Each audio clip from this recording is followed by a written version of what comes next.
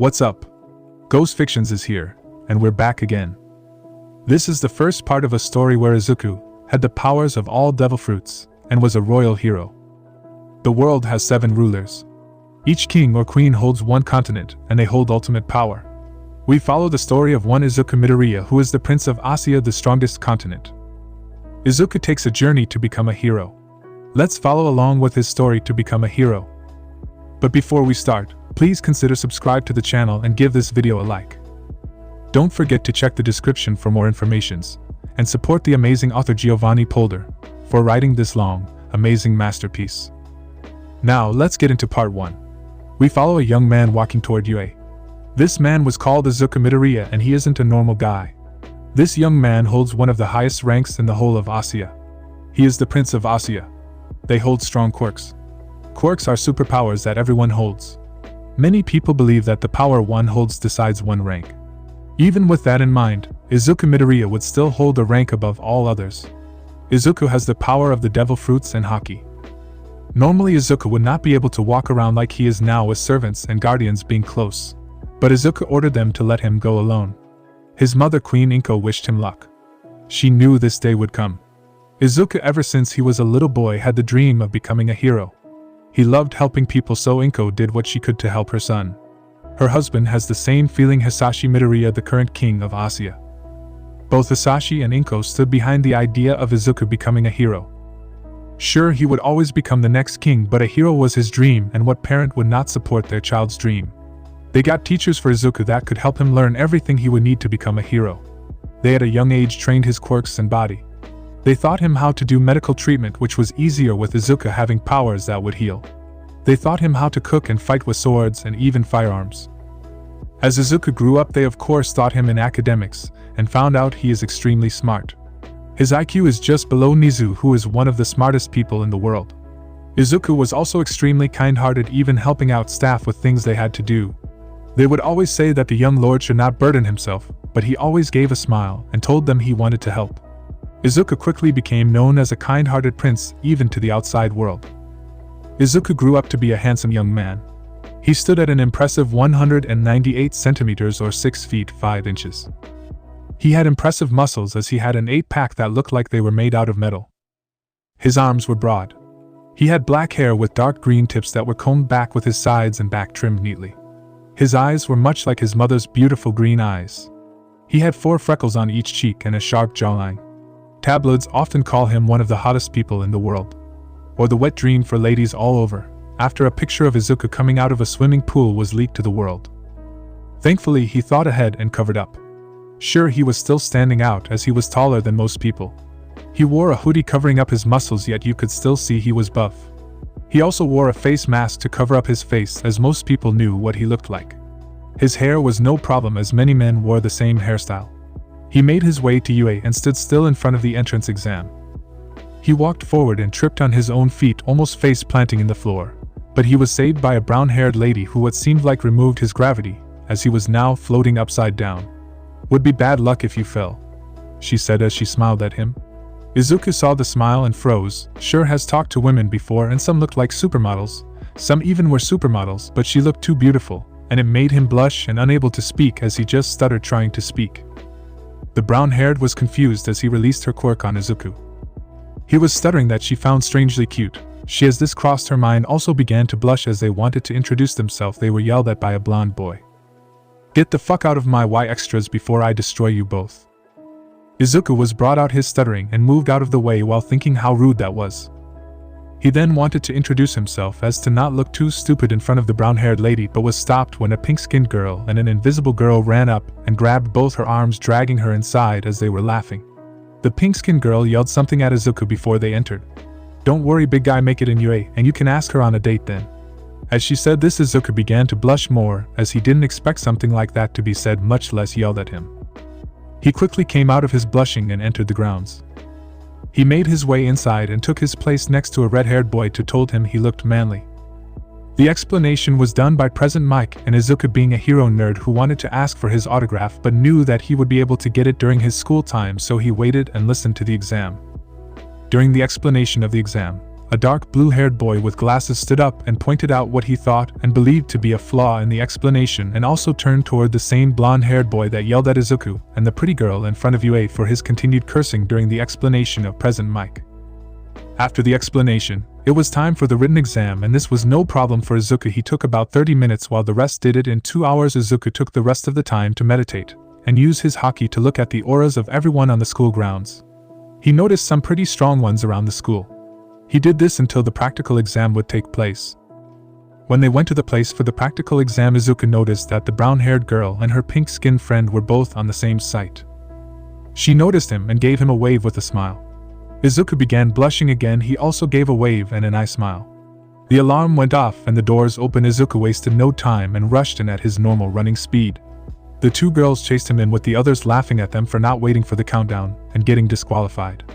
"What are you waiting for? A countdown? Those don't exist in real battle. Follow them, slowpokes," Present Mike yelled, getting everyone to panic and rush in. Izuku used the Pika Pika no Mi, Glint Glint fruit, to destroy robots. He made a small ball of light the size of a pea and shot them at robots, destroying them all in one attack. His haki gave him a heads up for all around him. He also traveled around at the speed of light to find some robots or to just fly around. He stayed back from all robots in case one attacked his clothing and showed his identity to everyone around. Both the girls worked together to defeat robots and gain points. "Achiko, how you holding up? Feeling like puking yet?" The pink-skinned girl said to the newly named Achiko. "I am fine. Mina, how about you? Is your skin hurting yet?" Achiko asked the now named Mina, who told her she could do this for days.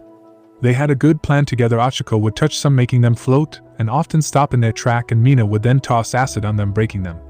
Both gained a good amount of points this way. They also took time and helped others with clearing rubble around them or attacking bots that were overpowering people. With the teachers. Now this year has some potential. A cement block that is known as the Hero Cementos said. That they do Cementos. Look at those two girls working together and earning points, very smart. A mouse-like creature said. Look at that boy with the hoodie. This whole exam he has been playing it smart. He keeps his distance and uses strong attacks to quickly defeat any robot getting close to him. A tired man said. You are right. Aizawa wonders who he is. He seems to know what he is doing. A sexy woman in a skin-tight suit said she is known as Midnight, one of Izuku's pro-hero crushes. Let's see if this crop of heroes will break at the sight of someone scary, shall we? The principal said as he laughed and sipped tea with one of the other teachers that were sitting there pressing a massive red button. With the test takers. A massive robot came out of nowhere, destroying buildings and scaring the living shit out of everyone who saw it. Achiko and Mina were both trapped under rubble, with both of them pushing their limits, and now are unable to move. They screamed for help. They begged, but nobody helped. They saw the robot wind up a punch toward them. They screamed harder, not wanting to die. Both of them thought this was it. They closed their eyes and screamed as loud as they could with tears in their eyes as the robot brought his fist down at them. A little earlier, Izuku picked up fear with his haki. He used it to look around and saw that two people had mass amounts of fear, but fear of death. Many others were scared around that area as well, so Izuku, wanting to help, used Yada no Kagami, reflecting himself on windows, arriving at them at light speed. He saw the two girls from before trapped under rocks and people running away. He noticed a dark blue-haired boy running away and looking at him. Izuku became mad with everyone running away. Izuku rushed in front of the girls, now blocking them from the punch of the bot.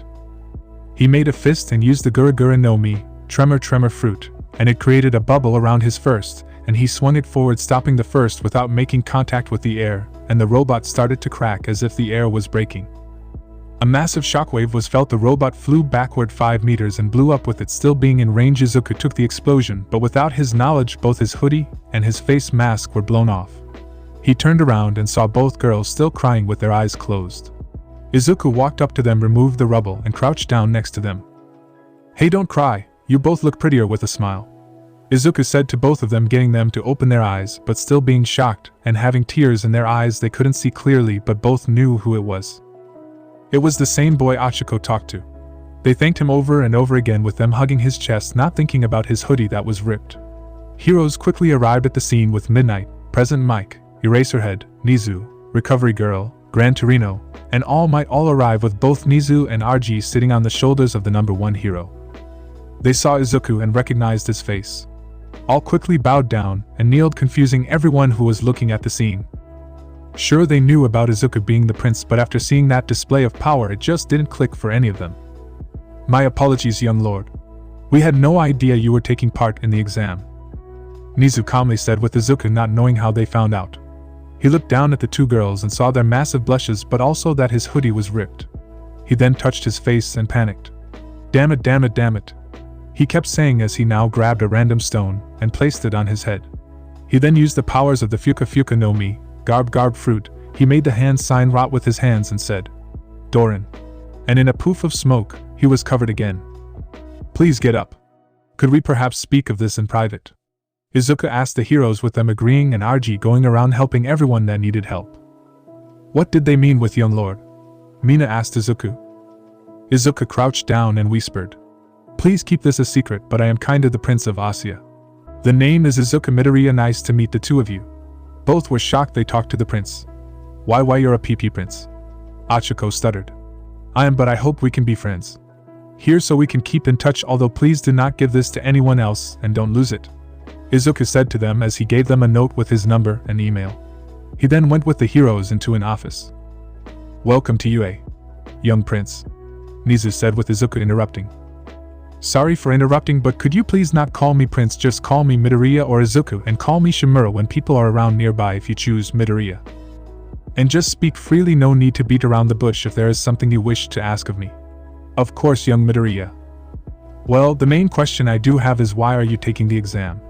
Nizu asked, with Midoriya letting out a small laugh. I wanted to earn my place here, that's all. I must ask you all to score me fairly without favoring me. Getting each hero to nod, with then Eraserhead asking a question. Why would you want to become a hero, Midoriya? Getting the attention of everyone else in the room as they were all curious about why the prince wants to become a hero. Ever since I was a child, even before my quirk, I wanted to help people. I went through my younger years learning all I could to hopefully become a hero in time. I went to my father time after time with ideas to help people in need. It was all I ever wanted, Izuku said, with each hero looking at him in awe. Sure, each of the 7 true royals, as the kings and queens were often called, was nice and friendly, but the more common leaders of countries were rude and saw themselves above the rest. Well then, we thank you for your time, young Midoriya, and we will let you know if you make it or not, Nizu said as he held out his hand for a shake. That Midoriya did, of course, but before Midoriya made it out. I do have an important request for each of you. Getting each hero to become serious, as this was a request straight from the next king of Asia. Could I please get your autographs? He said with a soft smile, making some of the heroes fall forward and some burst out laughing. They all agreed and even took a big picture together. That midnight and present Mike dragged Eraserhead in. It's been a week ever since Izuku took the entrance exam at UA. He was now sitting in the house that his parents owned close to UA.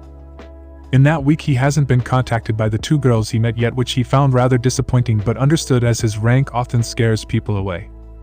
Izuku at the moment was reading a book as one of his servants enters the room. Young prince, your letter for UA has arrived, an older-looking gentleman said, who was wearing a nice suit with white hair combed back. Thank you, Alfred, Izuku said as he took the letter. How are your wife and children, Alfred? Izuku asked his butler. They are fine. My oldest child just became a father, and I couldn't be happier. Go and take the day of, Alfred. I am fine. Spend some time with them, Izuku told his butler, who agreed and thanked him. Izuku sat at his table in his room. His nerves were high. Sure, he was confident that he would pass, but the chance of him failing would always be a possibility. He opened it with a letter opener, and out popped a disc. He was slightly confused but pressed a button on the disc and out popped Midnight. She stood with a sexy smile and a hand on top of her hip, and her other hand she used to give him a wave. Hello, Izuku Midoriya. I am here to give you your results of the entrance exam. You did extremely well even with that great body of yours. Midnight bites her lip as she commented on his body, making Izuku blush hard and give him a nosebleed. Your written part was perfect, and as we looked at the camera footage we noticed that you only took around half an hour. The rest of the time you looked asleep. Which wasn't a problem, I found it rather amusing. The practical part was also impressive.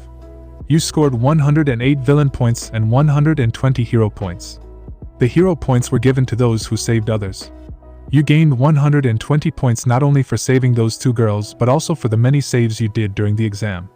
Then it showed Izuku teleporting around with the Pika Pika no Mi and removing robots and rubble from the paths of others. The true job of a hero is not that of beating bad guys, but it's saving others. You surpassed both the records held before.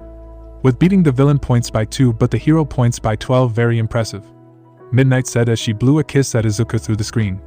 Welcome Prince Izuku Midoriya to your hero academia. See you in class hot stuff. Midnight finished with a blowing a kiss and a wink at Izuku, causing him to get a bigger nosebleed and becoming even redder.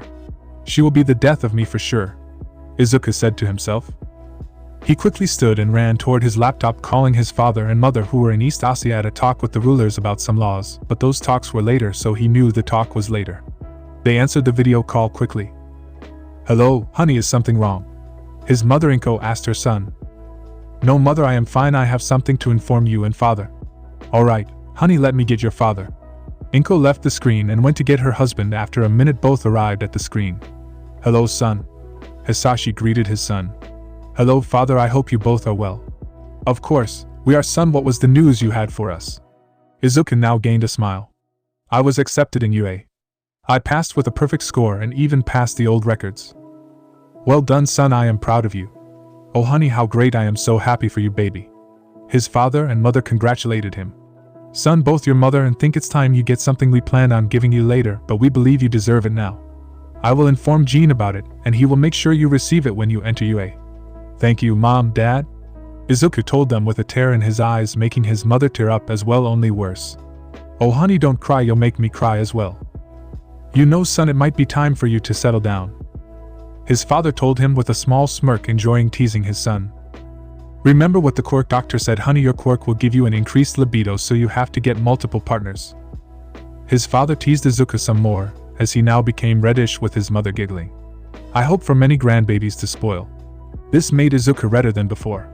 I know, but having the title of Prince of Asia doesn't really help with getting the girls, as they often get scared away.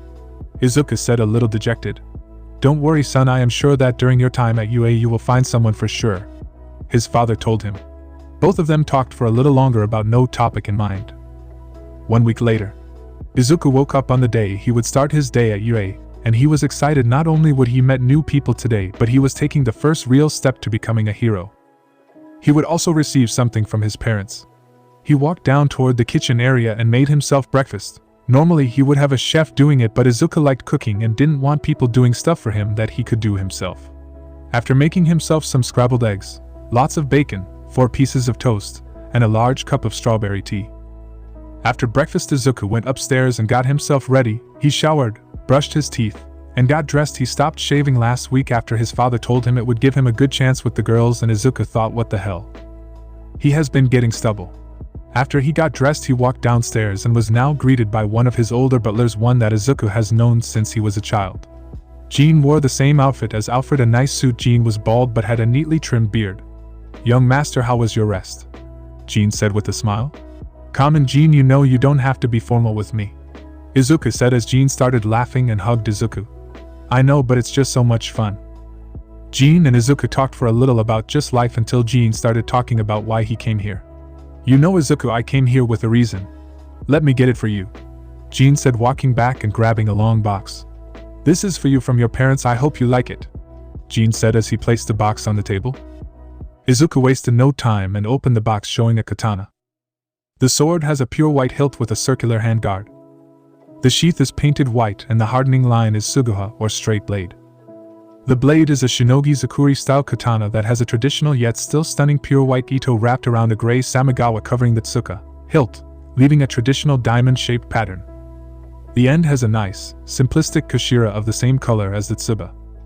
The tsuba, or cross guard, also conveys a harmony of simplicity. It consists of a rounded oval thick tsuba from which the blade goes through, in a nice metallic golden color. To once again convey the beautiful simplicity of this blade, the colors of the edge are divided in perfect equality. The inner bohai is a deep black, while the outer ha, or edge, is a shining white. The blade curves slightly towards the end. The sheath represents a peaceful harmony, being completely white with a modest kojiri at the end. The blade itself wasn't sharp, as it was dull to not injure anyone fatally. What is its name? Izuku said, still in awe at the sword.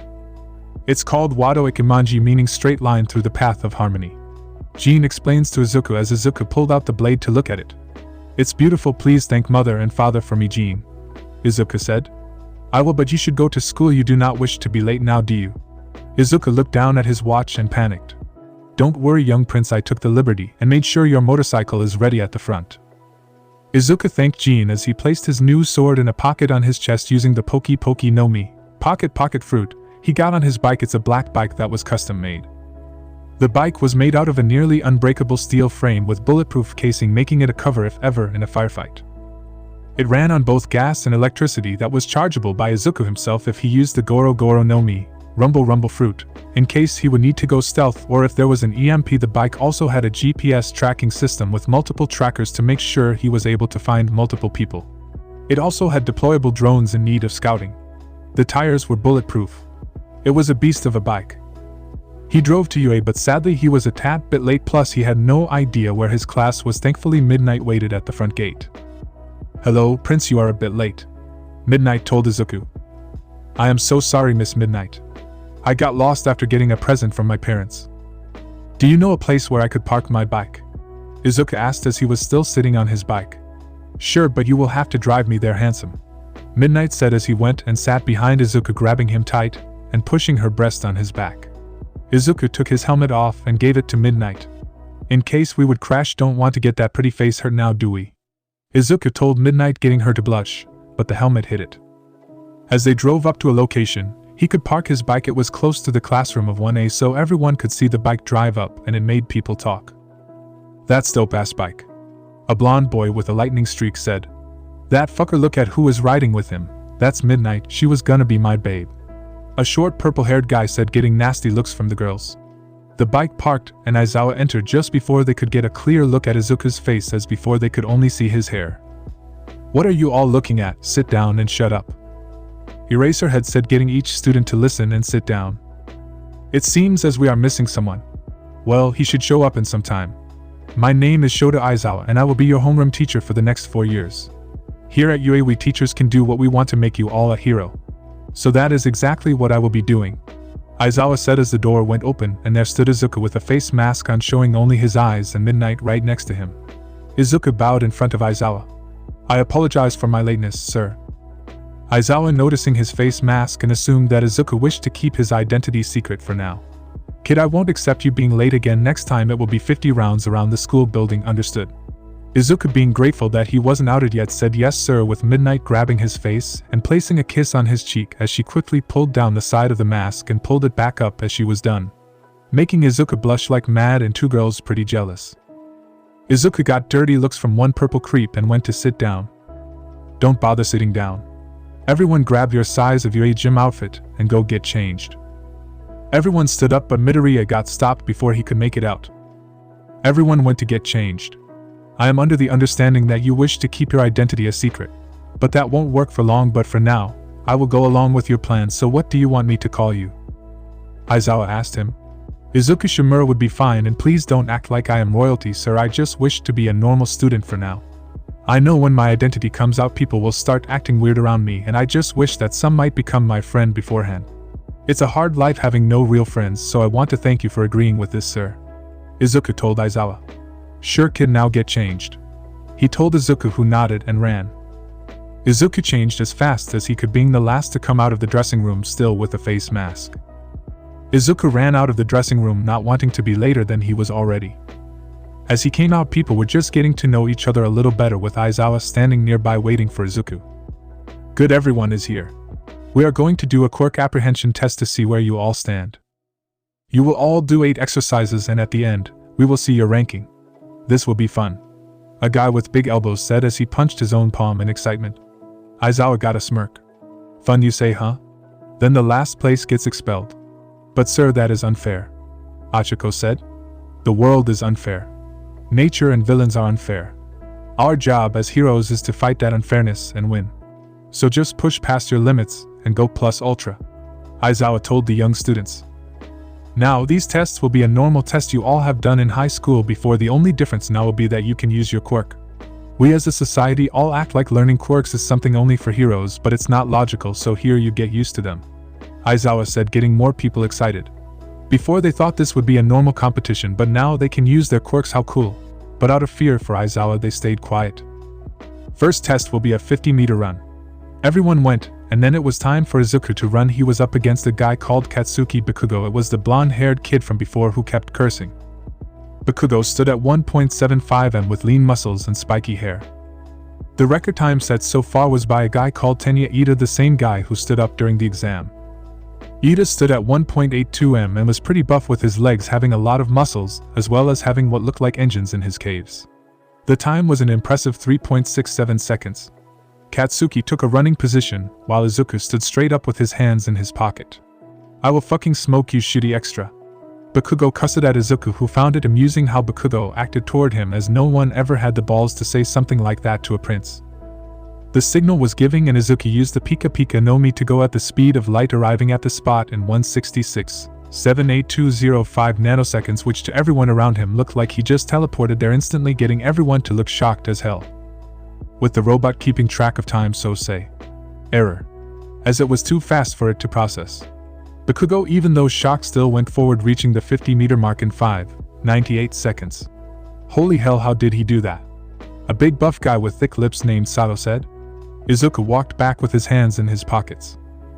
The next test was grip strength. He used the Hana Hana no Mi, flower fruit, to grow more hands on his own, increasing his own strength, making him get 600 kilograms of force, beating the second place by 60 kilograms.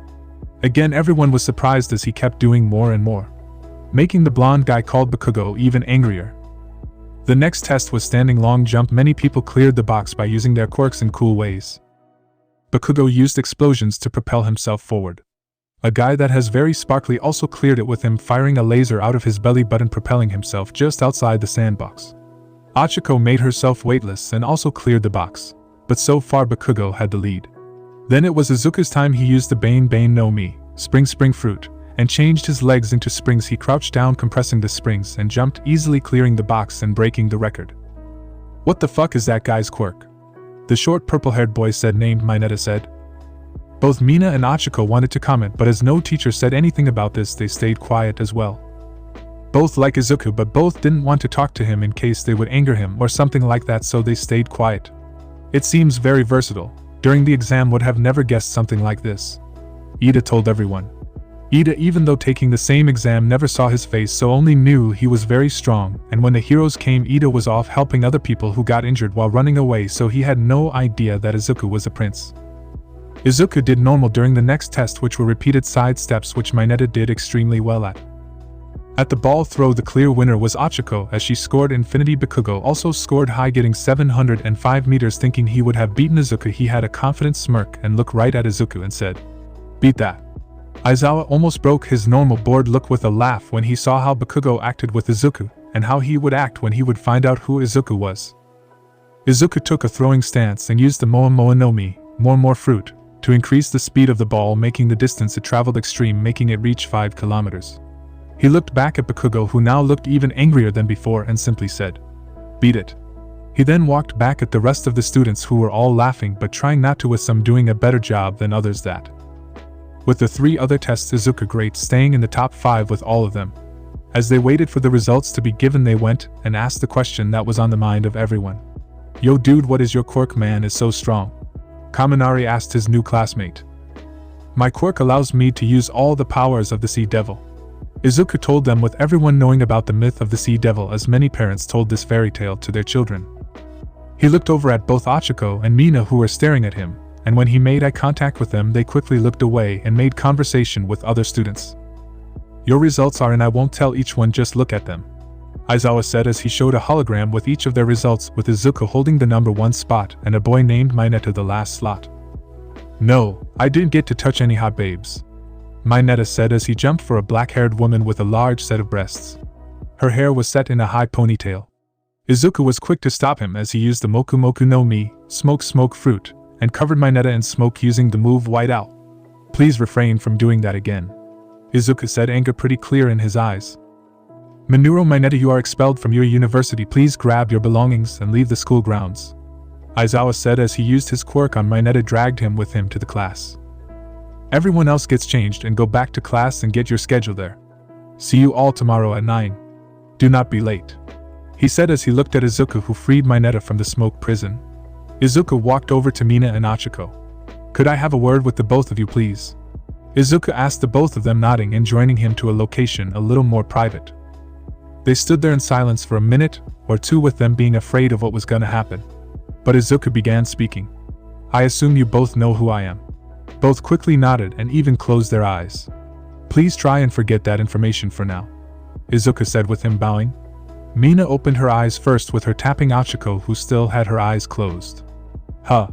Both of them said, not understanding why he would want that. Why would you want that, sir? Mina said.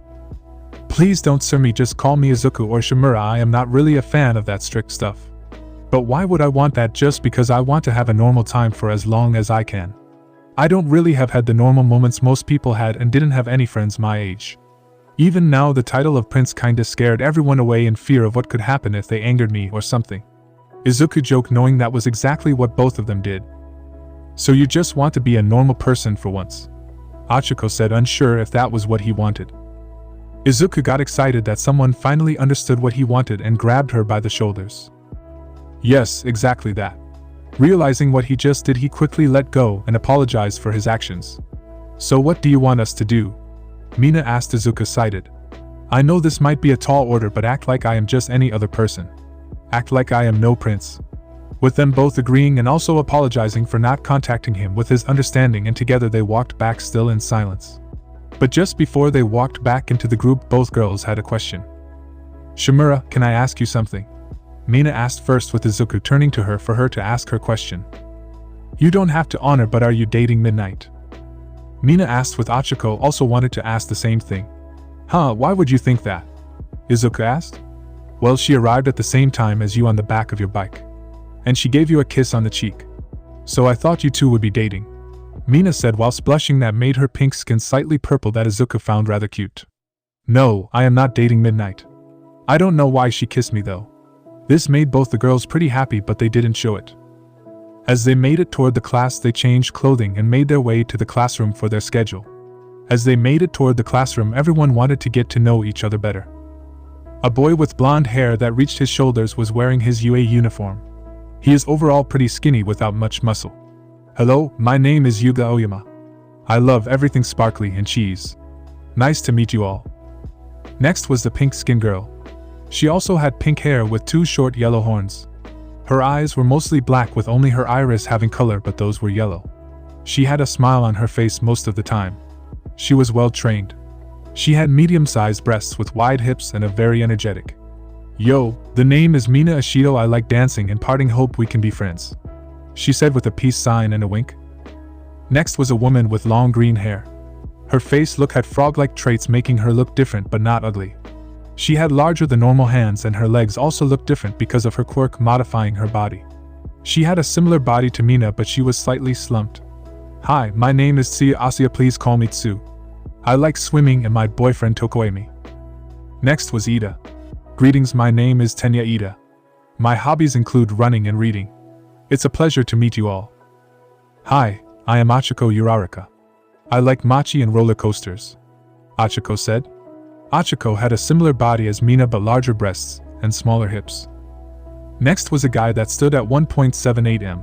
He had short blonde hair that was combed downwards. Overall looked really plain. The only exception was that he had a thick tail. I am Mashireo Ojiro. I like martial arts, Ojiro said with a wave. Next was a guy who stood at the same height as Ojiro with hair that was the length of his face. In his hair, there was a black streak that looked like a lightning streak on the front. He had some muscles that you would gain from light training, being slightly stronger than the average Joe. Yo, the name's Kaminari. I enjoy gaming and chilling. And for all you pretty ladies, I am single, he said with a wink.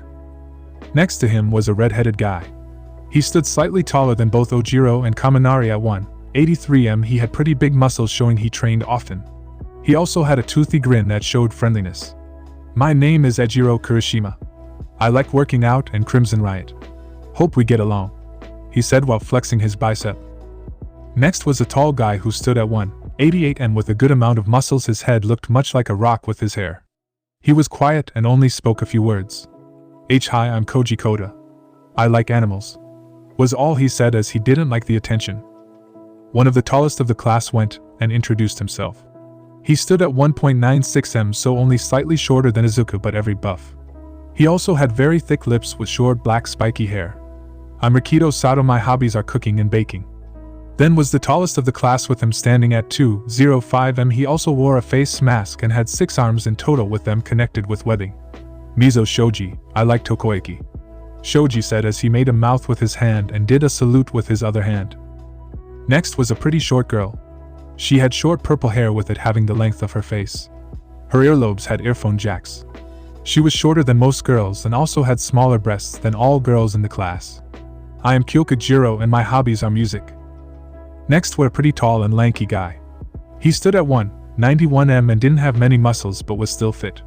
His quirk changed his elbows and made them bigger, allowing them to shoot out the tape. I'm Henta Siro, what up? I like gaming and design. I am Fumika Gay Tokoemi. My likes are Tsuyu and darkness.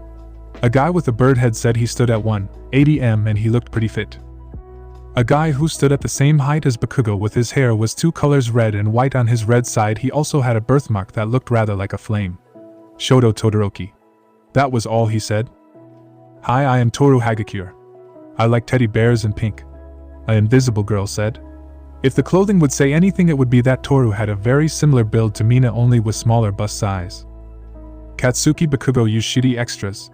Was all Bakugo said as the next one went, which was Izuku. Hi, I am Izuku Shimura. My hobbies include riding my bike, reading, and cooking. Hope we can be friends. Izuku told them. Izuku went under the name of Shimura as that was the maiden name of his mother. Last, when a woman with black hair put itself into a spiky ponytail. She had the biggest bust of all the girls in the class. My name is Momo Yayorozu. I like teas and reading, she said as she greeted the students. After everyone got to know each other, they went back home since the class was over, with Izuku getting on his bike after a short talk with some of the boys about his bike. Izuku lied about his bike as he just said it was a normal bike instead of saying what it was really made of. It's a new day for UA. The entire day for 1A has been filled with normal schoolwork. One lesson was interesting, and that was art history with midnight teaching, as she flirted with Izuku pretty much every chance she got. Now they are waiting for their next lesson, which is heroics with all might teaching. People went and split into different groups, with Siro, Kaminari, Kirishima, Bakugo, and Ojiro as one group. Mina, Achiko, Tsuyu, Tokoemi, Ida, Toru, Jiro, Momo, and Shoto sitting with them not really talking. And then the last group being Aoyama, Koda, Shoji, and Sato. Izuku was sitting by himself, not because the others didn't like him or anything. Izuku just didn't know how to act with groups his age, so at the moment he was reading whilst observing how the groups acted around each other without listening to anyone's conversation. What do you guys think of Shimura? Jiro asked her group, wanting to know what their thoughts would be about their most mysterious classmate. He seems like a nice person, at least so far he hasn't done anything bad. Toru said, with Momo then adding, yeah, and he kinda made sure that creepy guy from yesterday wouldn't jump on me. Looking at him objectively, he seems to have been raised correctly with manners. I don't yet have an idea how he is as a person himself for our limited knowledge about him, but so far he seems respectable and nice. Ida added. What about you two? Toru asked Mina and Achiko. Yeah, he wanted to talk to you both, so I would think you know him a bit. How is he? Tsuyu asked, with both of them stuttering a bit as they answered. He is nice, but we don't really know him. He just wanted to ask if we were okay after the exam. Mina told them, hoping to get rid of the subject. Huh, exam, what happened? Momo asked as she and Shoto both didn't take the normal exam. Oh, you mean with the massive robot, correct? Ida asked the two girls, them nodding. Now they looked at Ida for him to explain. Well, during the exam, there was a 0 point that was larger than any other pointer and stronger as well. This robot wasn't worth anything, so it was advised to not fight it. When it first showed up, it was as large as the buildings, so I decided to run away and score more points. But apparently, both Uraraka and Ashido here were stuck under rubble with no way of escaping and the robot coming right for them. Shimura arrived and protected them by destroying the 0 pointers and blasting them from the explosion. Heroes shortly showed up, but I already left in hopes of helping others with injuries. Ida finished with everyone who took the exam looking with wide eyes at Izuku and the two girls, with both of them nodding that the statement was true. Wait. Toru made them all look at her. Does that mean both of you have seen his face? She asked, with it making everyone wonder, even Todoroki, but he didn't show it. Both of them tried thinking of an answer but couldn't come up with anything. Just before they were going to answer, All Might entered the room. Ha, I am here to teach you all heroics. All Might said as he entered the classroom, getting everyone to forget about the question and start talking about him. Oh wow, that's his Silver Age costume. He looks so much stronger in real life. He looks so tall. Ha ha ha, calm down students. We are going to have a fun lesson. Today will be battle training, All Might said as he pulled out a card that had the word battle written on it. We will go toward ground beta for today's training. When we arrive there you all will change into your hero costume, and then I will explain the exercise. Now for your hero costumes, you all gave instructions for your costume when filling in your application, so we have them ready. All Might said as he clicked a button on his desk and out popped 19 suitcases. Take them and meet me at ground beta. All Might said as he jumped out the window and rushed over toward the grounds of ground beta. Good, you are all here. Now we will do 2v2 battles, but because we are missing one student someone will have to go again. Do we have takers? All Might asked with Izuku raising his hand, instantly loving the chance to go again. Alright then, now for the teams we will pick lots. All Might said as he pulled out a box. Everyone took one of the balls with Izuku taking two. Sir, why would we pick teams on random? Ida asked their teacher. Does anyone have an answer for young Ida's question? With Momo answering the question. Because agency often has to team up on the spot with random heroes to quickly take care of the problem. Correct, young Yaoyorozu. Okay, the teams are Team A. Uraraka and Shimura, Team B. Bakugo and Ida, Team C. Todoroki and Shoji, Team D. Shimura and Yaoyorozu, Team Ishido and Kirishima, Team F. Oyama and Toru, Team G. Sato and Koda, Team H. Ajiri and Tokoemi, Team I. Zero and Kaminari, Team J. Jiro and Ojiro. One team will be the heroes and the other team will be the villains. The villains will have 5 minutes to prepare as the heroes wait outside, and then the heroes will be given the signal and they will have 15 minutes to either capture all the villains or capture the bomb. Now for who will fight who. The first team I say will be heroes and the second are villains. Team A versus B. Team E versus F. Team G versus H. Team I versus J. Team C versus D. Best of luck to all of you, All Might said. I guess we are a team, Izuku said to Uraraka as she looked nervous. They waited at the front gate for the signal. So what will our plan be? Uraraka said, but as she finished saying that her stomach started growling and she quickly turned red with Izuku laughing a little. Sorry, I wanted some mochi for breakfast but I didn't have any so I didn't eat, she said very embarrassedly. Wait, you like mochi? Izuku asked with Uraraka giving a nod. Izuku wasted no time using the mochi no mi, mochi fruit, to make a mochi donut the size of a frisbee. Here, enjoy, he said as he gave her the mochi donut, making Uraraka drool and look at it with stars in her eyes. Ah, really? She asked with Izuku nodding and her taking it and eating it, loving every bite of it. Back at the students, people were having a good laugh because of them, with many finding Uraraka's face funny when she saw the donut. Damn, that made me kinda hungry though, Siro said, getting some to agree with, even All Might agreeing with them. 5 minutes are over. The heroes can enter, All Might told them. Uraraka, please walk behind me, Izuku said, making Uraraka think he didn't want to walk next to her, so she nodded sadly and did as she was told. Nothing against you, Uraraka, I quite enjoy your company, but I can feel that Bakugo will attack first and wouldn't want you to get hurt now, do we? He said, getting her to blush once more as she was still nibbling on the mochi donut. As they were walking, Izuku was making small talk with Uraraka, wanting to know more about, until Izuku was hit in the face with an explosion. Ha, next time pay attention fucking extra, Bakugo said as he thought that took at Izuku, but as the smoke went away there stood an Izuku with his top half turned to diamond.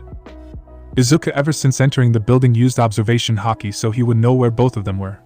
Uraraka, please go to the middle of the 5th floor. Ida is there, so I assume the bomb is around him, Izuku said as he allowed Uraraka to walk past them both. But Bakugo had another idea and tried to attack her, with Izuku just kicking him down a hallway. I will join you in a minute, just try and do your best, Izuku said as he turned his attention toward Bakugo. Let not involve the pretty lady now, shall we? Let's see what you can do, Izuku said, making Bakugo angrier than before. Bakugo rushed forward and attacked with explosion after explosion that Izuku just tanked as he turned his body into diamond using the Kira no Mi. No English name, Izuku took all explosion and it did no damage, with Bakugo getting angrier and angrier. Is all you can do? Stand still and wait, you weak bitch, Bakugo said as he made an explosion pointed toward his own palm, creating a flashbang blinding Izuku as Bakugo now positioned himself and let loose a big explosion on the back of Izuku, hoping it would do damage, but it did nothing, so Bakugo kept making explosion, but at a smaller size, making his hands sweat more. He kept that busy until his gauntlets beeped. Great, they are ready, Bakugo said as he lifted his gauntlet. Oh, what will this do? Izuku thought. If the costume companies followed my instructions, then my gauntlets should have been saving up the sweat, and with that beep, it shows they have a full tank. Bakugo lifted his arm and pulled back the pin on his wrist gauntlet, and he let loose a massive explosion. Just before he did, All Might tried to stop him. Young Bakugo stopped this at once. If that makes contact, it could kill him. All Might yelled in urgency, not wanting a student to injure the prince. People who were watching watched with fear for their classmates, as Bakugo was a strong fighter and showed true skill with his quirk, and here was Izuku just standing calmly with one hand in his pocket and a smile on his face. Just before the explosion made his way toward Izuku, he crossed his fingers and used the Bari Bari no Mi, barrier fruit, making a barrier just in front of himself, making the front where Bakugo was and where the camera that looked over the fight covered in smoke. All Might thought there might be injuries, but as the smoke dissipated, you could see Izuku behind a green glass that stood in front of himself. That was quite the explosion. It might have even hurt if I let it touch me. Good job, I am impressed, Izuku said as he uncrossed his fingers, making the barrier disappear. Bakugo, wanting to use his other gauntlet, lifted his arm, but Izuku stood in front of him with his arm stretched out, making it look as Izuku was going to clothesline Bakugo. But as Bakugo braced for the impact, he wasn't met with pain but with the cold feeling of iron, as he had thick black iron cuffs around him, making it impossible to move as Izuku used the Ori Ori no Mi, bind fruit, cage fruit, to capture Bakugo. Let's stop the big explosions for now, as they do more damage to the building than me, Izuku said as he was not contacted by Uraraka. Are you okay? The building started shaking, she said, clearly worried about Izuku but still quiet to no let Ida notice her location. I am fine, thanks for worrying. I just captured Bakugo, so I will be on my way toward you now. Try and capture the bomb or keep Ida busy, Izuku said to Uraraka, with her giving a short answer, and went to face Ida, who prepared for this by removing all the items in the room. Izuku went and used the nuke no Mi, through fruit, to walk through the walls and ceiling right toward Ida and the bomb, while everyone in the observation room was perplexed. Is there anything that the dude can't do? He can make food appear out of nowhere, he can move at light speed, he can turn into diamonds, he can make what looks like an unbreakable barrier, he can even make iron cages to capture people. What can't he do? Kaminari said, defeated, as Izuku was super strong. Well, we haven't seen him fly, so maybe that, Zero said, unsure if Izuku knew how to fly. All Might heard the students talk, found himself in the same spot, but not out of jealousy, but more about wanting to know how strong this kid truly is. Izuku made his way toward the bomb rather quickly and was met with the sight of Ida running away with the bomb in his hands, with Uraraka chasing him, trying to touch the both of them. Izuku then decided to use the Hana no Mi, flower fruit, to grow hands all over Ida to make him stop in his tracks, allowing Uraraka to touch the bomb. The heroes win, All Might announced to everyone.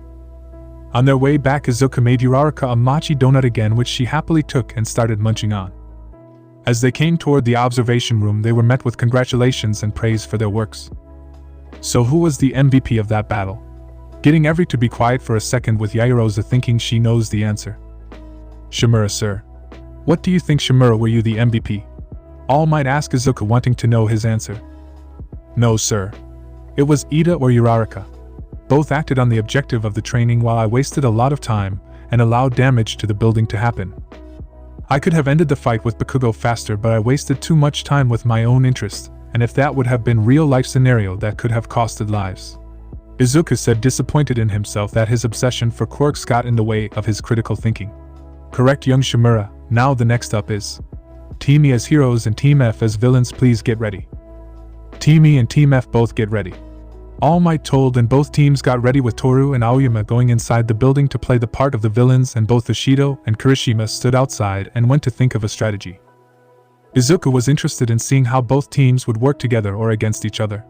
Uraraka went and walked up to him, as he stood to himself most of the time. Hey Izuku, thanks for the mochi, it was really tasty, Uraraka said as she got close. Denki, hearing them talk and wanting to become friends with Izuku, as Denki was a friendly guy and having Izuku as a wingman should be great for him. Yo Shimura, how many foods can you make with your quirk, man? He asked as he walked up to both of them, with Zero and Ojiro with him. Yeah, and Uraraka, how did it taste? Was it just normal mochi or did it taste different? Zero asked Uraraka. It was like normal mochi but a little sweeter, she told the class, with them wondering about the taste now. Well, about the food, I can make a lot with my koku no mi, cook fruit. It just doesn't have a lot of taste. But real powers that make fruit would be mochi, biscuits, cream, candy syrup, and candy as well as butter. Izuku told them with some getting hungry thinking about those foods, to which Izuku clapped his hands together a couple of times, making biscuits come out of thin air because of the bisa no mi, biscuit fruit, getting it to everyone except Bakugo, who wanted nothing to do with that. Everyone tasted it and liked the flavor. Oh, these would go perfect with the green tea my mother bought. Momo told Izuku, who gave her a nice smile making her blush. If you ever want some, just ask, it doesn't take a lot to make them. That power is kinda powerless though, isn't it, as you can just make food with them? Denki said as there was still some time before the team started. Well, it's not really about the power, but how you use the power. Each power can become strong if trained enough. Izuku said as he made a small biscuit man and told Denki to hit it, which he did, but as he made contact with the biscuit man it didn't break.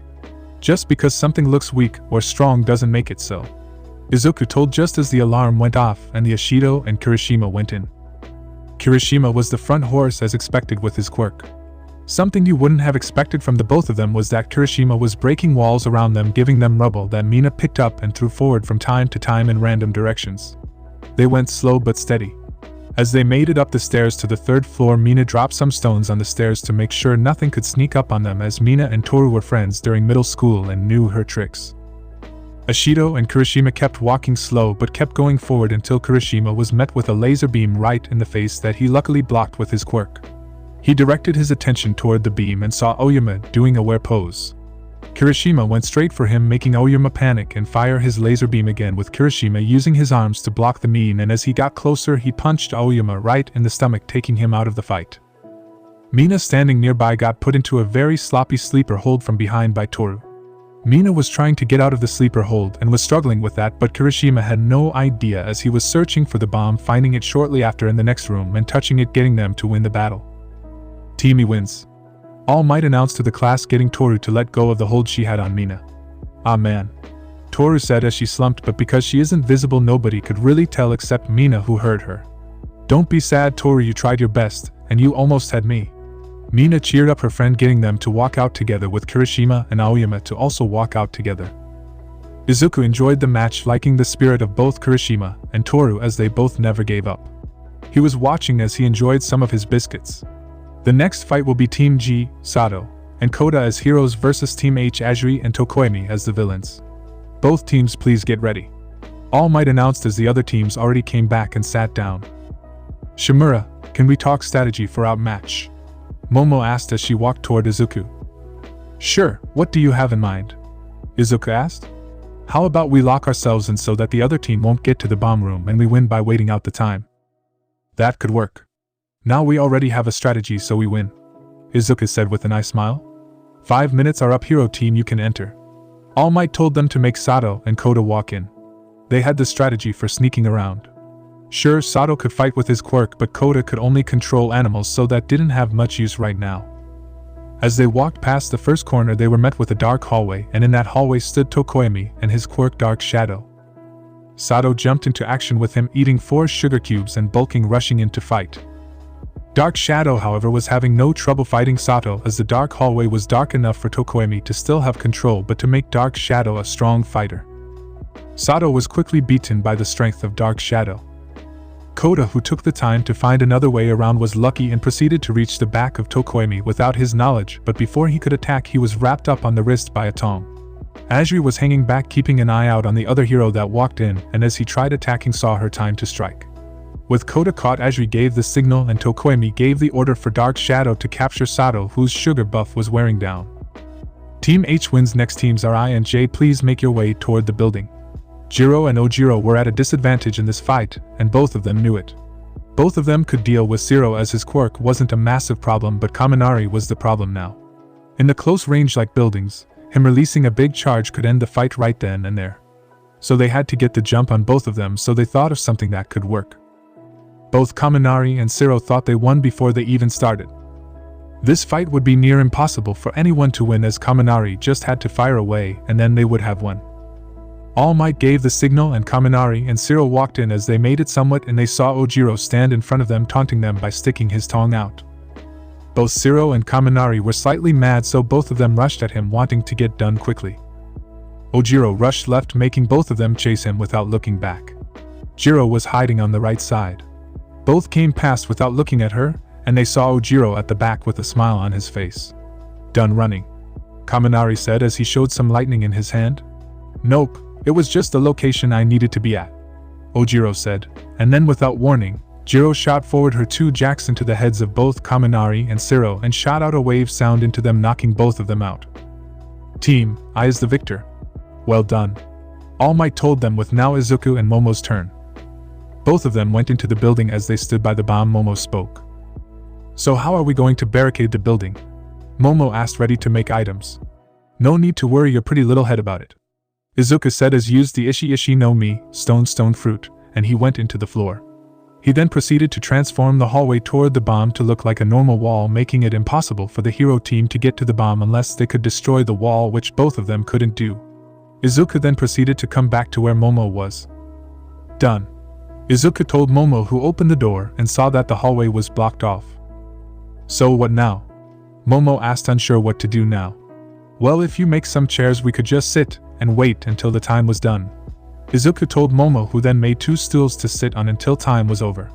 You want something to eat? Izuku asked Momo, who wanted some mochi that Izuku happily made for her. What do you normally do, Shimura? Momo asked Izuku, wanting to not stay silent for 17 extra minutes as both Shoji and Todoroki had not entered the building yet. I mostly read. I don't go outside much.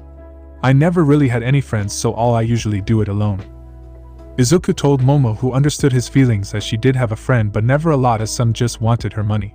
How about we play some chess while waiting for their match to be over, as we still have to wait? Just as Momo asked Izuku, who nodded and pressed his hands on the floor and created a table of stone for the chessboard that Momo made, and back at the other students. Are they playing chess? Asked Kirishima, with some other students nodding. Todoroki froze the entire building, but the ice never reached Izuku and Momo. They walked together through the building but never found the way into the room with Momo and Izuku just playing chess together until the time was over. When the time was over, Izuku removed the stone wall and walked out with Momo, enjoying some small talk as they had a lot in common. Izuku was also in trouble within himself, as he often found himself disliking the fact that he withheld important information about them. As they made it back, Todoroki was angry at his loss, as it wasn't even a loss in a fight. Good job, students, with today. I understand that some of you perhaps feel like you have let yourself down in your battles, but remember, it's only your second day here and you're still learning, so do not worry and work to improve your skills. All Might told the students, with some of them feeling a little up about the nice words. Now, of all the students, who would the MVP of today? With the class saying Shimura, except for Izuku, who was sitting on a chair not thinking about anything. Huh. Izuku shocked out his thought bubble. Young Shimura, who would you suggest as the MVP? All Might asked him. Well, all did well with thinking of strategies, but I would suggest Ida or Yaoyorozu. Ida had a plan and played her role as best as possible. Yaoyorozu came up with a plan and it worked perfectly. Jiro and Ojiro also had a great plan and execution, as they had a hard matchup. Good choice, young man. I fully agree, both of you did extremely well during today's battles. That is it for today, All Might said as he rushed off, and each student made their way to the dressing room to get changed and to go home. As Izuku got out of the classroom from bringing back his hero costume, he came to a decision. He chooses to ask Midnight out on a date. Midnight often teased Izuku not only during class but also when they saw each other in the hallways. Izuku walked toward the teacher's room. As Izuku made his way there, he knocked and was told to enter. He opened the door and saw multiple teachers but no Midnight. The teachers that were in the room were Vlad King, Ectoplasm, and Snipe, none of the teachers that knew Izuku's real identity. Excuse me, but does anyone know where Miss Midnight is? Izuku asked. She should be near the cafeteria, kid. Snipe told Izuku, who thanked him and rushed off. He made his way toward the cafeteria where Midnight was enjoying a talk with President Mike and Nizu. Izuku walked up to them but was feeling more and more nervous with each step until he was too close and they took notice of him. Ah, hello, young Shimura. Nezi greeted him. President Mike greeted him with a yo. And Midnight gave him a wave with just her fingers and a wink. Hello, I was wondering if I could speak to Miss Midnight for a moment in private, Izuku said, barely keeping himself from blushing. Even though Izuku has had interactions with females before, even those that looked incredible, he never asked one out. Midnight stood up and walked with Izuku a little farther away from everyone. What do you think they are talking about? President Mike asked Nizu. If I would have to take a guess, it would be that young Shimura would perhaps ask Namuri on a date, or to stop the teasing. Nizu guessed. So what did you want to talk about, sexy? Midnight teased Izuku. I wanted to ask you something. As he said this, he became redder with each word. Then Izuku just thought, fuck it. Would you let to go on a date with me? Izuku asked as he closed his eyes. Midnight blushed as she never got asked on a date. Sure, she had dated before, but those were blind dates, but she never had a real connection with their dates. Sure. How about this weekend? Midnight said as she got control of her blush. Izuku, still with a blush, looked at Midnight. Okay, how about I pick you up at 7 and then we go back toward my place for dinner? Izuku asked Midnight without much thought about the other meaning that could have. In his mind, he asked it with the only thought of not wanting to be bothered by media or random people, but to Midnight it had another meaning to it. Oh, you want to do that on the first date? How daring. Midnight told Izuku as she got a blush from what he said. Izuku thought back at what he said and started apologizing and started giving his reasoning for the decision. It's fine, honey. How about you pick me up Friday at 7 from my place, and then we can go to your place. And call me Namuri. Midnight said as she wrote her number and address on a piece of paper and gave him a kiss on the cheek. This broke Izuku for a good minute, as Midnight saying they would go back to their place, and her giving him her info with a kiss. After a minute he was brought out his thought, and went home to already plan ahead for his date. Well, after shortly getting teased by both Alfred and Jean and some of the other help. Midnight went back to Nizu and President Mike, as they were not also joined by Aizawa and All Might, and were the only ones in the cafeteria. So Namuri, what did the little prince want? President Mike said with a massive smirk on his face. Oh, young Midoriya wanted to ask you something. All Might asked? Yeah, he wanted to ask me something. Namuri told them, not wanting to reveal anything, but she knew that was pointless. Come on, spill it, woman. President Mike told Namuri, as he loved to gossip. Fine, he asked me on a date, that's all. This made All Might do a spit take and made Aizawa choke on his tea. You go, girl, you got yourself a real prince. President Mike teased Midnight with this, only now connecting. She had a date with a real prince. If this would work out, she would become a princess. This went on for a little while, with all the teachers at the table joining in on the teasing. Izuku woke up today happy his day couldn't get better. He has a date with Namuri on Friday. He had his favorite breakfast again. He also started preparing for his dates. He already knew Namuri's favorite food, as he was a massive Hero fanboy. He went to school on his bike again. He wanted to use a different way of getting around, but if he came with an expensive car that could make them ask more questions. The day went pretty fine. When Midnight's lesson came around, she gave a wink to Izuku, causing him to blush, and some of the others to feel jealous of both Midnight and Izuku. After that, it was homeroom. As Aizawa entered the room, he spoke. Shut up and sit down, now we have the stuff to discuss. Everyone became quiet and sat down quickly. Good, now first thing for later. Today we will go to the USJ. We will go with Midnight and one other teacher who will be waiting for us there. Now something else to do now. You have to choose a class representative and vice representative. Do this how you want. Just be silent about it. Aizawa said as he grabbed his sleeping bag and fell to the floor. As Aizawa went to sleep, the students became loud with yelling out reasons for them to be chosen. Aizawa became angered by this, but all of a sudden his life went quiet.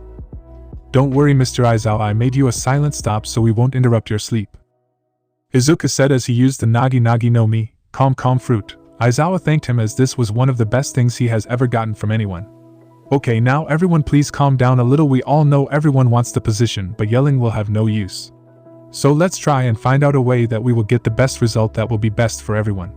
We need 2 people, so let's first choose the class representative. I agree with Shimura on this, yelling won't get us any further, so let's vote on this. Ida suggested. But won't everyone just vote on themselves? Kirishima asked. Well, I see it 2 ways. We either keep it the same way and see who will receive the most votes will be the one chosen, or we are not allowed to vote on ourselves. Well, let's do the first one, Mina said, with the rest of the class agreeing. Shortly after voting, Izuku was voted as representative and Momo was given vice representative. Izuku was giving 8 votes and Momo received 5 votes, with the closes after that being Ida with 2 votes. Both Izuku and Momo were in front of the class, and Izuku spoke up. I thank everyone for electing me, but I wish to trade places with Yayorozu. I believe she would be a better fit for the position. Everyone agreed and the positions were switched, with Izuku now removing the silent buble around Aizawa, who quickly became depressed about it. I guess it was too good to be true. Well, in 5 minutes it's lunch, so do what you want. I will be getting everything ready for later, Aizawa said as he walked out the room with the students quickly starting talking with each other. Hey, Shimura, thanks for giving me the position, Momo told Izuku. Don't worry about it, I just spoke the truth. It was because of your plan we won, so that shows that you have the smarts, Izuku said with his eye smile.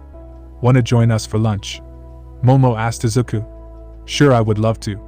Izuku went with Momo, and her group consisted out of Todoroki, Jiro, Ida, Achiko, Ajiri, Tokoemi, Mina, and Toru. He joined them as he enjoyed some conversations with them about nothing.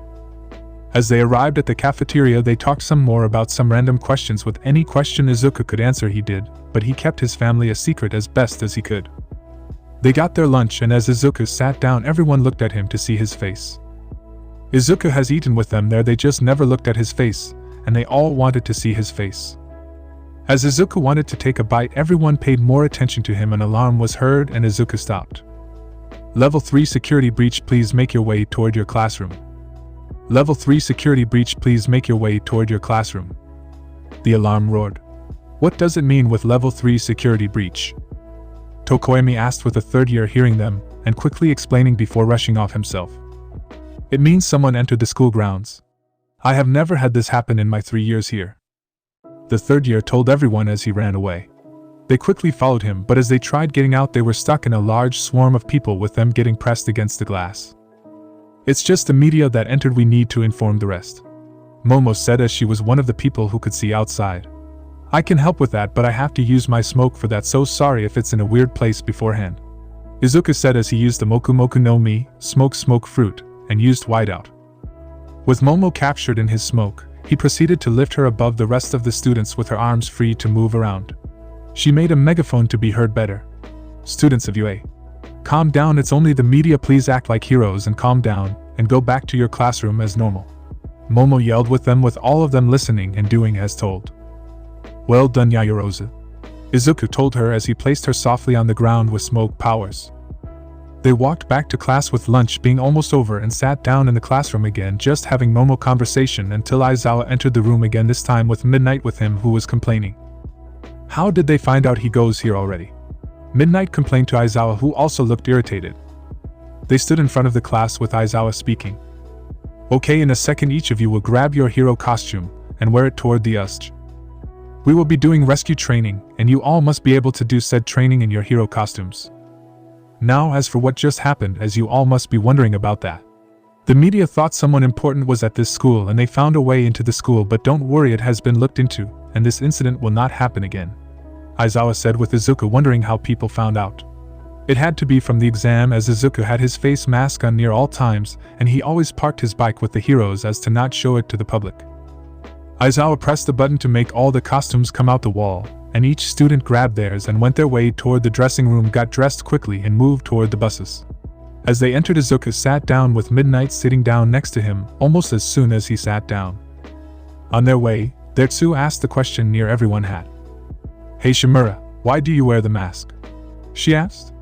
He is probably ugly as hell and doesn't want anyone from puking because of his face, Bakugo said, making Achiko, Mina and the teachers stifle a laugh as Bakugo just insulted the Prince of Asia and one of the most handsome men in Japan. Izuku laughed out loud at this as he found Bakugo very amusing. Who knows why I wear the mask? Perhaps just a fashion statement, perhaps it's really what Bakugo said. Izuku told them about the fact they were wondering about it. But on the topic, why don't you guys guess what it could be? I am interested in what it could be, and don't worry about offending me, Izuku said, hoping to get a good laugh out of this. Kirishima went first. I think it's a super manly scar or something badass like that. Kaminari went after that. Maybe no lips. It could also be buck teeth, Siro said. Maybe it's the opposite from what Bakugo said, and he is so pretty that he has to hide the fact, Sato said. Maybe it's him hiding his identity or something, Jiro joked, making everyone who knew slightly sweat. Those are some good guesses, Izuku said. Joking is over, everyone get out, we are here, Aizawa said as the bus stopped at the USJ with each student getting out. As they walked up to the massive building that is the USJ, people were in awe at the massive size of the building.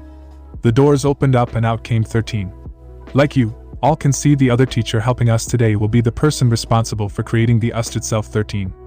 Aizawa explained as all students walked in and saw the insane size from the inside. It had 6 separate zones. A zone that looked like a broken city, one that was much like an inferno, a mountain zone, a forest zone, a shipwreck zone, and a storm city. Welcome students to the Unforeseen Simulation Joint, or more commonly known as the USJ. Before we start, I have to say 1 or maybe 2 things, perhaps 3, although it could turn to 4, maybe even 5. 13 kept saying, with students wondering what the hell he is talking about. 13. Aizawa yelled, getting 13 out of his weird thing. Oh yeah, sorry about that. Now we all have used our quirks, but never in a combat way. With Aizawa's apprehension test, you saw what your quirk could do to help you to increase yourself. With the All Might lesson, you saw how your quirks could be used in combat. Now with me, you will learn how to use your quirks to save others. Today we will find ways to use your quirk, not for destruction or to hurt others, but to help them. 13 told the students, who mostly found it great. As 13 went into a deeper explanation of what they would do during their time at the USJ, a purple portal opened up in the middle of the USJ and out came many villains. Within seconds, the middle part of USJ was filled with hundreds of villains, and out last came a man with many hands all over his body. A massive thing with skin as dark as the night, and tears in its skin showing exposed muscles. Its head was a beak with the brain exposed, and a mist. The man with hands spoke up. Hello young heroes, we are the League of Villains, LOV for short, and we have come to kill Prince Izuku Midoriya.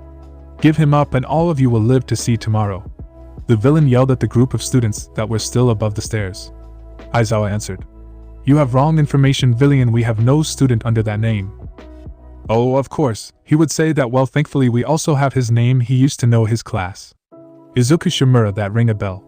What is he talking about? Zero asked, unsure of this whole thing. Midnight and Aizawa took the front positions at the top of the stairs with 13 behind them. Get rid of the heroes. The man with hands said silently as a group of long-range quirk users quickly fired a large set of attacks.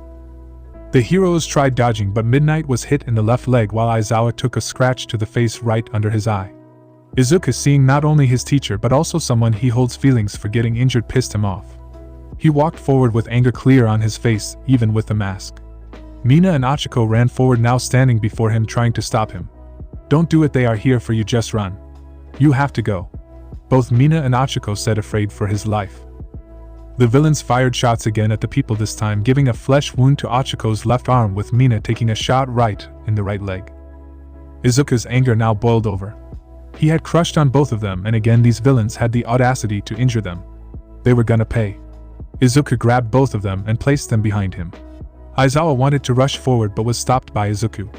Aizawa, you stay here and make sure nobody gets hurt worse. Izuku told Aizawa, who could not refuse. What the hell? You can't order a hero around.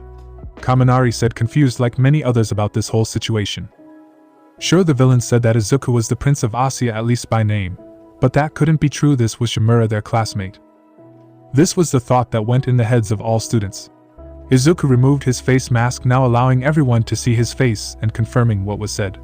In front of them, a sight many assumed they would never get. The Prince of Asia, the next king of Asia. A man whom many hold in high honor for not only his kind spirit, but his overwhelming power. Nobody truly knew the quirk of the prince, as they were never able to find out how careful his family was about it. Some students quickly bowed down. All who stood up were shocked, to say the least. Before Izuku walked down, he said one last thing. Sorry for finding out this way, but could you all take care of the injured while I deal with these trespassers? As he walked down, making the students rush toward their injured friends and teachers and applying first aid, all while looking down at the fight, wanting to see what he would do. Each step Izuku took gave the villains a fear worse than death. Izuku with each step released a wave of low cancerous haki, now enough to knock out villains, but enough to make them feel as if they were in a death battle with a 500-foot dragon that wished for nothing more than their slow and painful deaths, making some villains piss themselves. Izuku was finally down the stairs, standing at the bottom of it, surrounded by villains from left to right. Now you will find out why you should have never angered me this much, he said as he stepped forward. Now you will find out why you should have never angered me this much, Izuku said as he stood at the bottom of the stairs. Kill the prince. The man ordered his minions, leaving him only with a guy who had a sword on his hip, a man covered in mist only showing 2 yellow eyes, and a large beast with black skin that had tears in it showing exposed muscles, and a bird beak with its brain exposed. The minions rushed at Izuku, who used the Mera Mera no Mi, flame fruit. He then used Hatarubi and pointed his open palms outwards. Both his palms shined light green and out came small green balls of flame that gave the idea of fireflies, making the villains slow their charge and look at the small flames. The flames were warm and didn't hurt anyone, but they now covered the entire area, leaving all the villains surrounded by multiple green fireflies. Izuku then yelled out, "Hiderima!" This made all the fireflies explode in flames, covering each villain and burning them but not killing them. They all fell on the floor with only a small number still standing. Each villain on the floor was knocked out by the intense heat of the fireflies. The small group of villains became enraged by how easily their comrades got taken out by this brat. They didn't care anymore about the fear they felt not minutes ago that was still in the back of their minds. They didn't care anymore about them facing the Prince of Asia. All they cared about now was to injure or kill this brat. They got ready for a fight of their lives and they activated their quirks. They rushed over as fast as they could. Izuku saw them coming as they all were pretty slow, and he cocked his fist back as his fist was ready to be shot forward. It was set ablaze and he punched forward, saying his attack move, Heiken. As his fist shot forward, it became larger and larger. The fist kept going forward, extending its reach and growing in size, now being the size of a small house. It flew at the villains, with only 4 of them escaping the large attack. The 4 of them stood slightly injured, burns and scratches all over their body. They thought that they could now win as Izuku's flamed hand was now turning back to normal. In their mind, Izuku was reaching his limit and decided to rush at him to kill him. Izuku just thought that the Mera would do much better attack larger groups, so he went for close combat for these 4 thugs.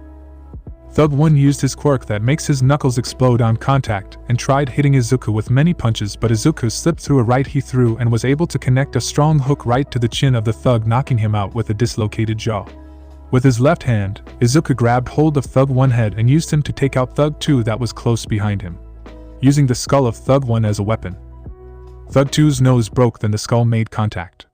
Thug 1 was thrown away with Izuku standing in the area of Thug 2, who was clutching his broken nose. Izuku punched right on the broken nose, making the thug fall to the floor crying in pain. Thug 3 swung an axe right at Izuku, who dodged the attack.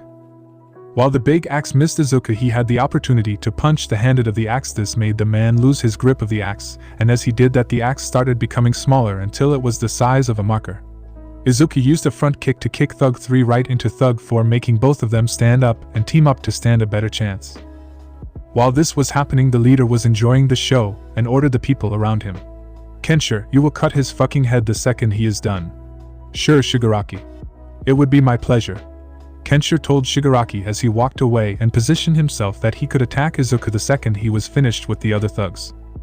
Izuku rushed forward and dropkicked one of the thugs, making the thug fly backward with multiple broken ribs. Thug 4 tried stomping on the head of Izuku, but Izuku rolled out of the way and got to his fast enough to dodge the second attack from Thug 4, which was a roundhouse kick. As he dodged the attack, Izuku landed a punch on the leg of the thug, hurting the muscles and making the thug lose his strength. The thug tried placing force on his leg, but it hurt, so when Izuku saw him buckle his knee when he placed his leg down, Izuku went in for a clothesline, making Thug 4 drops to the floor defeated. As Izuku looked back at Thug 4 after his clothesline, his observation Haki was calling out to him for a sword attack. Kensher flashed past Izuku, the sword making contact with Izuku's head, slicing it from his head. As Izuku got decapitated, his classmates got worried. Some thought they would be in massive trouble for letting the prince die. Izuku's head stayed afloat in the air. Izuku used the Bara Bara no Mi, chop chop fruit, to make sure no blade could touch him. Kensher believed he killed the prince and got a cocky smile as he aimed his blade toward the students and teachers. "You all will be next," Kensher yelled out with Izuku's head now floating next to him. "It's not nice to attack when someone's back are turned," Izuku said as his body came from the back and used Haki on his leg and kicked full force right in the balls of Kensher, making every male in 20 kilometers from the Ust grab his privates and say, "Oof."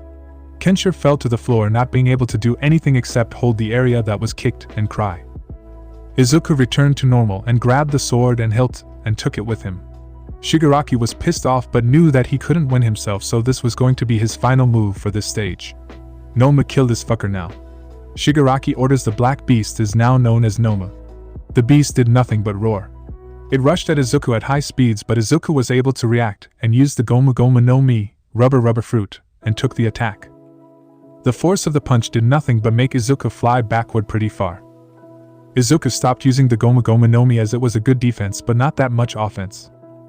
Yet he knew he was going to be in for a big fight. He knew he was going to use real power to defeat this beast that looked larger than All Might. He used his Yo-Yo no Mi model, Sarayu Fish Fruit model, Azure Dragon, and became his hybrid dragon form, growing twice his same scales all over his body. His face became more dragon-like. His muscles became much bigger. The Nomu rushed over and punched Izuku, who was able to capture in his palm.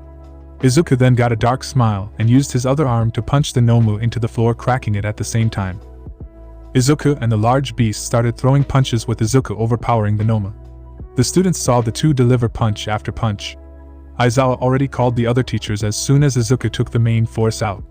The teachers would arrive any minute now, but Shigaraki saw that the Nomu was losing, so he cut his losses and left everyone to save himself. Izuku felt every punch he received from the Nomu, but he knew his punches in this form would do way more damage. This went on for a couple of minutes, with the thick scales over Izuku's body protecting him from most of the damage, but they still hurt. The heroes showed up with All Might jumping in to help Izuku, and both of them easily overpowered the Nomu, and shortly even played ping pong with the Nomu as the ball for a short while. The others quickly helped to restrain the other villains and the Nomu. As Izuku returned to normal with his mask now removed, he looked beat up. The overall villains did nothing to Izuku, but the Nomu did real damage, with Izuku's clothing looking messed up, to say the least, and him even bleeding from the mouth a little. He walked back up and saw RG working on the injured. Izuku had powers to help, but sadly he was too tired and beat up to really do anything now. He sat down near his students with them, not sure what to do. As every teacher was done capturing the villains, they walked up the stairs to check with the students and the other teachers. As Cementos, Vlad King, Power Loader, Snipe, and Hound Dog, they came to help fight the villains, as Aizawa just said villain attack. As they walked up, they saw Izuku, who they until now only knew as Shimura, sit alone with the other students, kind of afraid to look toward him or act. Izuku looked at the teachers, and as they saw his face without the mask, they all looked shocked and bowed down. "Excuse us, young prince, we had no idea." As Cementos said this, Izuku looked defeated, to say the least, and sighed. "Please get up and don't act so formal. I am a normal student just like everyone else. I really hoped Nizu would have informed the teachers before coming here." Police arrived shortly after, and it happened again with them bowing down. The leading detective took Izuku with him in his car to the police station to get all the answers from Izuku. Aizawa, Midnight, and 13 also came with them, but they went by bus. As Izuku sat in a waiting room, he had to wait for only a couple of minutes when the leading detective and a male with a dog head. "Woof. My apologies, young prince, we are sorry for letting you wait. I am the police chief," the chief said as he entered the room and sat down with the detective. Izuku then had to explain what happened at the USJ. With the students, they all sat down in a classroom waiting for Nizu and Aizawa. "So Shimura is a prince, crazy right?" Kaminari said, but Ida talked right after him. "Midoriya, not Shimura, you should use the prince's correct name." "Yeah, we don't want to anger him with our behavior," Shoji said. "Like Bakugo." Sero joked, with Bakugo looking white as a ghost. After all, Bakugo insulted him a lot already. "But why hide it? It doesn't make that much sense. Why hide his identity from us?" Momo said. Mina decided to speak up about it. "He isn't like that. He doesn't get angry or care about stuff like that." "How would you know that?" Ojiro asked. "He did save Ashido and Uraraka from the massive robot," Ida said.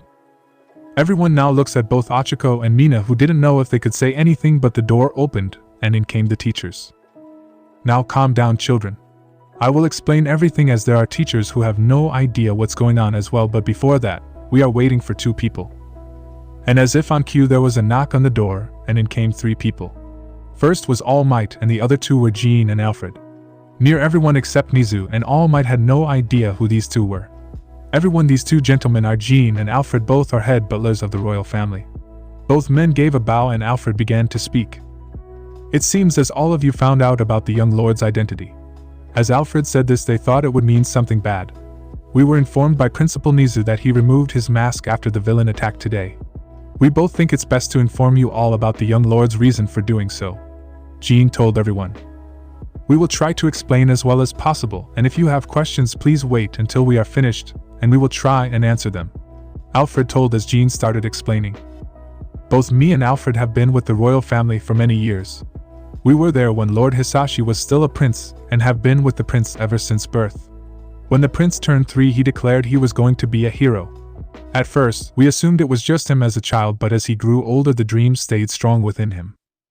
The king and queen then decided to teach the prince about his quirk and many other arts that could help him as a hero. This happened as the prince also learned about the duties he had to do as a prince and will have to do as a king. His entire childhood the young prince was learning, and even though we tried getting him to make friends, it sadly didn't work as nobody would dare take their child near the royal family. This fear was that children often do not know how to act, and it could result in angering the king or queen. This causes the prince to grow up without much interaction of his own age. And now he was given the option to go to UA after taking the exam without even the UA staff knowing. Jean explained with some of the staff and students having questions. "So what do you want us to do?" Jiro asked kinda blunt. "Well, Miss Jiro, we just ask of you all to act like he is a normal kid. Act like before you knew about this. The prince is very kind and hates using his rank for near anything." Alfred told them. "What should we call him? Is it Prince or does he still want to go by Shimura?" Vlad King asked. "I assume Midoriya would be fine, but or even Izuku. He is not one for titles." Alfred answered again. The day went on with them asking some more questions about how to address and act around Izuku. As Izuku got back from the police station, he thanked the detective that brought him and entered UA. As he entered, he was met with Midnight, who dragged him to Recovery Girl to get checked out. He got checked out and only had a few cracked ribs that were quickly healed by Recovery Girl's quirk. He then went to Nizu after thanking Recovery Girl. With Nizu, he just gave all the info he had on the villains, such as how they looked, how they acted, and what their quirks could be. Only 2 villains escaped, but the goal was to still capture all of them. Izuku also informed Nizu about the sword that he took. The police had it at the moment, but after they are done documenting it, they would give it back to Izuku, who requested the sword would be given back to him. The sword was named Shigeru. Shigeru is a normal katana with a blue handle and a blue guard with a 4-petal design. The blade itself is normal. The sheath is elaborate, with the first half with a green and bumpy design, while the second half is white and smooth. There are circular designs embedded on the entire sheath. Nizu wondered why Izuku wanted such a sword for himself, and asked him about it. "Excuse if this comes over rude, by why would you want such a blade?" "Well, Shigeru is one of the Maido. As you all might know, the Maido are known to swords that were crafted with such skill that they are the strongest swords in all of Asia. In the Maido are 4 ranks of grade. You have the lowest grade, these are called grade swords.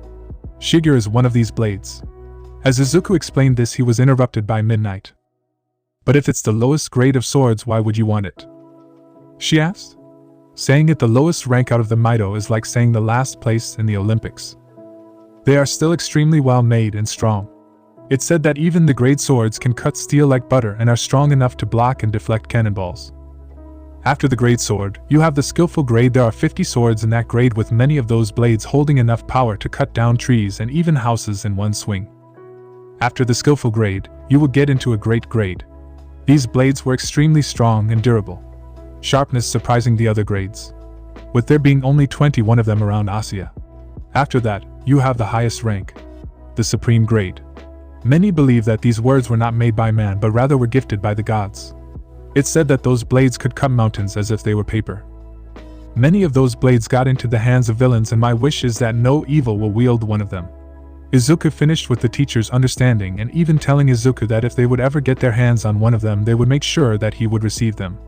Izuku thanked them and was told he could return home. Friday. It was the day of his date, and oh boy was he happy. The entire day he was seen with a smile. Ever since his class found out his secret, he stopped wearing his mask in class. He now wore it outside of class, such as during lunch or free period. His classmates were distant, but he expected that much. Uraraka and Mina were now the main ones he had contact with, as they knew about his secret the longest, but he hoped that in due time they would act normal with him. His classes were over normal. The teachers acted how teachers should, and it was only weird for the first couple minutes of each lesson. His classmates all acted differently. Ida still used Prince to talk to Izuku in class, but thankfully everyone used Shimura outside of class if they talked to him. 2 who acted like nothing changed were Shoto Todoroki and Eijiro Kurishima. Shoto acted normal. Kurishima became friendlier with Izuku. Not in the "I want something from you" kind of way, but in the real buddy kind of way. Many of the other guys tried acting as normal as possible, but being in class with a future king is kinda scary. The girls, except Ajui on the other hand, had trouble talking to Izuku without blushing. Ajui was in a relationship with Tokoemi, and was even talking about marriage in the future. But the other girls could not really think when seeing his face. Izuku as a prince was the topic of many magazines. He was deemed the hottest guy in Asia 3 times in a row. Many women often had a dream or two about him. Sometimes these dreams reached an 18-plus stage. Now the class was waiting for Aizawa. As they waited, they just made conversation. Did you guys see that new body pillow of Lioness? They have been trying to sell it like mad at the comic store. Kaminari asked the guys. Yeah, I heard that there was even a limited edition of covers she signed herself. Siro added on. She looks cool in her hero suit in the pillows. Ojiro added as they spoke more. So Mina, Oka, what do you know about Midoriya? Toru asked her two best friends. Just as much as you girls. Why? Mina responded. Nothing much, I was just thinking if Midoriya was dating anyone. Toru responded, making each girl feel like they just swallowed a stone or something heavy. Well, I don't think he's dating anyone, but are you going to ask him or something? Mina responded, but before Toru was able to respond, Aizawa entered the room and each student rushed to their seats and stopped talking. Good, you all are learning, Aizawa said as he stood in front of the desk at the front of the class. Now then, your fight's not over yet. As he said this, many students thought more villains and got ready for a fight, but Aizawa just continued. The sports festival is coming up. Saying this made the students drop for a second, but then the words entered their minds and they got excited. You all will have 2 weeks to train for the sports festival. I understand that with the villain attack on the US, some of you might think it's too soon, but we will increase security measures to make sure you all stay safe. Now my second point, I can understand that due to the villain attack some of you would have trouble sleeping. Some of you might hold fear in your mind because of what happened, so you can talk to Hound Dog if those things are bothering you.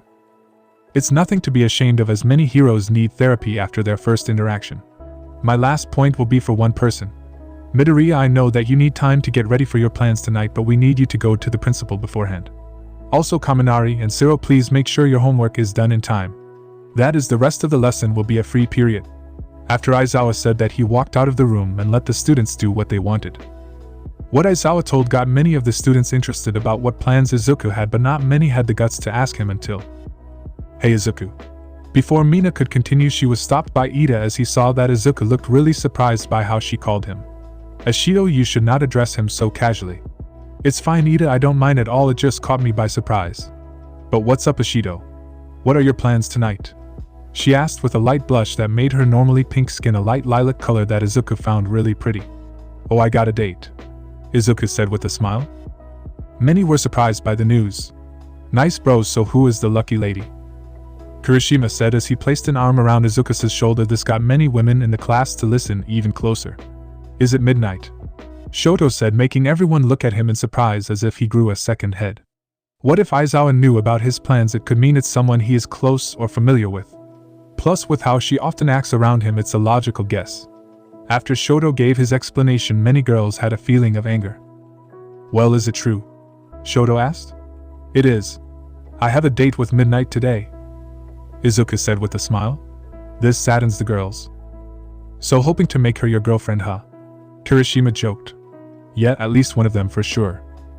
This made everyone look at Izuku as if he grew a second hand. Izuku got confused why everyone looked at him. What's wrong? He asked. Did you not hear what you said yourself, bro? Kirishima said, getting Izuku to tilt his head. Is it about the girlfriend's part? He asked, totally unsure if that was what they were wondering, getting the class to nod together. Oh well, I am required to get multiple girlfriends because of how my quirk works. Without going into details, having only one lady will bring harm to both myself and her, Izuku said as he rubbed his head, embarrassed about the whole thing. Hearing this made all the single girls get a nosebleed thinking about a night with Izuku. But hearing the news about him having to get multiple girls made each of them extremely happy, to the point each of them wanted to jump around. Izuku noticed the time and put his face mask back on to get ready for lunch. Izuku noticed some of the guys were talking about his date with Midnight, and some of the guys were jealous, but who could blame them? Midnight, or also known as Namuri Kayama. To say she looked sexy was an understatement. Many guys could only dream of a date with her. Every straight guy in Japan has had a fantasy with her at least once. As the bell went off, everyone in 1A stood up to go to lunch. Ida was the first to open the door, and to his surprise what he saw was not an empty hallway, but it was many students looking at them through the door. What the hell? Kaminari said. Many had the same reaction as they looked at the many students in front of them. Izuku walked forward, now standing in front of all the other students. Being taller than all of them made each student intimidated. "Can you please get out of the way? I want to get lunch," Izuku asked, but no students moved. Then a purple-haired guy spoke up. "We are scoping out the competition while most of us are. I am here for a different reason. I am here for a declaration of war. I am aiming for a seat in the hero course." Before the purple-haired guy could continue, he was stopped by Izuku talking. "Good for you, but I don't care. I just want to get some lunch, and I have something important to say to someone. So if you all could move out of the way," Izuku said impatiently. "You don't get it, don't you? I am gonna take you all down," the guy said, anger clear on his face. "No, it seems as if you don't understand. You act all tough now with all this talking, but those words won't do anything when we fight. Now we here are in the hero course for a reason, but I want you to try and take us down so we can show what we have. But I have no time for this, as I just want to get some lunch. Now move." Izuku released a low wave of Conqueror's Haki just as he finished speaking, making them scared and quickly disperse. But as Izuku walked out, he was met with a small group of students again, but these were from Class 1B. But Izuku paid no attention to them at all. He just walked past them and made his way toward where he needed to be. Izuku knocked on the teacher's lounge, needed to talk to Namiri, and she opened the door. "Oh hi Izuku, what are you doing here? You need Aizawa?" she asked, with Izuku shaking his head. "No, I kinda wanted to talk to you in private for a second," Izuku said, with Midnight and himself going to an empty classroom. "So what did you need?" she asked, placing a hand on her hip. "Well, I got something to tell you that might shock you. It's about us," he said, making her blush extremely red. "This will sound weird and I accept that, but if we were to date you should know that I need multiple women." Saying this made her blush stop, and she looks at him for an explanation. "I will explain. My quirk requires a hormone that is released during intercourse to become stronger, but that's not it. Because of my quirk I will also get an increased sex drive that will require multiple ladies, or else it could hurt both yourself and myself." Izuku said this with Midnight understanding why, but her blush came back. "I understand, thanks for telling me before we would even start dating, but it doesn't really change my mind. I still want to go out with you," she said, making Izuku happier than before. "Great, then I have a present ready for you. I know you might want to dress in something pretty, and I know how hard that can be for someone as beautiful as yourself, so I had some clothing sent to your house," Izuku said, making Namiri really excited. She loved clothing, so now she had new clothing and it was gonna be great for their date tonight. "Thank you, Izuku. Now you should get some lunch. I will see you later tonight, honey," she said as he kissed the cheek of Izuku and skipped away. Izuku went to the lunchroom and got himself some lunch from Lunch Rush and made his way to the roof of Yue, as it was a place he could eat without his mask. The rest of the day went over quickly. As the day was over, Izuku made his way toward Principal Nizu's office. As he arrived there, he knocked on the door and was told to enter rather quickly. As he entered the room, he saw that in the room was Aizawa, Present Mike, Nizu, and All Might. Welcome, young Izuku." Nizu welcomed him as he pointed toward a seat that Izuku took. "Now you must be wondering, why did we ask you to come here?" This got Izuku to nod. "It's about the sports festival. First things first, will you wear your mask during the festival? And you got first place during the entrance exams, so it's normal for those who got first place in the exams to give a speech to start the events. You are allowed to do so, but I am afraid that doing so will let everyone know who you are, so we wanted to know your thoughts on this," Nizu told, making Izuku think about the whole thing. "Well, I will wear the face mask, as unmasking at the beginning of the whole event would just be more trouble than it's worth. And about the speech, I ask you to give it to Yayorozu," Izuku told, making each teacher slightly shocked. "Why her, if you don't mind me asking?" Aizawa asked. "Well, with her upbringing she should not be in fear of big crowds, and with her smarts she could without a doubt inspire not only the students but also the people who watch the event from home," Izuku explains, making Aizawa smirk and the others understand it fully. "That was it, young Izuku, you may leave if there is nothing else you wish to talk about," making Izuku stand up and giving them a slight bow. As he walked out, Present Mike called out to him as he was at the door. "Midoriya, 2 things before you go. Don't you dare break Namiri's heart, as if you do it wouldn't make a difference if you would be a prince or even a king, understand?" Making Izuku give a slight chuckle and nod. "Good, then enjoy your night." This made Izuku happy. He now knew that there were people that truly cared for Namiri. He went home and got ready for his big date. Izuku was preparing himself for his date with Namiri, or more commonly known as Midnight. He showered twice because of his nervousness. He had never been on a date before, so this was new and rather scary for Izuku. He had stood in front of crowds before as his father gave speeches. He was often under the eye of the media. He even faced villains, but for some reason, this date scared him more than any of them. He wanted nothing more than for this date to succeed. He was prepared, at least he hopes he was. He wore a black three-piece suit with a white shirt and a black tie. His shoes were a nice set of black Oxford shoes. He also had 2 cufflinks, both were black with the golden kanji for Midori. His watch was black leather with the watch itself being made out of gold. Within the watch was written, "The time you enjoy wasting is not wasted time." He looked in the mirror before he went and picked up his date. Normally he is not one for dressing up and only does so if required, but today he wanted to. He wanted to impress Namuri with his looks. His hair was done by a hairdresser. His hairstyle was now an undercut with a fade with the top combed back. His face was clean shaven. With him was a bouquet of purple flowers with a yellow center. The flowers were called Viola Celestial Midnight. He was ready. He made his way to his car, which for this occasion was a Polestar 1. It was reinforced to withstand bullets shot out of a 50 cal. Windows were able to blacken with the press of a button. It had a total of 5 seats and a great deal of luggage room. But that wasn't the reason for picking that car. It was simple cause it didn't stand out too much from the norm. It would not bring too much attention to him. He got into the car and drove toward Namuri. Each second he was getting closer and his nervousness was increasing. He wanted to just gas it and drive as fast as he could so he could see her. He wanted to see what clothes Namuri chose. He knew she would look amazing cause it was Namuri, but even so he wanted to see her. After around 30 minutes he arrived there. He parked right in front and looked at the watch. He still had 5 minutes to spare. He got out of his car and did the last check. He checked his armpits for sweat. He checked his breath. He looked as if he had the flowers. He checked his entire body to make sure he was ready.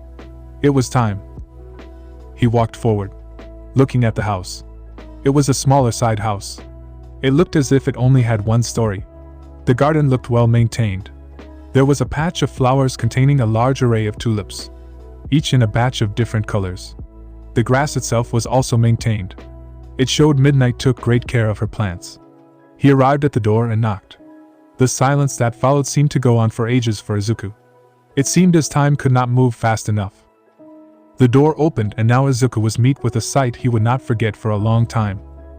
She had a black dress on.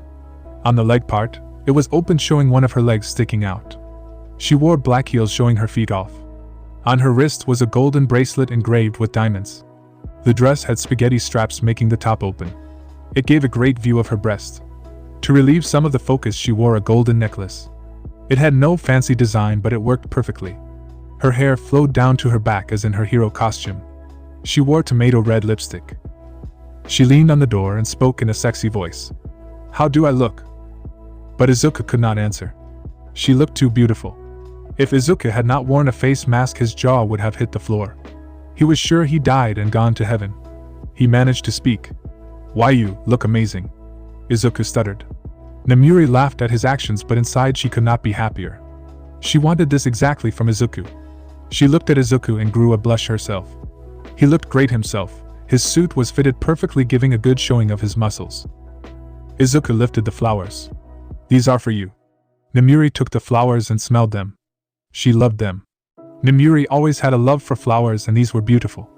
She quickly went inside and placed them in a vase and placed the vase on her living room table. She then joined Izuku, who offered his arm. They made their way toward his car. Izuku opened the door for her and she took a seat. Izuku entered the car and pressed a button. The windows grew a slightly darker tint and he removed his face mask, making Namuri's blush a little larger. Sure, she had seen his face before, but that was with stubble before. She had never seen his face so clean. "You ready?" Izuku asked his date as he placed his hand for her to grab, which she did. As they drove toward Izuku's house, Namuri asked if she could play some music, to which Izuku had no problem with them now holding hands while listening to some songs as they drove. They arrived and this was the first time Namuri saw his house. It was a large mansion with it looking as if it could hold an entire family without trouble. The entire building was surrounded by gardens. Each part of the garden had a different flower, showing not only great planning but great care. As the car parked, Izuku stepped out first and quickly went to the other side of the car to let Namuri out, who was getting overwhelmed. This was the first time it really sank into her mind. If this date would go further, she could become a princess and even a queen. This would change her life for good. Weirdly, she was not afraid of that future, but she wanted it to happen. They made their way inside the large mansion, and to both of their surprise stood Alfred. "Good evening," Alfred said. "Alfred, what are you doing here? I thought I told everyone to take the night off." Izuku said, unsure why his head butler was here. "I understand, but I wanted to be here.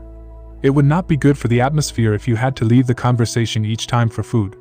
So I and some of the others took it upon ourselves to make sure the date goes as well as it can. We will only help with dinner, after that it's for you to enjoy." Alfred told them to make Izuku smile and hugged Alfred. They made their way toward the dining room. The table was set up. 2 places were made on the opposite side of each other. On the side were some candles. It gave a beautiful feeling and very intimate. Izuku got hold of the chair and pulled it back, allowing Namuri to take a seat. She quickly sat down, and so did Izuku. They looked at each other, and both of them smiled. Alfred came with a menu. The menu itself was only a total of 1 page long with only a few courses written down. Both looked it over, and Namuri was the first to order. "I would like the crab cake stuffed mushrooms," she said, with Izuku choosing the same for his appetizer.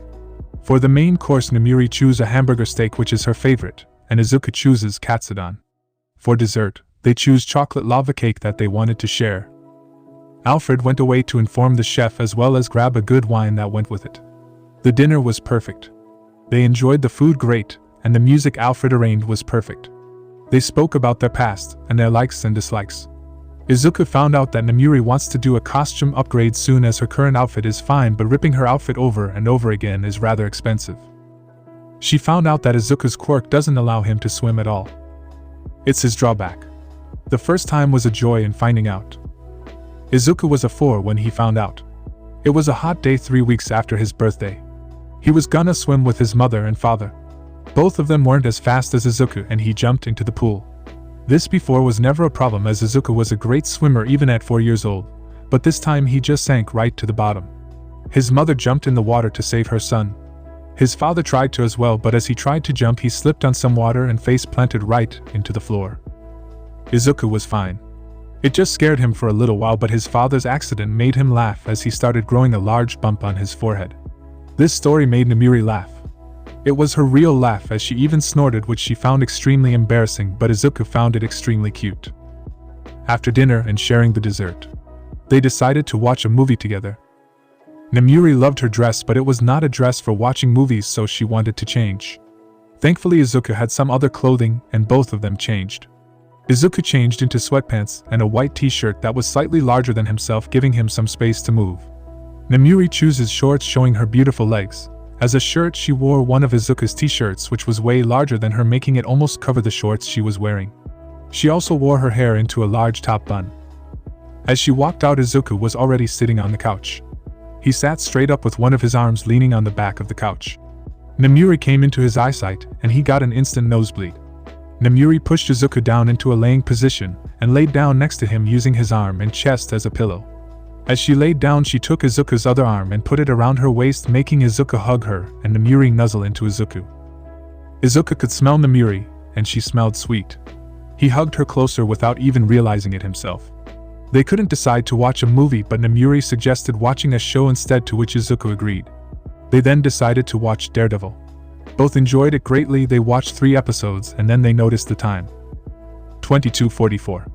"It's getting late," Namuri said, with Izuku responded with a sad, "Yeah, it is.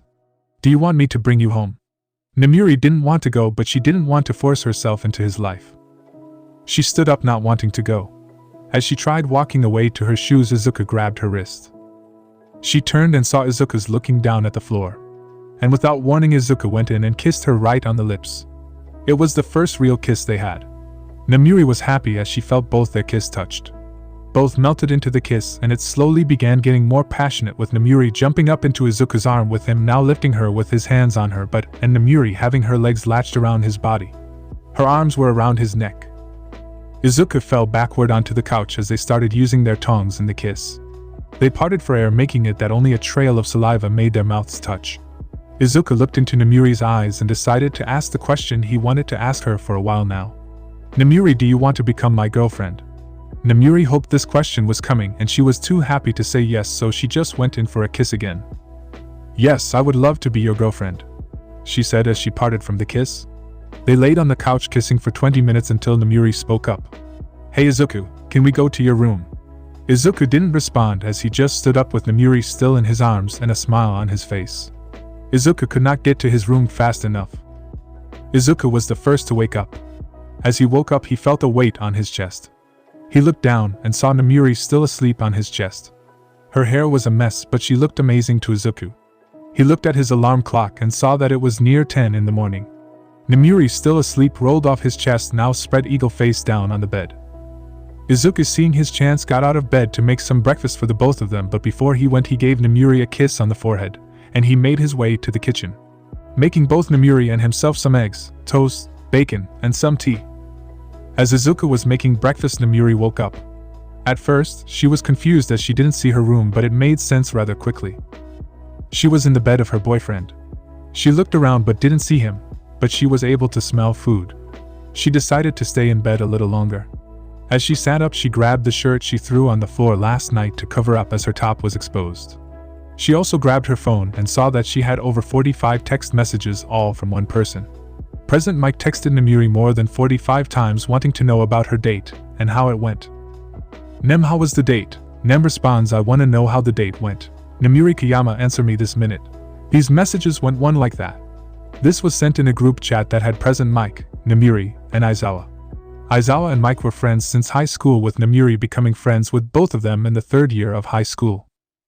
Buzz, Namuri's phone rang again. Looking at the texter, it was Mike again. "I can see you read the messages." Namuri now speaks up. Namuri sighed and decided that her best friends do have the right to know how it went. Yeah, calm down, I will tell you. It was a great date, and I enjoyed it extremely." She sends it, and the second it was sent, Mike was typing. "So are you a princess now?" She could feel the smile Mike had on his face even through the text. She placed the phone and put it on silent. As she placed the phone down, Izuku walked in wearing nothing but pajama pants, and he was carrying a plate filled with food. "Good morning," Izuku said to Namuri with a smile on his face. As he got closer, Namuri kissed him on the lips. "Morning, handsome." They proceeded to eat breakfast in bed while sharing kisses. After breakfast and some kisses and cuddles, Izuku got up. "I am gonna take a shower, then we can go out in the city for a while. Is that okay with you?" he asked Namuri. "No," she said, confusing Izuku and making him rather worried, but before he could say anything she spoke up again. "We are gonna take a shower together, then we can do that other stuff," Namuri said as she got up and removed her shirt and walked into the shower room, making Izuku just look at her in shock and excitement. "You coming, sweetie?" He heard Namuri call out from the bathroom, with Izuku removing his pants and hoping toward the bathroom himself. After the long shower, they made their way toward the living room, this time with Namuri piggyback riding on Izuku. "Why do you want to go shopping?" Namuri asked with her head on Izuku's shoulder. "To get some extra clothing, maybe get something to eat. And of course to spend more time with you," he said as he kissed her cheek. As they were now dressed, with Izuku wearing jeans and a white shirt, and Namuri is some of Izuku's sweatpants and a t-shirt with the kanji for shirt written on it. They got in the car and Izuku drove them first back to her place so she could get dressed in something nicer. Izuku sat on the couch in Namuri's house and looked around. He saw many pictures of her family or her friends. Her house was a light mess, something to be expected of a hero and a teacher. He also saw her design style, and it looked great. It had a slightly modern feel to it. Namuri walked out now wearing jeans herself, some heels, and a white blouse. Her hair was now done in a high ponytail. "How do I look?" she asked, with Izuku giving 2 thumbs up. They went back into the car and drove toward the mall. First, they walked into a couple of clothing shops, getting some jeans for Izuku and a set-off t-shirt for him. He also got some clothing for Namuri that if she ever wanted to sleep over, she could wear her own clothing if they wanted to head out. She got a set of jean pants and some sweats for herself, as well as some shirts and extra bras and panties. After getting the clothes back into the car, they went to a makeup store for some makeup for her to use, with her choosing whatever she needed. This for Izuku took ages, but it was time spent with Namuri, so he didn't mind whatsoever. As they got the makeup she needed, they walked out and decided to get some lunch. But before they made their way to a cafe, Izuku's head shot up as if he was alerted by something. Izuku walked around with his observation haki, always scanning the area in case something would happen. He would look at the feelings of people, and now he saw an emotion he has seen before but never to this amount. Fear. This feeling came from what felt like a child. The child was moving fast as if it was running from something. So he increases the area of hockey to see if he could see what it was, and as he increased the hockey's range by 200 meters he noticed a large feeling of pure anger. Izuku grabbed the hand of Nemuri and sprinted toward the location of the child. Nemuri was confused as Izuku didn't speak, but the look in his eyes showed more than enough. They both made their way, with Nemuri trying to keep up with Izuku as he was running fast. They soon made their way in front of a dark alleyway with Izuku crouching down. Shortly after his crouching down, he was tackled by a small white-haired girl. The girl had long white hair. It looked messy, showing that it wasn't combed or even washed in a while. The girl wore a very ugly and ripped dress. Her arms and legs were covered in bandages, but those weren't clean, they showed old blood stains. She had no shoes on whatsoever. Her face was dirty, and tears in her eyes. She also had a small horn on the top of her head. She spoke quietly. "Please help me." Nemuri almost didn't hear it as the little girl used her small weak hands and got hold of Izuku's shirt. "Please don't bring me back to that scary man," she said, with Izuku now holding the girl in a hug, showing her that she is safe. Izuku took the time to use two of his powers right after each other, first using the Gyro no Mi, Glare Fruit, and read the mind of the small girl, showing flashes of her in a chair with a man with a bird beak mask standing in front of her. Or her in a dark room with that man in front of the door with anger and hate in his eyes. Then Izuku started using the Memo no Mi, Memo Fruit, and took out a roll of film from the head of the little girl, all while she hugged Izuku closely. Nemuri, looking over his shoulder, now saw something that made her sick to her stomach, almost making her throw up at what the girl had to endure. Izuku's anger for his man grew to extremely high limits. If he was ever going to meet this man, it wouldn't even be a fight. It would be an execution. He stopped using the quirk and looked forward to the alleyway, knowing who was going to show up. In preparation, he quickly gave the girl to Nemuri after he spoke to her in a soft voice. "Don't worry about a thing, but I need you to stay with her for a second. Is that okay?" With the girl giving a light nod, Nemuri, being a hero, quickly hugged the girl and started softly speaking to her until the man came out of the shadows. "Can you give my daughter back?" the voice said, making Eri flinch and hold on to Nemuri even harder. Izuku stood up, eyes shadowed by his hair, as he walked forward. The man, not knowing what was going on, just stayed calm but was quickly punched right in the face, making the man fly backward into the alleyway. Nemuri called the police and an ambulance. "Make sure they bring a body bag," was all Izuku said as he also stepped into the dark alleyway. The bird-beak man got up, his mask broken from the punch. The man used his quirk to fix his mask. As his mask got fixed, he looked up and saw a very pissed Izuku. "Do you have any fucking idea who I am, boy?" the bird-beak bitch said. "I know who you are, Overhaul. But something you don't know is that I also know exactly what you have done to that little girl." Overhaul was surprised that he knew his name, but he was even more surprised to hear that this guy knew about what he was doing. "So Eri talked, did she? I guess after I win this fight I will have to teach her a lesson," Overhaul said as he got up. "You're wrong, this isn't a fight. This is a fucking executing," Izuku said as he used the Goro no Mi, Rumble Fruit, and attacked using Thor, making a beam of light coming from the sky and it landing right on Overhaul, scorching him to an inch of his life, making him scream out in pain. The pain-filled yell was heard by many people. Eri at first was scared, but she knew that voice, and hearing it scream out in pain made her happy. Izuku, still angry, wanted his punishment to continue. "Get up, you son of a bitch, we are not done yet." Izuku held back with that attack to not kill this bastard right away. Overhaul got up, but before he could attack he was met with a new attack, 20 million volt bari, Izuku said as he pointed his finger right at Overhaul, making a line of lightning shoot toward his and again making him scream out in pain. Overhaul laid on the floor gasping for air, blood coming from his eyes because of the lighting. Izuku kicked him over and placed his foot on Overhaul's chest. "Any final words?" Izuku asked, with Overhaul thinking this was his chance to win, grabbed a hold of Izuku's ankle, but as he tried using his quirk on Izuku his leg turned back and the quirk didn't work. "What?" Overhaul said in confusion, with Izuku using Thor again, but this time full power and close range, killing Overhaul. Izuku backed up from the now dead body of Overhaul. "Your end was far too quickly, and not even close to painfully enough." That was all he said as he walked back to the little girl now known as Eri. He walked out of the dark alleyway with the sun now shining a little higher, showing some more of the alleyway and making it possible to see the alleyway, and if Overhaul wasn't in a crater his body. He walked out and saw Eri still back down in fear. He crouched down 6 feet away from Nemuri and Eri. "Are you scared of the mask?" he asked, with Eri giving a small nod. The mask for most people was just a random item some people wore, but for Eri, it was a symbol of Overhaul. Izuku, without a thought in his mind, removed his mask, making all the spectators see that the person who just killed someone was the prince of their continent. The police were already on their way, but people had no idea how to act now. Some took a knee, some ran away, some even took pictures. Izuku just came closer to Eri, who let go of Namuri and hugged Izuku. She then started to say thank you over and over again, with Izuku just taking a seat on the floor with Eri hugging the little girl. Police showed up, and at first, seeing Izuku made them froze, but seeing as a request for a body bag was made, a detective also came. Thankfully it was the same detective that was at the UST and knew Izuku.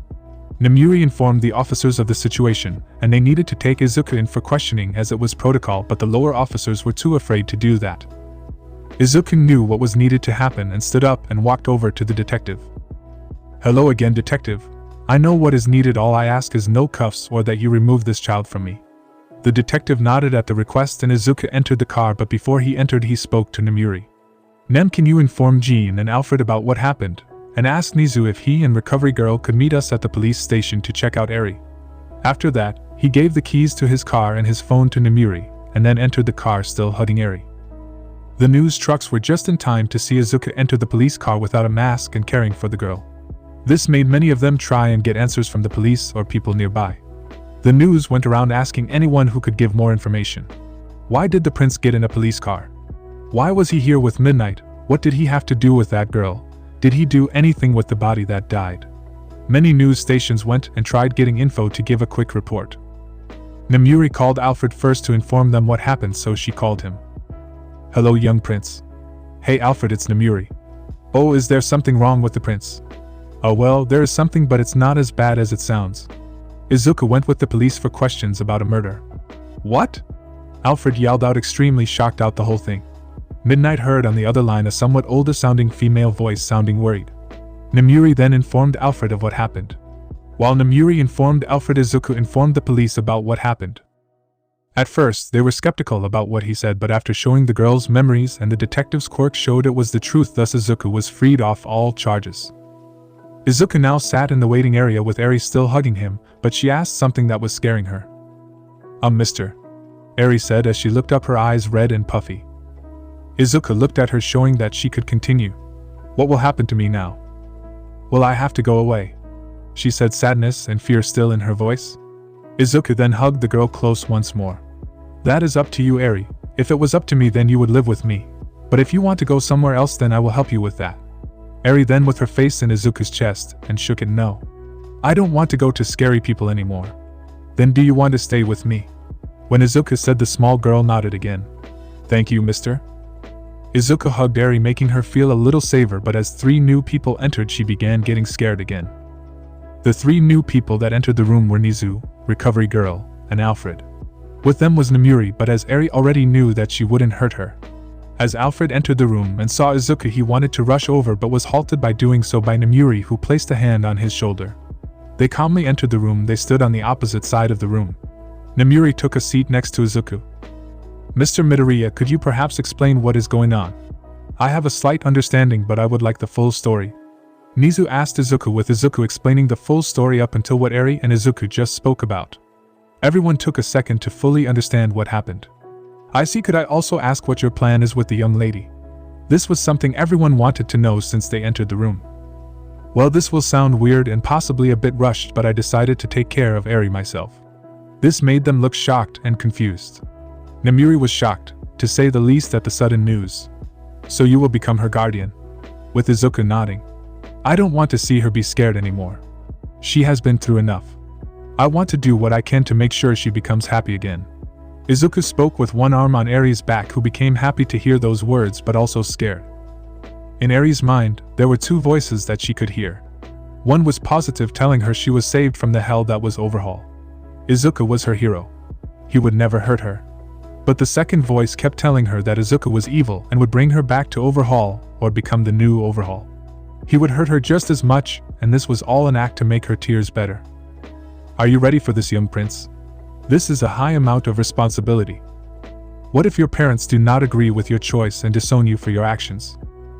Alfred knew that both Izuku's parents would never take such an action, but this was to see if Izuku's actions were truthful.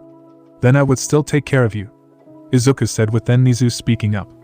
"And what if because of your actions you would be kicked out of UA? Both Recovery Girl and Namuri looked at Nizu and what he just said. Then I would simply look for a new school or give up on my dream. Hearing this made Nizu start laughing out loud. Good to hear. But do not look for a new school already, as it won't be a problem to have little Eri for us at UA, and I would love to even help if there is a need. Nizu spoke with then Alfred speaking up. Anything you need, sir. I would never turn my back on you or young Eri. He said, giving a kind smile toward Eri, who was looking at them all while still holding on to Izuku. I do have one request, Nizu, sir. I was wondering if I would take Eri with me to class. I will make sure she is busy and doesn't disturb any lesson. I see no problem with that. I will inform you that Aizawa will get an extra student Monday, Nizu said as started walking out of the room, giving a wave to everyone. Alfred, could you please start the paperwork for me? Haha, of course, I will be on my way. And with that, Alfred left as well. Now in the room were Namuri and Recovery Girl with Izuku and Eri. Recovery Girl, could you make sure Eri is healthy? With the older heroine nodding and slowly walking toward Eri and Izuku, with Izuku placing her in front of him, but the small girl got scared and grabbed Izuku's arm. Eri, don't worry. This is a hero who will make sure you are healthy. She won't hurt you, okay? Eri was still scared but trusted Izuku and walked with Recovery Girl to the other side of the room, still being able to see Izuku and Namuri. Now that they were alone, Namuri spoke up. Izuku, you should have discussed this with me first. Izuku looked slightly shocked that he forgot. I am sorry, Namuri, I kind of forgot that I am not alone anymore. I hope you don't mind. I don't mind. She is a sweet kid, but next time you want to adopt a child, please do inform me about it. Namuri said this and kissed Izuku on the cheek.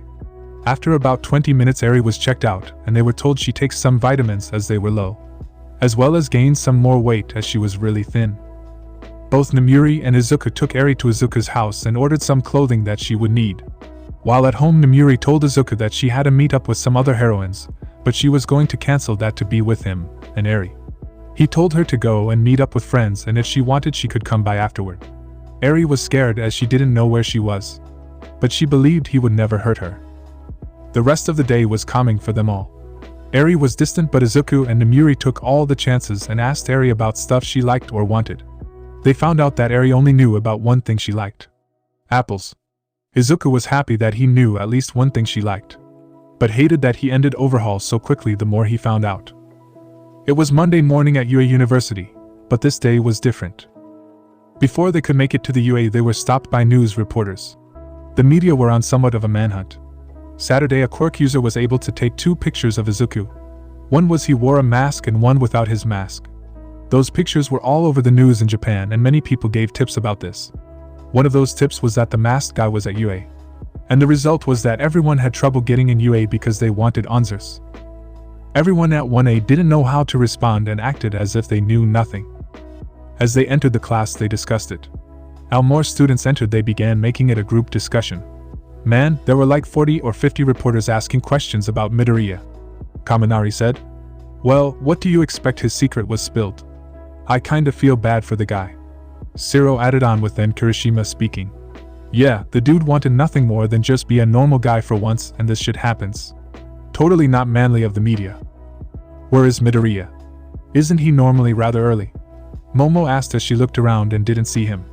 This made them all look around and shrug, but also notice something else. Talking about missing classmates, where are Shoji and Koda? "I haven't seen them yet," Ojiro said. This made everyone look and guess, but the door opened and Aizawa entered, making all students rush toward their seats. "Good job shutting up. I have a lot to say. First of all, about your missing classmates. Both Mizo Shoji and Koji Koda and chosen to change schools. This made all the students pretty shocked as they lost 2 classmates. I am not done yet," Aizawa said as he activated his quirk to make the class quiet down again. "We also have 3 students joining our class. You may enter," Aizawa said, making 3 students enter. First was a young woman with straight fawn-colored hair that reached just below her shoulders. She had dark brown eyes. Her lips were full, plump, and glossy. She had a large set of breasts, not as large as Momo but close. Her curves were noticeable. Next was a taller woman. She stood slightly shorter than Aizawa but still taller than all girls at 1A. She also had shoulder-length hair, but it was black. Her eyes had wide dark pupils. Something noticeable was her nose. It was a long, thin, and defined nose. She had longer lips, mostly her legs, giving her a height boost. Her breast was larger than anyone in Class 1A, is a closer match in bra size to Midnight than anyone else. Last but not least was a woman that was a similar height to the First Lady. Both being around the same height, Momo. She had long orange hair that reached the lower part of her back. She had a very similar build to Momo in both the size of her hips and breast. She oozed confidence. "Introduce yourself," Aizawa told them as he entered his sleeping bag while still standing straight up. The first to enter was also the first to introduce themselves. "Yo fam, it's Totslit to be here. The handle is Kami Utsushimi," she said, giving a double peace sign. She then stepped aside to let the second girl go. The second girl who entered went next. "Hi, my name is Robin Nico. It's nice to be here," the black-haired woman said as she gave a little wave and stepped aside for the last woman to go. "My name is Nami Nico. Hope we can be friends," she said with a wave. This made the students a little confused and some even raised their hands. "Yes, what Yayorozu?" Aizawa asked. "Both of them are sisters, so how do we call them?" she said with Aizawa looking at the two of them to answer. "Just call me Nami and her Robin. That would just make it a lot easier," Nami said, making everyone nod in understanding. "Good, now sit down. The only seat that is not open is the one behind Bakugo. Now the next point is about that seat, but I won't be explaining it," Aizawa said as he sends a message on his phone and sat down in a corner in his sleeping bag. Sir, are we waiting for?" Mina asked. "You will see soon enough, don't worry. I will say this now, and believe me when I say there will be consequences if you do not listen. You all will stay calm with what you will see in a minute, am I understood?" Aizawa said very seriously and used his quirk to show how serious it was. After a minute the door opened again. The first to enter was Midnight. The second was Izuku, with someone that no one knew, but with the words in his mind. The three women that joined 1A today were shocked, to say the least. Sure, they heard the rumor about the prince being in UA, but seeing him in front of you was pretty shocking, but they all stayed quiet and did nothing, although they wanted to know why he had her with him. Izuku stood in front of the class as Aizawa went and sat down on Izuku's seat to also hear the story. "I know that you all have many questions, but please wait until I am done with speaking." This made everyone nod to make sure they understood. "This right here is Eri. I found her Saturday, and after a little while, I was able to take her with me. I will inform all of you later if you want, but I do not want her to hear this again, so that has to wait. Now you all must be wondering what our relationship would be. I have adopted her." As he said this, he could see the eyes almost bulge out their heads.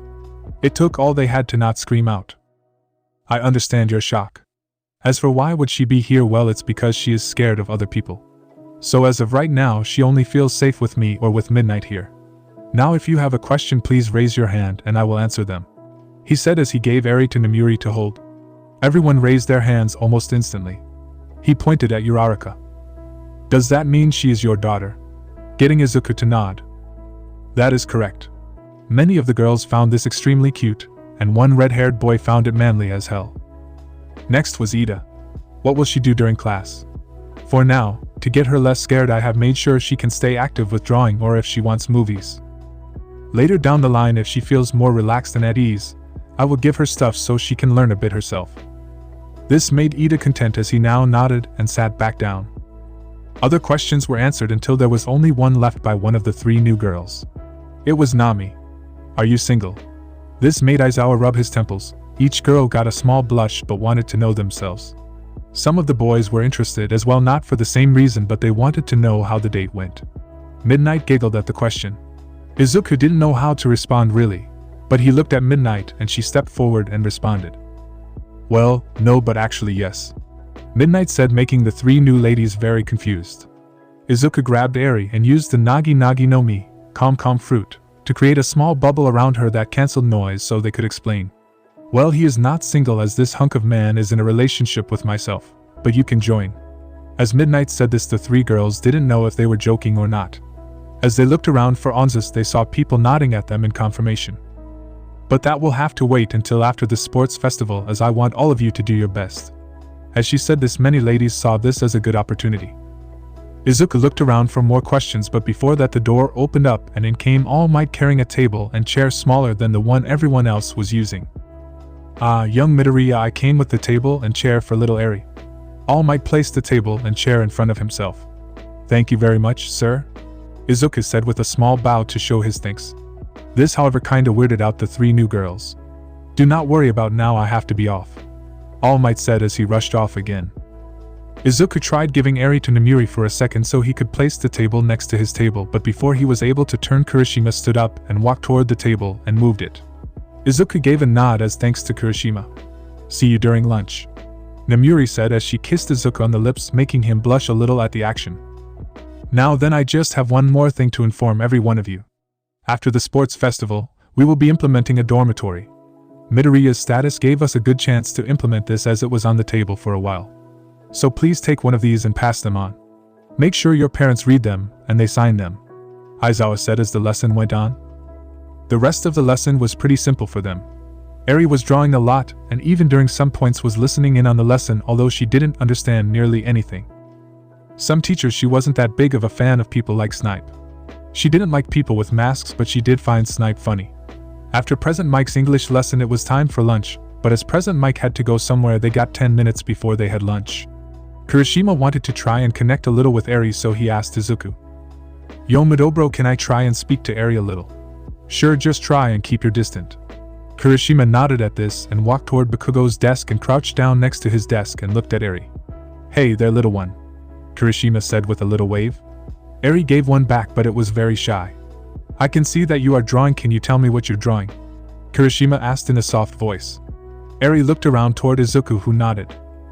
Eri showed her drawing, which was green grass, a sun in the corner, and a house. In front of the house were 3 stick figures. One was smaller than the other 2. One of the larger ones had a green afro and one had purple hair that looked a lot like a Christmas tree. The smallest one had gray hair. Eri showed it to Kirishima, but everyone could get a look at it, and all of them knew what it meant. Wow, that is super awesome, Kirishima said with excitement. Can tell me what it is? Kirishima asked. Eri was kinda embarrassed about this whole thing, but still spoke as Izuku trusted everyone, so she also wanted to. It's Papa and Nem with me in a grass field in front of a house. Izuku, hearing this, almost died of a heart attack. Many had to look away at how cute this was, but even the word cute was not enough to explain it. But then everyone realized what she just said. Eri, what did you call me? Izuku asked. Eri almost instantly began getting scared and started apologizing. Izuku quickly rushed toward her and hugged her, now with tears in his eyes. Don't cry. There is nothing wrong. I am not mad. I was just surprised, that's all. So you're not mad for what I called you? No, sweetie, I am not mad. I am really happy, Izuku said with tears in his eyes. He was overjoyed. He couldn't be happier at the moment. He grabbed Eri and stood up. Let's get you some food. Anything you want, anything at all, Izuku declared in excitement at his new title. The class went with him, nearly all of them happy for him. As they entered the cafeteria, everyone became quiet and looked toward Izuku, who had Eri in his arms and a massive smile on his face as he walked toward the line at lunch rush, now being surrounded by his classmates in the line who were all talking. They could still hear the whispers all around the room about Izuku. As he arrived at lunch rush, he ordered everything. Each item on the menu. Lunch rush confirmed this was what he wanted and started cooking. As they waited in a chair, saying his food would be brought to him because of the amount of food, he saw Namiri already sitting down at a table with 2 seats next to her. On the table sat Ida, Kirishima, and all the girls. As they sat down, food was brought rather fast, and Izuku let Eri try every single piece of food to see what she liked and what she didn't like. At the end of lunch, more than half the table was still filled with food, and everyone looked at Izuku, who didn't take a single bit yet. What will you do with all this food, Midoriya? Ida asked. Well, I am gonna eat all of it, of course. But it's too much for one person, and we only have 5 minutes before class starts again. Everyone was wondering the same thing, but Izuku just gave a smile and began eating. The speed was impressive in itself, but what was more impressive was that he didn't waste a single piece of food or that he didn't make it look nasty. It just looked funny. Izuku eats at high speeds, clearing the table of food within 3 minutes. The plates were neatly stacked, and he didn't have a spot of food on him. Now let's get back to class, Izuku said as he patted his stomach. His classmates agreed but couldn't say anything from what they just saw. The rest of the day was simple, but the dorm's system got everyone excited and talking. The students of Class 1A are now training as a group. They still have 1 week for the sports festival, and they are aiming to win the thing. Most of the class is in groups now, working together to improve as much as possible. The 3 new girls that have joined the ranks of UA are working with the other girls. They are all working as one group to improve. We see the boys also hard at work. Kirishima, Kaminari, and Sato have been doing muscle workouts. Kirishima needs the muscles for his quirk. The stronger he is, the stronger his skin can harden. Plus, if you're forced to fistfight near each villain, having the power so that you can fight them is handy. Kaminari doesn't need the strength for his quirk, as it would do nothing. But being able to overpower some as his control over his quirk could still use some work would be great. Sato can increase his muscle mass with Sugar, so this would overall make him stronger. Bakugo and Todoroki are working out alone. Bakugo is improving his movements with his explosions, as well as learning some strong attacks he could pull off for people that negate his explosions. He stayed away from the group so that nobody could see his moves. He was trying to lessen his explosions as much as possible while keeping his destructive power to the max. His explosion, although powerful, was losing a lot of power because of the spread, and he wanted that to change. Todoroki needed to show off during the sports festival. His father and mother both were high-ranking heroes. His father the number 2 rank hero Endeavor, and his mother ranked 15 Blizzard.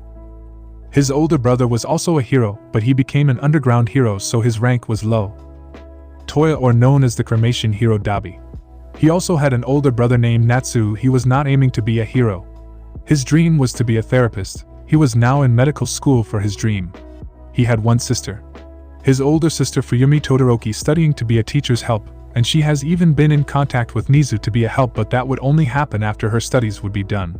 That was soon, as she only had a month left until graduation. Todoroki wanted to impress his father.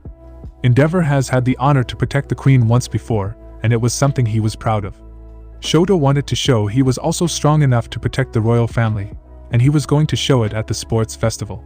He was focusing on using both his flames and ice at the same time. He was able to prolong his side effects, but this was far from a fix.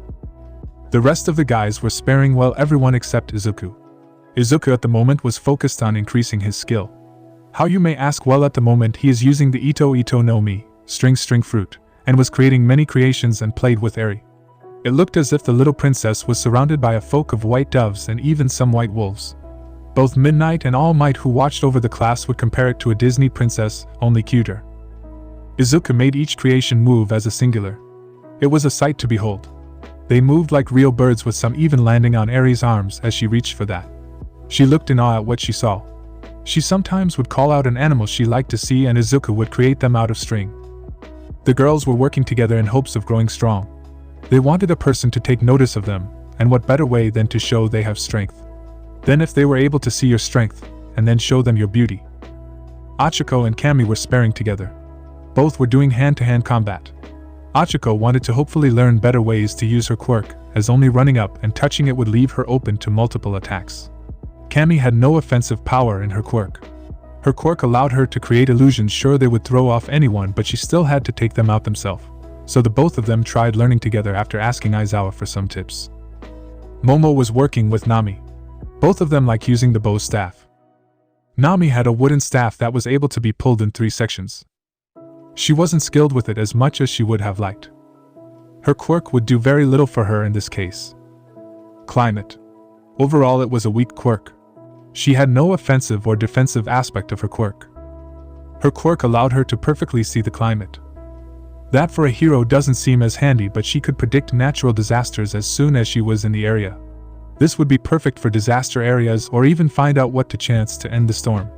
Momo wanted to get better at the staff, so he worked with Nami on this. Momo already had lessons on using the bow staff, but Nami's untrained and rather chaotic use of the staff would give Momo a better chance, later on, to counter or even use it herself. Robin was working with Toru and Jiro.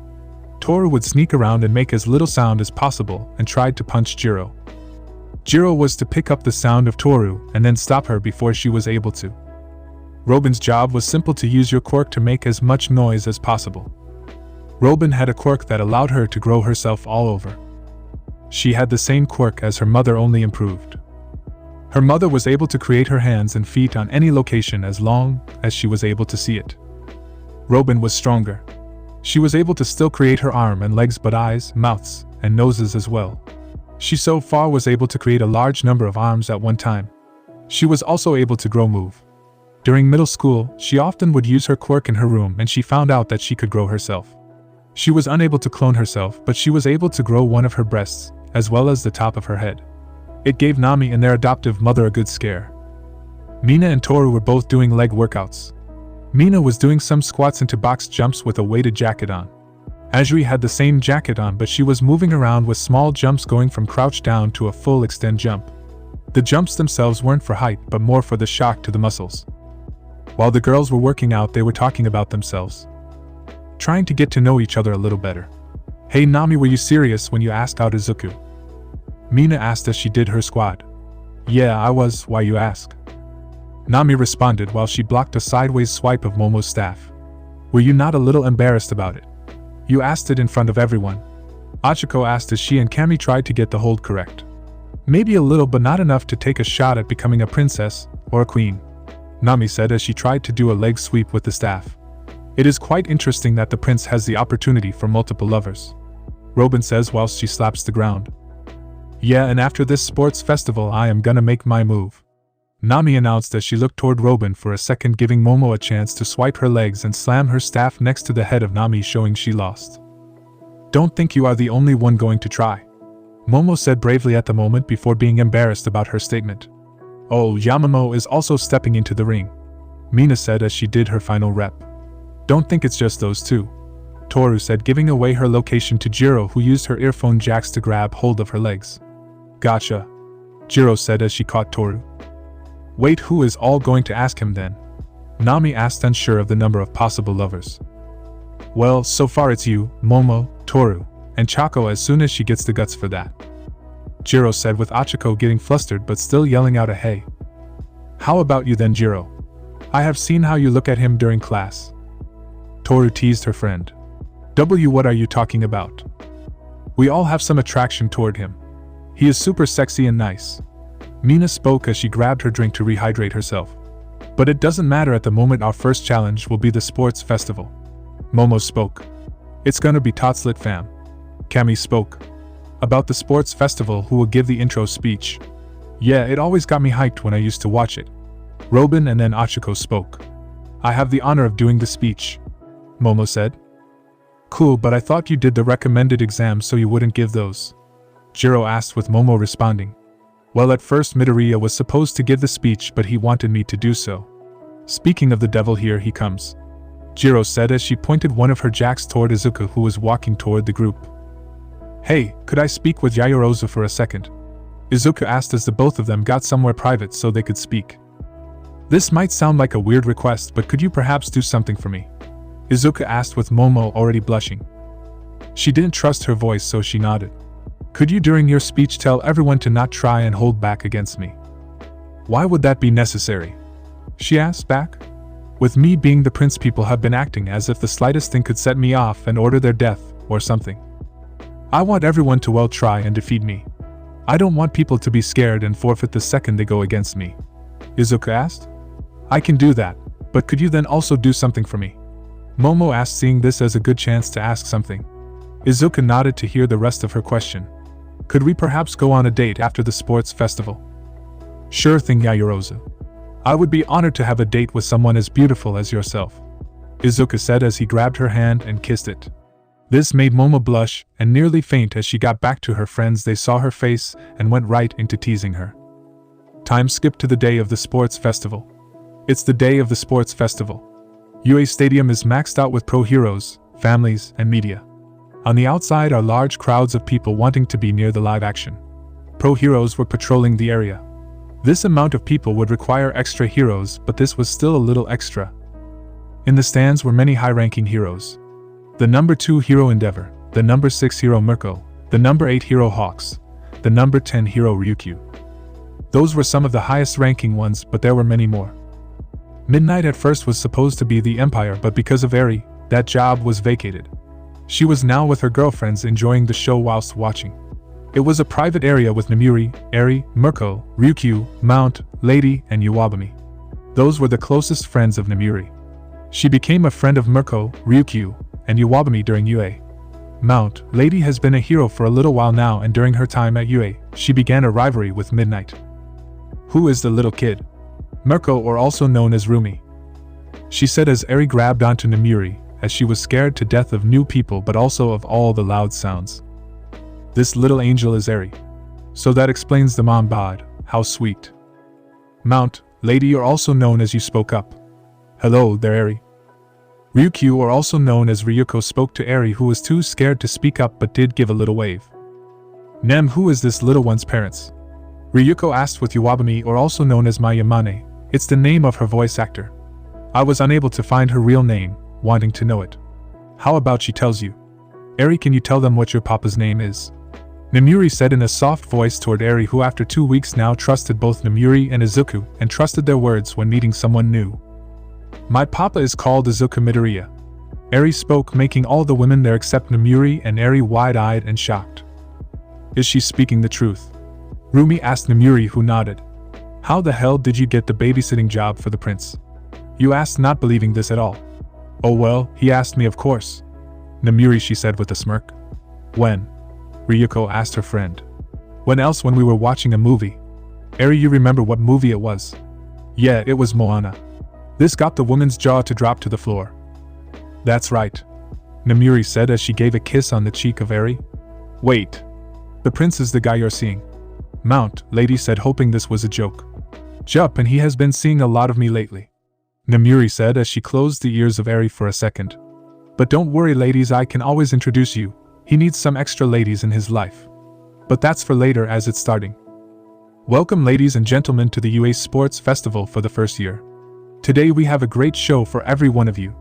First, to enter the arena, Class 1A, they have faced villains during the UST incident, and they are still standing strong. President Mike spoke as 1A entered. Seeing the prince got everyone excited as they yelled out in excitement. Class 1A was nervous. Never in their minds was it gonna be with this large of a crowd. Next up are also from the Hero Course, Class 1B. They may have not faced villains, but they are still apart from the Hero Course. Again, excitements were heard, but less than with 1A. Next up are Classes 1C, 1D and 1E of General Studies. After those are the support courses of Classes F, G, and H. Up last are the classes of I, J and K from Management. Now for the intro speech, please welcome Miss Yayarosa. Now for the intro speech. Please welcome Miss Yayarosa. President Mike yelled out, giving the signal to Momo to walk toward the microphone and Cementos. As Momo stood there, she heard some cheers, but she also heard some boos with yells to let the prince talk. Hello and welcome to the UA Sports Festival. I understand that some would have preferred it if someone else would have given this speech, but I have been given the honor of doing so. Today all of us first years will compete against each other in a variety of events. We will use everything within our power to not only put on a show for every one of you, but to also show each of you that we are the next generation. We are all students of UA, we are all the future of the world.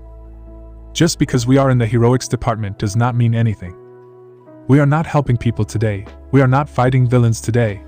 Today will just be a competition, and I hope you all will give it your best. Now I do have one more thing to say, and this does not come from myself. I have been given this message by the prince. Do not shame yourself or him by holding back. Give it your all, try and defeat him. Give it 100% and go plus ultra. In the last part of the speech, everyone joined in. As she walked down, she got some praise from her classmates. Izuku gave her a thumbs up and a wink, making her blush. The other students from UA were still a little on the scared side of the prince, but seeing Kirishima act like a normal friend around the prince did help a bit. The first event will be a race around the arena. The course itself is a good 5 kilometers, but where the real kick will be. There will be obstacles. So it's not just competing against each other, but also against the course itself. Good luck, because the race starts in 5 minutes. President Mike spoke, making most of the students rush toward the starting line except Izuku, who walked toward the area with Eri and Namuri.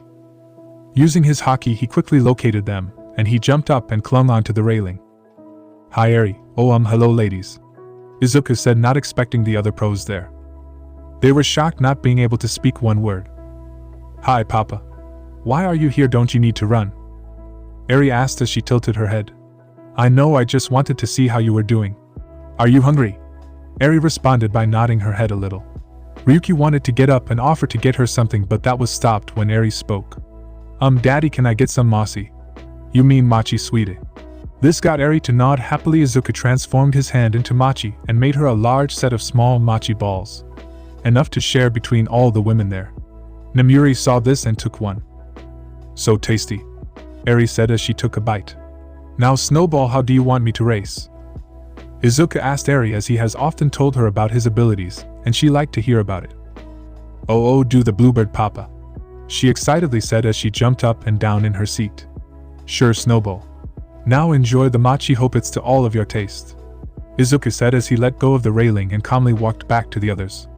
You weren't joking, you said?" asked. "Nope, I wasn't," Namiri said as she took a second mochi. "You should try some of them, they are really tasty." Each of the women took one and took a bite, enjoying the taste. Out of nowhere was the signal, making all of the students run except Izuku, who was still walking toward the starting line.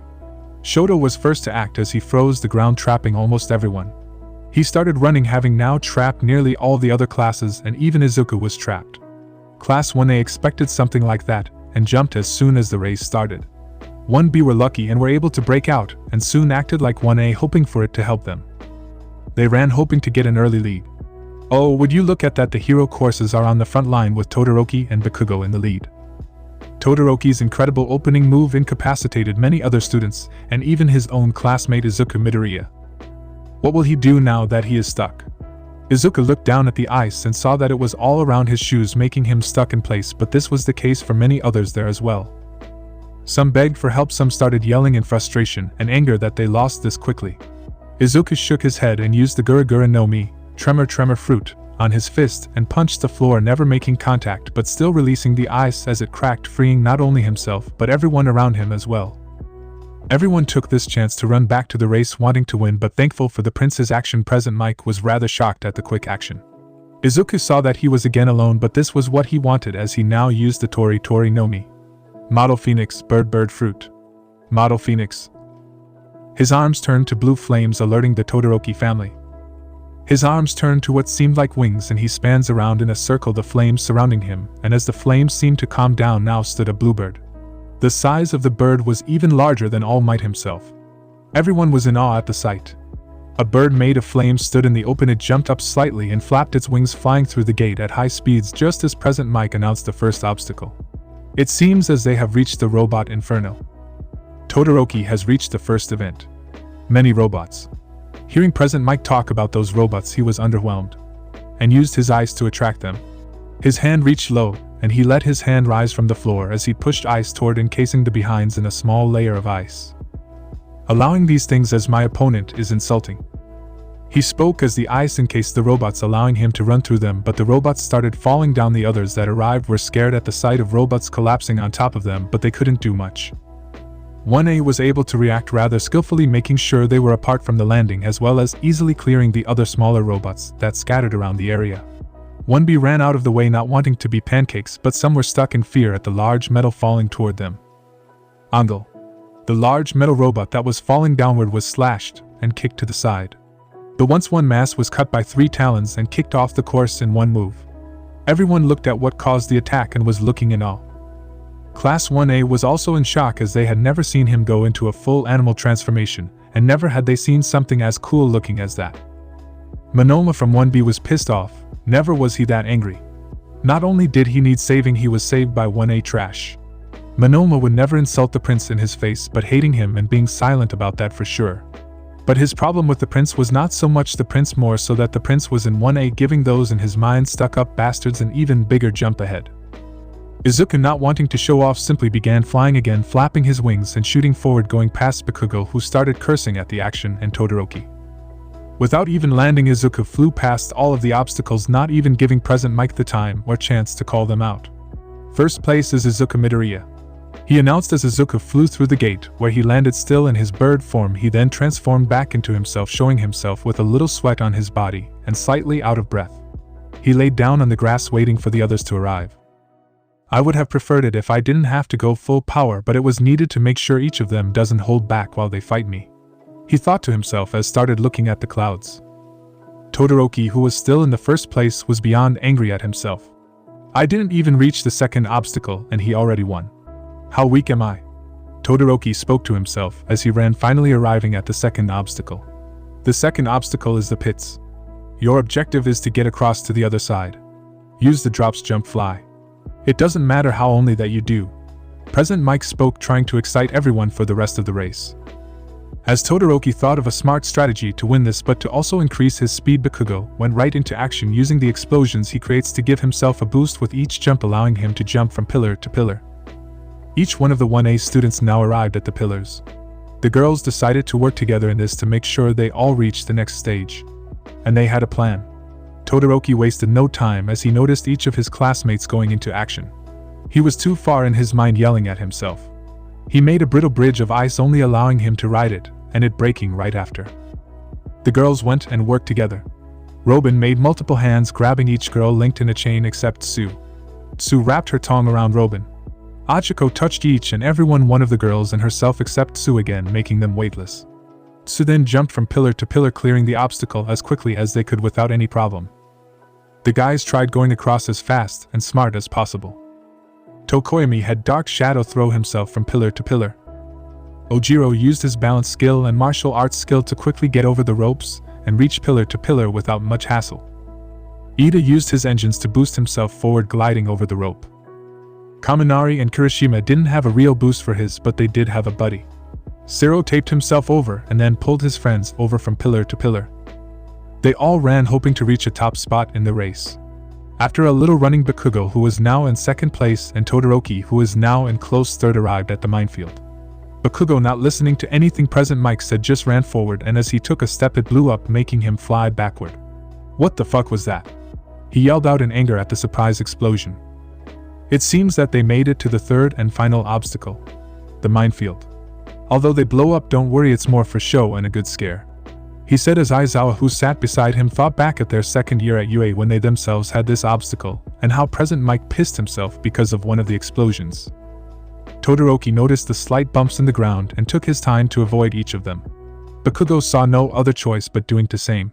Slowly but surely each of them reached the third event. The girls decided to split up when they heard the third event.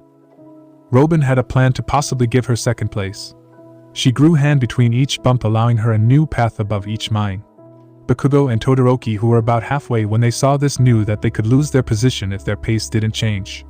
Bakugo blasted in the air with explosions, overusing his quirk but allowing him to get past all the mines.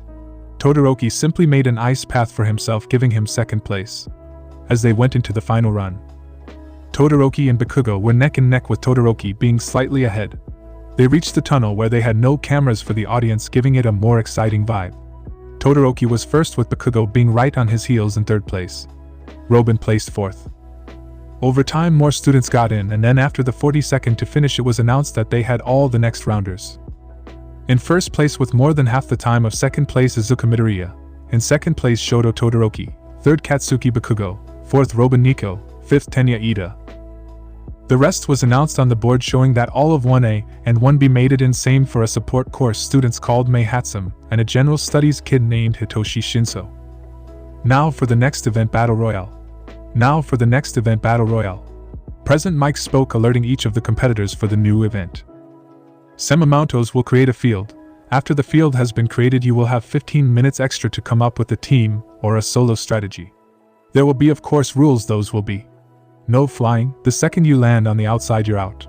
Quirks are of course allowed. The last 16 that remain standing will go on to the next round. Teaming up is allowed.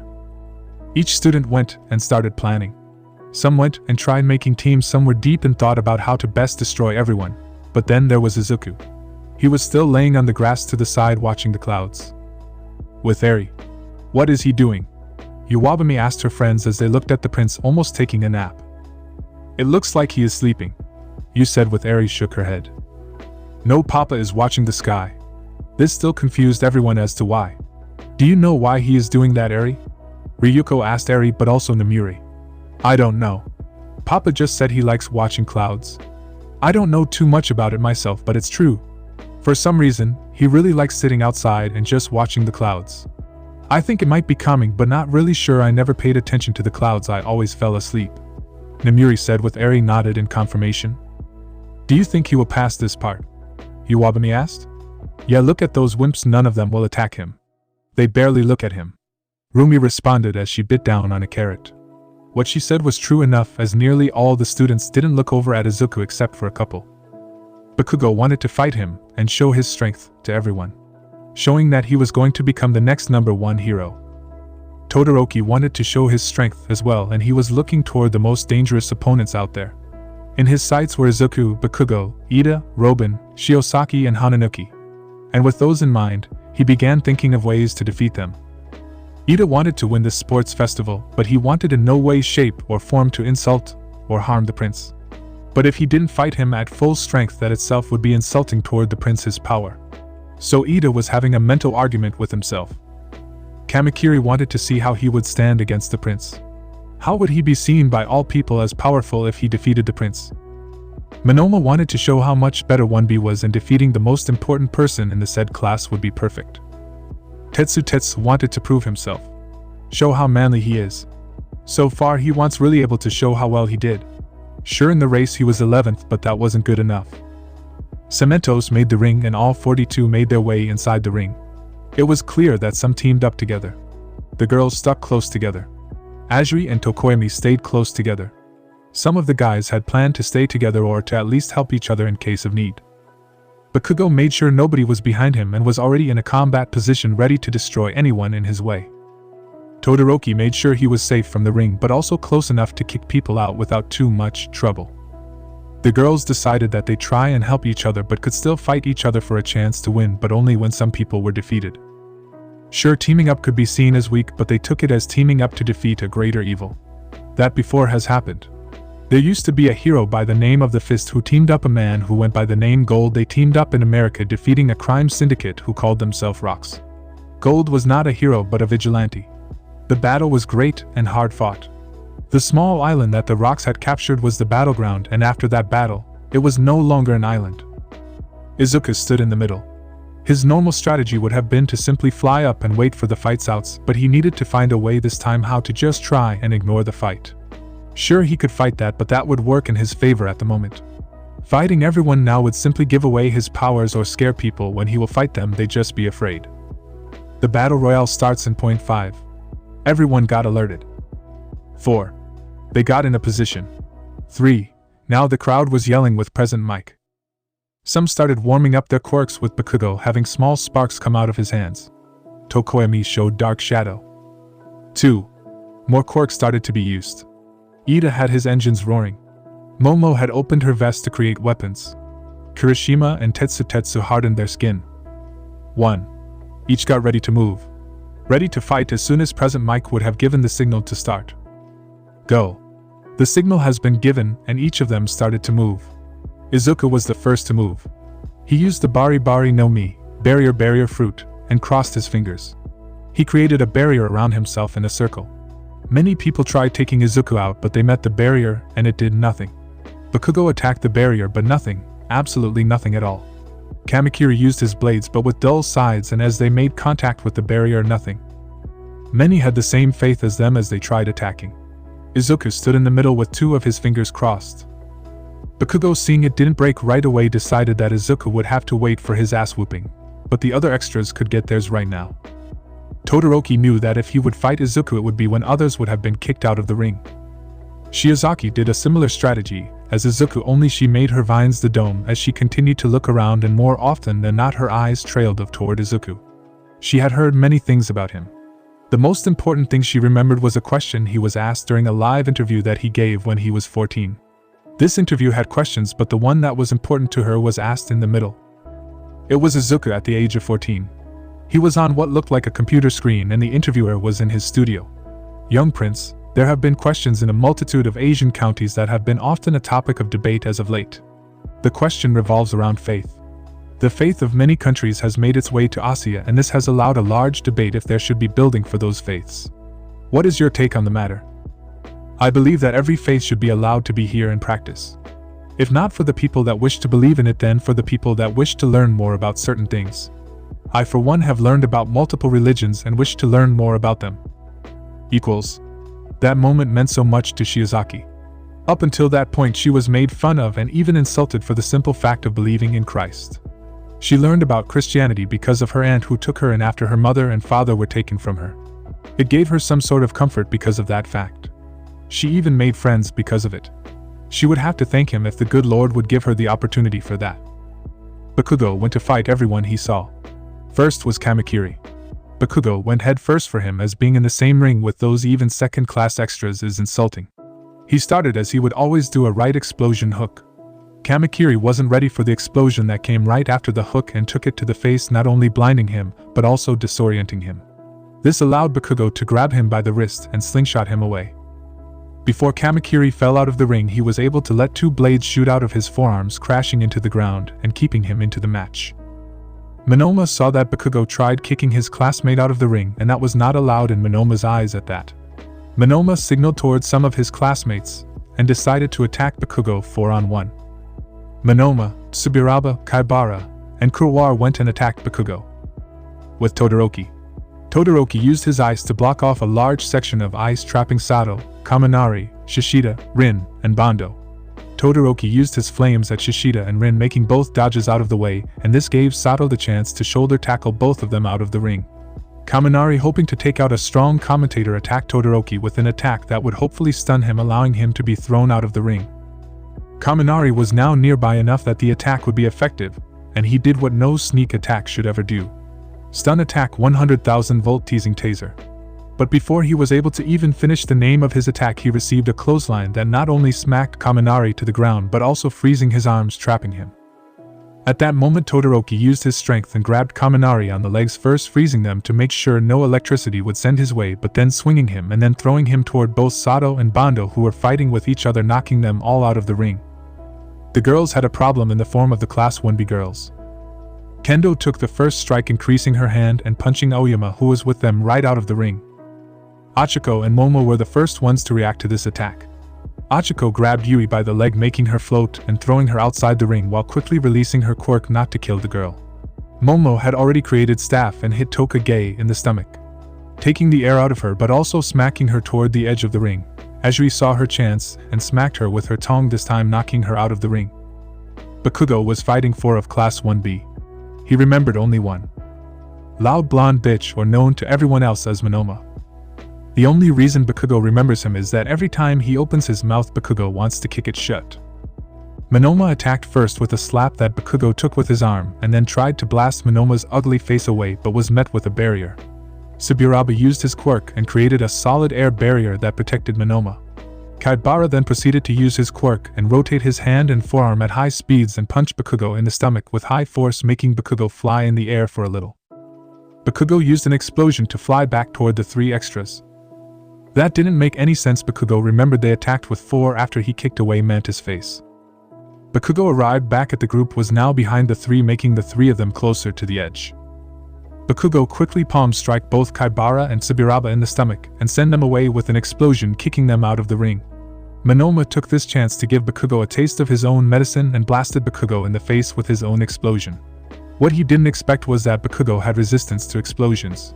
It still hurt, but he was able to easily tank it. With that, he grabbed Monoma's wrist and tried to also kick him out, but he was stopped by 2 people. Kurowar and Kamakiri were back. Kurowar was in the shadow of Bakugo in hopes of finding a perfect chance to strike. He wanted to attack sooner, but it was stopped because of the light both Monoma and Bakugo created. Kamakiri wanted payback for his loss against Bakugo. Kurowar now had Bakugo's arm in his arms, and Kamakiri created a dull sickle on his hand and had it against Bakugo's neck, pulling him back. Bakugo positioned his palm to aim at Kurowar, but that would result in hurting his own wrist. Bakugo let out a massive explosion in that hand, hurting his wrist a lot but almost knocking Kurowar out. With that explosion, Kamakiri tried letting Bakugo eat the floor but was met with an elbow in the face. Bakugo got hold of Kurowar, who was still out of it, and used him as a bet, and smacked him around, knocking Kamakiri and Monoma with Kurowar out of the ring. Izuku was calmly looking around until a guy without lips came walking toward the dome and touched it. It fell to the floor as it was water, and Izuku was impressed, to say the least. But as the barrier now was breached, he released the barrier and more attacked him at the time. Izuku saw this happen as he used his observation haki the entire match and saw the intent to attack from a mile away. Izuku was now dodging Hananuki, who was trying to punch him, Shota, who also tried punching him, Awaze, who again also tried punching Izuku. But he was dodging without a single problem. Izuku dodged what was a right hook toward the liver from Awaze, but then had to block Shota with an elbow to the fist. And then Hananuki tried tackling him, to which Izuku kneed the man in the face. Izuku jumped back, and as he landed was knocked out of balance by a second impact to the elbow, making him fall over, and in doing so he receives a very stock back kick from Pony, breaking Izuku's nose as he fell backward to the floor. Izuku found it amazing. His skill with observation was top-notch, only his mother having a better base observation than him. Pony felt bad about the whole thing, hating to have done such a thing. Izuku quickly got up, his nose clearly broken to all who saw it, but instead of pain on his face he showed a massive smile of enjoyment. Izuku rolled his shoulders to get ready for a fight.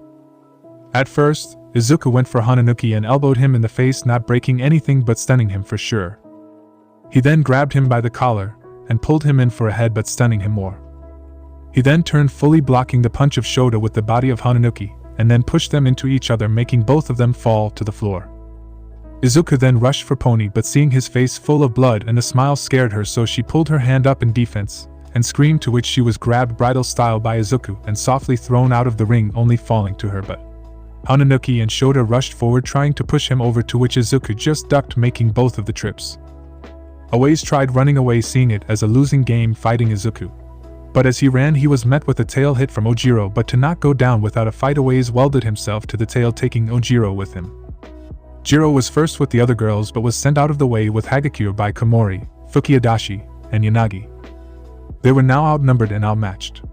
Her quirk was handy, but it would not help her in full-on fights. Hagakure knew she had no chance in a fight, but if she was going to lose she would take some with them.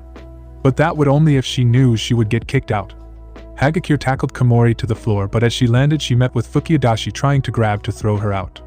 Jiro saw this and used her jack to wrap up Fukiadashi's arm, but then was met with Yanagi grabbing Jiro by the shoulders trying to throw her to the ground. When this all happened, there came a new challenger. Mei Hatsum used one of her babies to attack all of them. 4 robot arms came out of a backpack and pushed Jiro, Yanagi, Komori, Fukiadashi, and Hagakure out of the ring. Zero sneak attacked Ajiri by wrapping one of her legs in tap and dragging her out of the ring. Right when she disappeared out of Tokoyami's sight, he looked toward where she was dragged to Zero stand there with Ajiri out of the ring. Dark Shadow didn't even wait for command and rushed forward, punching Zero and knocking him out of the ring. Ida rushed forward, seeing an easy target in his mind.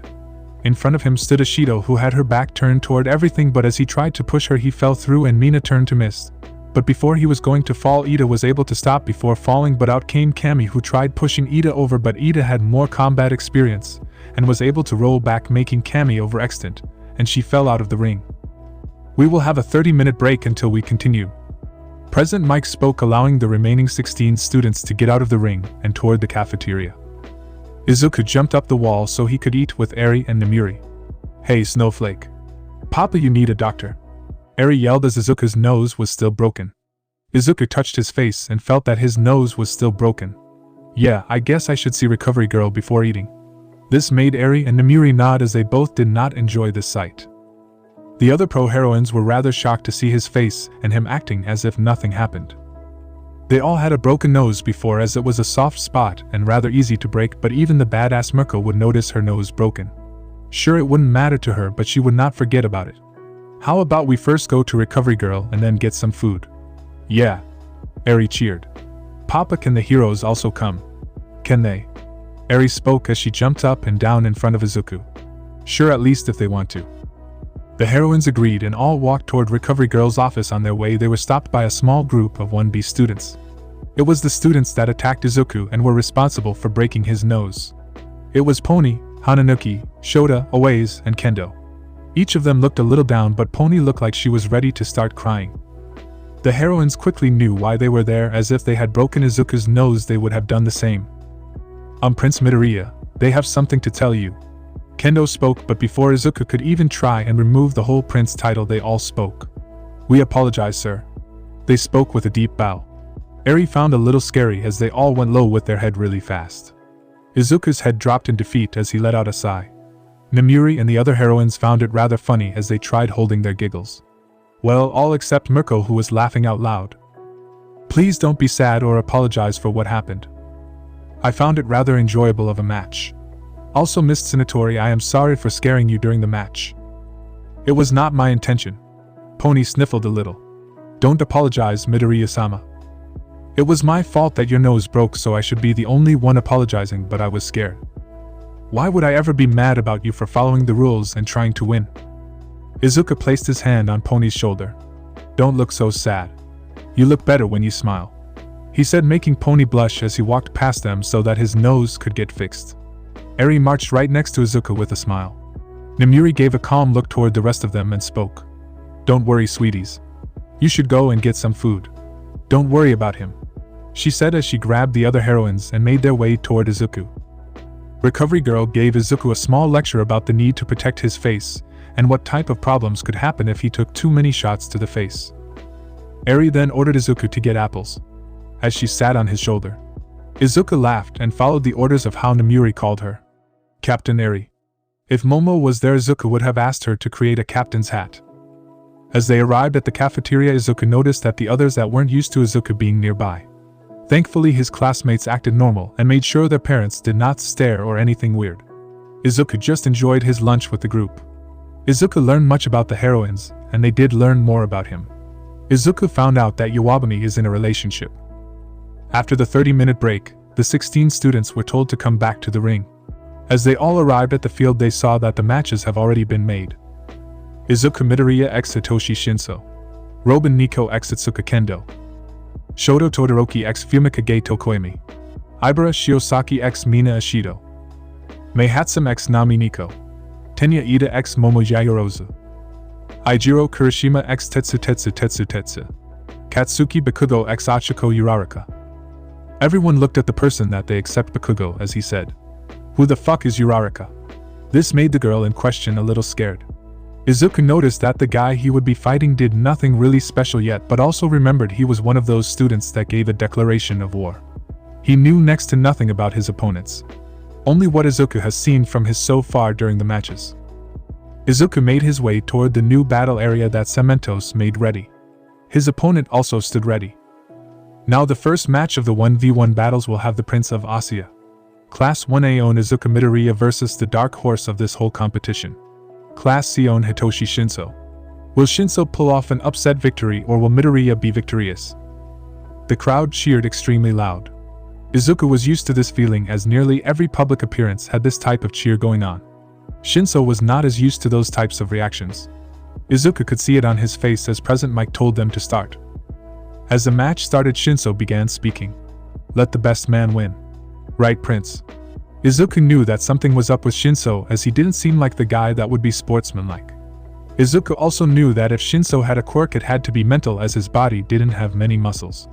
But Izuku didn't know what his quirk was, so he stayed quiet and stood still, staring at Shinso, trying to guess his quirk through his actions. Shinso tried again to get the prince to speak. "It is truly an honor being in the same ring as someone as great as you. I do wonder why to go the route of a hero." Izuku now had a feeling that his quirk revolved around speech. This was a fight, and the two times Shinso spoke, he said things that most people would respond to. Izuku chooses to take a risk and use the Nagi Nagi no Mi, Kom fruit, to create a bubble around him that worked like a one-way mirror but for sound. Izuku couldn't hear anything said outside of the bubble, but everyone could hear him just fine. "Do you think you're too good to talk to me or something? I guess the rumors of royals being rude were true." Shinso tried being rude without too many insults, as the royal family of Africa was rather evil for their country. "You should really watch what you say. Those words could get you killed," Izuku said, shocking Shinso, but still making him smirk whilst sweating. "Walk out the ring," Shinso spoke. Izuku stood still. Izuku knew he was lucky with how his quirk worked, but it still made Shinso's quirk useless. "I said walk out the ring." Shinso tried again. "That won't work. I can't hear you," Izuku said, shocking Shinso. "What? That is bullshit. You are clearly responding to my words." "Yeah, cause I can read lips. I made a soundproof bubble so your quirk doesn't really work." Shinso was pissed. He knew he was physically weak, but his quirk would make it a sure win. "Now I will release my bubble and walk toward you to throw you out the ring. You can do one of two things. Give up or fight me. Good luck," Izuku said as he lifted 3 fingers, slowly counting down to 0. Shinso was panicking, but he sure as hell wasn't gonna give up. He was going to win, or at least try to win. So he did the last thing his mind was telling him to do. Rush the prince and try winning that way. Shinso released a battle cry as Izuku only had 1 finger left. Izuku was surprised to be sure, but with the distance between them, he had more than enough time to get ready. Shinso, with no real combat training, ran to Izuku and threw sloppy punch after sloppy punch that Izuku could dodge with no effort at all. Izuku found Shinso interesting to say the least, so he was gonna see what he was made of. Izuku gave Shinso an open palm strike to the gut. Shinso ignores the pain as he kept trying to punch Izuku. Izuku noticed that Shinso would make a great hero given proper training. Even though his movements were crude and sloppy, his longer reach would be effective in several martial arts. And he was durable enough to withstand a good open palm strike without being brought to his knees. Izuku dodged a sloppy right jab and responded with a punch to Shinso bicep. Izuku wanted to find out the strength of Shinso as well. By the speed of the punches and the movement from Shinso, Izuku was sure the boy needed training for more speed, but how much strength training was needed? Izuku knew that the punch to his bicep removed some power out of his right arm, so as Shinso tried throwing a left jab, Izuku stepped in front of it. Izuku knew enough, and having this match continue would be mean and unsportsmanlike. So Izuku let Shinso throw a right jab again, but this time Izuku, instead of dodging the punch, grabbed the boy's arm, and with enough strength threw Shinso out of the ring. This got some of the crowd to yell yeet, which, even though very funny, rather mean for Shinso. Shinso is out of bounds. The winner is Izuku Midoriya. Cheers went around the arena with Shinso sitting outside the ring cursing to himself. Izuku walked up and offered the boy, who was still laying on the floor, a hand. "Hey, good match. I don't need your pity, Prince," Shinso said as she sat up. "No pity here, but even though you were clearly outmatched, you still fought. That's pretty good, if only you did some training." Izuku spoke to Shinso, who looked up at him, mostly at himself but also at Izuku, as having your flaws pointed out after getting your ass kicked isn't exactly pleasant. "So how about next time I help you train?" This shocked Shinso. Nobody ever offered him anything, so why would Izuku do that now? "Why?" Shinso said as he took Izuku's hand, and both walked off so that the next match could start as soon as possible. "Well, with your quirk, being a hero would be handy, as many villains are very talkative about their plans and such.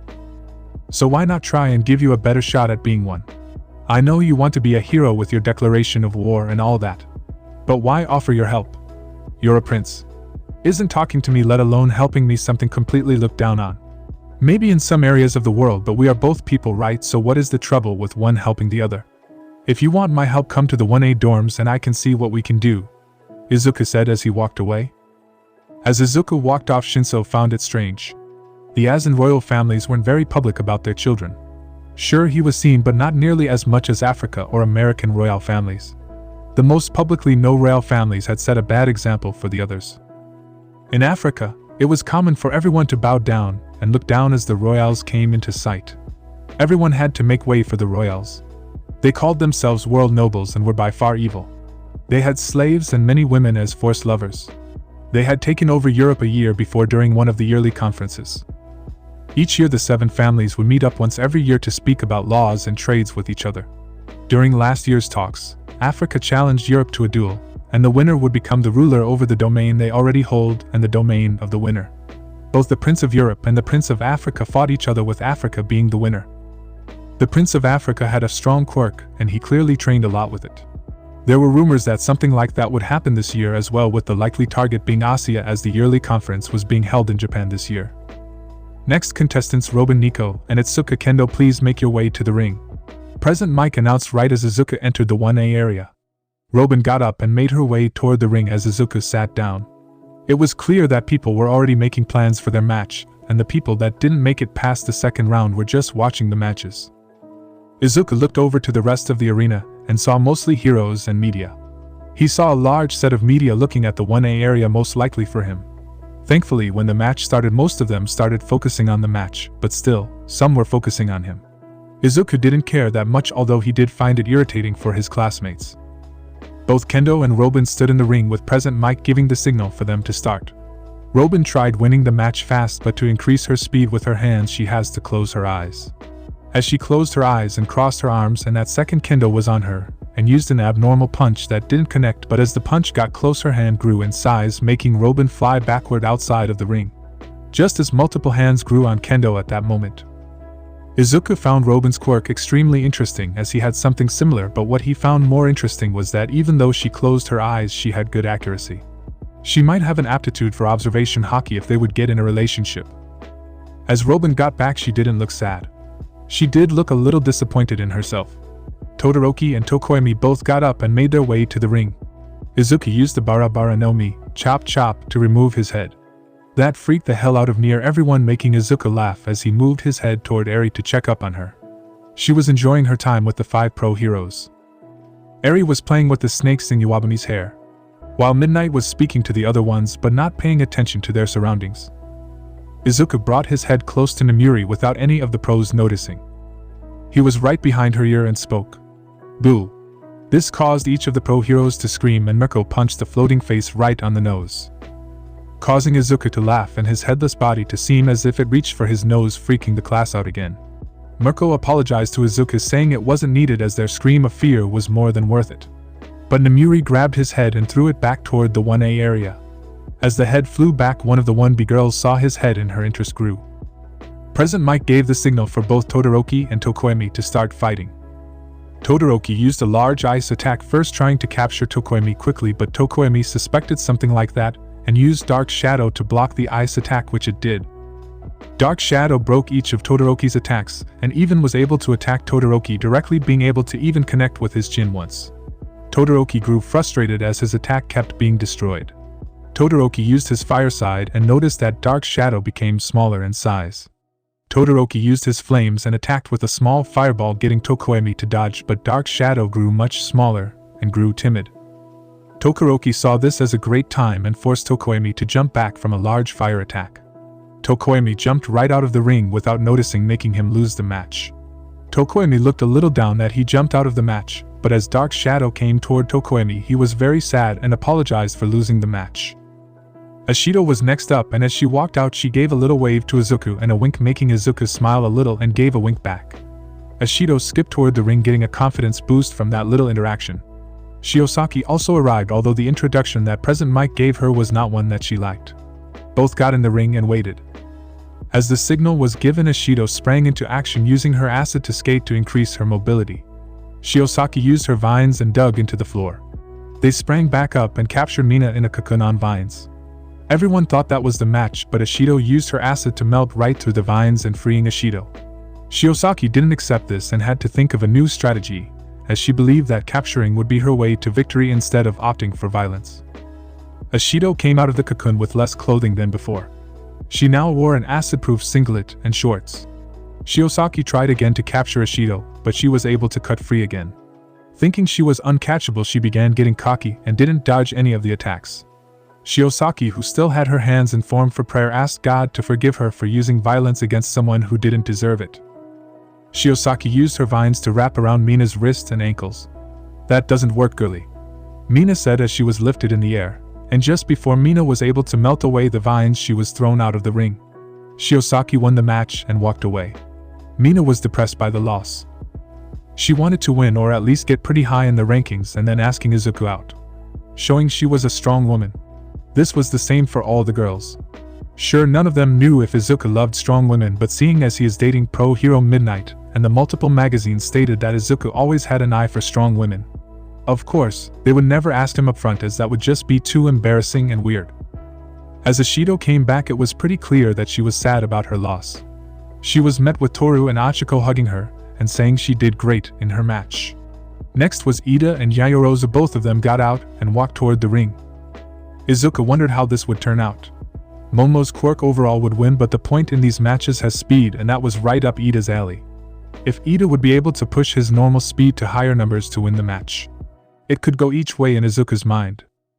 Both of them got in the ring. Momo took a stance that could do all. She, if need be, could move at high speeds but also attack.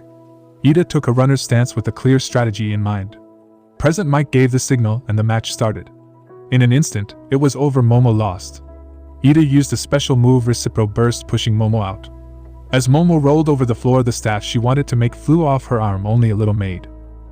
Momo put of a brave face, acting as if the loss didn't mean that much as she came back. Ida has bombarded with questions about his super move, something that he did enjoy, as it was mostly how cool it looked and how he was going hella freaking fast. Nami was next with her match against Hatsum. Nobody knew what Hatsum's quirk was, but they could see all the gadgets that she liked to work with. Nami got in the arena and thought this would be a fair one-on-one fight. The second the match started, Nami went to fight, and Hatsum just stood there doing nothing.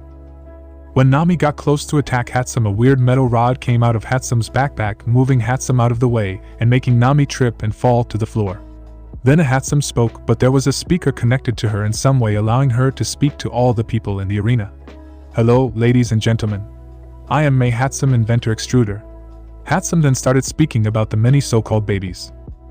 Izuku did enjoy the flair Hatsum showed during her exam, but he also pitted Nami. Being used as a prop in a gadget show isn't that fun, especially on live TV with millions watching. Izuku did notice the great craftsmanship. Izuku knew a little about creating items, but he was in no way, shape, or form an inventor. He could see good craftsmanship when he saw that. After around 15 minutes of Nami looking like a fool and Hatsum giving a support time pitch to each of the support companies that were nearby. When the 15 minutes was done, Hatsum just walked out of the ring, giving the now crying Nami the win. Sure, Nami won this match, but she looked like a fool during the entire match, unable to show off her strength or skills. As Nami came back, she was met with a hug from Robin. Kirishima walked for his match. As Kirishima walked away, so did Achiko, but her normally cheery face looked kind of scared.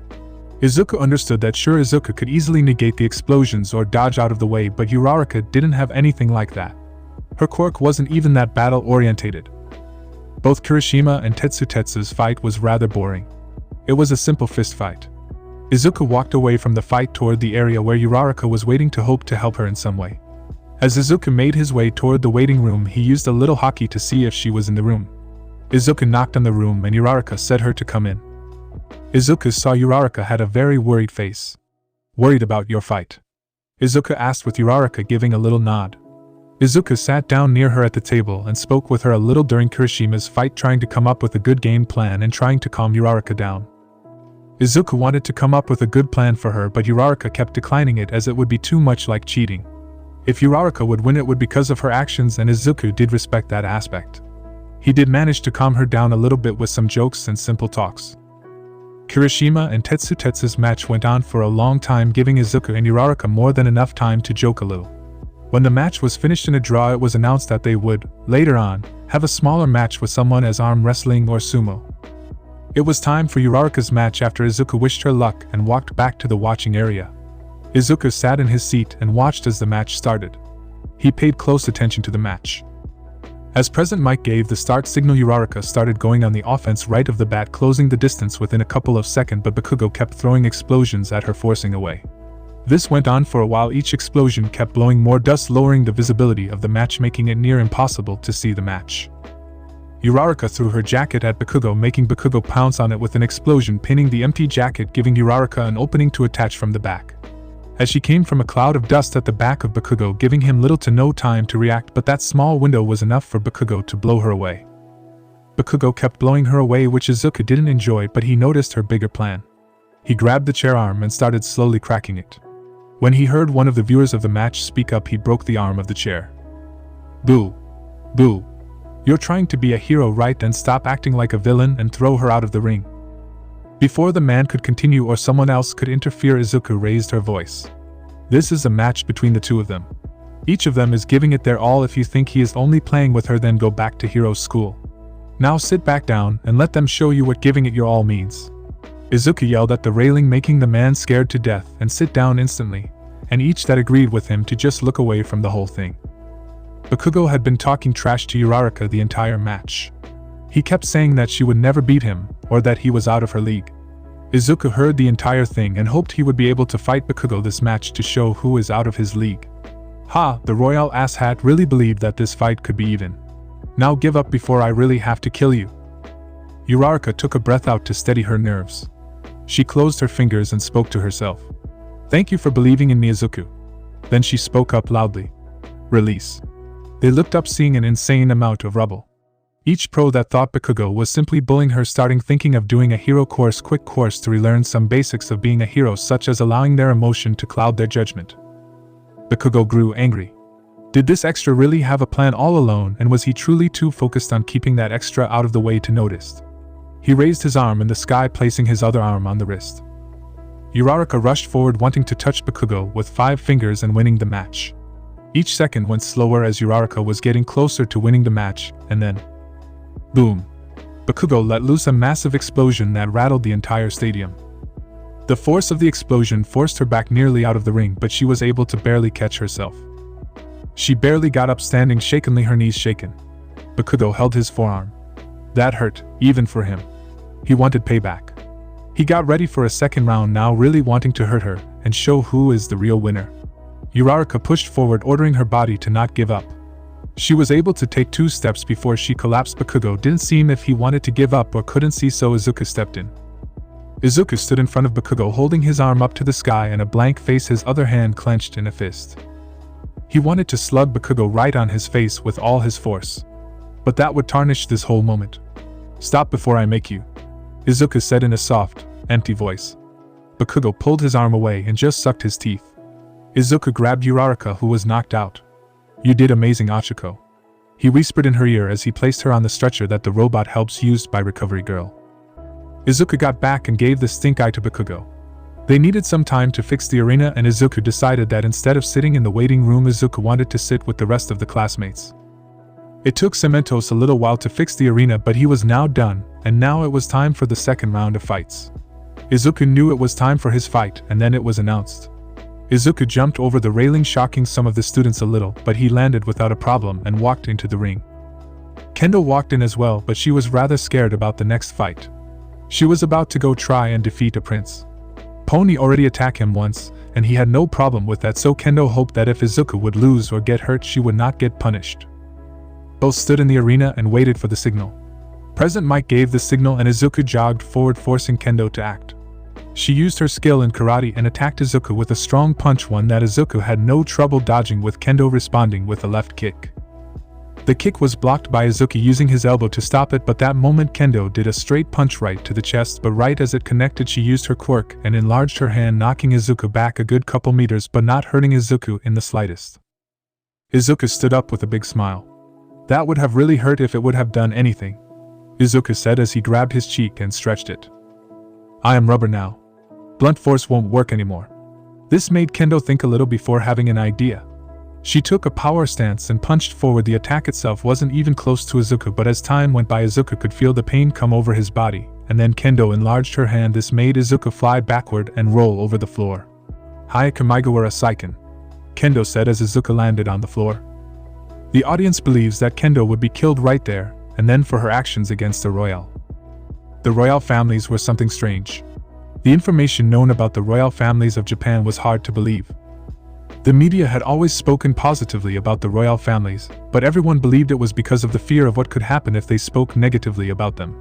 The royal family of Africa and America were the ones that everyone knew the most about.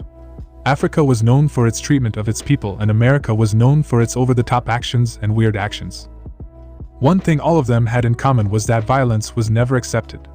In Africa, it was already a crime to look at a royal, but it was normal that an attack on anyone from royal blood would be considered a war crime, and life in prison would be expected. Sometimes worse. Izuku got up slowly, not on his hands and knees, and started coughing up blood. This caused Kendo to become very worried, and her first instinct was to run over and beg for them to not punish her family for her foolish actions, but she was stopped when she heard laughing. She looked over at Izuku with tears almost showing up. "That was one hell of a punch, Kendo. I am very impressed with your skill in Fishman Karate," Izuku said as he wiped the blood from his mouth and stood up. "You used your quirk at the last moment to enlarge your hand and increase the damage. Smart, and it gave me an idea," Izuku said as he then brought his thumb up to his face and took in a large amount of air. He then bit into his thumb and blew into it. This caused everyone to look at the young prince, thinking he was a little strange, but then his arm grew in size, shocking everyone. Bone balloon Gant pistol. Izuku now stood there with his arm the size of a bus, and then he threw a punch at Kendo, who could do nothing except use her quirk and use her large hands to block as much of the punch as possible. Kendo got sent out of the ring and almost sent into the wall, but she landed short and rolled until she met the wall. President Mike announced Izuku's win as Izuku starts blowing air as if he was a balloon until he landed in the middle of the ring and stood at the size of a toddler. "I did not expect that," Izuku said in a really high-pitched voice. Izuku then walked back in his still shrunken form until he got back to the sitting area of 1A, where all the girls looked at him with blushes on their faces and the guys tried to not laugh at them. Izuku had trouble sitting in the chair, but his feet were a little short, so he had trouble until Robin grew a hand under him and gave him a little boost. "Thank you, Robin." This caused the guys to lose their shit and start laughing like crazy, and the girls began giggling. "I hope you return to your normal size before our fight. Don't want to give you the excuse for your loss." Bakugo spoke angrily, with Izuku still being very angry at Bakugo. "Don't you worry, even at this state can beat your ass." This comment made Bakugo even angrier, but before he could lash out, the next match was about to start. both Todoroki and Shiosaki already standing in the ring. Todoroki was angry. When he met up with his father, the only thing he said was to watch out during his fight with the prince. His father didn't believe in his power. He would show his father, and he would show the entire world his power. The match started and Todoroki slammed his foot down on the floor, making a massive ice wave shoot out, and it froze Shiosaki and half of the arena, with Izuku popping back to his normal size. President Mike announced that Todoroki won, and Todoroki took a little time to unfreeze his opponent. Both Ida and Nami already made their way to the waiting area for their match. Izuku saw the amount of ice Todoroki made and noticed the ice on his own body as well that was getting removed by the flames. Then both Nami and Ida made their way out to the ring ready for their fight. As the match started, Achiko came back from Recovery Girl. She took place next to Izuku, who gave her a greeting. Achiko whispered a small thank you to Izuku. The match was about to start, and Ida took the same stance as the last match, and when the match started, Nami dodged out of the way, with Ida not using his super move and simply running at his normal high speed toward Nami. Nami stumbled a bit with her trying to dodge extreme speeds that never accused. She tried kicking Ida, but with his speed, he was able to grab her shirt and threw her out of the ring.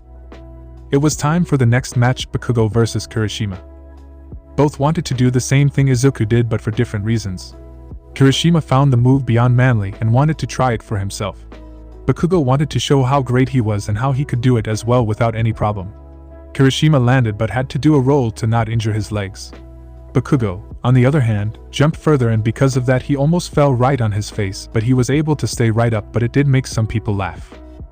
Bakugo, now more pissed up, angrily stomped toward the arena. He stood there, his hands sparking with explosions. Kirishima simply walked up whilst flexing his biceps. Both were weirdly introduced by President Mike, something that Izuku found really enjoyable. Izuku liked Kirishima as a friend. He was very friendly, and Eri also seemed to enjoy Kirishima's company. The match started and Kirishima started strong, hardening his entire body and attacking Bakugo. His movement was sloppy, but it had guts. Bakugo dodged the punches and sent back explosion after explosion that Kirishima tanked. Kirishima was able to hit Bakugo once hard in the stomach, but Bakugo returned the attack with a large explosion that broke through his hardening. Bakugo saw his hardening broke and started sending more explosions his way, and each explosion broke away more of his hardening, and each sent quickly after each other, forcing Kirishima to do nothing more than dodge attacks. Bakugo shot out one more large explosion, knocking Kirishima to the floor. Bakugo, thinking he won, didn't finish Kirishima as he thought that Kirishima was already done. Kirishima, not giving up after being knocked down once, got back up and attacked Bakugo again. But Bakugo was able to react just in time to move his head just in time, only receiving a small cut from Kirishima's hardened knuckles. Bakugo grabbed Kirishima's head and slammed on the floor with an explosion, this time knocking the red-headed hero trainee out. It was time for the last 3 fights. Next up was Izuku vs Todoroki, but they had a 10-minute break and Izuku took this time to just sit and speak to 1A. Todoroki wanted to speak to Izuku in private and asked him to speak, to which both of them walked out in the hallway, now being alone. "So what you wanted to talk about, Todoroki?" Izuku said as both his hands were at the back of his head. "I need you to fight me at full strength," Todoroki said, as serious as one person could. "Why would you want that, if I can ask?" "I need to show my father my power, and the best way to do that is to defeat you." And why would he need to see your power? What would that do?" Todoroki looked right at Izuku, anger boiling within himself. "My father saved your mother once during an event that happened in his beginning years of being a hero. He still sees it as one of his greatest achievements, and because of his strength the group of villains that wanted her head were defeated. I will show him and everyone that I hold more power. That I will be far greater than he ever was. I will show that no man, beast, or monster could ever hope to defeat me." Izuku shook his head in disappointment. "You believe that you have all the power, but in the grand scheme of things, you are weak. You are still in training and are nowhere near the top. I will show you, beat you without a quirk. Then afterward, if you calm down a little, I will show you the technique I used." Izuku spoke as he walked away, but as he stood far away he turned back. "Oh yeah, please inform your parents that I wish to speak to them. They can choose the time themselves, I just ask it to be soon." Todoroki didn't like that last part, but he didn't care. He was rather pissed at Izuku saying that he would use no quirk. But he didn't have enough time to think normally before President Mike announced their next match, with both Todoroki and Izuku making way toward the ring. Izuku rolled his shoulders and cracked his bones, neck, back, and knuckles. Todoroki just stood there stoic as normal. Until the match started. Todoroki started with a wave of ice that encased Izuku.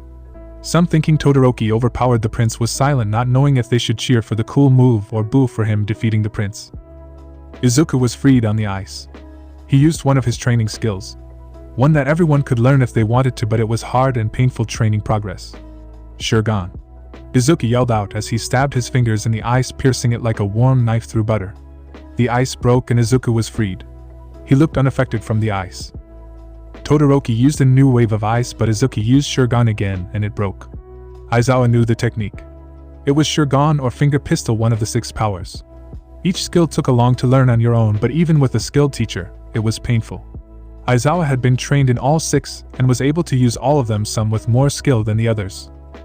Izuku was getting tired of breaking each wave of ice.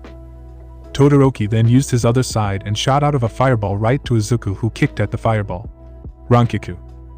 A blade of wind shot right out of his feet, cutting the fireball and forcing Todoroki to dodge. Izuku then used Sora to appear right beside Todoroki within a second, shocking Todoroki, who in panic used his fire side and torched Izuku, who blocked with his arms.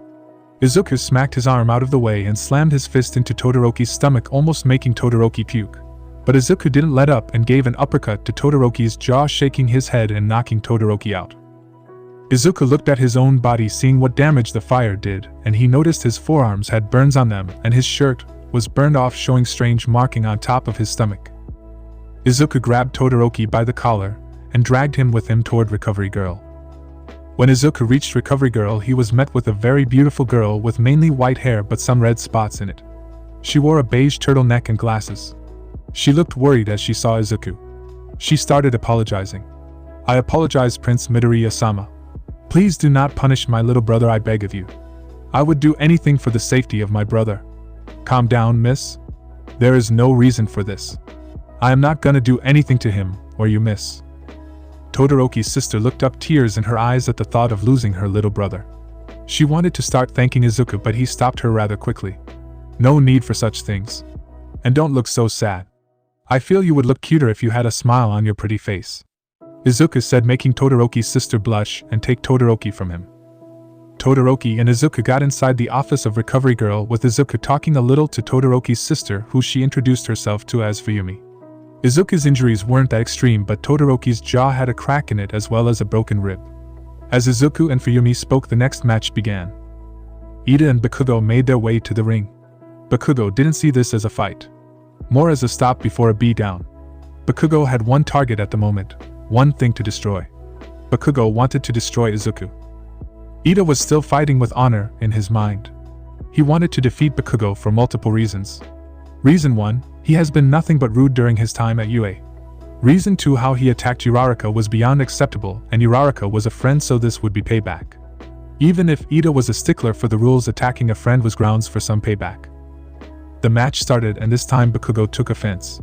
He wanted this fight to be over. Fighting someone fast is boring.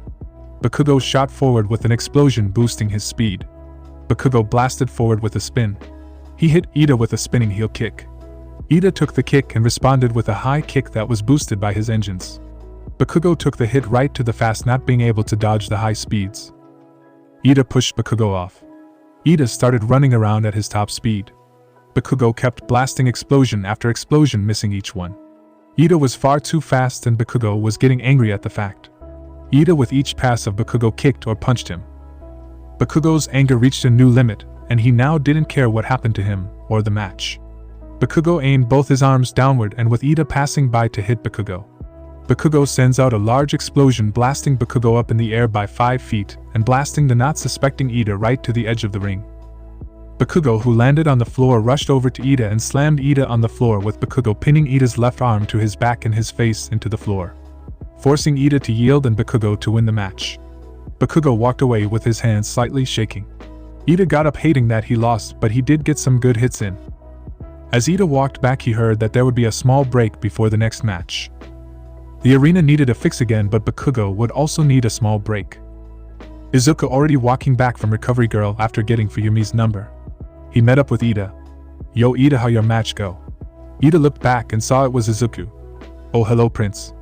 It didn't go as planned, for I lost. Your next fight will be against Bakugo." Izuku placed his arm over Ida's shoulder. "Don't worry Ida. I didn't want to fight you anyway. I like you too much. Now I get to kick Bakugo's ass for his actions. Oh, and don't call me a prince. It's Izuku or Midoriya.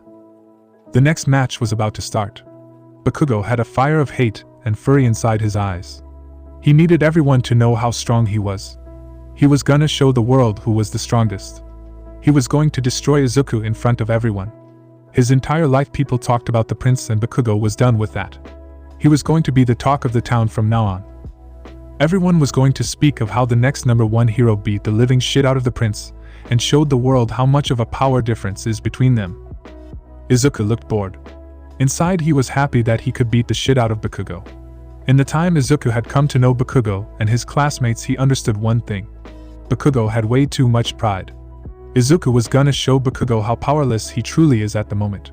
Bakugo didn't seem like a bad guy. Alfred and Jean searched for every person in his class and of the teachers to get to know who they were. Izuku was against it, but seeing as his mother requested it, he was not one to argue. Izuku only wanted to know about one person, Bakugo. Izuku wouldn't even look at the papers of his classmates, as it would be rude. But he was curious for Bakugo. How could one man grow up with that much pride?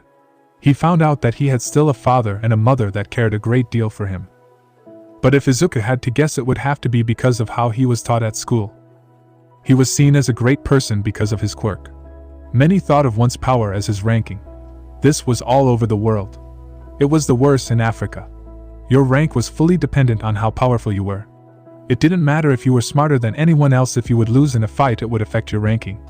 Bakugo's school might have had the same thoughts, only on a calmer scale. But Izuku was going to change that.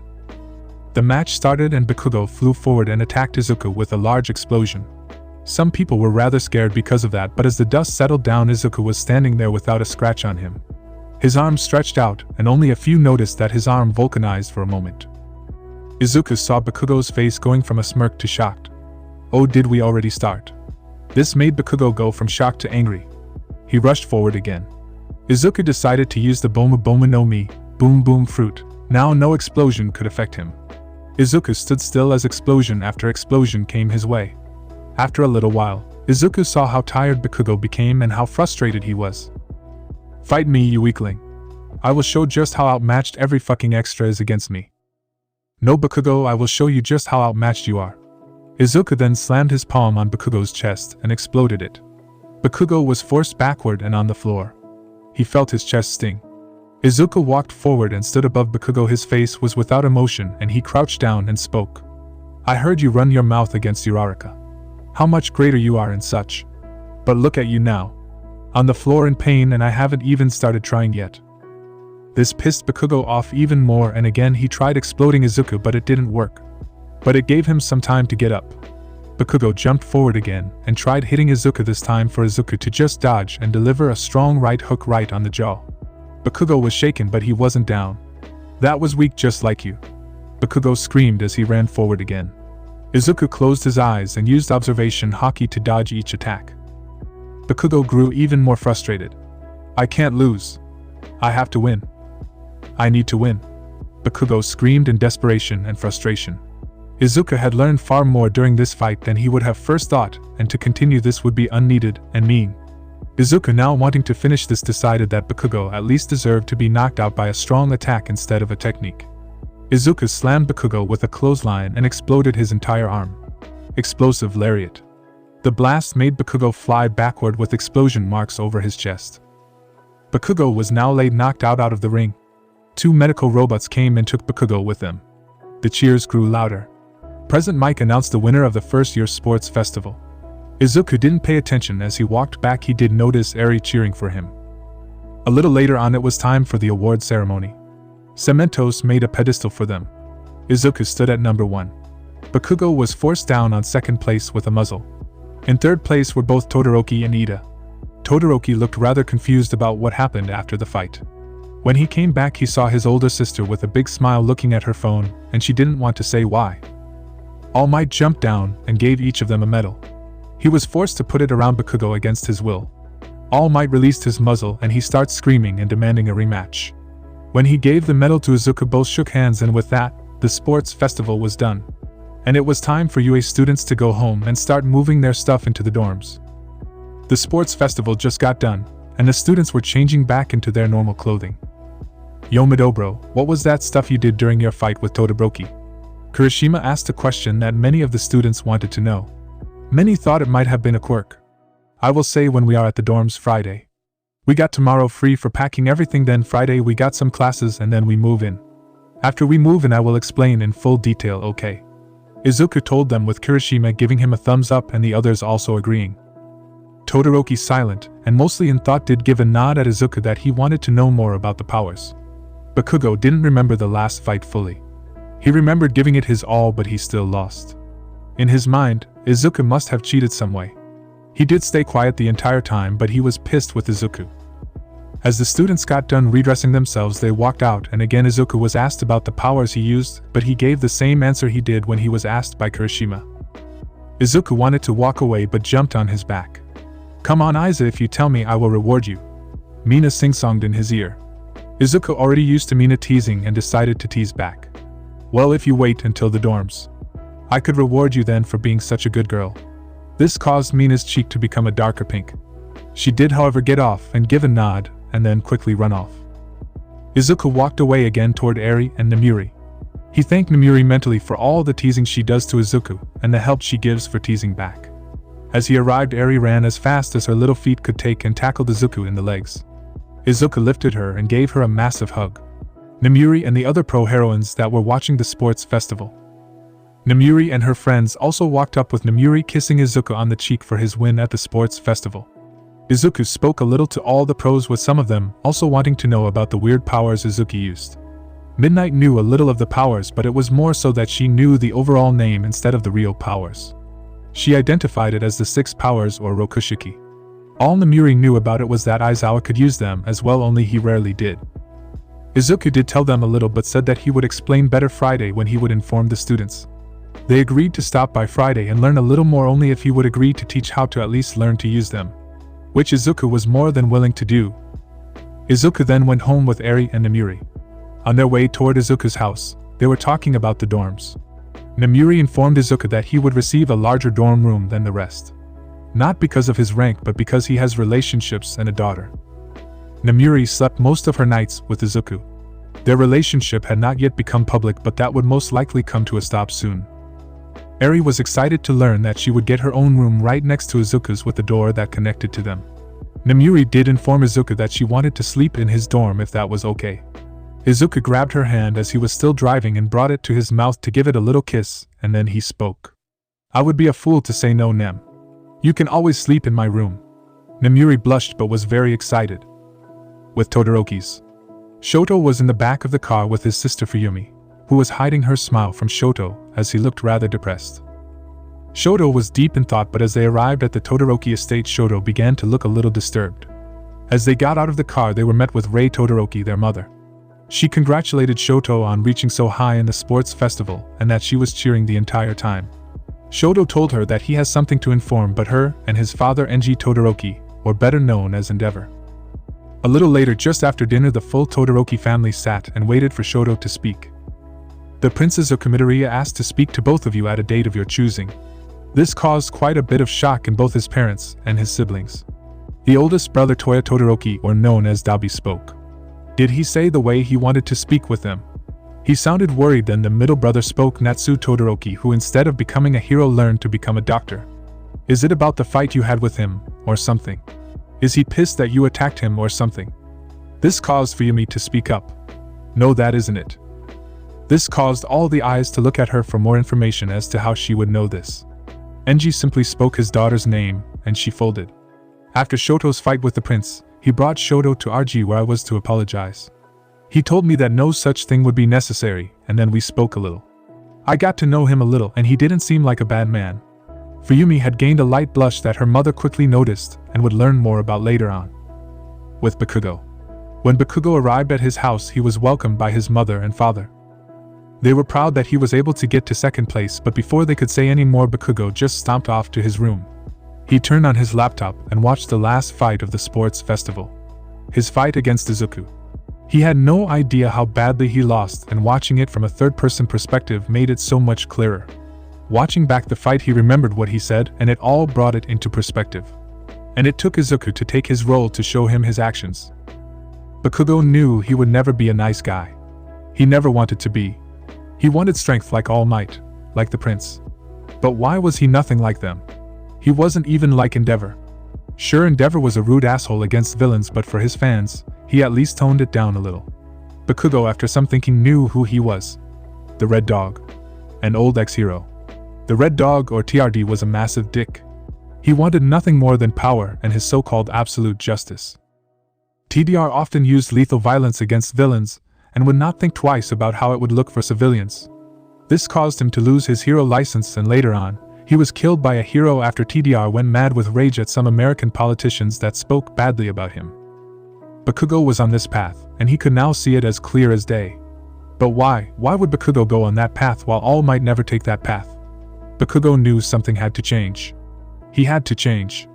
He would try, and instead of just focusing on just becoming stronger, he would try and become stronger and grow some bonds. Maybe not friendships, but maybe a rivalry. With Achiko.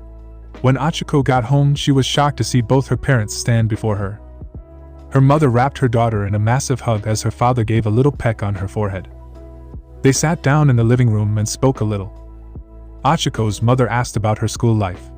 "How about it, sweetie? Got your eyes on a guy or a girl yet?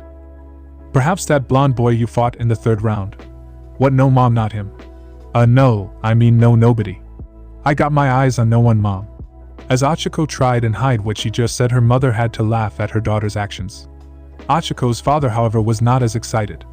"Sweetie, who is the person you have eyes for?" her father said as Achiko tried hiding it, but after saying that he would not give her the mochi they bought for her, Achiko gave in. "Well, the thing is, I might have a crush on some boy, but I don't know if he feels the same or if what I feel is a crush." "But who is it, sweetie? Common, you can tell your mama." "Maybe it's that red and white-haired boy, he was rather good-looking." This made Achiko shake her head again. "It's the prince." She spoke in a soft voice, almost unbearable. After having to repeat it twice again in a quiet tone, being far too shy about it, she decided it would be best to just say it. So she spoke a little louder than she first wanted. "It's Izuku." This caused both her parents to be shocked. It's not an everyday thing that your daughter informs you that she has feelings for one of the highest-ranking people in Asia, maybe even the whole world. "Achiko, did you mean the Prince of Asia, Izuku, or was it a different person?" her father asked.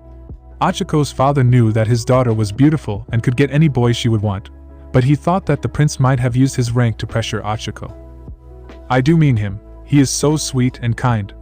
Achiko started saying more things, but both her parents could hear her anymore as she started whispering it at fast speeds, and they had something else on their mind. Achiko's father was worried for her. What if the prince would force himself on Achiko? Her mother was happy. In her mind, Achiko and the prince were dating now, and Achiko was an official princess, and she could not be happier for her daughter. With Mina.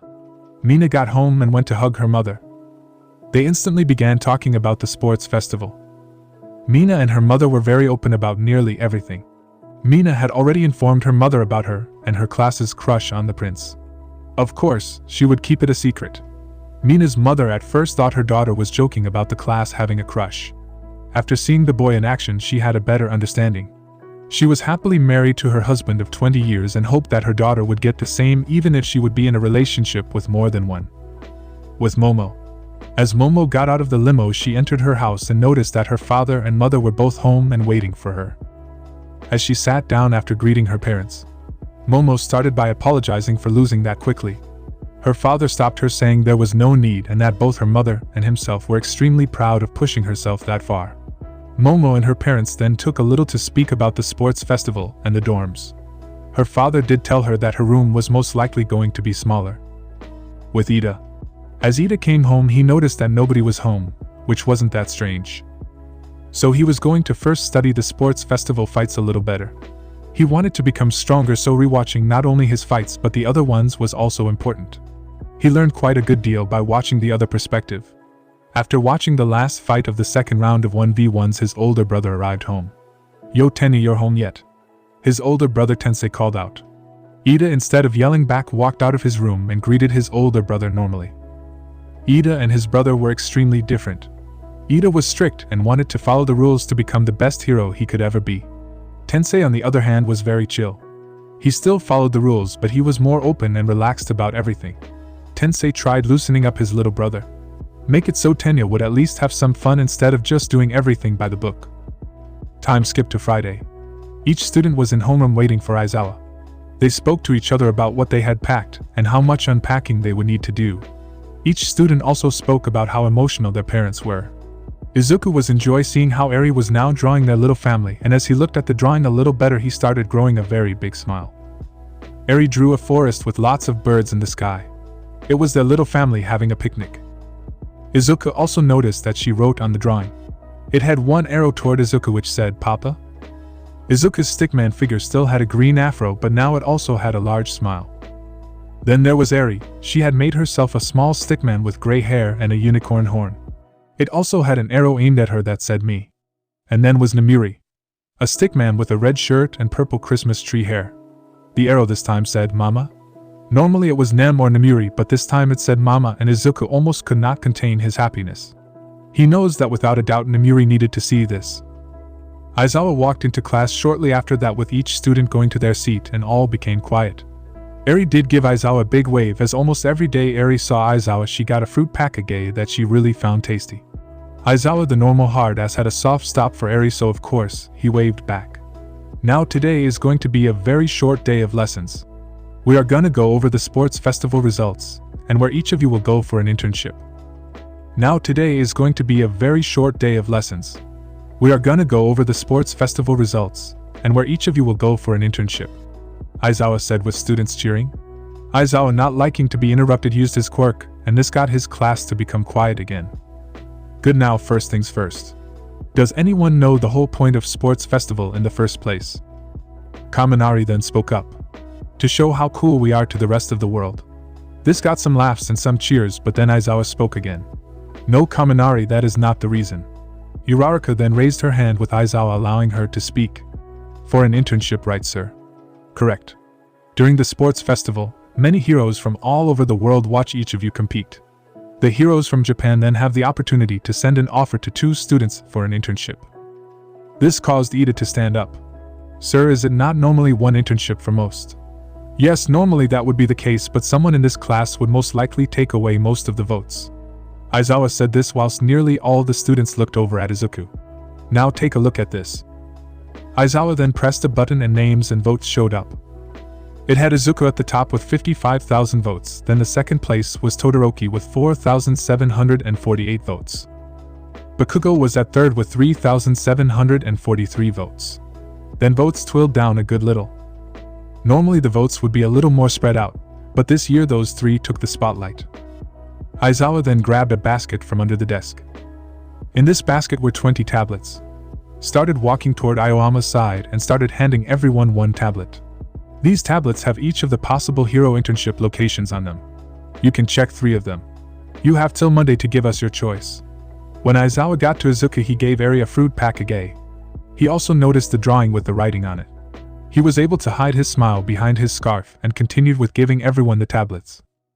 Each of the tablets requires your name as a username and your school ID as your password. Now then, for the second part of today, we are gonna go over the sports festival. Aizawa then showed the sports festival and showed the race. It showed every student the obstacles. You all did some good work, but you could improve. Midoriya, your time set a new record, but you wasted loads of time in the beginning with you talking to your daughter. Overall, you were impressive. Izuku nodded this with Eri softly whispering, "Sorry, Papa." Izuku told her of course that saying sorry wasn't needed. In the first, I saw some spots for improvement, but you will learn that over the years at UA. Kirishima doesn't put yourself at risk for everything. I understand you want to be an unbreakable shield, but putting yourself in harm's way for everything would just get you hurt. Then for the second event. Girls, very good job.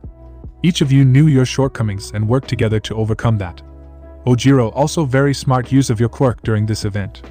Bakugo, also good work on your quirk, but try changing your hands a little to redirect more force for a higher speed. The third part of the race. Each of you took your time to not explode. Bakugo, watch where you're going. You stepped on a landmine simply because you didn't look at your surroundings. Robin, impressive use of your quirk here. I would suggest that each of you would learn how to move at high speeds while sneaking around.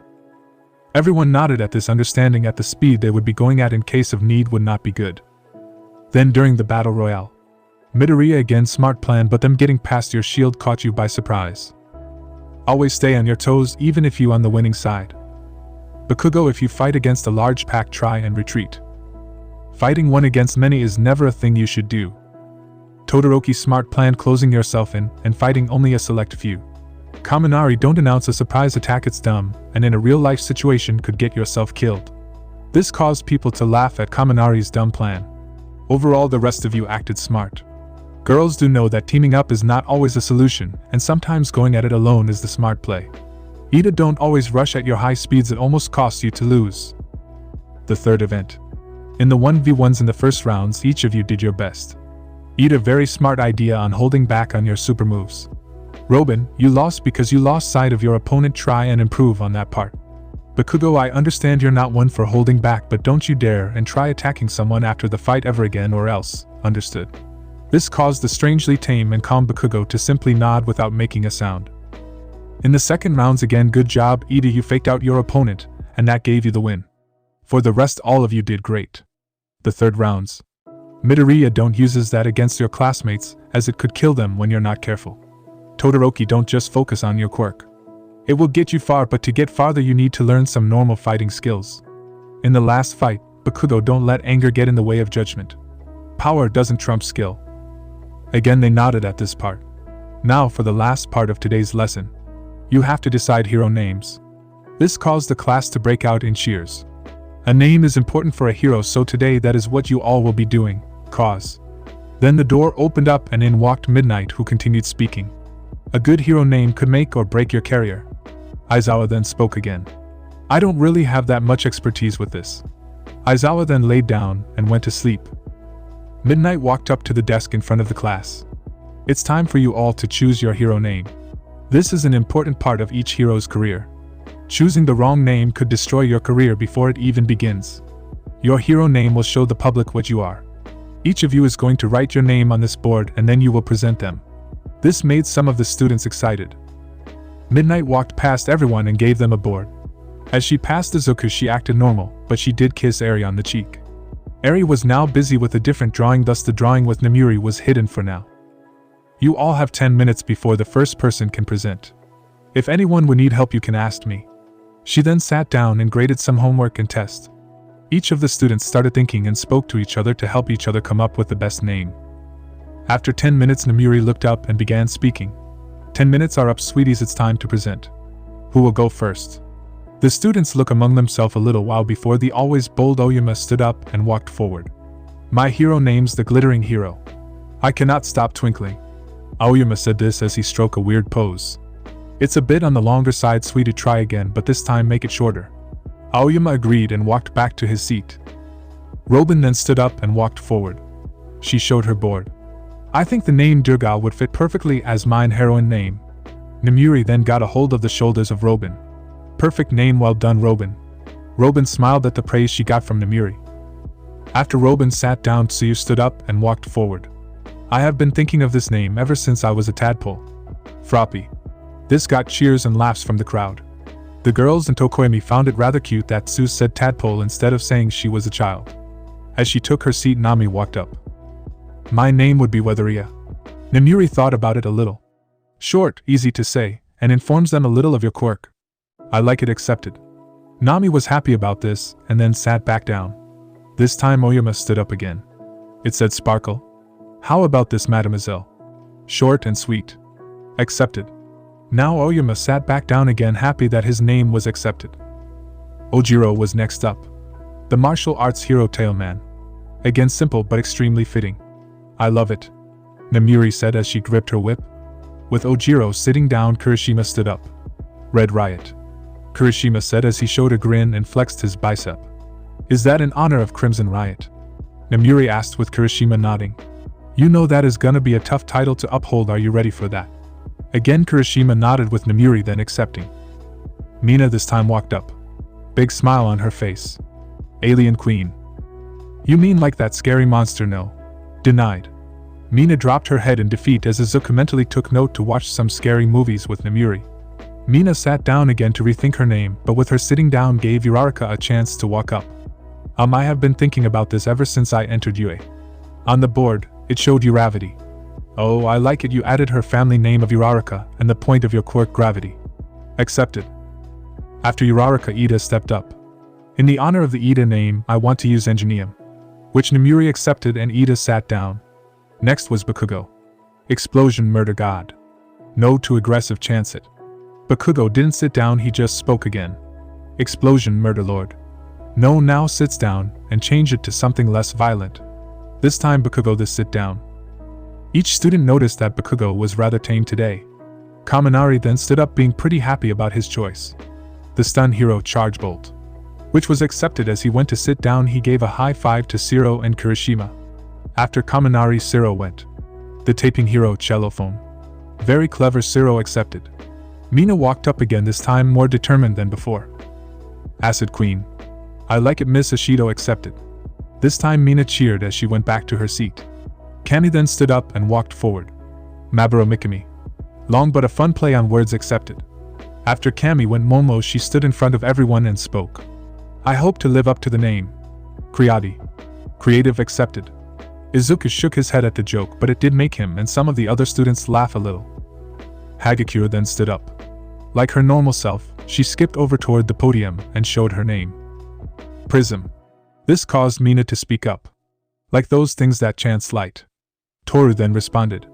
Yeah, after the sports festival Nizu wanted to speak to me, and we found out that my quirk doesn't make me invisible, I reflect light in a certain way that hides me from the visible wavelengths. I should be able to change that once I get a better hang on my quirk. The class then erupted, and that is so cool and awesome. Toru's name was accepted and she went to sit down, with now Todoroki walking up. On his board it simply said, Shoto. Namuri looked at him a little confused. Is it not allowed? It is. Are you sure about this? With Todoroki nodding and sitting back down after it was accepted. With Todoroki sitting down, Tokoemi took the chance to show his name. Tsukiyomi. I like it accepted. Tokoemi sat back down and Sato went at the front. His board read the sweets hero. Sugerman. With it getting accepted right away. Jiro walked forward quickly, not liking that she had to present her name. Earphone Jack. I see, like you quirk. How cute accepted. Namuri said with Jiro blushing that it was called cute. Now the last two are Bakugo and Midoriya, who will go first. Before Izuku could even stand up, Bakugo stood up. Ground Zero. Very nice choice. The site of a bombing is often called a ground zero, and with you being a walking bomb it is rather fitting. Bakugo sat down without making a sound, and now Izuku walked up. The students were curious what the Prince of Asya would use as his hero name. Akuma. Like the devil. Mina yelled out with Izuku chuckling. Yeah, I won that. The sword-wielding demon brings misfortune to all that gaze upon him. I plan to arrest and take down all villains that I see, so fitting is it now. And with my powers being given from the Sea Devil. But you're not carrying a sword though, Kaminari said. But I do have swords and I do plan carrying one. At the moment it's still getting repaired. I should get it before the internships. This made most of the students excited. Namuri accepted the name and told Izuku to sit back down. She walked back to the desk herself and kicked Aizawa to notify him that class was over. Aizawa grumbled something under his breath and got up while giving the stink eye to Namuri, who was still in the room waiting to go to the dorms with Izuku and Eri.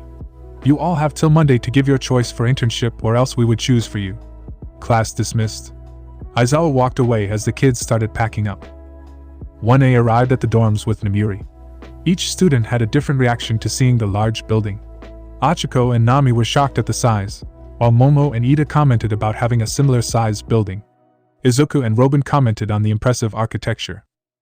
Midnight then started to explain the dorms. Welcome everyone to the UA dorms, or also known as Height Alliance, she said as she opened the door.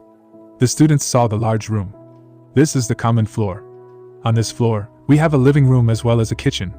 The showers are also on this floor, but they are split by gender. And for anyone shy, don't you worry. Within the shower room, there are multiple stalls to shower in private. This made some of the guys a little at ease. They weren't extremely shy, but having some privacy whilst showering is also nice. There is also a bath in both shower rooms. In the common area, there is also a room for your laundry, and last but not least is the courtyard.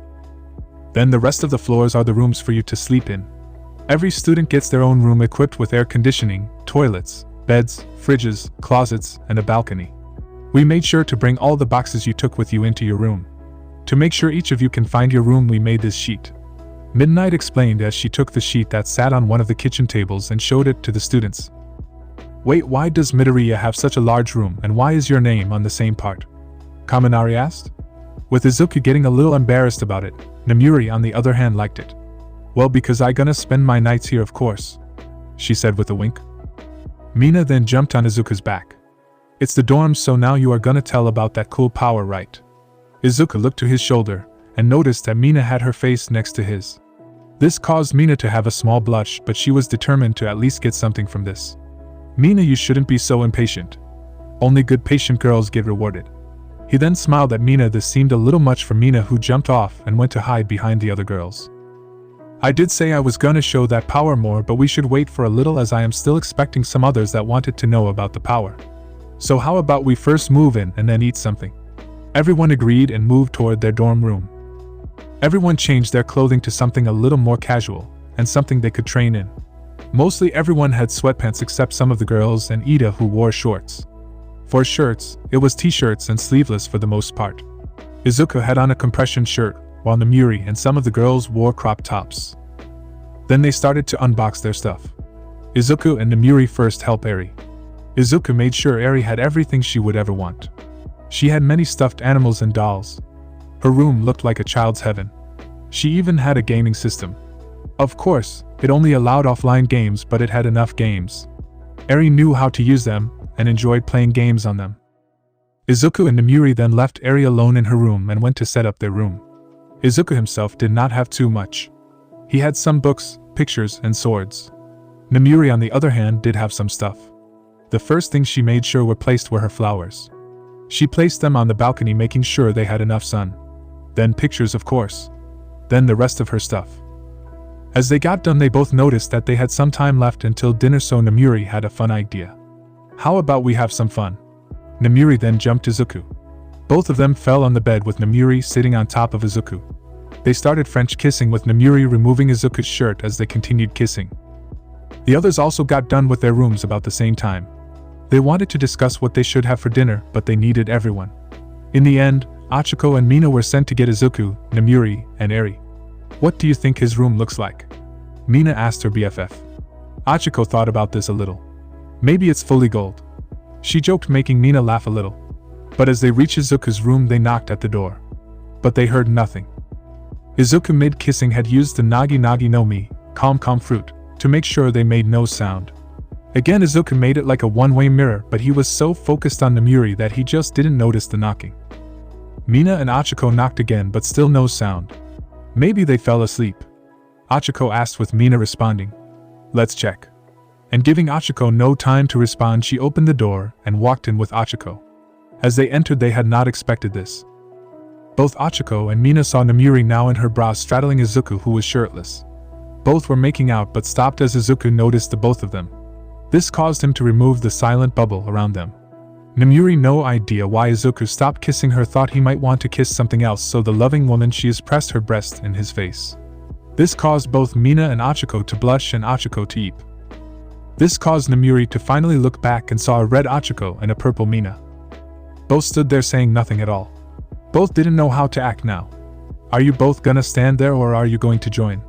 Izuku, who had his face still pressed between Namuri's breast, had not accepted this. Mina, seeing this as a great opportunity, walked up and pulled Izuku's head out from between Namuri. Izuku, who had a blush on his face, not expecting to put on a show, looked Mina right in the eyes. Mina then pressed her lips against Izuku's. Izuku kissed back. He placed one of his arms that were around Namuri around Mina, placing his hand on her lower back, and he pulled her closer. After kissing for around a minute, they parted ways. Mina had a smile on her face. I wanted to do that for a while now. Achiko walks up as well. Mina has been her friend ever since middle school. So if Mina could do this, so could Achiko. She stood on the other side of Izuku, and all her previous confidence was gone. Izuku looked Achiko in the eyes, and this time he acted. He used his other arm and placed his hand on her cheek. He slowly leads Achiko's face down toward his, and as she was right before him, they kissed. Namuri, who was still on Izuku, was happy. She was aware of their crush and even Izuku's crushes. Namuri had asked Izuku about some of his crushes. Izuku, not wanting to hide anything from Nomuri, informed her. Izuku had quite the crushes on heroines. Something Nomuri enjoyed hearing. Now seeing these girls that were far too obvious about their crush. Kissing their crush and seeing the enjoyment in their actions. Achiko and Izuku spread apart, and they were quiet for a little while. Both Achiko and Mina, now not caring anymore, jumped Izuku, both kissing him as they laid on the bed. This went on for a little while until they heard a loud knock. Midoriya and Miss Kiyama, are both of you in your room? We wish to discuss dinner as a group. Ida was now at the door. This made both Mina and Achiko blush. Not only did they fail at what they first had to do, but now they were about to be found out. Thanks for telling me, Ida. We will be down soon. Izuku yelled back as both Mina and Achiko jumped of Izuku and straightened their clothing and hair as best as possible. Nomuri simply grabbed her shirt from the floor and put it on again. Izuku had to clean his face a little as he kisses marks all over his face. Just as Izuku went to the sink to clean his face, Eri walked in. Papa, I am hungry. But Izuku was not in the room, only Nomuri, Achiko, and Mina. Where is Papa? He got something on his face, sweetest, so don't worry. Okay, Mama, Eri said with a smile. Nomuri just stood there. Eri walked up to Nomuri and pulled on her pants. Mama, are you okay? This was too much for Nomuri, who then hugged Eri whilst getting tears in her eyes. Mina and Achiko found it cute, but also had a small feeling of jealousy at this. They too wanted to be called Mama, but that could wait. When Izuku walked back out, he was informed about what just happened and was a little disappointed that he couldn't see Nomuri's face when Eri said that, but was still happy. They all walked down together, and the second they were in the common room, Mina and Achiko were called out by Nami and Kanmi. Why are both of you such a mess? Yeah, fam, your hair is tots a mess. Both Mina and Achiko tried their best to fix their hair and clothing a little better whilst trying to come up with a good excuse about it. But Nomuri was having no such thing. Well, what do you expect, my Zuzu is such a great kisser. This caused the guys to laugh at Achiko's reaction. The girls on the other hand blushed, but they had to giggle at Achiko, who thought that hiding behind Izuku would help their case. They all ate dinner, which was fried rice with beef. They noticed that Achiko and Mina were closer to Izuku. To all the guys it was more than clear that all the girls had feelings for Izuku. It was tough for the guys that were still single, but it's not like they could force the girls to change their minds. After dinner, Nomuri receives a text from Aizawa saying that the pros were at the front gate, and he would bring them to Ground Alpha. Nomuri informed the rest of the class. Everyone of 1A went with Nomuri. Izuku had Eri on his neck, with Mina and Achiko getting interrogated by the other girls. As they arrived at Ground Alpha, they saw the small group of pro heroes. In the group heroes, it was Rumi, Mirko, Ryuko, Ryukyu, Mount Lady, and Aizawa. All of them wore workout clothing except Aizawa, who was simply in his hero costume. Rumi wore sweatpants with a top that had carrots on them. Ryukyu wore the same clothing, only a blank shirt instead. Yu wore tight yoga leggings that showed her well-trained butt, as well as a top that gave her breast a boost. She was here not only to grow stronger but also to make sure to get on the prince's radar. Izuku did notice Yu right away, much like all the other guys. It was hard to not notice someone like her. Izuku placed Eri down and then spoke. So everyone here wants to know about the thing I used during my fight with Todoroki, right? Causing everyone to nod. Wait, Mr. Aizawa, didn't you know how to use this? I do, but I am not skilled enough in them yet, and wish to learn more about them. Well, okay. Well, what I used were known as the 6 powers or Rokushiki. Anyone can learn them, but they require hard training. The first thing I used was Shurgon or finger pistol. The Shurgon is a close-quarter combat technique, in which the user pushes their finger into a certain target at a very high speed, leaving a wound similar to a bullet wound. Momo, could you create a metal sheet for me? Momo did as she was asked.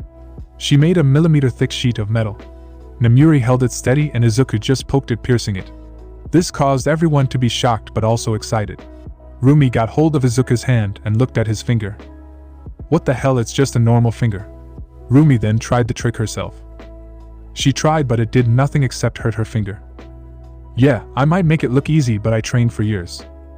To train this technique you have to start with sand and paper. You first slam your finger or fingers into the sand to harden your fingers. After doing that for a little while you start using your finger on the paper. Izuku showed what he meant as he had a paper, and used some tape and string to make the paper float mid-air. That's it. Rumi asked, not to believe that trying this would be enough to pierce metal. Izuku let her try, and as she tried piercing the paper she did nothing more than pushing the paper away. After a minute of trying she got mad. This is bullshit. As Rumi said this, Aizawa got up to try, and it kind of worked for him. He ripped the paper apart, but the hole was not neat. Izuku then grabbed a new paper and did it himself. The paper that was midair was pierced without moving an inch. Now the sense skill I used was Saru or Shave. The Saru allows the users to move at extremely high speeds to avoid attacks, as well as to attack at higher speeds and with greater power. Izuku showed how to do this by disappearing for sight and to reappear a little farther away, and he then did it again to relocate to the same location. For this to work, you have to kick off the ground at least 10 times in the blink of an eye. I learned this by running in place a lot. Weighted running and jumping. Moving my legs as much as possible. Next is Jeppo or Moonwalk. The Jeppo allows the users to actually jump off the air itself, allowing them to stay in the air for much longer than usual. Users can use this technique to cross great distances without ever touching the ground, or set themselves up for swift, aerial attacks. At first, people thought this had to be a joke. Until Izuku did it. Now Izuku stood mid-air jumping in the air. Rumi, seeing how he did it, tried to do it herself. She was able to stay mid-air for 2 jumps until she fell to the floor on her butt. Izuku landed on the floor and rubbed his legs a little. I trained this by running far and long, and jumping with weights. Next is one Tekai or Iron Body. The Tekai hardens the user's muscles to the level of iron, to nullify damage taken from attacks. This caused Zero to speak. So it makes you unbreakable. No, not even close. With enough force, you can break through. I assumed that Mirko could break through it with a kick. This caused Rumi to feel prideful. Hearing such a compliment from the prince was great. Izuku then hardened himself and let Kirishima punch him. This made Kirishima hold his hand in pain. I guess saying you got abs of steel isn't a joke, Nami said, making people laugh. You train this by hardening your muscles and skin. Training involves working out and getting slapped a lot. At least it did for me, Izuku said as she shuddered at his training with his teachers. Aizawa knew that training was hard, but for someone like the prince who has fought villains before, and even a self-made monster before, to shudder at the thought of his trainers. Those would be people Aizawa would never want to meet. Now the 2 last techniques. Rankyaku or Tempest Kick. Izuku showed this off by kicking, and the blade of air that came out cut one of the nearby trees in half. The Rankyaku is a powerful projectile technique, in which the users start by kicking at very high speeds and strength, sending out a sharp compressed air blade or sickle wind that can slice objects and greatly damage a human body. It's not only the feet that can do this. It's even possible to do it by hand or even with your neck. People like Ojiro should be able to do this with his tail. It might even be possible for Tsuyu to do it with her tongue. This training just requires speed. Speed is needed for it to work. I learned this by using large weights to slow me down. With the 6 powers, learning Rankyaku, Jeppo, and Saru often happens together, as each of them has similar training requirements. Rumi again tried this, but she wasn't fast enough. She could shoot out a small wind, but nothing that would do damage. Last but not least is Kami or paper art. The Kami makes the user's body extraordinarily flexible to avoid any attacks, float and bending their body like a piece of paper. Its training is more or less just instinct and lots of stretching. As Izuku helped people learn whatever skill they first wanted to, he was asked by Shoto to come with him for a second. As they were out of range from people to hear, Shoto began speaking. I told my parents that you wanted to speak with them. They asked if tomorrow was alright. Sure thing. Tomorrow is fine for me. Anything else? Yes, one more thing. Thank you for helping me. Izuku told him thanks were not needed. Both of them went back to the group and started training. As Izuku and Todoroki came back to the larger group, Todoroki went to his group of friends and started stretching so they could start the real training. Izuku started stretching as well and even helped some of the others with their stretches. As Izuku did some basic stretches with Eri trying them as well, he noticed the girls. Most of them were trying to loosen up, but some did it whilst giving a little show for Izuku. Izuku might not have many skills with women, but Izuku knew when people were interested in him. He was taught how to read people from an early age. It was obvious for Izuku to see who was into him, but he just doesn't act on it most of the time for not wanting to force anyone into anything. Izuku figured Achiko and Mina had feelings for him around the Usch. He just didn't act on his feelings for them because he wanted it to be their choice. He did not want them to feel forced into the relationship. And now with this, Izuku knew from Namuri and the actions that the pro-heroines that wanted to train with them at least had a crush on Izuku. He was also pretty sure that nearly all the girls from 1A had feelings for him. Well, he wasn't sure about Robin, as was rather hard to read, but Namuri told him that she did have feelings for him. Izuku and the others were done stretching and got done with a warm-up so that they could start training for the 6 powers. Izuku was going to teach them all at the same time, all the same powers. First up was Jeppo or Moonwalk. Aizawa assumed it was going to be a heavy leg workout to improve the muscles so they could move faster, but as Izuku informed them, technique trumps power in the case. Sure, a certain level of power was needed, but even if you had enough power to use it was useless without the technique. Izuku showed them the correct jumping technique. He did it as slow as possible and as many times as needed. Aizawa knew how to do it, he was just sloppy with it. Yu and Namuri competed with each other, and needed far more help than the rest, but it was clear they just liked being that close to Izuku. Speaking of Izuku, he teased Yu and Namuri at every chance he got. After around 45 minutes of pure training, they were done. They sat down with everyone being far too tired to move around at the moment. Izuku, who hadn't really trained, was doing a workout on his own as everyone took a break. Izuku was doing handstand push-ups at the request of Namuri and Mina. Then they saw the mark on Izuku's stomach, with Kirishima asking about it. "Yo, my bro dia, what is that on your abs, man?" Izuku, who was still doing push-ups, spoke as if he was doing nothing. "It's a part of my powers. It holds the 9 beasts of the Sea Devil. That is where they are sealed, and that is what I use to summon them. So you are even stronger than we thought before," Siro said with some nodding their head. "Well, sort of. Well, I can use them to increase my power, they don't make me stronger." Izuku then stopped doing push-ups and sat down with Eri, giving him something to drink. "It's sort of like Dark Shadow, only they are not stuck to me." Rumi then spoke up, as was still there mainly to speak with her friends. "So what is your power in there? I know you said Sea Devil, but what really is that?" Well, the Sea Devil was a story that people told their children about. Long ago, during a time where the world was overrun by water, there was a pirate. This pirate wasn't like any pirate before. This pirate went by the name Joy Boy, and during his time he defeated many gods that ruled the world. These gods hated Joy Boy and they decided to curse him. They gave him the power of all the previous gods, but it would cost him his piracy life. The sea would hate and despise him. If he would come in contact with the sea, it would suck the power out of him and weaken him. Joy Boy, not wanting to be removed from his passion, still went up and traveled the seas. During his travel, he came across 9 beasts that he defeated and swore loyalty to him. On his final trip, Joy Boy attacked the gods that gave him the powers again, but this time he died, with the 9 beasts dying next to their master at the battlefield. His actions that day created the world we live in now. Izuku told them, with most of them already knowing the story. "Yeah, nice story and all, but you still haven't explained your powers." Rumi spoke. "Well, I can do a lot, but for the 9 beasts, they each have one ability. But instead of explaining it, I will just show you all. I do need to draw blood for this, so yeah." Izuku then walked a little part away and removed his short. Izuku then bites his thumb, and it started to bleed. With the blood, he drew the kanji for one, or ichi. A poof of smoke came and there stood a large beast. The beast is a sandy brown colored black. Markings all over its face, body, and tail. It has a jagged, concave mouth with no tongue, and the sclerae of its eyes are black, with yellow irides and pupils that each takes the shape of a black 4-pointed star with 4 black dots around it. "Why did you summon the mighty Shikaku, weak human?" This confused most of the people watching, while Eri walked up to Shikaku and spoke. "My papa is not weak." Shikaku, who stood as tall as All Might, brought his face down to Eri and sniffed a little while. He knew not to be mean to this girl, as all the beast has seen what happened to her. Shikaku only grumbled and looked away. "Well, this is Shikaku the One-Tail. His power is sand defense."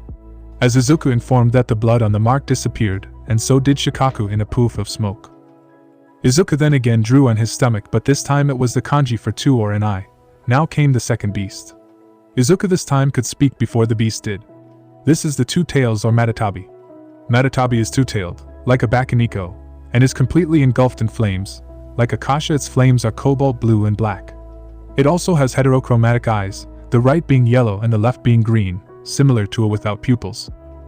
"Hello, Master Izuku," Matatabi said as she stood at the size of a tiger. Matatabi was sitting on her hind legs. "Hello, Matatabi. Everyone, this is Matatabi. She is the 2 tails and holds the power of blue and black fire. While she can use normal flames, Matatabi's normal flames are blue, and she is even able to push it to black for a couple of attacks, but she becomes tired because of it." Matatabi showed this by shooting a little blue fire out of her mouth. "Wait, blue and black fire?" Todoroki asked, with the students not really knowing the difference. They looked at him for more info, which he gave. Most fire is red, as everyone knows. It changes color the higher the temperature gets. It goes red, then white, and then blue, being the hottest. My father and brother can use blue fire, but they have to work up to that. Black flames are just as hot as blue fire, only nothing can put it out. They burn until the target is burned up. This made some students' eyes widen with shock. We will train soon, Matatabi. Matatabi then went away in a poof of smoke again. Next is the three tails Isabu. Then again Izuku drew on his abs. Now it was the kanji for three, or san. Out of the smoke came Isabu. Isabu primarily resembles a large turtle, but with a crab-like shell, spikes all over its body, and three shrimp-like tails. Under its shell, it has red, muscle-like tissue. It has a pair of human-like arms and hands, but no hind legs. His face is concealed between a large forehead and lower jaw, both of which have spikes. Its eyes are red and have crimson pupils. Hi. This was all Isabu said. Isabu has by far the greatest defensive body from the sea beast. And with his power coral, he is a real powerhouse. It can grow and control coral, using it to attack or capture people. Eri, who once again walked closer, patted Isabu on his head with Isabu using one of his arms and got hold of her arm. He then created a coral flower, one that Eri very much enjoyed. Isabu then, like the others, disappeared in a poof of smoke. Now Izuku had to open his thumb again as his wound closed up. He now drew the kanji for 4, or sure, on his mark. The fourth beast is Son Goku. Son Goku is a red-furred and green-skinned monkey, with a body build of a gorilla. It has eyes with yellow irides and white pupils, spike-like protrusions along the length of its tails, elongated blunt fangs, and 2 long horns curving upwards on its forehead like a crown. Both its fangs and horns are dark-tipped. In its mouth, Son doesn't have a tongue but has an opening that is shaped like a dome volcano. It's Son Goku, king of the sage monkeys, handsome monkey king, great sage equaling heaven. Son stood again at the size of All Might, with Izuku shaking his head a little. Yes, that is his full title, but for short it's Son Goku. Everyone looked him over a little before Izuku continued to explain his power. Son Goku here can turn his skin into magma as a defense. This makes attacking him with brute force near impossible, as you would melt away. Izuku gave Son Goku a nod, and then again he went to smoke. Izuku drew the kanji for 5, or go, as he informed everyone. Next is 5 tails, or Koko. Koko primarily resembles a white horse, but with a dolphin's head. It has 2 pointed long horns and 3 shorter horns in front. The ends of its horns, hooves, and tails are tan, with some of the same colored spots before the tan areas of its horns and hooves. It also has red markings under its dark blue-green eyes. Pretty horsey. Eri yelled as she ran toward Koko, who kneeled down, and with the help of Izuku took place on the back of Koko, who walked around a little bit, with Eri being very excited while Izuku spoke a bit on Koko's abilities. Koko has a steam ability, allowing attacks and defense with steam. Koko, please come back. Koko then came back and stopped right in front of Izuku so that could take Eri from Koko's back, who then poofed into smoke. Izuku drew the kanji for 6, or Roku, on the mark. 6 tail is Saiken. Saiken has a similar ability to Mina. Saiken can secrete a corrosive substance. This can be both liquid and gas. Saiken is an enormous white, with a light bluish tint, bipedal with stubby arms, feet, and 6 long tails. It has 2 prominent optical tentacles, eyes, and hole-like openings as a mouth. Its entire body is covered in a thick, slimy substance. Achiko then, to tease her best friend, spoke up. Yeah, with pink skin that looks just like Mina. Some laughed at this, with Achiko stuck her tongue out to Mina, who had a fake pout on her face. Saiken, after saying hi again, went to smoke. The 7 tails is Komiai, also known as Lucky. Izuku said as he drew the kanji for 7, or Shurchi or Nana. Komiai resembles a blue, armored kabutomushi, rhinoceros beetle, with 6 of its 7 tails resembling green insect wings, along with an actual 7th tail, all growing from the end of its abdomen. The stem of the tail is green, but the wings are orange. Its eyes seem to be covered by a helmet-like skull, from inside of which an orange glow can be seen. It also has spike protrusions on its shoulders and a row of slits on each shoulder, and 6 legs, 3 on each side. The legs are also covered by the blue armor, except for the extreme ends, which are green in color. It has 2 pincers with 3 parts on its face, covering a mouth full of sharp teeth. On its back behind its head, it has a large 2-sectioned horn protrusion. Hello everyone, Chome said as he buzzed around before resting right next to Izuku, with it being the size of Achiko. Lucky here can use blinding power as well as the ability of flight, and at high speeds at that. Chomei showed the speed as he flew around the area at incredible speeds before again turning to smoke. Izuku bit his thumb for the third and last time to get the blood going as he then drew the kanji for 8, or Hachi. 8 tails or Gyuki is second to last of the best. Gyuki is an Ushioni ox demon, with 4 long horns on its head, similar to that of a Jacob sheep. The lower left part of its horns was permanently sliced off in a battle. It also has straight teeth. Gyuki also has a muscular upper body structure, with a hunched back similar to an American bison, arms with spiked protrusions on the elbows, and hands with opposable thumbs like that of a human. Instead of hind legs, its lower half consists of its 8 tails, which resemble the cephalopod arms of an octopus. These tails will grow back in the event they are sliced off. Yo yo yo. How it hanging, my man? Gyuki said as he gave a fist bump to Izuku. Both being around the same height. Gyuki then looked the people over. Gyuki here can use ink to bind enemies. Gyuki went over to Eri, who at first was a little scared, but seeing how each beast acted and how Gyuki acted with Izuku himself, she was feeling a little better. I like this little one. We both got a horn. Gyuki then touched his own and her horn. Gyuki then went low again so that Eri could touch his horn, which she did. He looks badass, manly. Denki and Kirishima said, causing Gyuki to also fist bump them, and then he poofed into smoke. Last is Kuruma, and I will just warn everyone that he is a real troublemaker. Eri comes here for a second. Izuku said as Eri went back up to Izuku and went and stood next to his leg. He made the kanji for 9 or Ku.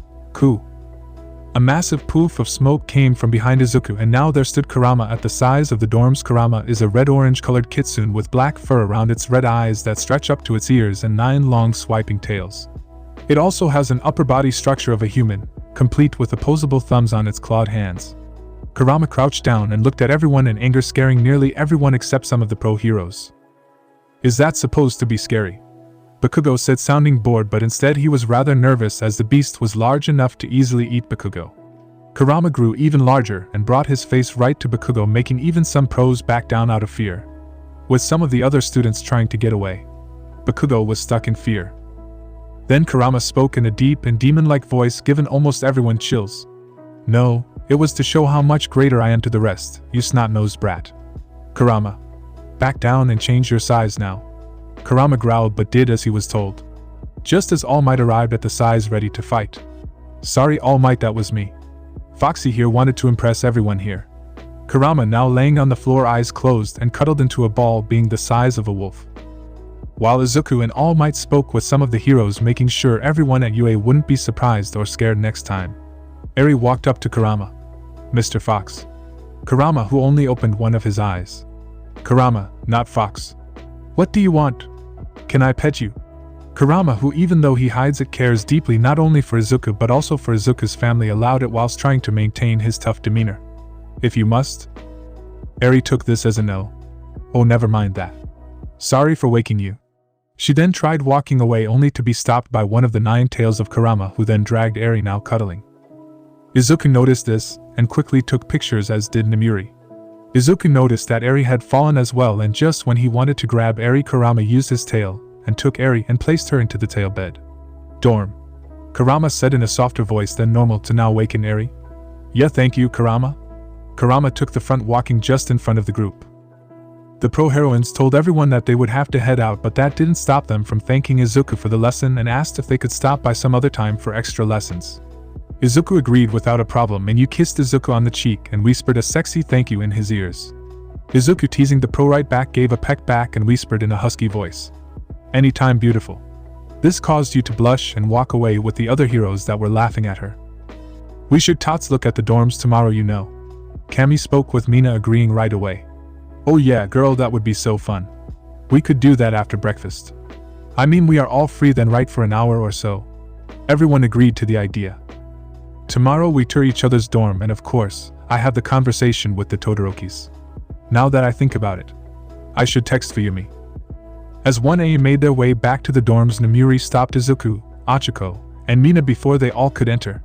Izuku had somewhat of an idea why, but he never knew what Namuri thought. As they reached an area right outside of ear range from the door, Namuri began. I assume you girls know why I separated you from the rest. Achiko could only blush and look at the floor. Mina was blushing as well, but she had a large grin on her face to go with it. Both girls did give a nod, but again Achiko gave a small nod while Mina couldn't nod fast enough. The girls then looked toward Izuku. All three of them wanted an answer. I am keeping silent until I have an answer from both of you. I am not gonna say something that makes you believe I would force it upon yourself to see that is what happens. If you want this to happen or not happen, it's up to you. Izuku told them simply, with the blushes on the girls growing a little more. It didn't matter how he felt. Their feelings mattered. If they didn't feel anything for Izuku, then that was the end. He wasn't gonna tell them, hey, I like you and want to be in a relationship. Both of them thought about it. I do want this if you do, Mina said shyly, which Izuku found extremely cute. Then everyone looked at Achiko, who was not ready for 6 eyes staring at her. She looked to see the emotions. Izuku looked calm, not looking as if he wanted to rush her. Namiri looked at her with a small smile, one instead of the evil, lustful smile that she often showed against villains, but a mature smile filled with love and patience. Mina looked at her bestie with a smirk, knowing what should be her answer. Her thoughts started shooting around. One part screamed to follow her heart. Say yes and accept the love, but then a part of her brain started speaking. You are not worth it. Why would he want someone as poor as you? He couldn't be seen in public with someone along the lines as you. These thoughts became louder and louder, and they could see them from the outside. Namiri, being the teacher, spoke up as she placed a hand on her shoulder. What is wrong, Uraraka? Oka, it's not the money thing, is it? Mina spoke to her friend, who did nothing but give a small nod, being ashamed of it. Money thing? Izuku asked, unsure of the whole thing. He knew about money problems. Even though Asuya had very little poverty, but it was still there. Achiko didn't know how to say it, so she looked at Mina, who took the point and spoke as they first sat down. Yeah, Achiko didn't really grow up with a lot of money. They had it hard. Their construction company doesn't get that many jobs. Is that it? Izuku asked, with Namiri smacking him on the head. This is a big deal for her, so think about her feelings. That is not what I meant. I just mean that if that was the big problem, I can just hire them. We have some projects that we wanted to get done, so instead of hiring the bigger company, we could hire them. I don't want any handouts. That isn't fair, Achiko told all of them. But that isn't what would happen. I would hire them once. That wouldn't solve anything. If your parents fail the job, then we won't really hire them again. And second off, why would money even matter in this? It's not like I am buying you, or you're gonna have to hold some sort of standard to be in a relationship. But what would others think? Achiko tried saying, to which Izuku responded simply. Fuck what others think. Uraraka, this is your decision. It's what you want. Ignore everything else and just say what is in your heart, Namiri said, with Achiko taking a deep breath. I do want this, she said with closed eyes. Izuku, with a small smile, acted after both of them agreed. First, Achiko was somewhat closer. He used his hand and cupped her cheek upward that she had to look at him. He then kissed her lightly on the lips. She melted into the kiss, and they parted. Mina was unable to contain her excitement, and kissed Izuku herself, and jumped him, clinging on him like a koala. They walked the dorms in. Izuku stood tall with Mina clung on her back, her legs around his waist and her head on his shoulder, showering his cheek with kisses. On one hand was Namiri, and on the other was Achiko, who for the last 10 minutes was wearing blush on her cheeks.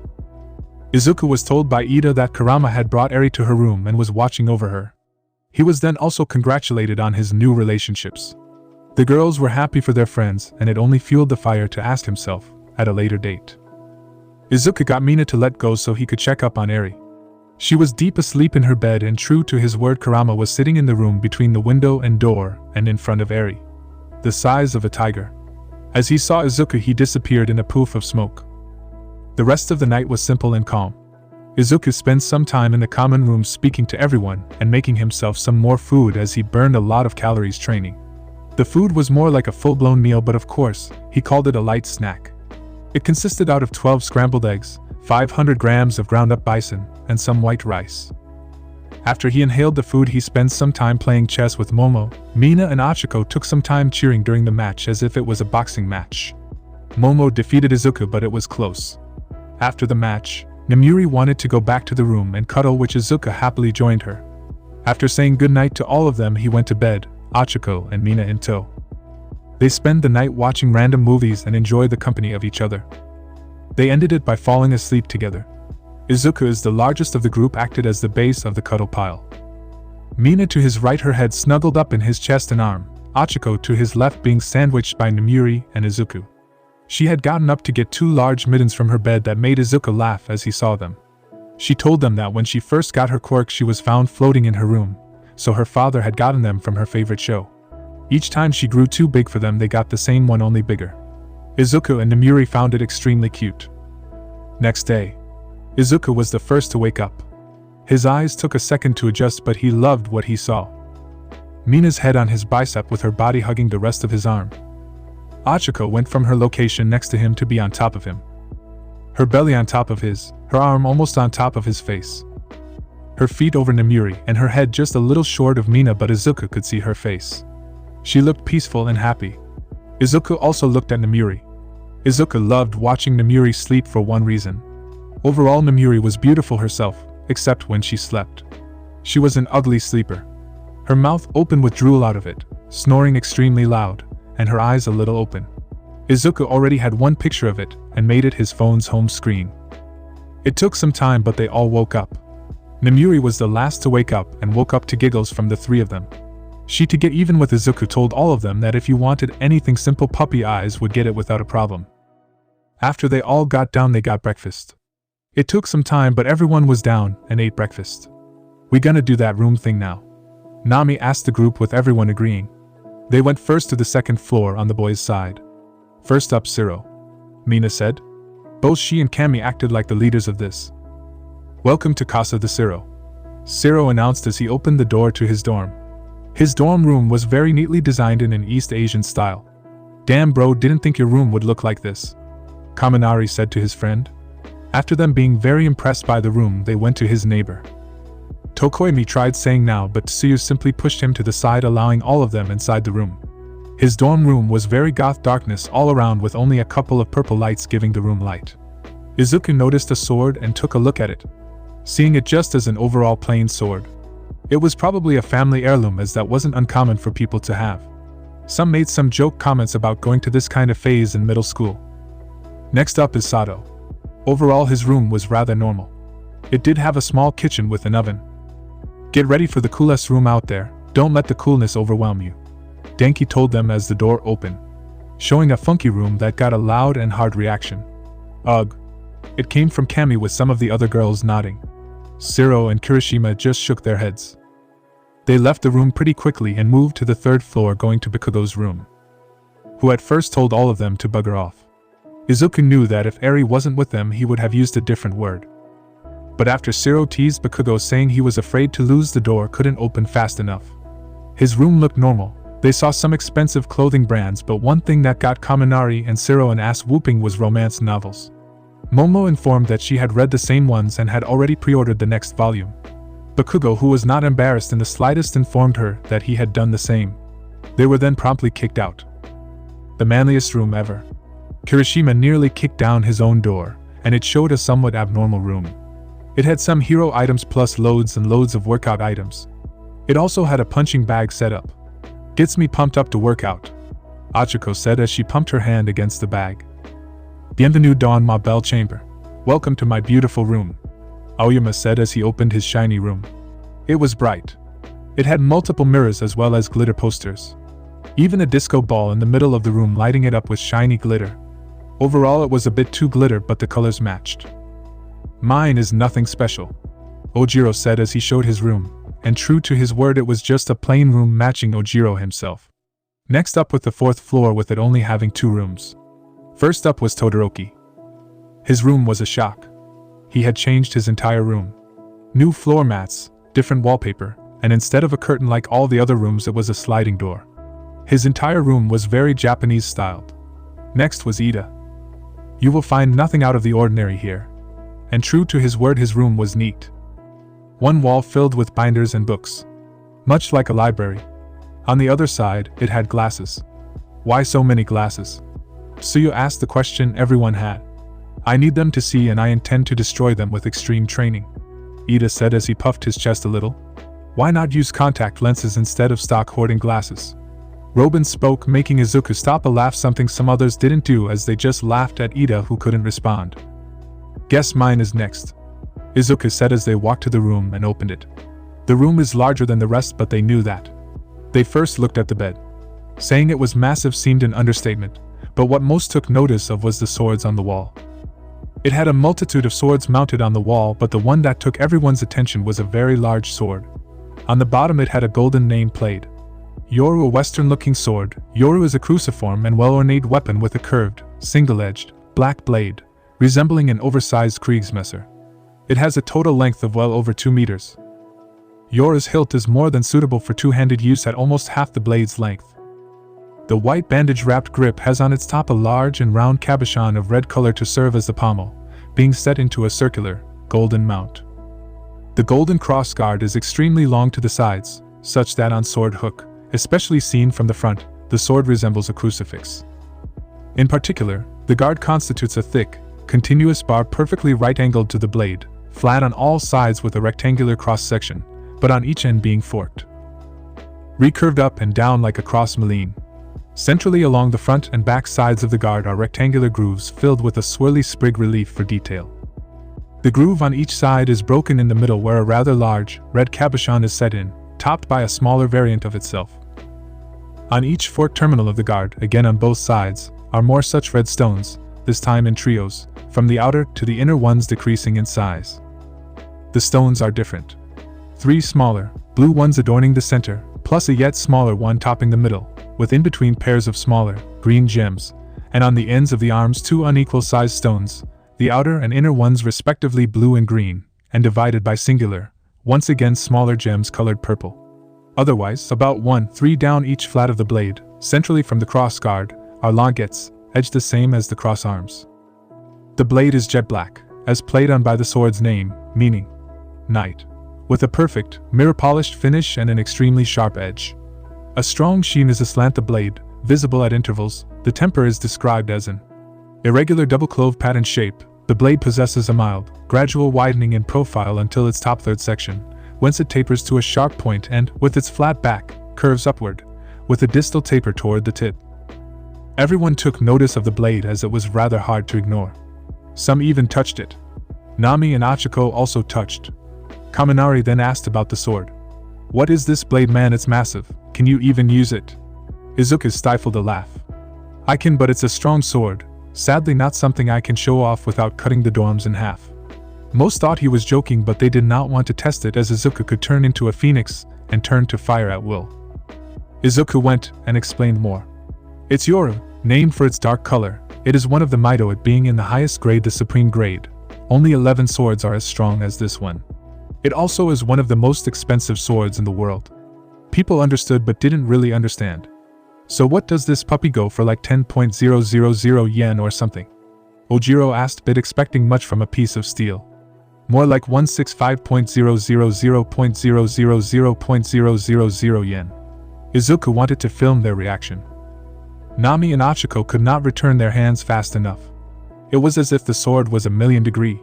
Some just didn't even look at the sword, being afraid that just looking at the sword would cost them. "Why is that here?" Achiko and Nami yelled in tandem at Izuku. Robin, who wanted to touch the blade, was slapped away by Nami, being afraid of the price. "What do you mean?" Izuku asked dumbly. He enjoyed this far too much and acted dumb to milk it more. "Should that not be somewhere safer than in your room?" Kaminari asked, not believing that he would be so calm about it. "Do you mean my room on the top floor of a room system filled with hero trainees on a heavily secured school terrain filled with pro heroes, including All Might, the #1 hero? Plus inside the room itself sleeps a pro heroine and a well-trained prince. I think this might be one of the safest spots it could be at." To this people nodded, as it had logic. They then went to Eri's room, and oh boy was it cute. It had an army of stuffed animals and games. She even had hero plushies and a good amount of clothing. One thing that scared them though was a stuffed bear walking around. "What is that?" "It's a homie. Or simply said, it's part of my soul put into this stuffed animal. It might sound stupid, but I made it to look over Eri." Eri then walked up to the stuffed animal, and it hugged him. "Hello, Mr. Snuffles." "Hello, Princess Eri," the bear said as he lifted Eri off the floor. "It's a stuffed animal, how can it protect anyone?" Siro asked, to which Izuku told him to try and hit Eri. After a little convincing he did. Not hard or even trying, but as he tried, the bear kicked his arm away and did a spinning back kick against his face, dropping him to the floor. "It's my soul put to life. It will protect her enough. It's not the only safety feature I put for her." This got people to wonder about what it could have been. A man with insane abilities used a part of his soul into a stuffed animal strong enough to knock someone to the floor. What more could he do to protect his daughter? Maybe he has summoned the protection of God, or maybe it's some other weird part of his quirk. It's time for our room, girls. Let's go. Mina said as she went back to the third floor, as that is where the girls' room started. My room is first, and it waylit yo. They arrived at the room, and what they saw wasn't surprising. The room had the original baseline of all the other rooms, but the walls were full of posters. Some movie posters, some artists. On her desk, a multitude of makeup items was scattered. It looked neatly, yet a room fitting for Cammy. I guess I am up next. I do apologize for the mess, Robin said as she opened her door. The room was plain, but there were loads of books. And true to her word, it was a tad bit messy, although it was books that laid everywhere. Izuku noticed that the books were mostly revolved around history and some myths of the older times. Quickly in or out. Only Midoriya can stay, Nami said as she winked at Izuku while opening her door. The room, much like the others, was plainish, although Nami had maps and weather information all over the place. For your quirk? Izuku asked with Nami nodding. Izuku took note of the maps and was very impressed. You made these yourself? Causing Nami to nod again. Wow, that is incredible. It almost makes me believe your quirk can make these. They look just as good as Sataliot created maps. This caused Nami to blush, and just when Robin was about to tease her little sister about it, she pushed them all out and acted as nothing had happened. Jiro's next, let's see what she has, Toru said as they made it up to the next level. Jiro opened her door and looked away, clearly embarrassed at what she had in her room. Her room was filled with music items, posters, instruments, and CDs. Mina noticed one of the posters and had to speak upon it. Oh my god, girls, look, it's a poster of Izuku in some band. Our resident punk rock girl has a crush. This causes the girl in question to blush and attack Mina, who ran behind Izuku. Jiro then came face to face, more like face to the chest, as Izuku was a tad taller, which caused Jiro to blush harder and run away. I think it's kinda cute, plus it's really cool seeing all these instruments. Can you play all of them? Izuku said, enjoying her reaction to him calling her cute. Jiro, not trusting her voice, just nodded. Before Izuku could do anything else, he and the rest of the class were pushed outside of the room. I am next, Wu. Toru was waiting at the door as the rest of them were pushed outside from Jiro's room. Pink and girly. That was the best to describe the room. It was pink with plushies and stuffed animals. It was that different from Eri's room, although Eri and Toru had a different set of plushies. But it was clear that both would enjoy each other's company. Karo, I am next. The door opened and the room was green. A very light green, same for the sheets, although they were a darker green. It had a large amounts pictures on the wall. It was pictures of her and her family, and her and Tokoyami. The room looked Sisa-ish. The last 3 are up. Let's get to it, Nami said as they went to Mina's room. The door opened, and it was a dark pink with black colors room. It was very nicely designed. It had posters and some pictures. The pictures were of her and her friends, made over the time they knew each other. Next was Achiko. She didn't really speak as she opened her room. Much like the rest, it was plain but well designed. She had a small table set up as well as a TV and fan. It was a little barren but cozy enough to feel at home. She also had a constellation on her wall. Momo was already at the door again, looking a little embarrassed. And as she opened her door, there stood a massive bed. Larger than Izuku's bed. It took most of the space in the room and looked very fancy. Mina, with nearly no impulse control, jumped on the bed. OMG, it's just as comfy as Izuku's bed. Everyone was back down at the common room. Man, some rooms were crazy. So who won? I don't know, those rooms were all manly. Not mine, mine was girly just as it should be, Toru said. Then it became a screaming match who won.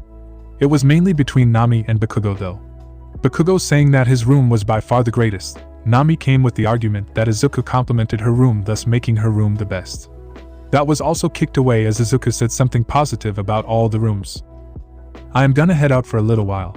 I will be back in under an hour, Izuku said as he walked toward the door. Where are you going, Papa? Eri asked her father. I wanted to see if they could increase the range on my drone for my bike. I will be back soon. Play with Mama for a little while, okay? This caused Eri to nod and run toward Achiko. Wanna play? This caused the girl to blush heavily, but agreeing nonetheless. She was just happy to be seen as a mother figure. Eri wasn't sure if Achiko was gonna be her mama, but Achiko did act like one. Izuku had very little skill with hair or those things, and on the days that Namuri had to be at UA, early Eri sometimes came in class with her hair a mess. Achiko was one that always fixed her hair, as Eri really liked the twin tails Achiko could do. The more Eri thought about it, the more all the people from 1A acted like family. She herself didn't know much from family, but from what she did know and from what she watched, they all had their role. Izuku was always the papa role. Protective but kind, Namuri and the girls all acted like mamas, making sure she had food or looked good, the rest of the guys. Kirishima was for sure an uncle or more of a funkle. The rest of the 1A guys had their own spots. Ida was like a weird grandpa. He also cared for her, but always teaching the simple things she didn't need to know and making sure she knew how to act correctly for someone of her status. Something Eri at first didn't understand, but Izuku made it very simple. She was a princess just like her favorite Disney princesses. Izuku was now on his way with a smile on his face. He was going to the support course. Izuku was making his way to the support course. He did stop by his motorcycle to grab his drone. He really hoped they could upgrade the range. The motorcycle itself had incredible craftsmanship and was very high-tech, but when they created the drone they were more focused on how well it tracked and the video quality. He also hadn't upgraded his bike in some years. As he made his way, he noticed some funny reactions from the students. A big group of students still act as if they have to walk on eggshells. He was just happy that his class acted normally. He hadn't really interacted with 1B, just not a lot. He was close to the support building. He was now walking past the general studies dorm. That was when he noticed someone. "I hope you four don't want to become underground heroes. You should work on your stealth." He then turned around and looked over the 4 students who were sort of hiding behind one of the many bush the path had on its side. It was 2 women and 2 males. "You are third, you correct?" One of the ladies spoke. "Yes, sir. Sorry for following you, sir," she said, bowing deeply just like the others did. "Don't worry about that. But why were you following me? And who are you?" "My apologies about that, sir. I am Yu Heya." Yu has short, cropped hair that has been dyed salmon-colored, and reddish-brown eyes with long lower eyelashes. She also has several piercings in her ears, all with gray studs. She wears a slightly disheveled girl's UA school uniform, her collar crooked, tie loose and her sleeves rolled up. She sports tights underneath her skirt, and has 2 pink bracelets on her right wrist. This is Nijire Hato. Nijire is a fair-skinned girl of average height with wide, curious eyes. Her upper eyelashes are long and thick, and her irises are a royal blue. Her hair is periwinkle, and it reaches all the way down to her knees, twisting around itself at her waist and curving inwards around her legs. She has side-swept bangs, tucked behind her ears on the right and hanging just over her eyes on the left, and 2 short clumps of hair on either side of her face, curved towards her face on the right and behind it, under her ear, on the left. The one still hiding is Tamaki Amajiki. Tamaki is a tall young man with rather pale skin. His ears are longer than most, their tips pointy and somewhat elf-like. He has messy, indigo hair, which sticks out behind his head, and thin, tired-looking eyes partially covered by his bangs, even though they're supposed to be split as to not impair his vision. His shoulders are usually hunched, and he avoids making eye contact with people. And last but not least is Mirio Togate. Mirio is a tall young man with a very muscular build who possesses several noticeable scars around his lower arms. Mirio's design is very unique due to his blue oval-shaped eyes, drawn in a simplistic style with no visible sclera, and nose which is prominently rounder than most others. He has blonde hair, the top part of which is arranged in a cowlick, while the bottom section is worn swept backward. "We just wanted to see the prince, sir. We hope we haven't offended you at all. You try not getting too harsh of a punishment. Don't worry, and please, you are my senior, there is no need for the sir." "Why not? Don't you like? What do you want us to call you? What is your quirk? Are you strong? Do you like UA?" Nijire shot forward with a lot of questions, making Yu shocked. Nijire gets away from the prince. "Remember boundaries," Mirio said as he grabbed her leg and pulled her away. "Let's see about those questions. I don't really like the formal stuff. Izuku or Midoriya is fine. My quirk is Sea Devil. I want to think so. And yes, I enjoy UA a lot." Izuku looked at his watch and noticed that the Todorokis would arrive in about 30 minutes, and he wanted to at least meet them at the gate. "Sorry to cut this short, but I waved to walk toward the support course right now. How about we talk more later on? I will even answer more questions," Izuku said as he walked away, getting the 4 of them to his way. "Well, that didn't go as expected," Amajiki said, still from behind his bush. Mirio just nodded and smiled. Nijire was happy. Not only did Prince Izuku say he wanted to talk, but he would answer questions. It's something Nijire didn't often get the chance to. Sure, she was part of the big three, but Nijire often asked questions at such a fast rate it would deter many people, but the prince kept up and he didn't look irritated. Yuyu was just happy nobody got hurt. Yuyu herself knew very little of the Japanese royal family, but that was normal. It was easier to speak about the royal families outside of your own area. And the media in your own areas could often lie.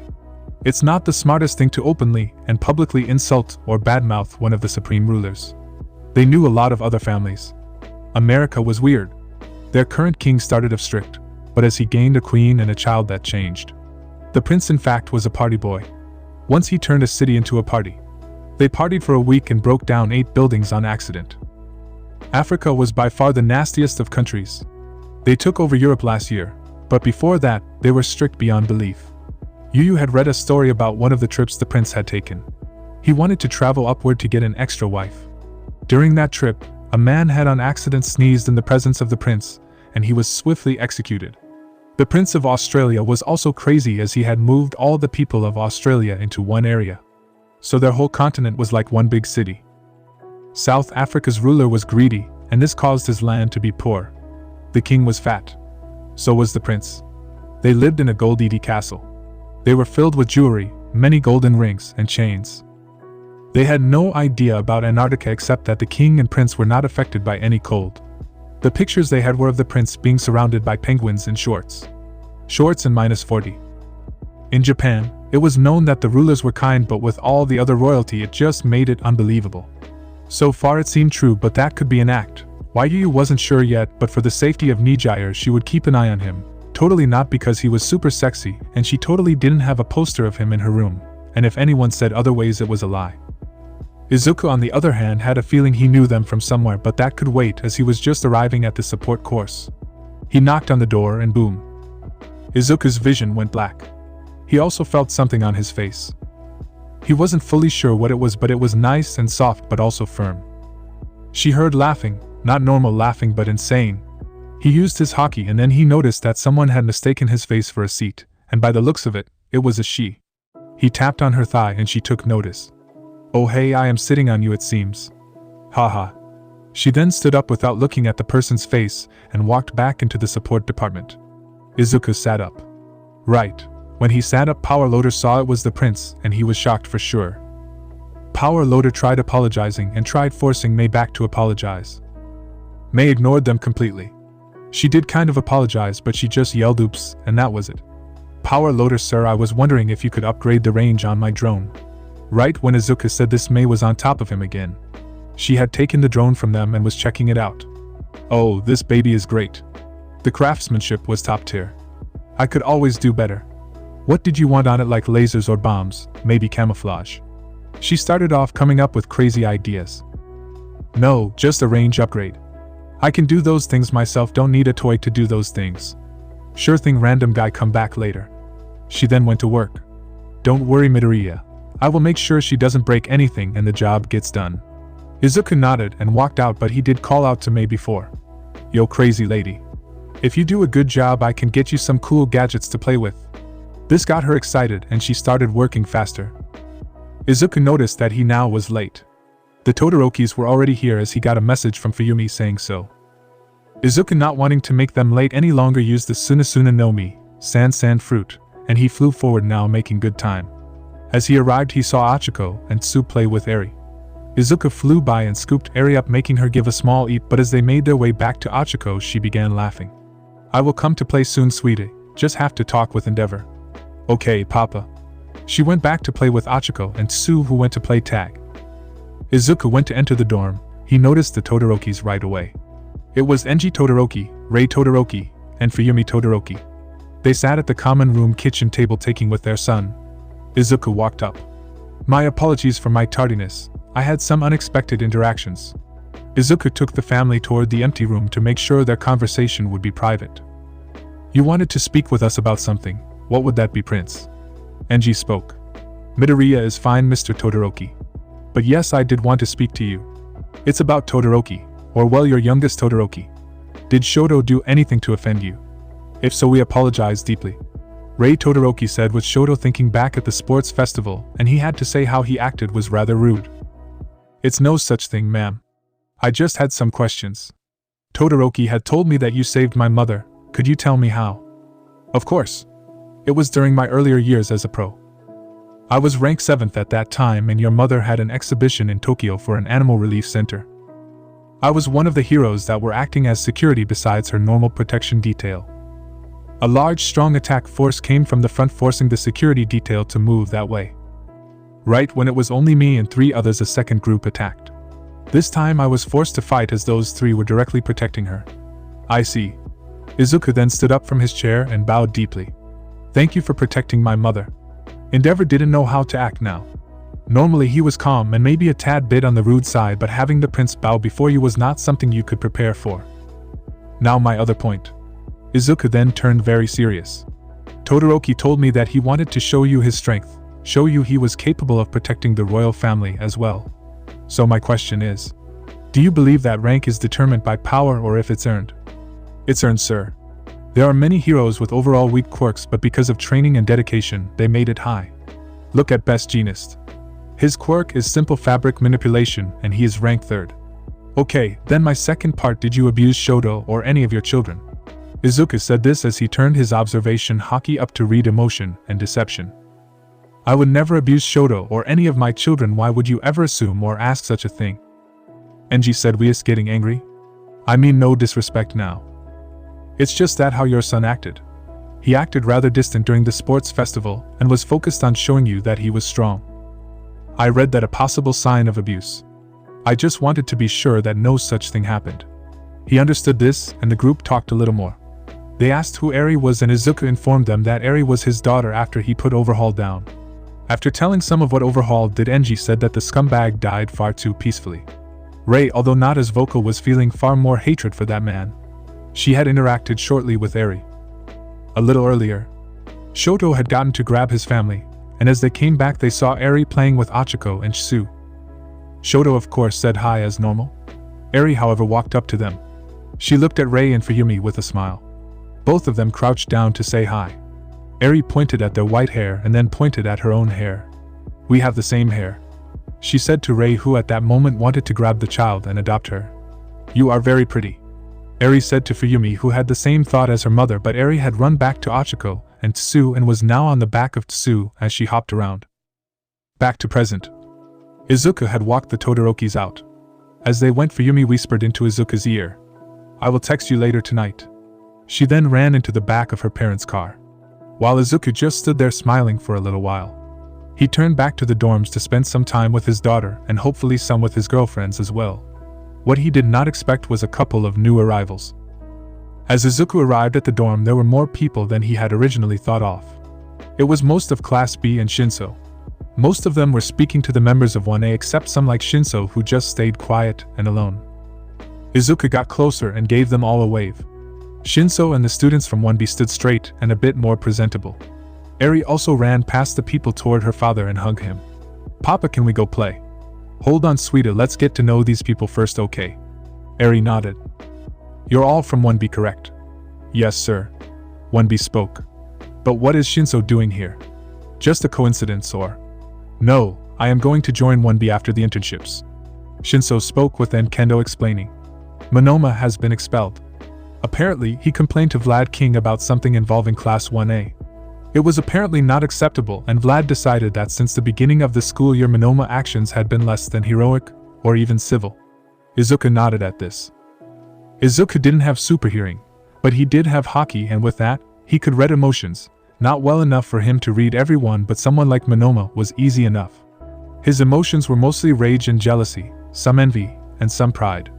Izuku gathered that Monoma had been offended by his placement in 1B and that his spotlight was taken away. It might be because of quirk praise as a child, because having the ability to copy any quirk is rather something.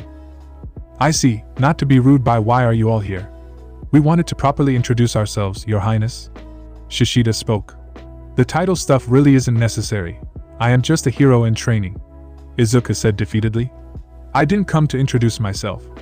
I wanted to take you up on your request for training. Cool, but you should try and first bulk up a little before I could start teaching you how to fight. You're kinda scrawny. Shinso accepted that.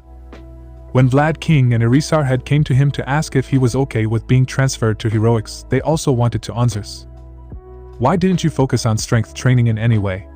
Shino didn't have an answer, except he didn't think about it. His quirk was praised but negatively. Like, wow, that quirk would be perfect for a supervillain, man, you could take over the world with that. That was never what he wanted. But he believed that it might be enough to become a hero. But with 1B he had a workout plan, he had a diet plan, he was going to start his journey right. Midoriya sir. How should we address you if you do not want us to use your proper titles? Awais asked a little apprehensive. Well, just Midoriya is fine. And it's not so much that I don't want you to use the proper titles. It more than I think those titles are rather stupid. I know it's proper form to use it, but seeing as we're all friends here, I say let's not write.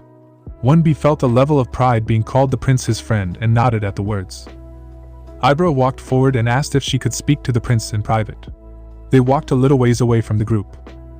Ibra performed a curtsy, a high-class bow females used to introduce themselves, or that was what I read. My name is Ibra Shiosaki. I wish to show my gratitude for your kind words on religion, sir. This piqued Izuku's curiosity a bit. Religion? What do you mean? You, sir, spoke about religion during an interview several years ago. It was during an outbreak of violent acts and heated debates. Your words caused that to stop, and it allowed me to freely follow my beliefs, and I stopped being ridiculed for them. And for that, I am eternally grateful. Can I ask what religion you follow? I follow the word of the Bible, sir. I see Christianity. I have read a little of the Bible, but I am not fully aware of its teachings. Perhaps you wouldn't mind informing me about them some other time? He asked. Ibra blushed. I would be honored to, sir. There is no need for the sir part, just call me Midoriya or Izuku, whatever you prefer. The two went back to the larger group and they spoke a little about themselves. Izuku found some interesting things out. Kendo was a motorcycle kind of girl. Pony was born in the USA, but both her parents were from Japan. Yui has no filter as she introduced herself. Hi, I am Yui Kodai and I am in love with Midoriya. To say most people were a little shocked was correct. But it did get her a future date with the prince. Setsuna was obsessed with dinosaurs, something Eri also liked. My papa can turn into a dinosaur, she proudly said. 1B, not fully knowing the quirk of Izuku, had a hard time believing that he was able to turn into one. Izuku of course had to problem showing it off. He used the Ryu no Mi model. Allosaurus. Dragon fruit model. Allosaurus. Setsuna's eyes were filled with stars. She had never dreamed of seeing a real-life dinosaur. The others were on the scared side. But seeing a 7-meter-tall apex predator only a few feet away from you is even enough to make heroes scared. After a large roar that scared them, Izuku turned back and Setsuna was all over him. What other dinos can you do? Can you do more animal? Can you do a saber tooth? And can I ride you? She shot question after question, with Izuku having to hold her by the shoulders so she would stop. I can do a couple of dinos. I can also do a good amount of other animals. And yes, I can do a saber tooth. He used Nico no Mi model. Saber tiger, cat fruit, saber-toothed tiger model. Hop on then, Eri does get the next sorry. The saber spoke as she laid down, allowing Eri to take a seat right on his neck and Setsuna right behind her. Izuku then shot forward, running around and jumping, making the two on his back only more excited. He was relatively fast, being able to get to 45 km/h. But then again, saber-tooths were not known for speed but for power. After around 45 minutes of running around, they came back. Izuku also found that Yanagi and Kodai had been friends since childhood, and she loved scary stories. Komori loved mushrooms. Bando liked making model airplanes. Tetsu had the same hobbies as Kirishima. It was a little creepy to see both their hobbies being the same. Kamakiri was an MMA enthusiast and a sword collector. Kaibara was a massive movie fan. Kurwa was somewhat of a fan of darkness. Shishida was a book fan, with him being very literate. Shota was much like Kamakiri, an MMA enthusiast. Subiraba was a gamer. Apparently, he liked playing battle royales and had even reached the top 500 in the world for some of them. Fukiadashi was a mangaka. Hananuki's hobby was apparently swimming. Rin's hobby was Chinese martial arts, as he himself was born in China and wanted to honor his heritage. Shinso gave his hobby as sleep. Namuri had to think to remember that Aizawa had no child. BTW, why are you here, Miss Midnight? Rin asked. Oh, I forgot it wasn't common knowledge yet. I and Midoriya are dating. Well, me, Midoriya, Achiko, and Mina so far. Wait, you mean that Midoriya is dating multiple women? Kendo asked a little shaky, making all of the people involved give a nod. So our date is still going to happen? Kodai asked with them giving a nod again. Kodai had believed that the date would not happen for a couple of seconds. As they spoke some more, they found more out. Izuku and Kendo made a promise that he would show her his bike sometime. The rest of the day was without problem. Next Monday, 1A was in homeroom and they were waiting for Aizawa so that he could start the lesson. Right on the bell, Aizawa entered. All students were already in their seats. We can start right away, great. You all were on time for your internships. It will happen Friday. I want you all to grow during that 1 week. I will be informed if you misbehaving and punishments will be given. Aizawa then informed them about the rules they had to follow. I will inform you all of the rules you have to follow. You are not allowed to use your quirks unless the hero you interned with permitted you. You are not allowed to wear your hero costume out in public only if given permission. You will follow any rule your hero has given to you. If you notice the heroes acts in a way that seems unfitting, you can inform me or any of the UA staff. This was a test of the students. UA staff had asked some pro heroes to during the week act unbecoming of a hero. It was more so staging a moment. The pro would take the student out for patrol, and during that patrol, a sidekick of him in custom would attack. The pro would then use excessive force or take a bribe. This was to test how the student would react. Would they stay silent or would they act out? These internships are for learning, so don't be afraid to ask any questions. If you don't understand something or if you wish to be further informed, they will help. Now for your choices. Aoyama will be interning with Glitter. Smart choice, similar quirk, and perhaps he could help you improve in combat. Ashido will be interning with Black Cat. Perhaps how she moves and how she fights could give you an extra edge in combat. Aju will be interning with Selkie. Great location for you as you are strong underwater and they focus on water. Ida will be interning with Ingenium. I understand you wish to learn under your brother, but don't let him slack off, as I know you wouldn't. Uraraka will be interning with Gunhead. Learning martial arts to make up for combat ability in your quirk. Very smart choice, Uraraka. Ojiro will be an intern with Enma. Again, good choice. He would help you with your tail movement. Hopefully you could even learn a little bit of his fighting style. Kaminari will be an intern with Shocker. I hope this choice will be for her fighting style, and not something else. Kirishima will be an intern with Fourth Kind. Good choice for close combat, but perhaps not the greatest for you, even though you will hopefully learn a good amount. Nami will be an intern with Storm. She focuses on weather combat, so I assume that might be a future jump for you. If so, great idea thinking ahead. Sato will intern with Lunch Rush.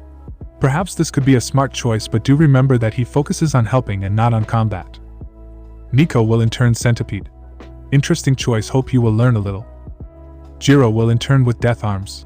He patrols a lot, so it will give you a great chance to learn the ropes. Do pay attention to his actions. Zero will intern with Weber. Good choice for someone with your quirk. Learn not only for his movements but learn from where he places his webs and even how he uses his entire body. Tokoyami will intern with Reaper. Good choice. Todoroki will intern with Endeavor. Hope he can allow you to have better control over that fireside. Hagakure will internship with Origami. Smart, as you still lack silence during your sneaking.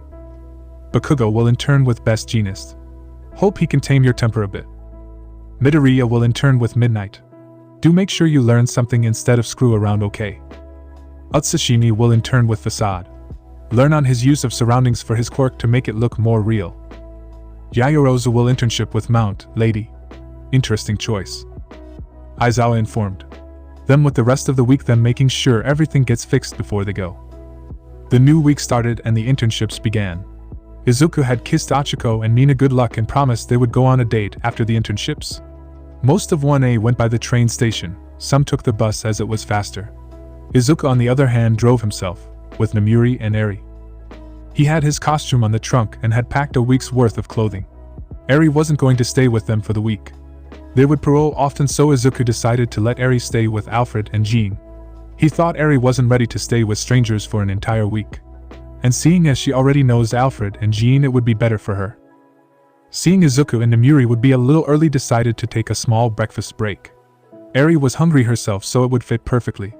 Izuku had a simple grilled cheese with some green tea. Namuri had a fruit salad. Eri had apple slices and some apple juice. Izuku had messaged Alfred that he would bring over Eri in about 10 minutes. Alfred informed that everything was already set up for the princess. As they arrived at the mansion, Izuku had already expected this. In front of them were a large number of maids and butlers. As Izuku and Namuri drove up, Alfred moved up. The car came to a stop, and Alfred opened the door for Eri. "Good morning, princess." He greeted the young lady, who didn't know how to react. She had met all the help before once and knew she was not a princess, but this was still strange. Eri's clothing was taken inside, as well as the girl herself. She said goodbye to her parents. She was scared to be left alone for an entire week, but she knows that nothing bad would or could happen at the mansion and under the guard of Alfred and Jean. Izuku, of course, also had brought the teddy with Eri, but they would not be needed. Jean and Alfred were extremely good fighters, but the maids and butlers could also fight better than the average person. But that wasn't all. The senior-ranking maids and butlers all had a watch that could send out a signal to a group of security. One of them had a quirk to be teleported toward places they had marked before. The group was made up of strong fighters. They all could be placed into the top 20 heroes, and the group leaders would without a doubt be top 5. Izuku had told Eri that they would with the touch of the button be there and protect her with their lives. Izuku promised to call Eri each night around 8, and then Izuku and Namuri drove toward Namuri's agency called Midnight's Dungeon. Izuku parked the car and grabbed both their suitcases. He liked how the building looked. It was a somewhat taller building than the rest. The name of the building was on top of the door with a set of handcuffs and a whip. "How should I address you when we start working, Nam?" Izuku asked, wanting to be as provisional as possible. "Mistress Midnight or Mistress Midnight, dear." They entered the agency, and they first didn't see Izuku and only saw Namuri. "Mistress Midnight, welcome back," the secretary said with a bow to greet Namuri. She lifted her head and saw it was the prince. Her eyes went wide with shock and fear. "My apologies, sir. I had no idea you were here." "Don't worry, miss. I am here as an intern. I hope we can get along," Izuku said with a smile. "Riza, do we have open cases?" Namuri asked her secretary. Riza checked the computer to see what was open. "No, ma'am. So far all of them are closed." "Where are the boys?" "They should get here in 30 minutes, ma'am." Namuri nodded. "Good, come on Izuku, let's get you set up." Izuku followed and looked around. The agency was very neat. It had a set of 8 desks set up in a neat setup. Then was a large double door. As they entered, it was Midnight's office. In her office was a second desk empty. "For you. This way I can personally help you during the day," she said with a smile. Izuku set up his desk with just a laptop and some writing tools. For around 30 minutes Izuku and Namuri went over how to file paperwork. Then a knock came. "Enter," Midnight said. The door opened and there stood 4 men. They all had identical suits. The Midnight Boys are a foursome of attractive and well-dressed young men who worked for Midnight. They appear to function as a combination of a hero team and fan club. "Welcome back, Mistress Midnight," the man with glasses said. "Hello, boys. I want you to meet our intern. This is Izuku Midoriya, or during patrol and hero work Akuma." Fuji then spoke, "Number 1. It's you." Then spoke Ichiro, "Number 2. It's the filth that took away our mistress. How dare you show your face after stealing our mistress?" Matsu, Number 3, then said, What are you talking about?" Izuku asked, confused about what they were talking about. Then spoke the last one, Naoki, Number 4. "You stole our mistress Midnight. She was meant to be with us, no one else is good enough for our mistress." "Oh, I see. You all mad that I am dating Midnight?" The 4 men nodded fiercely. "Foolish boys," Midnight whispered to herself. The 4 men then pointed at Izuku. "We challenge you to a fight for the love of our mistresses, her love," they announced with confidence. "It's not really my choice, guys. I can't force her to love me or to love you. It's not how it works. No, it's my choice. But I do like the feeling of having men fight over me. And it would be a good chance to see how you do during a fight with your costume and its new addition," Namuri said, with Izuku grabbing his case and going to get dressed. Izuku got out of the dressing room with his normal hero suit. He also had a sword with him. The sword could also be seen as a club, as it had no real edge. "That the sword?" Namuri asked. "Yes, Midnight. It's created from quirk-canceling steel. With the sword training I received beforehand, I can wield it well enough to fight with," Izuku said as he entered the circle. "So how are we going to do this? 1v1 or all at the same time?" Izuku said, far too casual for someone about to 4 pro heroes. Seeing as you hold the mistress' hands in romance, for now, you get to decide. All at the same time. Get this over with quickly, Izuku said as he took a stance. The 4 midnight boys rushed forward. Fuji was first to Izuku, and tried landing a right hook on Izuku's neck. Izuku blocked it with his left hand and used the back handle of Jit, his weapon, and slammed into Fuji's chest. He was then forced to jump back to dodge Matsu, but as he jumped back, Ichiro slammed what seemed like a beast arm into Izuku's back. The punch hurt and made Izuku land on his knees. He then was forced to roll out of the way because Naoki tried stomping where Izuku was. It cracked the floor. Izuku used Jit and attacked Naoki, who had his legs stuck to the floor. Izuku smacked the Jit into Naoki's neck in a downward slashing motion from right to left. Then he smacked the left side of the ribs. This caused Naoki to fall to the floor in pain. Before Izuku could finish him off, he was saved by Ichiro, who had now 2 beasts-like arms. Ichiro tried clawing Izuku, but Izuku blocked with Jit. Izuku then did a straight kick right onto Ichiro's chest. This freed Izuku's weapon again. Izuku then stabbed Ichiro right into the throat, making Ichiro grab his throat in pain and hard to breathe. Fuji and Matsu attacked together. Both worked well together as they were attacked with punches and kicks. Fuji spits at Izuku, who was able to move his head to avoid it. Fuji's quirk allowed him to spit needles. These needles don't do enough damage to kill or to even take someone out of the fight on their own, but the toxin on the needles makes people very sleepy or aroused. It depends on what Fuji wants. Izuku blocked a high kick from Matsu and just his Jit to slam down on Fuji's toes. In that split second, Izuku headbutted Matsu, dropping him into the floor, not knocked out, but he gave him a moment to make it one-on-one again. Izuku then used the Jit and used the technique. Sandyakurokuju Pound Ho. 360-pound Phoenix. Izuku sliced the air and the slide traveled forward and hit Fuji in the chest, knocking the man out. Naoki had recovered from his pain and moved toward Izuku again. Naoki, with his quirk's strong legs, moved forward quicker than thought off. Izuku smacked Jit into the ribs of Naoki, making the man lose balance for a short time. In that small time moment, Izuku did a high kick into the neck of Naoki and then with a spin slammed the back handle of Jit on his head, knocking him out as well. Now 2 remained and both were in trouble. Matsu's nose was bleeding and the back of his head hurt. Ichiro still had trouble breathing and his chest hurt. Izuku wasn't without pain himself. His back hurt from the attack Ichiro. Ichiro attacked first, beast arms ready to attack, aiming for a bear hug so that Matsu could attack without having to aim. Izuku just jumped high, making Ichiro miss the attack. Izuku then stabbed downward with the Jit right into a point on Ichiro's neck. Izuku had learned this attack point from his swordsmanship teacher. The weak pointer would make the person lose conciseness. And this was exactly what happened to Ichiro. Now it was 1v1. Izuku versus Matsu. Izuku attacked first, wanting to get done with this fight already. Izuku swung his sword from down to high, from left to right. This was a trap that Matsu took as Izuku swung early. Matsu came into range right on time. Izuku then used his left hand and uppercut Matsu, and then used the Jit again and slammed into the back of the neck, knocking Matsu out again. Akuma is the winner, Midnight announced with a smile on her face. She knew Izuku was going to win, but didn't expect Izuku to beat them quirkless, or with him only taking 1 punch. Well done, Akuma, you did great work, she said as she kissed Izuku's cheek. Now you 4, Midnight said as she woke them up with water. We are sorry for our lost mistress, Fuji said. Don't worry, sweetheart. It was an unfair fight, but you did do great. You all should not feel bad about this loss.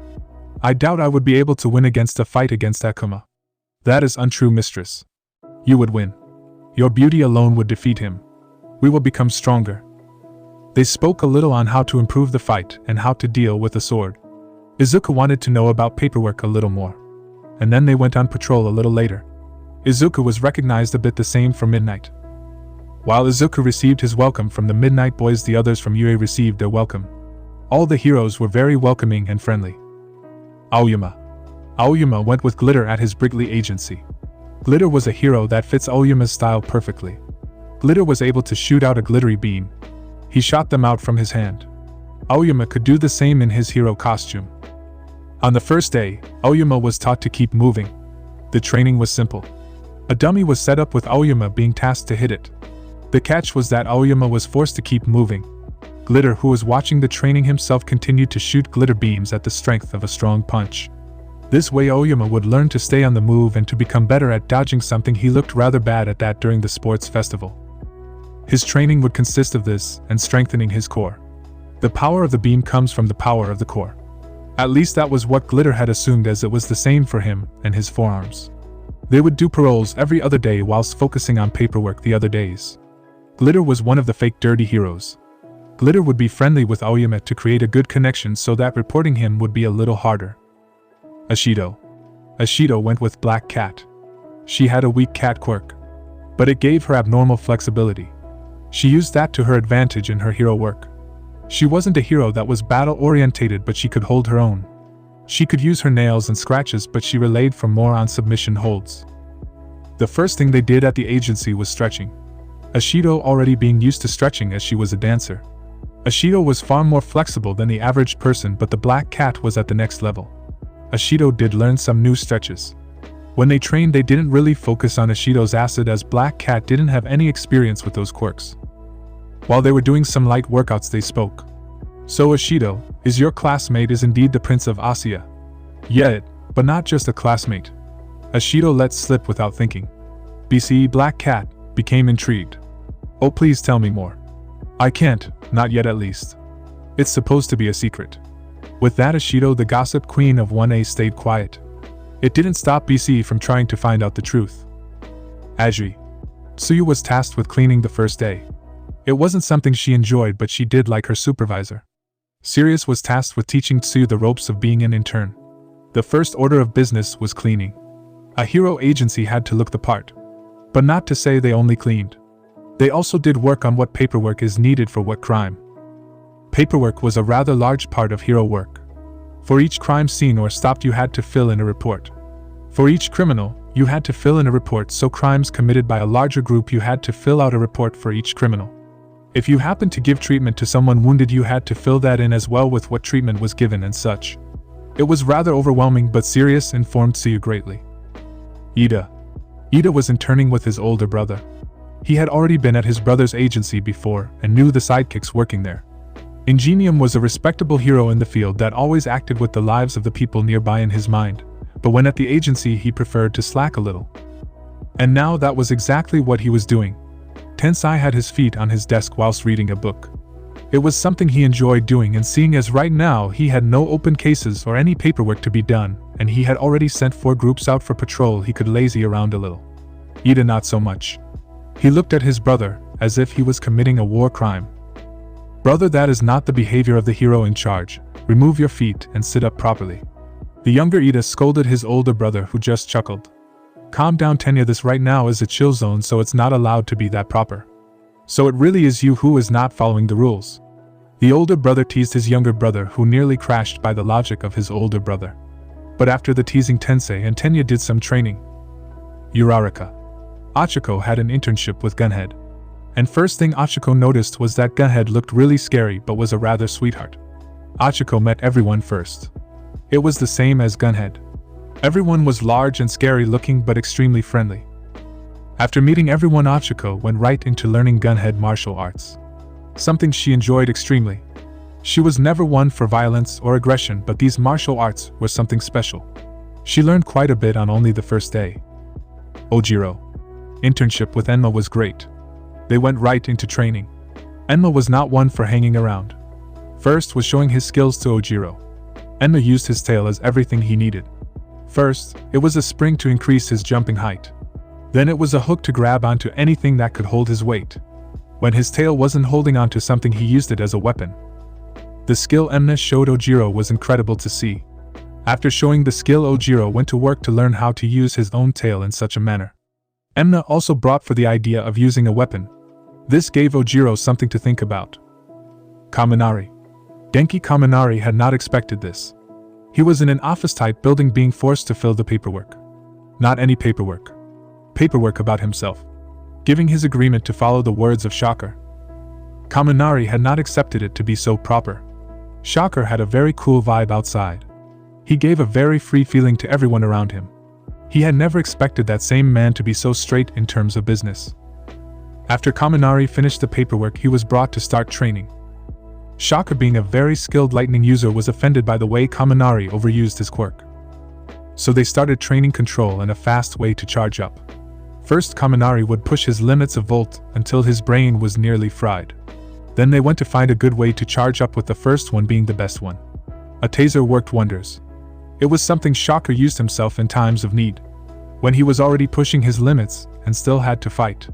They went on pushing his limits and then tossing himself to charge himself up. Kirishima. Kirishima was shocked a little. When he arrived at the hero agency of fourth kind, he arrived with Tetsu, his 1B clone. "What are you doing here, man?" Kirishima asked.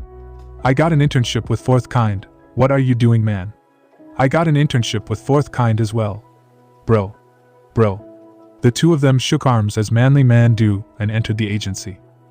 Yue allowed both of them to get to the same agency that both chose out of their own choices. The fourth kind wanted both of them because of the similar quirk both of them held. The training would be the same for both of them, but training would come after teaching. Brains before brawn. The three of them made their way to a park that was often used by delinquents. The park was littered with trash and junk. We heroes are often seen as protectors or guard dogs. While that sometimes is the case, we are always civil servants. We live to serve the people. And one way of doing that is cleaning up the areas. So get to work. If we clean this junk before 1, we will get right into training. And with that, both Tetsu and Kirishima started getting to work. Nami's internship with Storm started a fun. Storm always started the day with a patrol, and as Nami joined her agency today, that meant that Nami joined in on patrol. Storm in terms of quirks was what Nami wanted. Nami could spot weather and climate difference. A very weak quirk overall, as it gave her nothing, but Nami knew how to work with the weather. So if she only had a tool that could change that. She had put in a request at the support course, but she had no idea if it was even possible. Storm, however, enjoyed Nami's skill with her quirk. Normal, she would work her quirk to make it work, but for Nami, she could change the weather with a small amount warm of cold wind. It was something to see for someone like Storm, who herself was seen as a weather witch. Sato was still at UA, learning under lunch rush. Sato thought he might go to someone else for his internship, but seeing as lunch rush's quirk allows him to create food by using his energy. He uses this often to help victims, but he also uses it to distract people and then take them down with support gear. Sato wanted to learn about food more than training, as he learns that more than enough at UA. But if perhaps he learns more about food sources with high sugar counts, it could help him.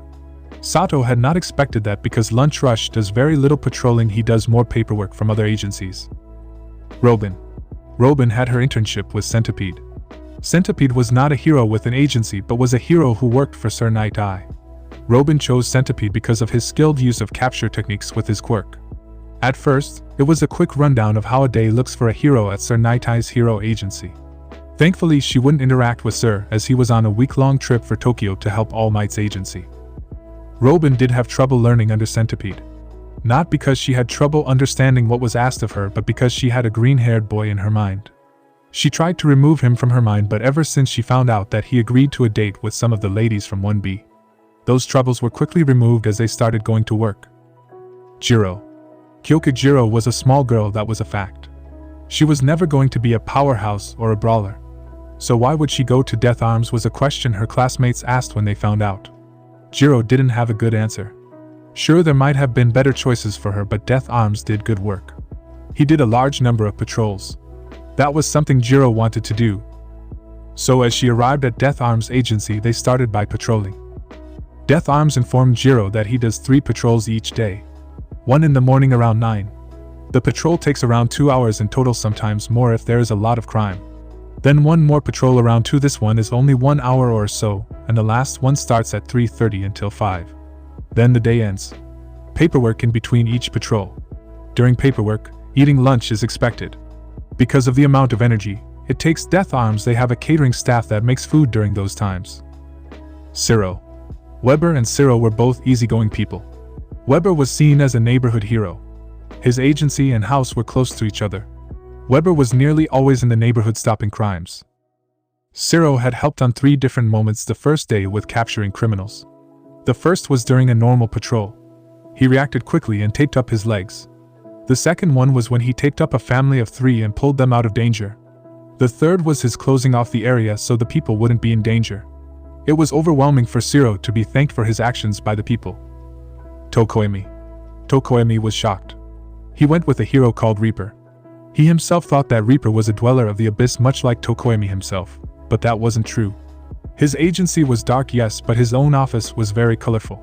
Ha ha ha, I see you shocked to see my office. Yes sir, I didn't expect Reaper's office to look like this. Why, if I may ask? Tokoyami asked with Reaper looking the bird boy in the eyes. I may walk in darkness each day to make sure that the rest of the people don't have to deal with the darkness. But I don't want my entire life to be filled with just darkness. Even I need some light to get by. Tell me Tokoyami, don't you have light in your life? Tokoyami thought for a second and Tsuya came to his mind. She truly was his light. I do, sir. And I agree. Good, now, let's get started, shall we? Todoroki. Welcome back, Sho. A woman said with flaming hair. Hey Mo, where is Toya? I haven't seen him yet. Shoto asked one of the Endeavor's sidekicks known as Burnin, or Mo Kamiji. Mo was engaged with Toya Todoroki, and they were planning to get married somewhere during October. Toya came running out from the toilet area. Sorry, little bro, didn't expect you so soon. I am on time, Shoto said whilst looking at his phone for the time. Dabi and Burnin would handle the main part of Shoto's internship. Endeavor would take them patrolling after a couple of days, seeing as he himself was busy the first 2 days. He filling paperwork and request to join the search of Stain. The Stain search was already full of several heroes. Midnight, Ingenium, Eraserhead, Ryukyu were some of the names among them. But Endeavor was planning on turning the heat up on the search for Stain. Hagakure. The first moments for Hagakure were strange. Origami stood outside waiting for her, but she was already inside waiting to meet with her. Origami walked right past Hagakure. A sidekick from Origami went outside after 5 minutes to grab his boss. First, they believed it might have been a joke, but when minutes passed they figure out she just missed it. When they started training, Origami asked to remove her invisibility so she could watch her movements. Toru explained that she wasn't able to do that, and why she would think that she could. That is a simple sweetie. I had the same problem. When I was 4 I was paper thin. To explain, she turned her hand into 2D. Her hand became as thin as paper. This was the case until I turned 15 and I turned it off. Origami and Toru then spend the day figuring out how to turn the quirk off. Bakugo. Bakugo had to do some thinking. He was far too aggressive to become a high-ranking hero. He knew that had to change, but he had no idea how. Best Jeanist was thinking the same when he watched the sports festival. He knew that Bakugo would never go with a lower-ranked hero. The first thing they changed was his look. Bakugo was giving jeans instead of his pants with knee guards that could kill people. His mask was also removed as it had no style, and his hair was tamed. Bakugo regretted his choice right away. Bakugo wanted to become calmer, and not a pussy. Best Jeanist was not the correct choice so far. But after explaining his goal with Best Jeanist, they were able to work out what should happen for him to change. At the end of the first day, Bakugo had a game plan and had become a bit stronger. Kami. Facade was the best choice for Kami. Both used their quirk the same, and Kami wanted the same fighting style. Facade tricked villains with his quirk, then turned it on them with submission holds or a strong knockout. Kami and Facade mainly focused on how to use her quirk with the surroundings. It would help her in a long time even if it didn't show short-time results. Kami did have trouble with using the surroundings in her quirk, but Facade's help made it night and day. Facade was extremely skilled with his quirk. Yayarozu. Yayarozu went with Mount. Lady. Both were different. While Mount Lady was a skilled pro, she was a hero that received attention because of her figure. Momo, however, ignored her own figure during hero work that once or twice causes some problems during class. As they came to the agency, they went to sit down and watch TV. Miss Takiame, aren't we going to do hero work? Oh, not yet, sweetie. Best hours for hero work is around 2 to 5. So around this time, the sidekicks make sure all the paperwork is neat and set up correctly. But we got something important to discuss. Momo believed this might be hero-related and was happy about it. You're in the class of the prince, correct? Momo nodded softly. Oh, how is he? What type of woman does he like? Do he and that old witch really have a relationship? You asked? Why would you want to know those things, ma'am? Oh, I want to get a date with him, duh. Have you seen him? He is so sexy. The day went on with Momo making a trade with Mount. Lady. If she taught Momo how to be a hero, she would answer questions about Izuku. This light a fire under you as she started teaching everything a hero should know. Izuku and Amuri started the second day later than normal. They had been held up because of the media. On the first day of patrol, the media had caught wind of it, and it gave all sorts of attention. It was rather fun to watch people argue within themselves.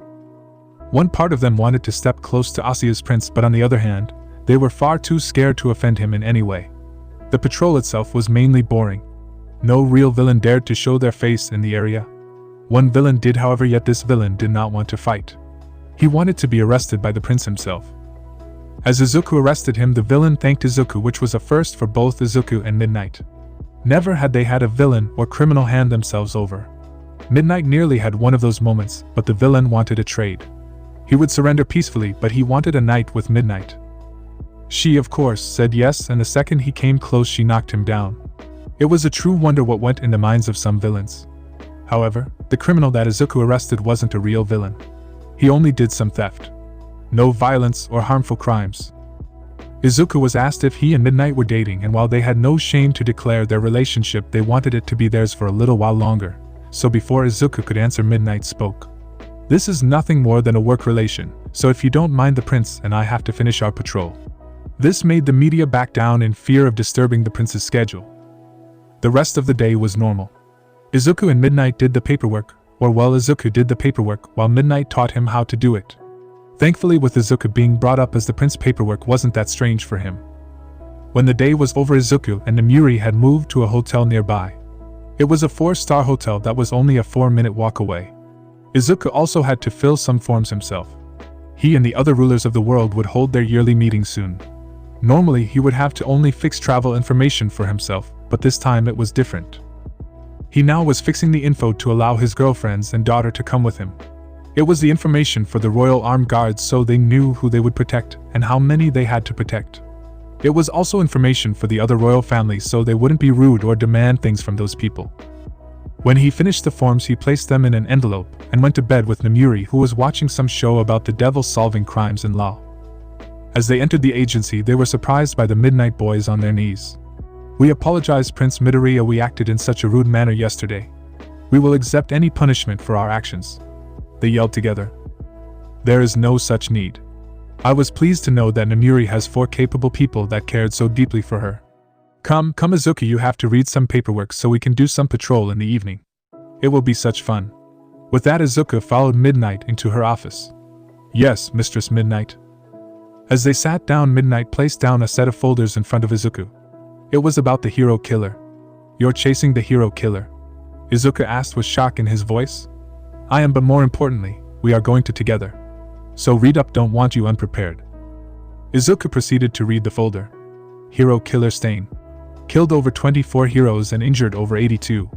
He had been on the move for over 2 years now. It was pretty impressive how Stain was escaping a multitude of heroes and police for 2 years. Now the large group that had been chasing him finally knew where he had been hunting, they could hunt him. There was even an OK on his death if the need would arise. Izuku noticed the names that were on the search team. They would all act together in hosts where Stain was at the moment. There have also been reports on the weapons Stain used. 6 sets of combat knives, 12 throwing knives, 2 daggers, and a katana. The katana, however, piqued Izuku's interests. It was the half of a sword Izuku already had. He had the hilt of the sword, and Stain was wielding the blade. One of the black blades. Shusui. One of the 21 great grades Shusui is a black blade that has a distinct reddish-purple reverse wave hamon, hardening line, that is of a Kanemoto style, and its tsuba, handguard, has flower-like edges in the shape of an octafoil. It also has no accessories on the hilt, being wrapped with black silk. Kashira, tsuba, and kojiri end cap are golden, and the sheath is black, decorated with dark red circles split into even thirds. That was enough reason for Izuku to go after Stain. A blade of that caliber should not be in the hands of a villain. Izuku wondered if Stain did not have a blade of such a caliber, would he still have that amount of death to his name? Midnight, this sword Stain wields is one of the blades I am in search of. Please do inform the police and the other heroes that it's important to me. Izuku didn't like what he did, but it was needed. He knew if he would say it was important to him, he would get the blade. He normally wouldn't like to do it in such a manner, but this blade was part of history and had to be completed in its original hilt. I already did. When I first read about the blade, I informed the others that it might be one of the ones you were searching for. It only gave them more interest in finding Stain, she said with a smile. Izuku continued to read the folder. It had a lot of Stain.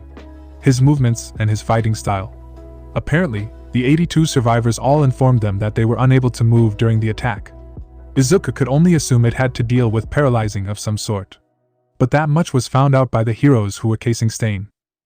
They went on one patrol before they would go to Hosu. This time during patrol they had a real crime.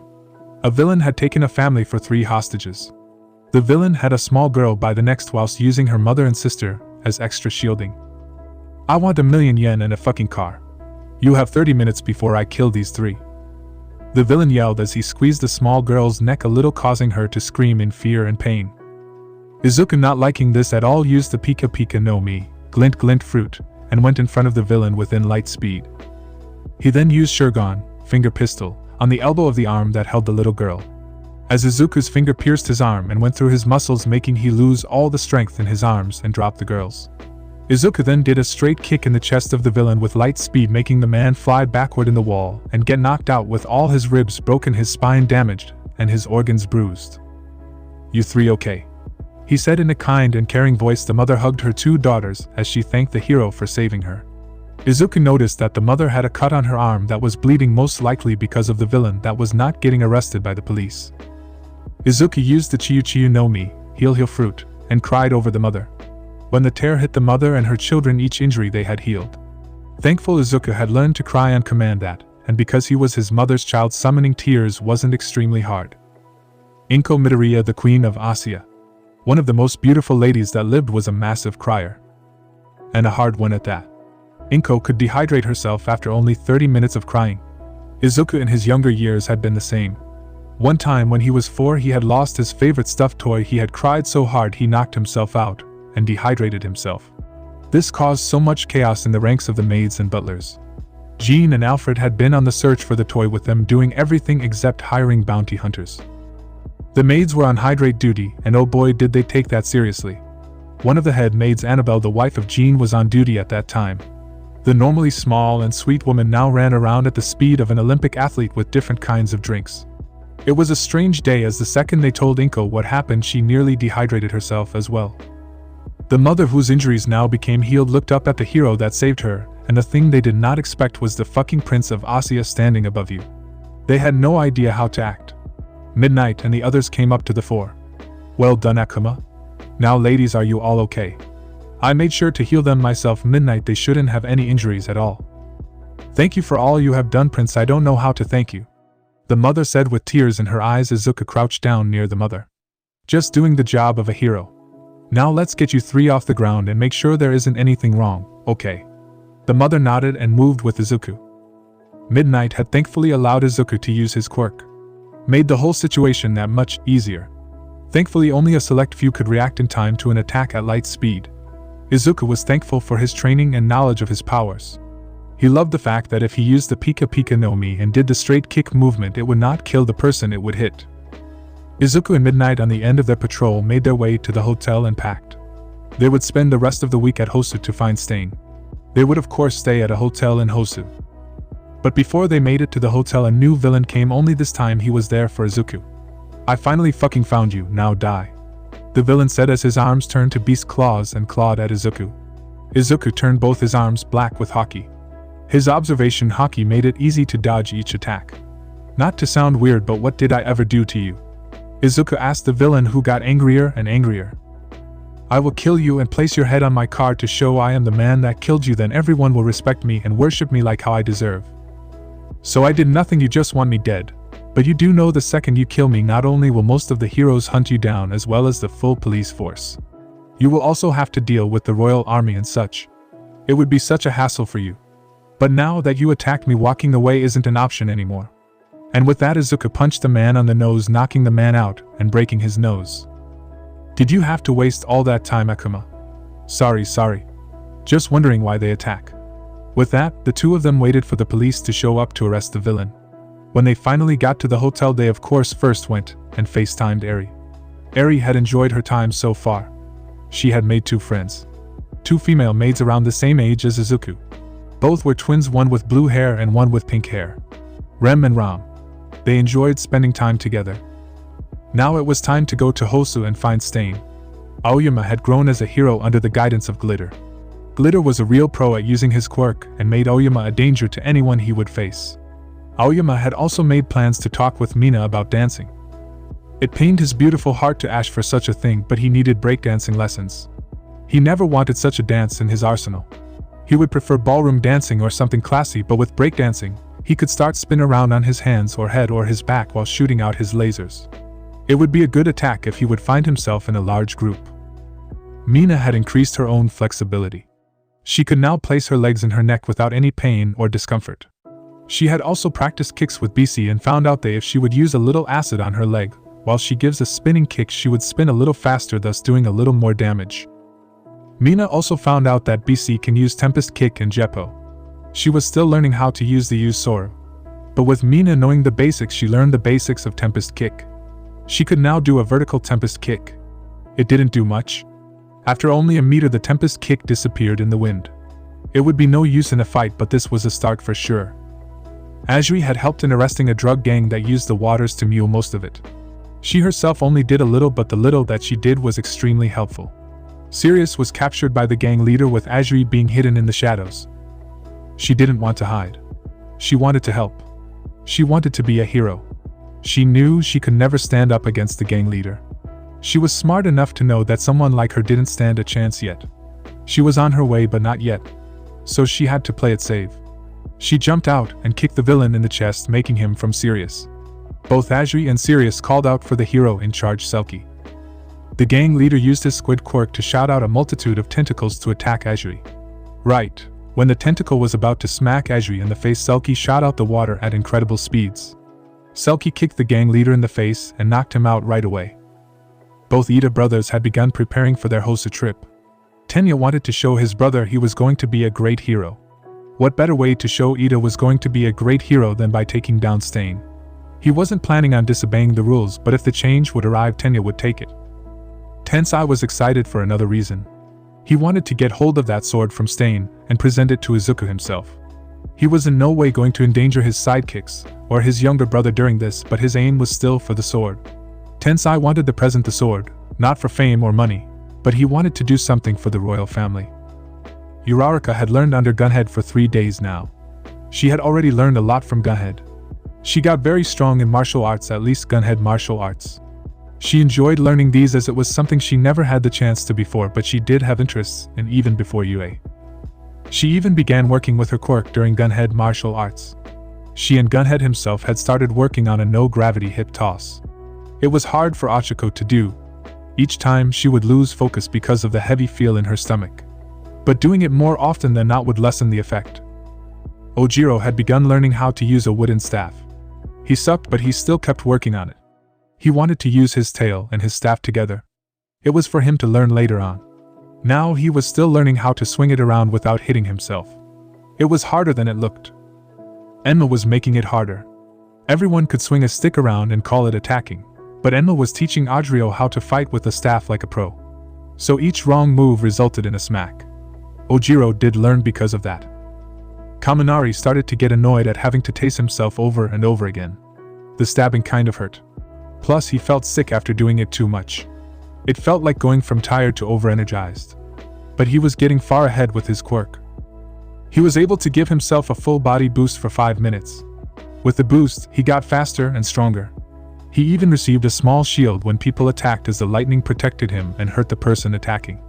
It was a real handy power-up. Kirishima kind of wanted another internship. He didn't hate 4th kind, he respected and thanked the hero for taking him under his wing. It's just he didn't learn anything really new. 4th kind was a brawler, but he didn't fight that many villains these days.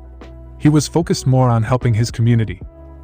Well, Kirishima respected that and would love to do some community service when he goes pro, but with this it was a bore. He wanted to get stronger. He wanted to chase the villain. He wanted to save people. He wanted to do something other than cleaning up the playgrounds or grabbing a cat from a tree. Kirishima felt bad for thinking that, but he had heard those stories from the news and his friends. Izuku had already stopped and fought villains. The other had also done awesome things. Nami had so much fun. She had been gossiping with Storm about everyone at UA. It was great, plus she learning so much from Storm. She and Storm had been going on patrol nearly every day. She also spoke to Storm about rather rude behavior toward one of the villains. Storm had used electricity to shock a small-time mugger.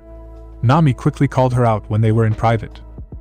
Storm wanted to know why she did this in private, and Nami told her that she didn't want to call her out in public as it could hurt her image permanently, and while Nami did not like the action, she still respected her as a hero. Sato was tired. Lunch rush made it look so easy, but making hundreds and hundreds of lunches each day was exhausting. Sato had spent the whole of yesterday prepping food. He started by washing kilos of rice. After cleaning the rice, he was tasked with chopping vegetables. Then the midday he spends making sandwiches. Bread, butter, ham, cheese, butter, and bread. He did this well over 100 times. Then in the evening it was him cleaning and cutting vegetables again, but this time a far larger number. Lunch Rush was in charge of feeding not only 75% of all hero agencies in the area, but also for some schools. Lunch Rush was beyond smart in his food prep. The bread he used for his lunches was self-made. He made it with special food items to make it give more nutrients. And of course the patrols. My God, was they weird. Each day they would do a 30-minute patrol of the area while talking about food. Sato did learn a little more about natural sugars and how to abuse those. Robin learned so much from Centipede. She even copied one of his moves. Whip strike. Centipede would push his arms forward and then smack them as a whip. Robin could do this as well, but she would grow arms on her arms and then use it as a whip. She wanted to become a little better at Tech-Eye. If she could harden her arms to iron while she whips them around, would be a great combat advantage. Jiro and Death Arms were a pretty weird duo. Death Arms worked Jiro to the bone each day. Each patrol was a full workout on its own. Death Arms believed that a hero should always be in top shape and ready to move. It was weird for him to say that as he was a chain smoker. Jiro did help with the hostage situation, and she felt amazing after the fact. She had used her quirk to locate hostages and hostage takers. She then informed Death Arms and his sidekick that mimicked him. That itself wasn't strange, as many heroes preferred their team to look a certain way. Zero and Weber were having so much fun. Weber had learned Zero how to properly swing around with his tape. They even began working on a slingshot attack. It would not be an attack he could use all the time, as he should place his tape at certain heights and a certain distance away for maximum speed. He was also planning on learning how to make a net out of his tape. Zero thought it would be cool for him to catch bad guys in a big net. Weber also decided to teach Zero one of his moves. It would be a short burst of tape and web at a far greater speed, making the bad guy stuck to a wall or floor. It could also be used as an attack. Tokoimi and Reaper did patrols each night. Reaper often walked with a darkness weapon. It just added to the scary vibe. Tokoimi liked that so far. It was a cool sight, as some villains just surrendered when seeing him. When a villain surrendered after trying to rob a store, Reaper turned his darkness weapon into a spear and then stabbed the villain in the leg. Tokoimi saw this and stayed quiet at that time. He was planning on informing Aizawa that night. He didn't like the fact that a hero he respected acted like that.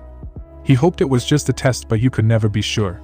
Perhaps Reaper dwelled in the darkness for too long and his once pure and heroic soul turned dark and corrupt. Todoroki was now in Hosa patrolling with his father. He was informed by his father that the prince would also be in Hosa, joining in on the chase for Stain.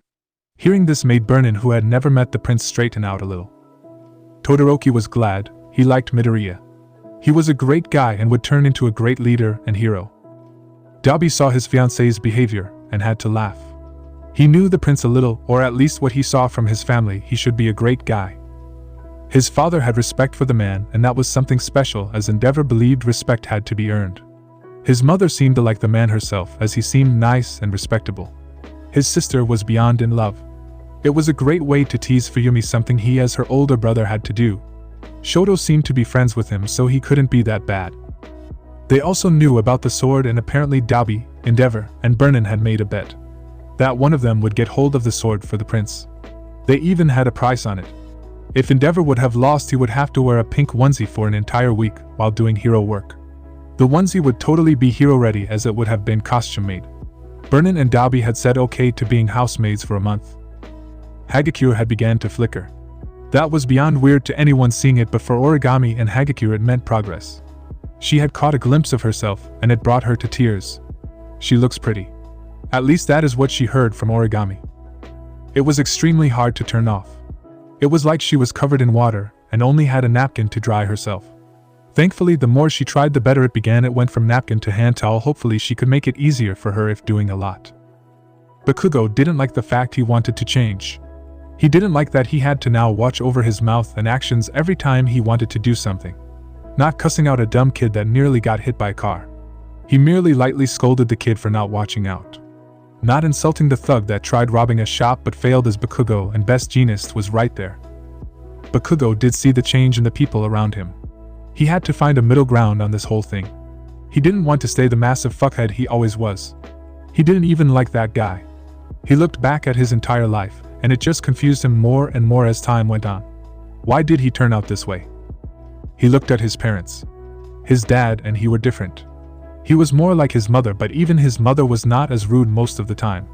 She could be seen as a lovely and kind woman. For her job, she and her husband made clothing. While Bakugo never gave a shit about that. He did know that his mother did the face-to-face stuff. And yelling your customer is a dumb fucktard is not the best business plan. Cammy had begun increasing the realness of her quirk. She was tasked with tricking one of Facade's sidekicks. She had to make something that stood out in a room while still having her believe its realness. It was a fun thing to do.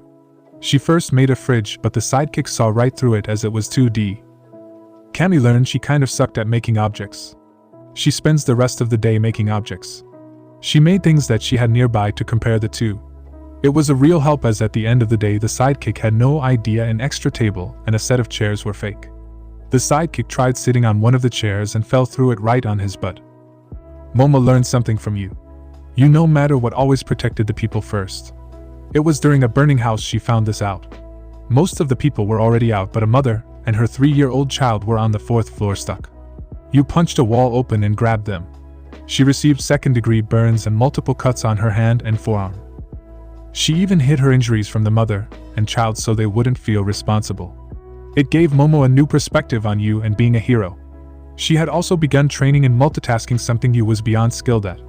You normally enjoyed shows while working on hero forms, but that wasn't just it. While she did those two things, she also proceeded to chat and teach Momo about hero stuff and Izuku. Izuku was in the car, his hand on Namuri's thigh as they drove. The music on the radio blocked all the other sounds from passing cars. Namuri had her hand on Izuku's hand as her eyes were closed while she slept peacefully. The trip to Hosu wasn't long, but for the two of them it could take hours and they would still not complain. As Midoriya and Namuri made it into Hosu, they first went to their hotel. Seeing as Hosu was a large city with a good amount of travel, Izuku had reserved the penthouse suite for him and Namuri. This hotel chain, Izuku had used it before as they were all across the world and provided a great service. They made their way to the front where the valet driver stood waiting for them. The bellman also grabbed their bags out of the trunk right away and placing them on a cart. Izuku and Namuri quickly made their way to the front desk. Izuku, not seeing anyone there, hit the bell. Namuri herself was in her own world at the moment, reading the lasted developments on the Stain investigation. Apparently the last hero Stain had attacked who survived the attack had agreed to come to the meeting that would occur that night to enlighten them a little more. From the back of the front desk came a shortish woman standing about 142 centimeters tall. She hurried to get her glasses on her face correctly. "I am sorry for the wait," she said, still not watching who stood at the front desk. As she fixed her glasses, she looked up and saw the Prince of Asia giving her a friendly smile. I apologize for the wait, Your Highness. Do excuse my behavior," she said with a bow, not expecting this when she woke up this morning and got ready for her work shift. She knew that the chance of meeting important guests was possible, as she had heard that Endeavor and some of his sidekicks had checked in themselves. "Don't worry about it. But I would like to check in if that's possible," Izuku said, ignoring the fact that Namuri was giggling at the back of him. She found it funny how the people reacted to Izuku. "Yes, of course, Your Highness. Under what name is your reservation?" "It's under Midoriya." Confirming the reservation, the front desk receptionist informed the bellman which floor to take the bags from and gave the keys as well as some of the hotel's information to Izuku and Namuri. "Here are the keycards for your room, which is on the 89th floor. We have our own kitchen staff that can provide any meals you want 24/7. You can order room service with the phone. If anything is not up to standard, do please let us know. I hope you enjoy your stay." Izuku nodded and thanked the lady. As they made it up to the 89th floor, they entered the penthouse suite. The room was around the same size as the entire floor from the dorm system. It had a great view over the entirety of Hosu. Izuku enjoyed these types of views. It was one of the reasons he enjoyed his quirks that allowed his flight of some sort. Namuri and Izuku got set in themselves a little. They made sure they had the paperwork on Stain and such set up. They still had around 2 or 3 hours before they would have to make their way to the meeting. Endeavor and his sidekicks entered Hosu the day before the meeting they would have. One to get set up fully. The second was to work out the city layouts a bit beforehand. Endeavor had reserved the entire 88th floor for him and the sidekicks. It was a common practice whenever he was forced to move toward a distant city. At the moment the Todorokis were split up. Enji Todoroki was shopping with his wife and youngest child Shoto. Shoto himself didn't really want to go shopping, but he didn't have anything better to do. Rei Todoroki forced her husband and her son to go shopping with her. She tried getting her older son and his fiancée to come with her as well, but they had the clever excuse of wanting to have a day for themselves. Rei was not a fan of the Stain hunt. She herself was not a fighter at all and knew the dangers Stain could bring on. She was also really worried for her children and their lack of danger. She tried making them stop the bet, but that was not really possible as each party was excited to win. She did make them promise to not act reckless and to make sure they get out alive and uninjured. Both Ida brothers had made their way to Hosu along with a couple of sidekicks. Ida had his agency nearby Hosu, so they didn't have to go to a hotel. They had already gone to the office where they would be meeting. It was the agency of Manuel who would house the meeting. His agency was nearly right in the middle of Hosu, thus making it the perfect location. Now while Tenya was very busy studying advanced hero studies while running on the treadmill, improving both his body and mind, Tensei was emailing everyone that was on the Stain hunt about the injured hero that would speak that night. He also had his own sidekicks do some patrolling, which wasn't really for the goal of patrolling but to hopefully gain some information about the whole situation. Aizawa was sleeping. He had made his way to Hosu a little while before after he was done at UA looking over the grades and results of 1A. He had been in contact with each hero that the students were interning with and had heard each of them had improved in their own way. Now Aizawa was in a random motel somewhere in Hosu sleeping. He was tired with all the paperwork, and he was going to do some long night shifts while on the search of Hosu. He didn't like the fact that some of his hero students would join the search, but at least each student that joined was capable of protecting themselves. Ryukyu had also joined the hunt for Stain. She had not expected that Mirko would join her. She did know why. It was a good chance to ask Izuku on a date if they got hold of the sword. But Ryukyu came from far with Mirko and two of her interns. One was one of the big three, Nijire Hato, or her hero named Nijire-chan. The other in turn was Nijire's best friend Yuhaya, or her hero named Griffin. She had taken her quirk as her hero name. With her quirk, Griffin Yu could turn herself into a griffin or a griffin-human hybrid. It gave her claws as well as wings and of course the ability to fly. Her skin was also a little tougher than most if she transformed. She could also ignite her claws while in her hybrid or full form, but she couldn't shoot those flames out. The four of them were all in Ryukyu's car making their way toward Hosu. They would arrive with only around 1 hour to spare. But that hour would be filled with making way toward their hotel and of course to make their way to Manuel's office. They themselves had very little information to add to the search, but everyone except Mirko had the ability to fly, so searching for Stain should be a little easier. Manuel was not ready for this. He was fully panicking at the moment. Having the number 2 hero, number 5 hero and number 10 hero in your agency would bring anyone stress. But oh no, Manuel had it far worse. He was going to be hosting the Prince of Asia as well. He was at a loss. His agency was clean already, but he still did a check. Each sidekick he had was also preparing for the night. They had cleaned whiteboards for all the paperwork. They had made sure that there were extra folders with the information. Anything that could be needed they made sure they had. In no way, shape, or form was Manuel looking like an unprepared fool today. Not in front of royalty. Izuku and Nomuri had decided to spend a little time walking about. Izuku chose to wear his face mask again as well as a cap to hide the majority of his face. It made life so much easier for him as no one bowed down or went out of their way to please him in a way that wasn't even needed. Izuku even remembered a time when he was 7 and he was traveling in China.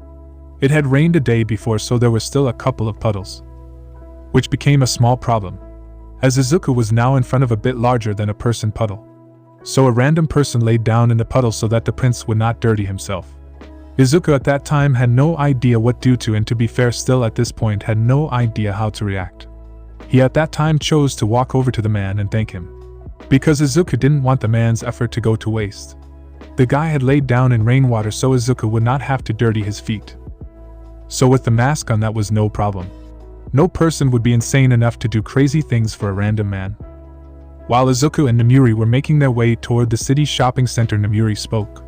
You set up a date with both Achiko and Mina after the internships, right?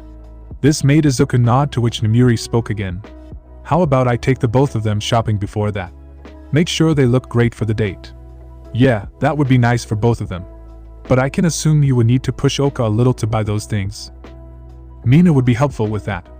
I also have to make sure they match for your double date with them. It was true. Achiko and Mina wanted their date to be at the same time. Both were not experienced in the fancy stuff and wanted to do it with their friend. Izuku, of course, didn't mind, as a date with two beauties was a dream many men could only dream of. Izuku and Namuri didn't really buy anything, but they did eat some things. Namuri herself didn't buy anything to eat. Izuku bought loads of food and Namuri just took a bite off of anything that looked tasty. She of course also bit Izuku. Izuku looked at the time after noticing a new picture that Jean had to send him. It was Eri in a cuddle pile with Rem and Ram, with all three of them asleep while watching cartoons. Izuku enjoyed the sight of Eri asleep with a smile on her face. He still clearly remembers all the evil things Overhaul had done to her, and was glad to have removed most of them from her mind. Izuku, with the consent of Eri, had removed most moments that had Overhaul without removing anything that would affect her behavior. He had not deleted those memories, but he had put them aside for when she was older. He didn't want Eri to miss part of her childhood, but he would not sit by and let Eri wake up screaming night after night because of that sick dead bastard. They made their way back to the hotel so they could get changed and make their way to Manuel's office. Namuri got dressed in her new hero outfit. One that was a small bit less extreme than her outfit. She still looked amazing, but it would cover up a bit more. Izuku still had his original hero suit. He had rolled his sleeves up a bit though, in case he would have to deal with stain. On his back, he had his jit. He now had removed his face mask and made their way to Manuel, who was only a 10-minute walk away from the hotel. Izuku and Namuri reached Manuel rather quickly. During the walk they had some people follow them for a short while, as both Namuri and Izuku hadn't been seen in Hosi yet, so it would be expected. They were not stopped, so making it to Manuel was only a short walk. As they reached the agency, Namuri was the first to enter. Izuku followed shortly after, shocking the secretary. She knew he and Midnight were coming, but seeing him in real life was still a shock. Hello, Sir Midnight. Welcome to Manuel's hero agency. Izuku gave a soft smile, hoping to put the visible nervous secretary at ease a little. Midnight spoke. Hi. We have a scheduled meeting with Manuel and some other heroes. Why, yes, ma'am. It's on right down there. It should be the last door on the right. Both Midnight and Izuku thanked her as they walked away. Both could hear her let go of a breath of air. As they entered the meeting room, they noticed that they weren't the first ones there. Izuku saw Aizawa in his sleeping bag in the corner of the room. He also saw the Todorokis with Burning a little away speaking on a radio. Last were the Ida brothers. Ida was checking his file to see if all the information was the same. Hello everyone. Midnight said, gaining the attention as she had a newly updated hero suit. Izuku gave a wave to everyone. Izuku enjoyed the reactions as he entered. Ida always straightened up and gave a short greeting, thankfully using Midoriya instead of Prince. His older brother Ingenium slowly walked up, most likely to introduce himself. Aizawa opened one eye but closed it right after seeing who it was. Shoto acted normal, but he did give a wave back. Burnin went proper, hoping to not embarrass herself. Toya didn't really know how to act but decided to act as normal as possible. The Todorokis, much like the Tensei, walked to greet Izuku. Hello, Prince. It's a pleasure to meet you in person, he said as he offered his hand. The pleasure is all mine, Ingenium. It's a great pleasure meeting so many strong and cool heroes. Also just call me Akuma or Midoriya, that is fine. Tensei gave a nod and went to speak a little with Namuri about her new hero suit. He was in her class during her first suit, which was nothing more than panties and a belt on both her breasts and her hips. And a coat. It was a little revealing and distracting, if being honest. Hello again, Midoriya. Hope you have been well, Ray said with a friendly smile. I have been great. Hope you all are doing good as well, Miss Todoroki. Midoriya, I would like to introduce my son, Toya Todoroki, or Dabi. Toya offered his hand and told him it was an honor meeting him. This is Burnin, or Mokamiji. She is engaged with Toya. Izuku shook her hand as well, with her being very nervous. Much so causing many to stifle a laugh. They all spoke a little more, getting to better know each other. Endeavor informed everyone that his sidekicks at this moment were patrolling and would press a panic button as soon as they found Stain or something happened that they couldn't handle. After around 5 minutes, the rest entered the room, which was the Ryukyu agency with Mirko. Nijire ran right up to Izuku and jumped on him, barely moving him but giving a heart attack to Manuel, Ida, Yu, and Burnin. Hi there, Hato. Nijire now pouted and poked his cheek.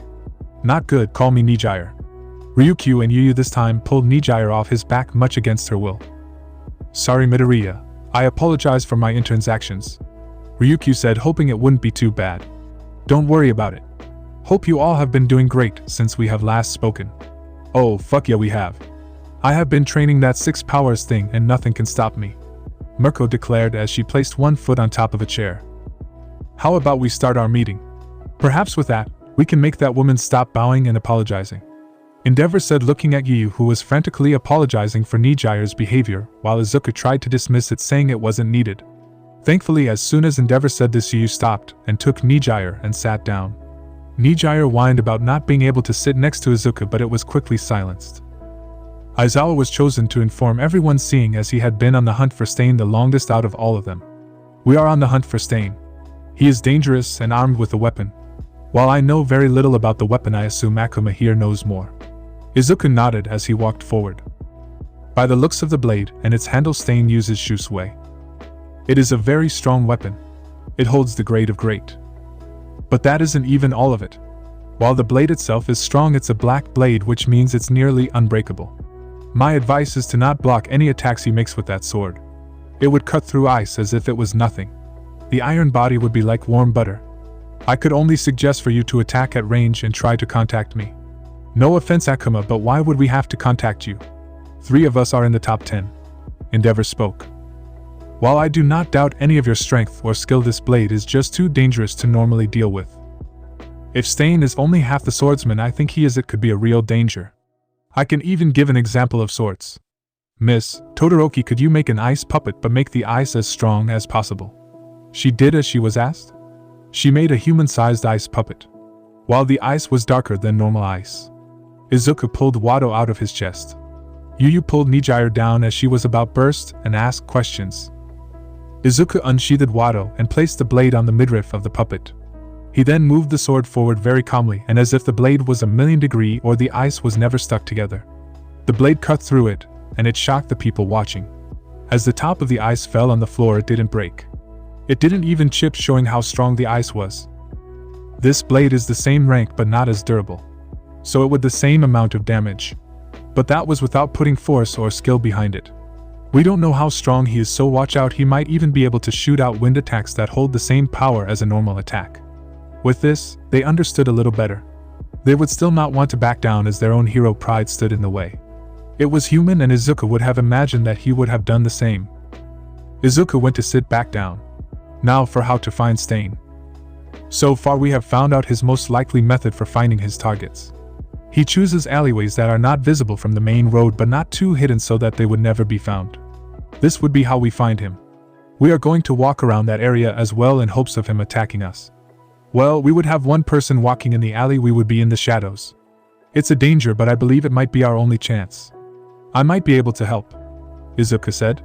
How? I can use my Gyro Grio no Mi, glare fruit, and shoot out my vision. I would then get a bird's eye view of an area of about 4,000 kilometers. I would still have to search the area, but it might quicken it a little bit. Or the faster but harder way would be if I used observation hockey. Which is? Nijire asked, super excited. It's a skill only people of the royal household can use or learn. I would sense either killer intent or strength. With that, it would narrow it down and we might be able to spot him. Well, let's try. It might be worth a shot, and if it doesn't work we can always go back to walking around. Ingenium said, with the others agreeing. Here we will use this to communicate properly, and hopefully quickly catch this bastard. Endeavor said as he gave some small radios to everyone. Izuku kissed Midnight as she would patrol on the other side while Izuku would be in the middle of the city to have the best area to look. The mayor's building was right in the middle of the town. Izuku simply jumped right on top of the building with one of the sidekicks who would have been security for Izuku to enter the building and explain. The next king of Asia, who was also interning as a hero and Hoso hunting Stain, was sitting on their roof. Izuku sat down and started using his observation hockey. While he was able to use hockey pretty well, he wasn't nearly as strong as his mother. But it worked, well, it sort of did. The only problem was that while Izuku was looking for both strength and killer intent, and while he assumed he would see one, perhaps maybe two, it showed dozens of powerful auras. We have a big problem, everyone. I count around 30-ish powerful auras that are oozing killer intent. Izuku then proceeded to give the rough location to all of them while going for some himself. He quickly arrived at the first source. It was one of the same beasts that arrived at the Usj. Only it looked weaker. It was attacking a hero that, if Izuku remembered correctly, was called Cow Lady. Just as the Noma was about to bring its fist down to the cow heroine, it froze. Not stopped moving, no. Ice fully covered the Noma. Izuku jumped up high and landed on the Noma, breaking it in pieces. Everyone, the beast-looking things attacking the city, are Noma. They are not alive, nor are they human anymore. Lethal force is allowed. Izuku sends through. He had not given the order himself. He was given this information by the CHS, Collective Heroes Society. Itself thought off, so you don't think too much of it. The CHS took control over the Noma body in hopes of finding out what it was. They came up with that Noma were half human, half animal. They could also not be saved at all, so for the safety of the people it was allowed to kill them. Not as it was killing, it was more like putting it down, as they were in constant pain. Izuku, after calling into the radio, crouched down next to the cow hero. "You alright?" Why yes sir. Sorry for making you act, sir. Don't worry about it. Even heroes need help sometime, right? Now I need your help. These beasts are rampaging in Hosu. I need you to help protect civilians.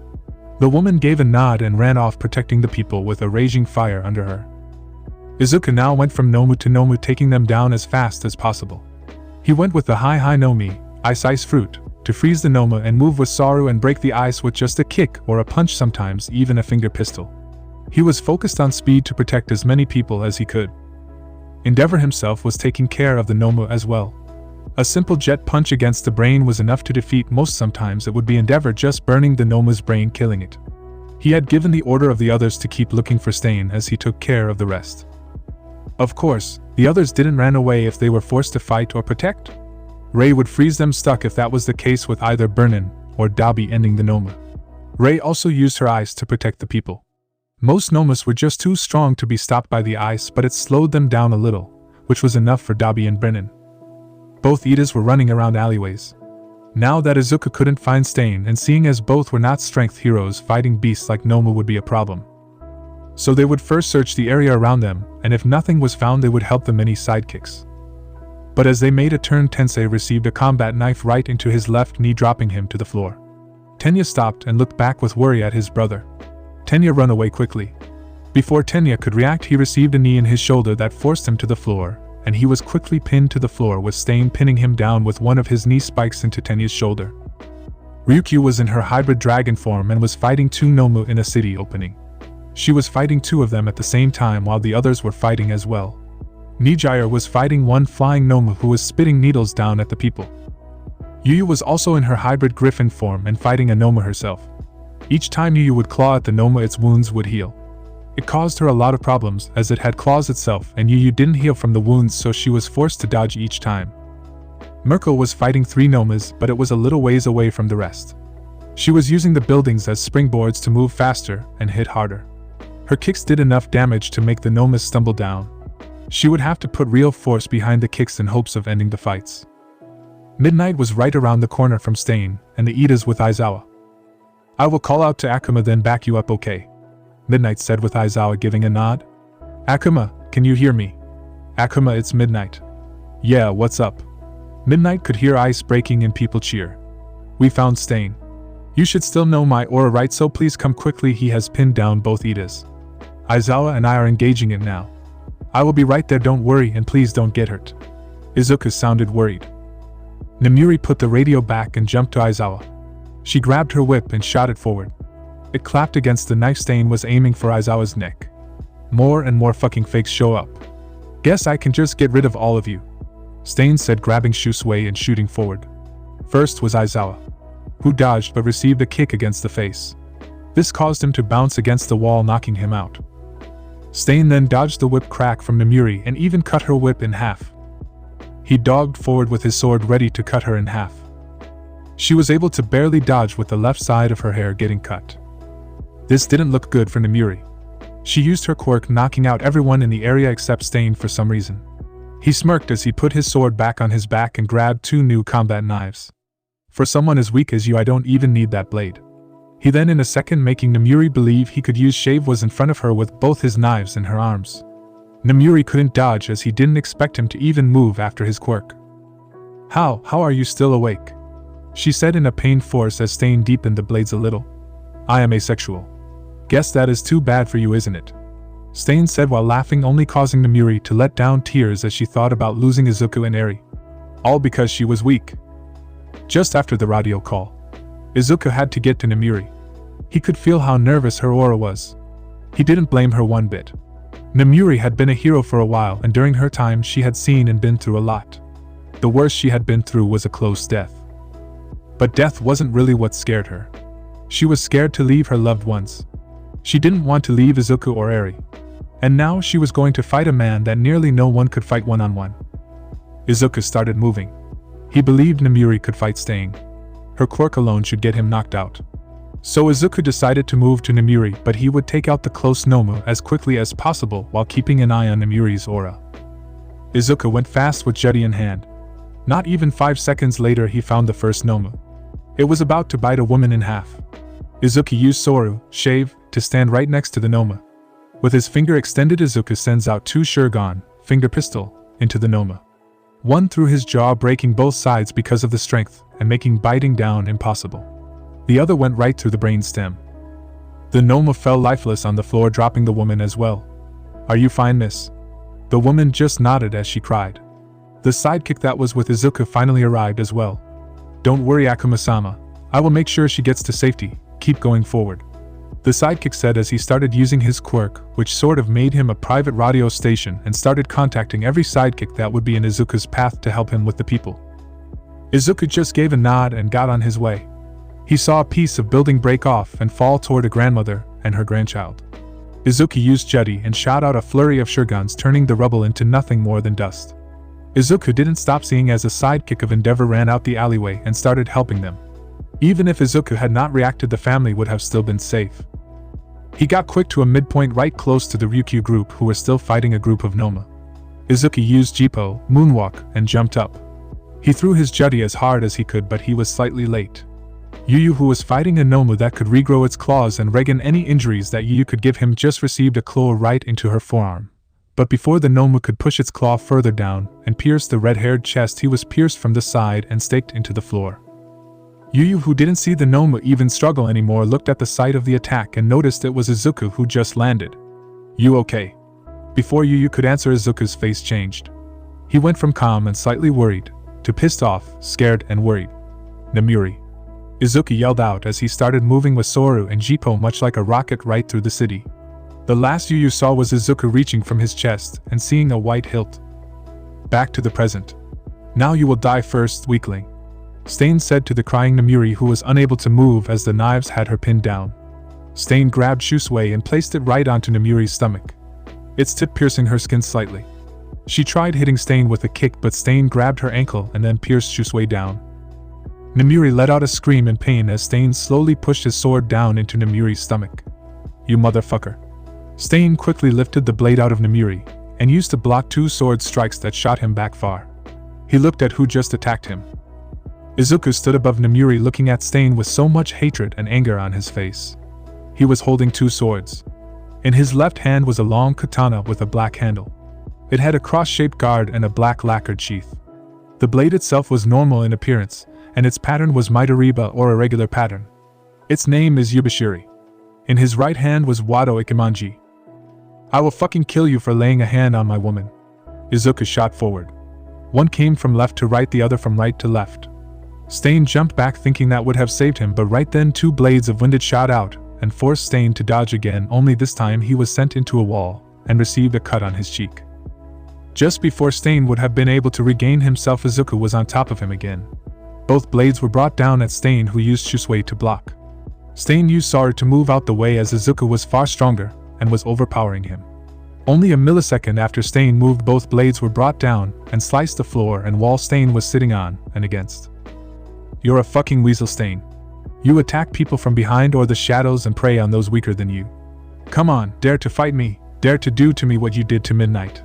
Izuku went for Stain again, bringing Wado sideways. Stain dodged under the blade and brought Shusui right into Izuku's stomach. I did, Stain said with a sick smile. Right at that point, Stain's smiles dropped as he felt a sword pierce his stomach as well. You missed. Stain looked down and saw the hole that was in Izuku's stomach. Stain jumped away, now using one hand to clutch the wound Izuku had made. But now Stain was close to Namiri. Stain jumped for her. "Before I fight you, I will finish this whore of a hero." Izuku used Shave as well as the Mera no Mi, Flame Fruit, to boost his speed by shooting out flames of his feet.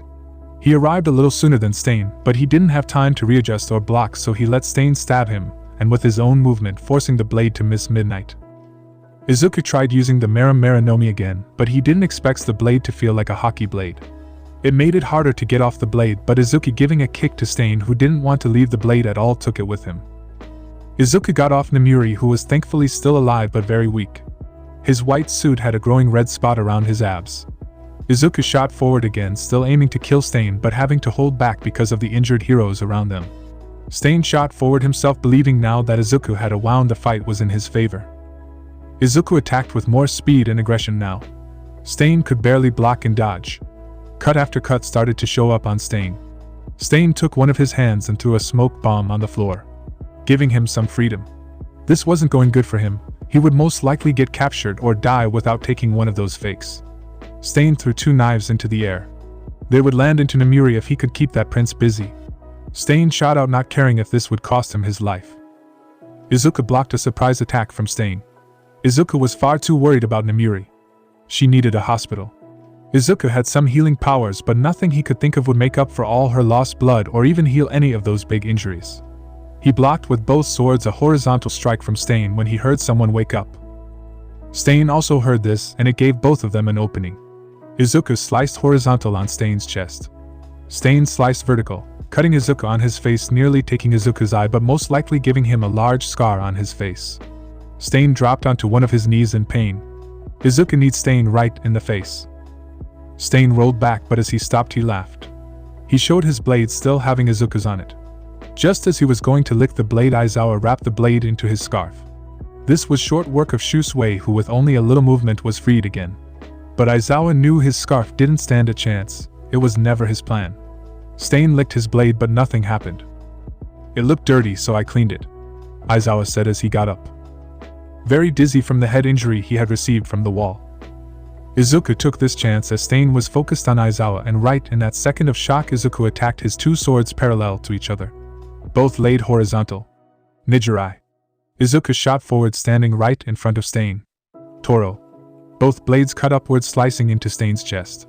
Izuku, who jumped during Toro, went on Odoro, which was the opposite of Toro. While Toro cut from bottom to top, Odoro went from the top to the bottom. Stain fell to the floor, barely holding on to his life as the 4 deep cuts were made by Izuku. Aizawa was right above Stain the second Izuku stopped. "Akuma, I have him." With this, Izuku nodded, knowing what it meant. He went to Midnight, seeing she barely gave a response, but Izuku noticed her aura. He didn't have much time. He needs to get Namiri to a doctor. He didn't even sheath his swords. It wasn't important. Izuku grabbed Namiri and began running. He had healing powers, but he was too tired for that. And none of them would help with the amount of blood Namiri had lost so far. And if it took too much out of Izuku, then both could lose their lives. Even if he had energy, Izuku wouldn't be able to do much. He knows how to heal small wounds and such. The wound on Namiri's stomach is too much for Izuku, and he was panicking. He was bleeding a lot himself. He only had sight from one eye, but even that was getting shaky. It took Izuku a little while with Soru to reach a hospital. He entered the hospital, who was already in a panic with the number of injured people that entered. But the pure fear everyone felt the second they saw the Prince of Asia stumbling in. A large cut on his face, his suit filled with blood, and carrying someone. "I need a doctor, please save her," Izuku yelled desperately. Izuku didn't know what to do. He was so scared for Namiri. He would if he could take on her injuries. He would without even a second thought. A group of doctors came running out with 2 beds. Izuku placed her on one bed. "Sir, please get on the bed as well." "No, first her, go," Izuku said, his worry and fear growing only worse and slowly turning into anger. The doctors rushed to help Namiri. Izuku followed behind until he wasn't allowed anymore. Izuku let out a scream. His anger was boiling over. He was so weak, so dumb, so idiotic. Why wasn't he with Namiri at first? Why didn't he give them something to protect them? He wanted to get his anger out, but he couldn't. He couldn't go outside and take his anger out on those Noma. They were already close to defeat.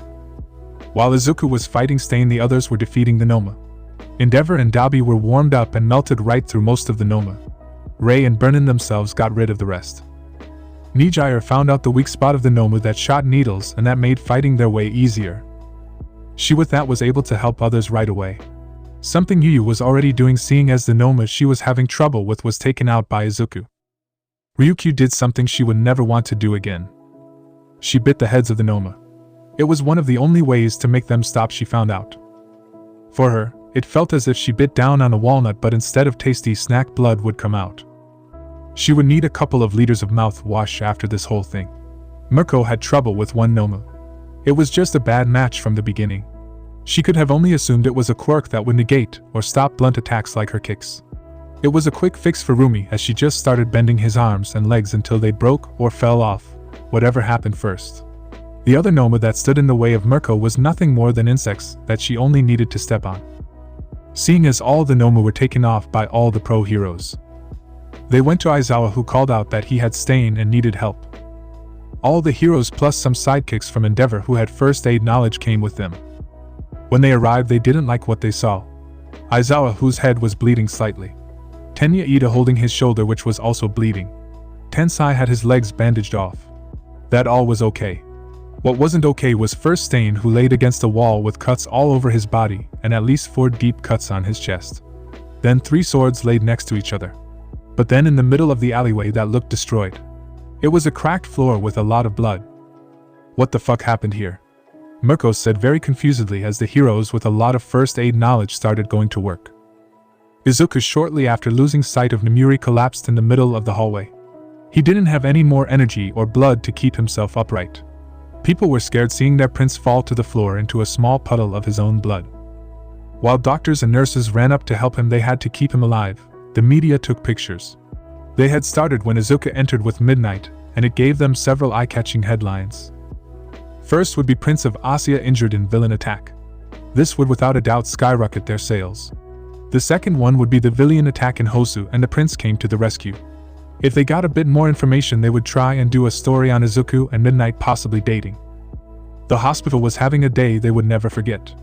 First off, a high number of injuries, none severe but still in need of medical assistance. While this would be unusual, it wasn't unheard of. What really took the cake was the fact that the most high-ranking person in Japan at the moment stumbled in their hospital, injured himself, but caring for an even more injured person in his arms. Seeing as the prince really wanted her to live, they called their best doctor back on duty.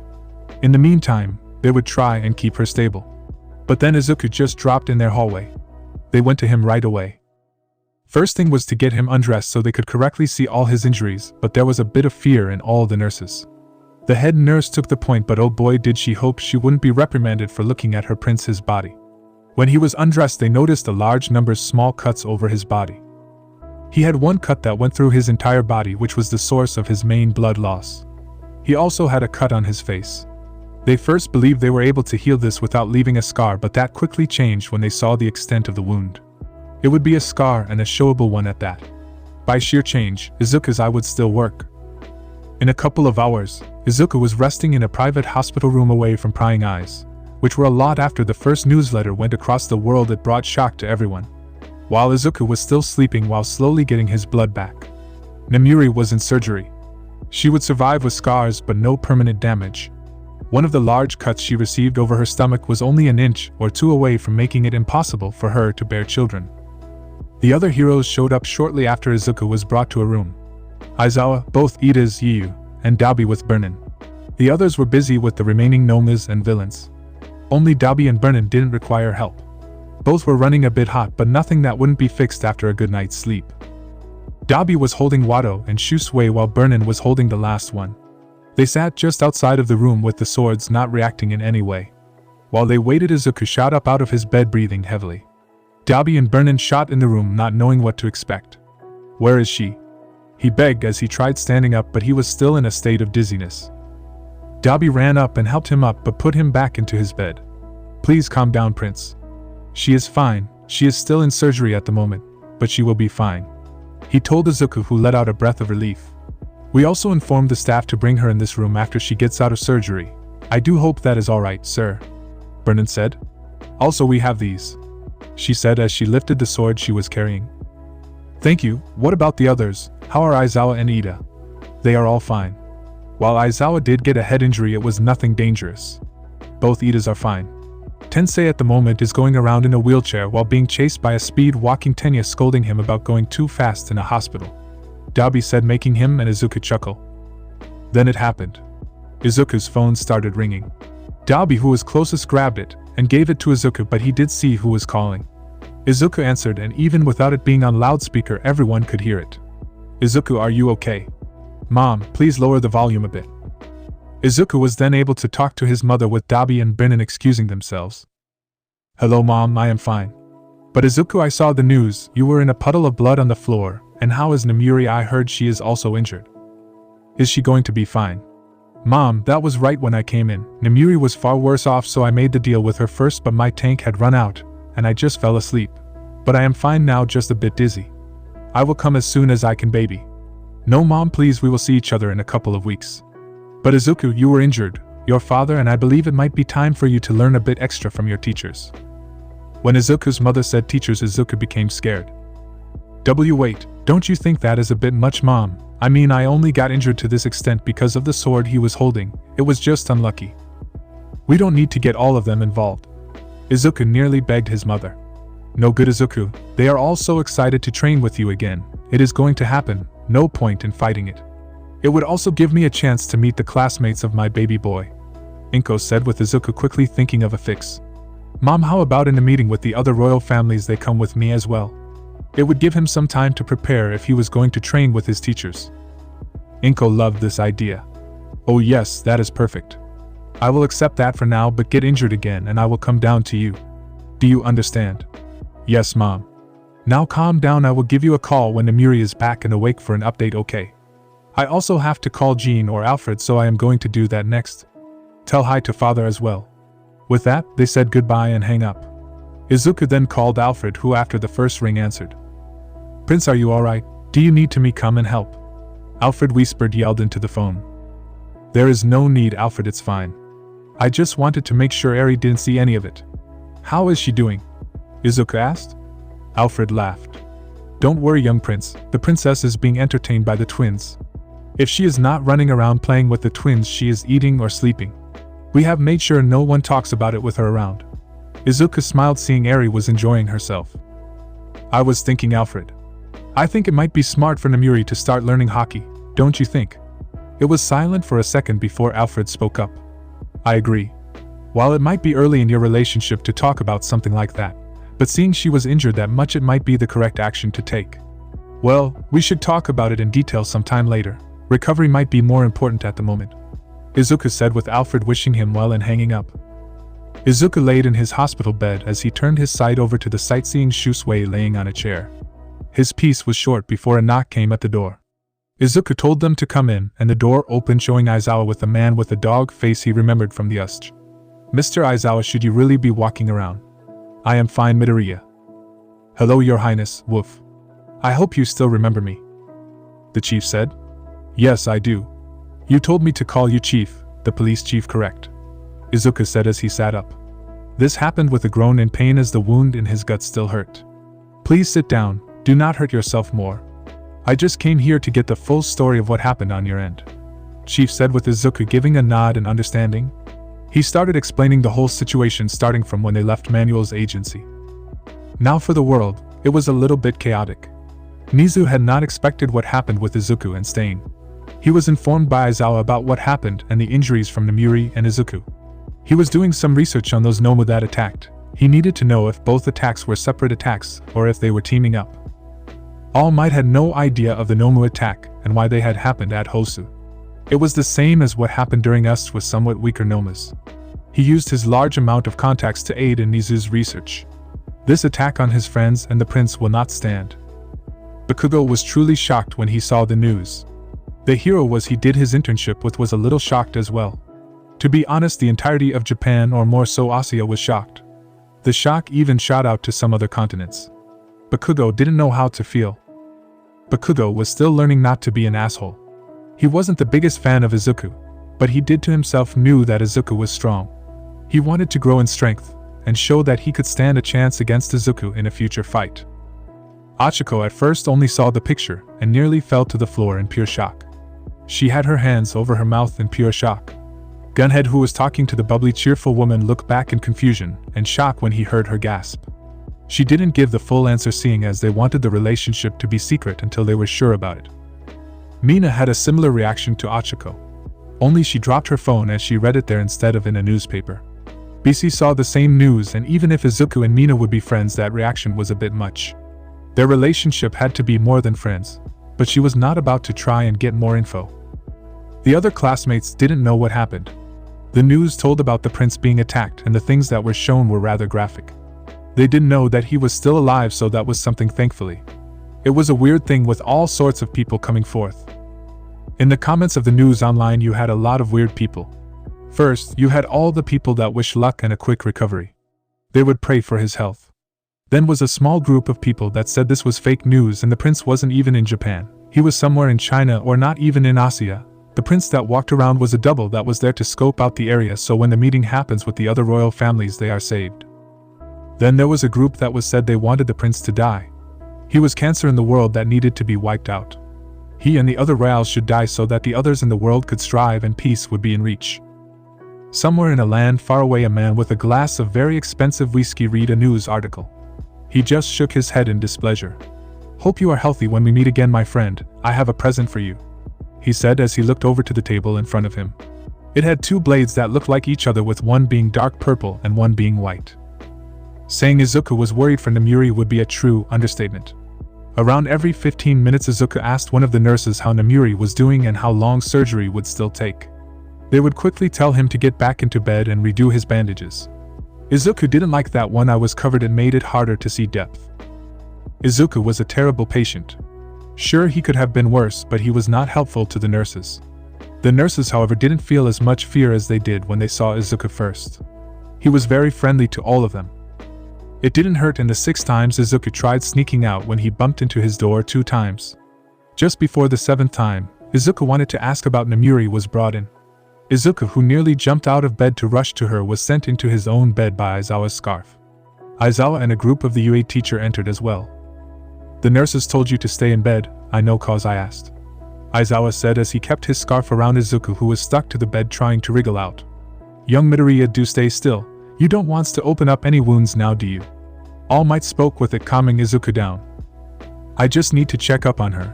I will do it calmly. Just let me out before I break the bed," Izuku said, with Namuri softly joking in a weak voice. "He is only allowed to do that with me." The scarf released Izuku, and he moved to Namuri's side. "How are you doing? Can I do anything for you?" Izuku asked in a soft voice. "Fine, just sore." She tried turning to look at him, but after winching, Izuku stopped her. "Don't hurt yourself, you just got out of surgery." "Yes, Namuri, you should let the prince spoil you for a while," President Mike said, with Izuku looking offended.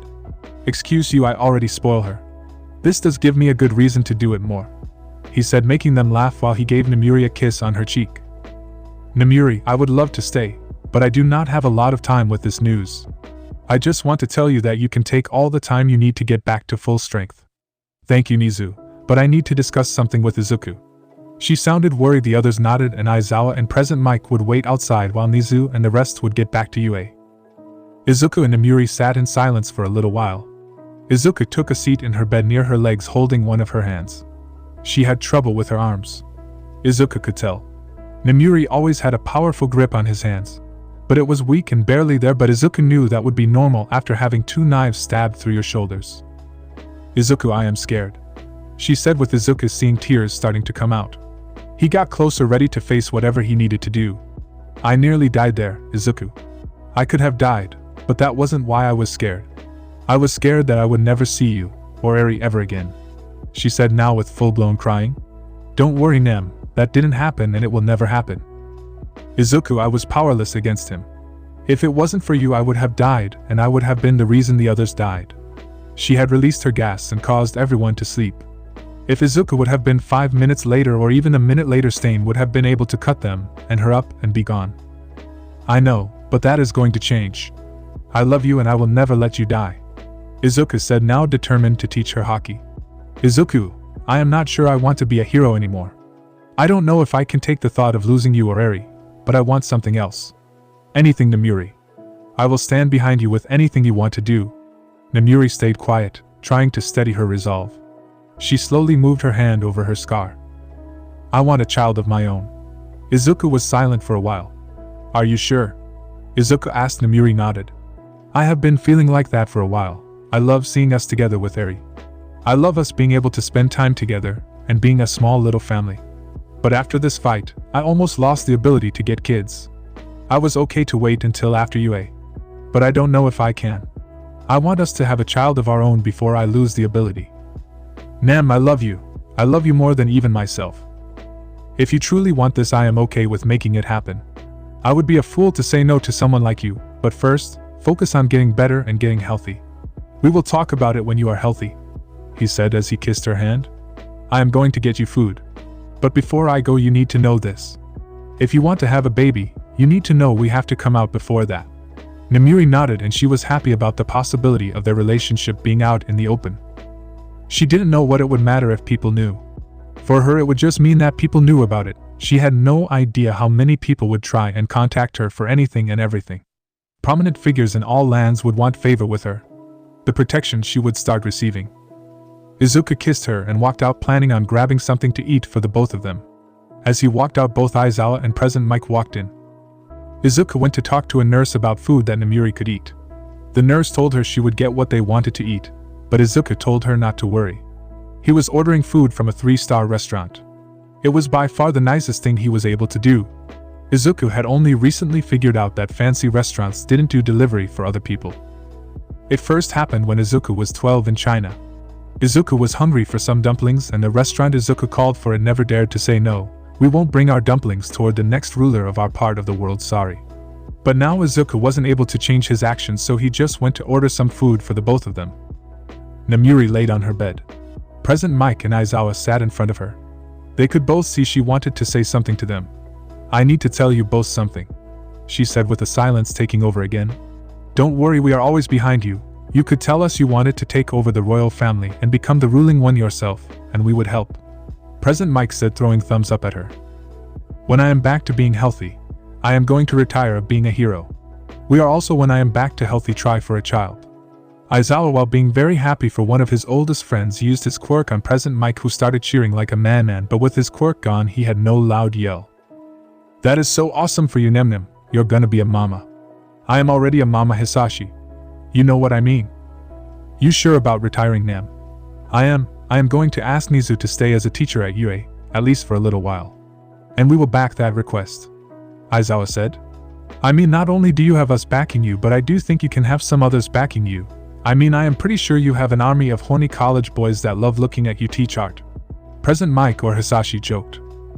It wasn't a secret that the boys of UA had a crush on Namuri. Her extra classes always had boys in them. She knew what she did to them. She didn't walk around in a skin-tight suit that was her body color for fun. She loved the little army. She always looked forward to each Valentine's Day, seeing as she then would get chocolates and candy for weeks. But you're sure about this? I mean, you really want to have a child with him? Aizawa asked, with Namuri just giving a smile. Yes, Shota. Ever since I have been with him, I have been so happy. Each day I think I might be dreaming, and I fear that there is a moment I will wake up. It was enough for him as Aizawa now placed his hand on her knee and nodded. Hisashi, let's go. The princess needs rest. With that, both of them left, and not even 15 minutes later Izuku walked in with food. They said no solid foods, so I got you some soup. And what do you have for yourself? She responded with a smile. She knew what he had, she always knew. I got 3 soups myself and 5 steaks. Plus some steamed pork buns, he said as she saw the extra arms Izuku had made that carried the rest of the food. No, you can't have a bite, he said, making Namuri pout. She loved steak, and she knew that Izuku bought steaks only because she loved them. Totally not because he liked them. Izuku placed his food on the table and started using his Maranomi, flame fruit, to heat her soup a little. We should also inform Achiko and Mina soon. How about we call them after dinner? We can tell them our plan for when you are healthy. Also, I am thinking about teaching them hockey. It should be after the whole royal thing. Namuri nodded while eating her soup. She was very nervous about this whole royal thing, as Izuku never said what it really was. Namuri had a vague understanding of what it was. She, like everyone else, knew that once a year each royal family would meet and discuss world problems and such. Izuku just said it's boring and totally not fun. The parents would sit in a room and talk, sometimes for hours and sometimes for days. Izuku would just hang out with the kids there. With some, he had a good relationship, and with some, it was absolute shit. Not because of Izuku, it was just that some of the kids were really weird. Namiri was also told that the chance that Izuku had to fight would be big. And the fight would be massive, as well as each royal family was pretty powerful, and the one that would want to fight lived in a world where power was all. She didn't like the idea, but there was no way to fight against it. Namiri made space for Izuku next to her. He sat down and together they called Achiko and Mina in a video call. Achiko was the first to answer, already in her PJ. It was a pink set with all sorts of planets and stars on them. She looked extremely cute to both of them. "Are you okay? Are you still injured? Should I come by?" she asked very worriedly about Namiri's and Izuku's well-being. "We are fine, just have to take a small break for a little while." "But your face," she screamed to Izuku, who had a lot of his face bandaged up. Before Izuku could respond to Achiko, Mina entered the chat, only wearing her bra that everyone could see. "Is everyone okay? Izuku, you face, what happened?" Izuku did not expect to see that. Pink, so much beautiful pink. He was brought out by a nub by Namiri. "What?" he said. He cleared his throat. "I am fine, Mina. It's until we can see Recovery Girl, and before you ask, we are going to UA tomorrow." Namiri nodded at this. She was sore, but her wounds were close. She didn't know she was not going to walk. It would be a good moment to just hug Eri. Eri herself had no idea what was going on. She had a feeling something was going on by the amount of attention she was receiving from the people that took care of her. She received whatever she wanted each moment she wanted something. But now she was not left alone, and she loved it. She was having so much fun with Ram and Rem. Both women were really nice and really fun. Both of them had even started teaching Eri about Minecraft. It was more about teaching her how to move around and how to do the basic things. Eri had a special computer. It was good enough to play anything over 10 times and still stay above 120 frames per second. It also had a special size keyboard and a mouse that fit in Eri's hands. At the time, Eri didn't care. She was busy building a house with Ram while Rem was setting up a farmhouse with animals. Eri did say she didn't want to kill her animals. So while Rem was making a big barn with animal pens, she also made an automatic food farm. She was so ready to tell her papa and mamas that she, in the words as Ram, was a super gamer. Izuku had just finished putting Namiri into his car. It was still early in the morning, so they would go toward Izuku's house, stay there for breakfast. Alfred had made sure that a chef with a cooking quirk would be on duty. His quirk would make it possible for foods to give certain effects on people, such as extra energy or making them tired. Izuku went and brought the wheelchair back into the hospital. When he came back to the car, he saw that Namiri was already playing music and messaging the people at UA. Recovery Girl had already made a space open for her, as well as set up some medical equipment to check her over. They made their way over toward Izuku's house. As he had suspected, Alfred stood outside with two other butlers. One had hair that was made out of colored glass. The other had hair that was fully just nails. Izuku had known them as Garesu and Sum. They had two wheelchairs with them, which Namiri found amusing. As Izuku got out, Sum brought one of the wheelchairs toward him, with Izuku quickly telling him it wasn't needed. Garesu went for Namiri, who tried getting out herself, but Garesu had stopped her. "Do not worry, my lady, you are still injured." He spoke with respect. "Please allow me." He spoke again, with Namiri giving a nod. Garesu lifted her and placed her in the chair. "How is Eri doing, Alfred?" "She is going just great. We did inform her about you yesterday. We didn't say what happened, but we did inform her that both of you received some injuries." Alfred told her, remembering the very tired Eri marching around filling a backpack with clothing and bandages, and told them she was going to help her mama Nem and papa. When she was told that her mom and dad would arrive tomorrow, she decided to wait up all night until they arrived. It took 15 minutes before she was deep asleep, hugging a plushie of Izuku and Namiri. Alfred, of course, took around 100 pictures that would all be sent to the queen and the prince. When they entered the house, Eri was waiting in a very cute outfit. She stood waiting. As she saw them, she started getting tears in her eyes and ran toward them as fast her little legs could take her. She first went for Izuku, seeing as he had more visible injuries. Izuku had a white t-shirt that said fancy, as well as a set of sweatpants. He was still wearing a bandage over his right eye. While Namiri had worse injuries, all of them were hidden under her clothing.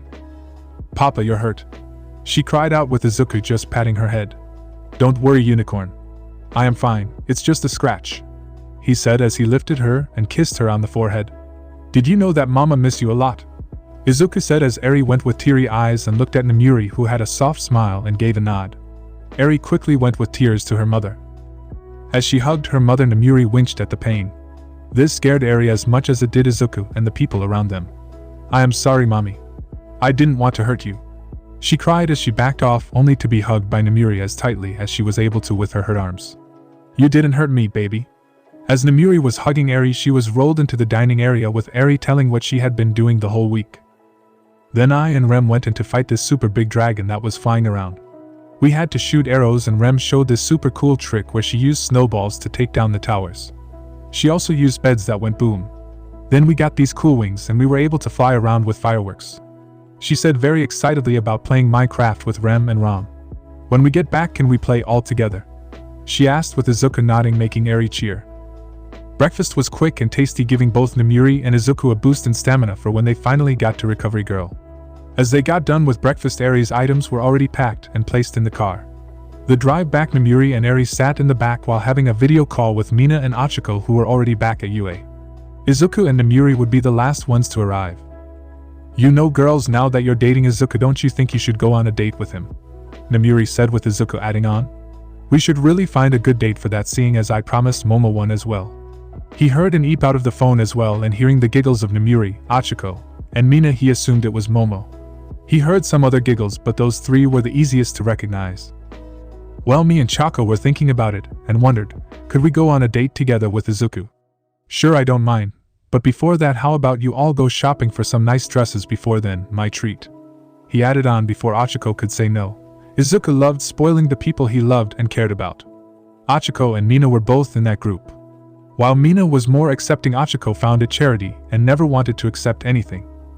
"Oh yeah, we could make a whole day out of it. Take Eri with us, maybe some of the other girls that want a date with Izuku.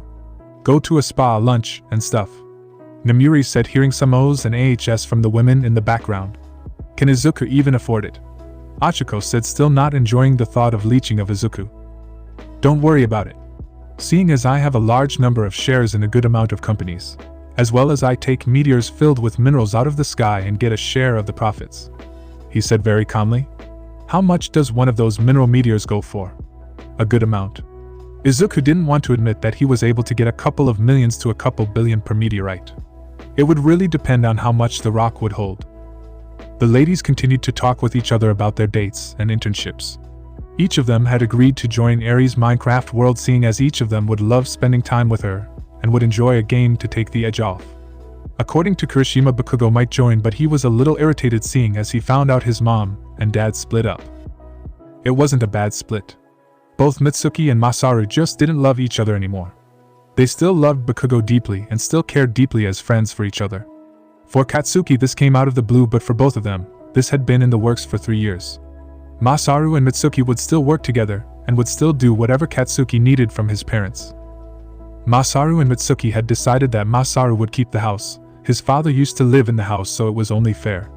They still lived together at the moment, as Mitsuki was having trouble finding a place of her own as the market was horrible. While Katsuki didn't really hate that his parents split up, he was just pissed off that they kept it a secret for 3 years. But when Kirishima asked about it through the door, he did grunt a yeah. Bakugo could have been seen as the biggest asshole in UA, apart from Monoma. But after hearing the story of Eri and even seeing what she had been through, he had to admit that he started caring deeply for the little kid. He knew 2 things. He had trouble saying no to her, and if anyone dared to do something to her, he would scorch their ass to death. Not that he would say that to anyone. He had his hard ass cover to uphold. As they got to UA, Izuku and Eri put Namuri in the wheelchair and brought her toward Recovery Girl, where both of them were checked out. Both got kissed and their wounds started closing fully. Namuri still had soreness in her arm and stomach, but she was healthy. She was still told to rest for at least a week. Izuku's eye was still working fine. He did have a scar on his face now. The wound in his gut was now also healed correctly, but much as all the other attacks Stain gave with Shusui, it would leave a scar. Izuku's face scar is like Zoro's, only he is still able to open his eyes. Izuku wanted to put Namuri back into the wheelchair, but after she said she would make him fall asleep and duct tape him to the UA sign in only a diaper, he allowed her to walk. The walk was enjoyable even if Izuku was scared that Namuri would be able to get hurt. Namuri felt good, and seeing all the students walk up to her and ask if she was alright did help. Izuku was using his hands to chase Eri around, who was running ahead of them. When got in range of the UA dorm, they saw that the girls were sitting outside the dorm room. Eri saw this as a great help. "Help, Papa is trying to catch me," she yelled out, still running towards them. Achiko crouched down, and right when Eri ran into her hands, she started running at a faster pace than Eri was, so Izuku started going faster as well. Mina ran past with an Eri-sided doll that Momo had created for all of them, with each of them running past Achiko, making it look like they swapped people to confuse Izuku. "Oh no, what are you going to do now?" Namuri said, faked in shock. She knew Izuku had hockey and was able to find Eri in a second. Izuku, however, did want to have some more fun. He started making his hands fly at high speeds from person to person, and instead of letting them go, he started tickling them until they gave up. Nami was first and gave up in around 30 seconds. Then came Toru, who was very weak against tickles, so only lasted 10 seconds. Achiko fell right after with also around 30 seconds. Each woman fell until there was only one left. Robin had Eri still in her arms. Slightly out of breath, and looking right at Izuku's chopped off head and his two hands coming slowly toward her as he wiggled his fingers and had a massive grin on his face. "Surrender or get tickled." "Never," Eri yelled back as they both started running for Izuku's body.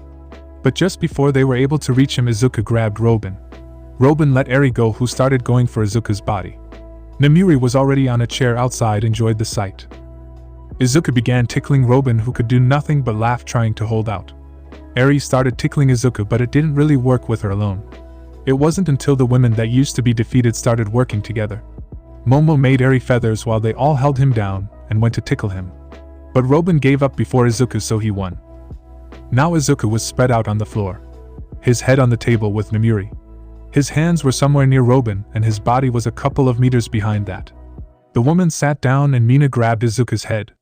"Kiri is so going to call this manly," she said, gaining some giggles from the others. They continued to now talk in person about their dates. Achiko and Mina would go together and would be first. Then Momo, then Toru, Jiro, Kami, Nami and Robin.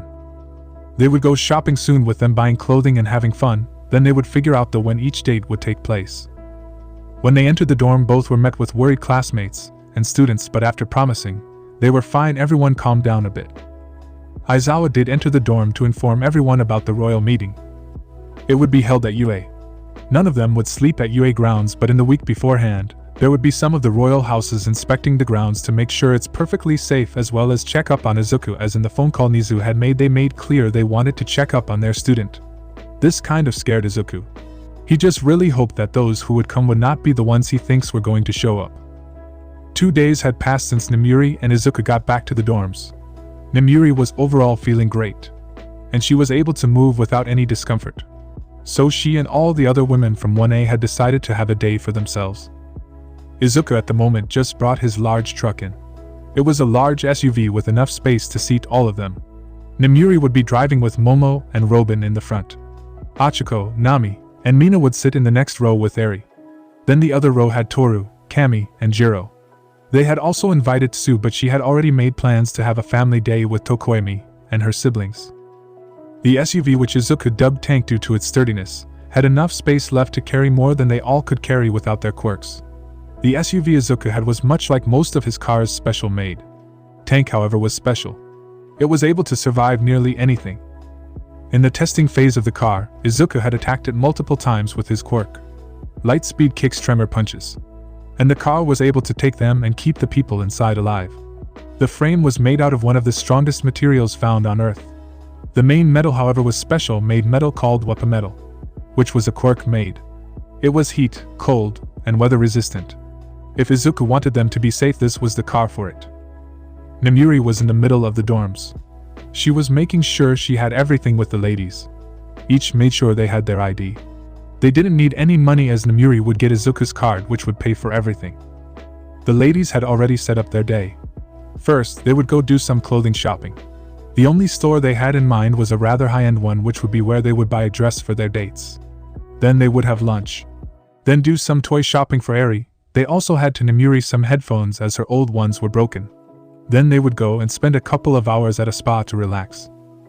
Izuku entered the dorms and saw all the girls. Each one of them wore something casual, Nemuri wore black jeans with a rip at the left knee and a white shirt, a set of sneakers with a small bag over her shoulder which had her keys, wallet, and phone, as well as some other necessity.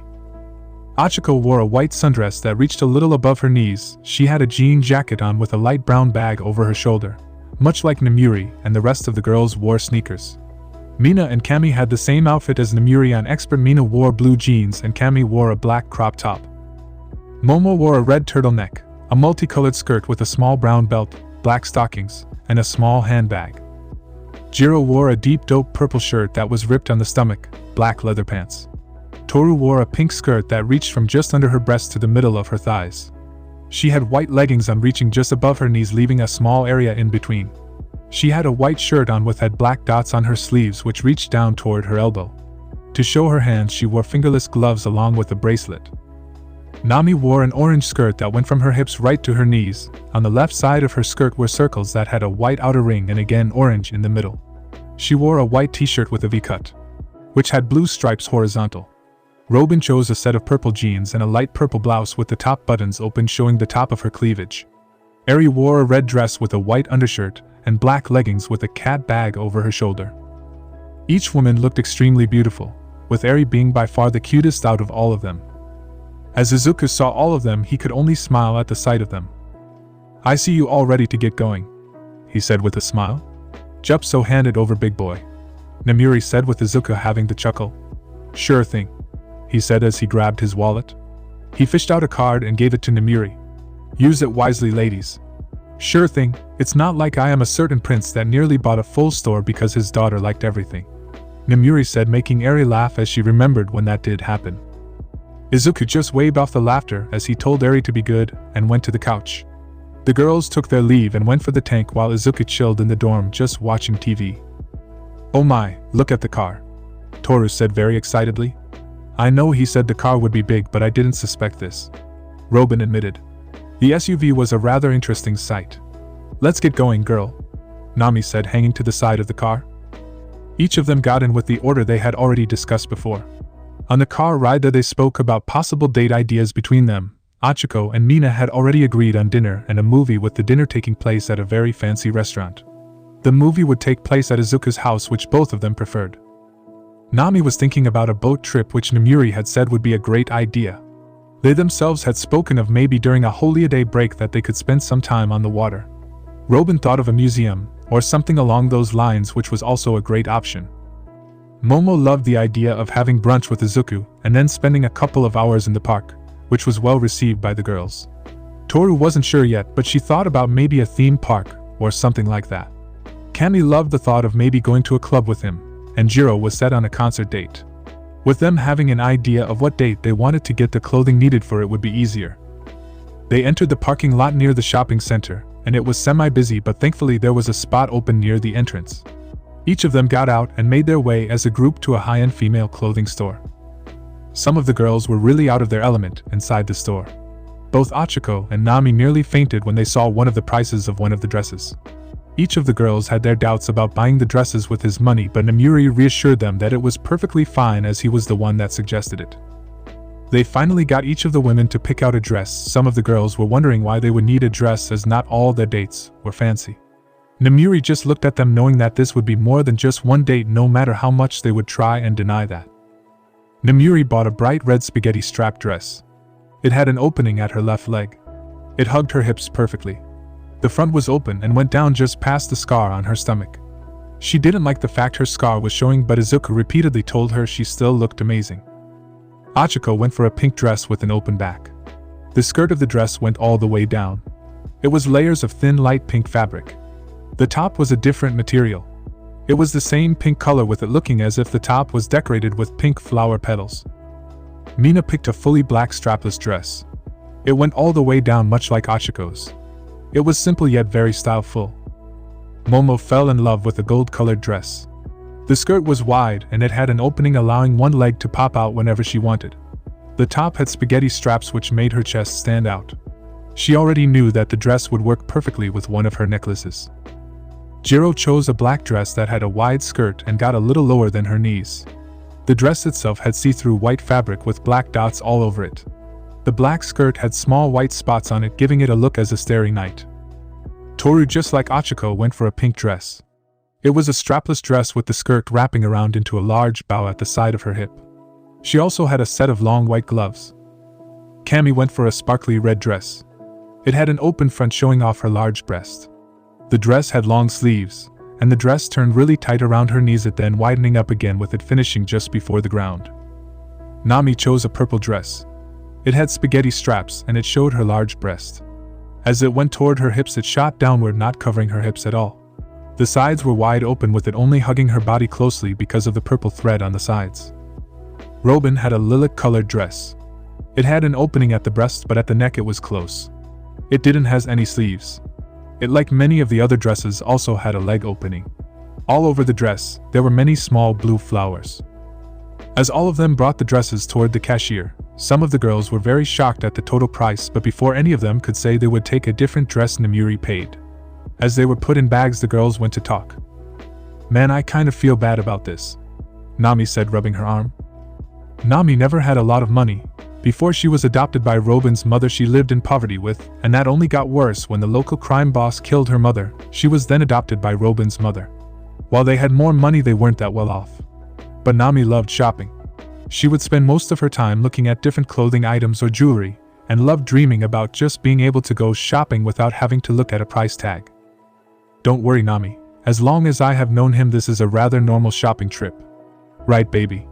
Namuri asked Eri, who nodded her head in agreement. "Now, let's bring these to the car and keep going." With that, they all brought the bags toward Tank, while some still felt rather bad about this whole ordeal. But after bringing the bags, they continued shopping. The next store would have been a toy shop for Eri, who just went running around pointing at whatever she wanted. For the girls, this for sure was a weird sight, but the smile on her face gave them a good feeling. Namuri also went for a nice headset that was supposed to be great. As they were walking around, Namuri told the girls that if they saw something they wanted, it would have been okay to get it. While at first they were unsure, but when Namuri started talking, "You know, I can always call Izuku and ask if this is okay, but he would ask what, and I am pretty sure he would buy the entire store just so it wouldn't be an issue." With that, the girls decided not and test if he would or not, and bought things. With them again having bags filled, they decided to go and drop them off by Tank.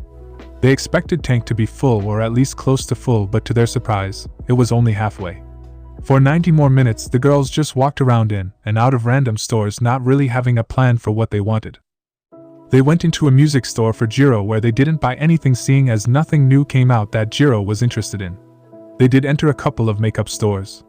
Both Achiko and Nami didn't know makeup that much besides the basics, so Cammy went and explained it all to them, seeing as her mother was a beauty specialist.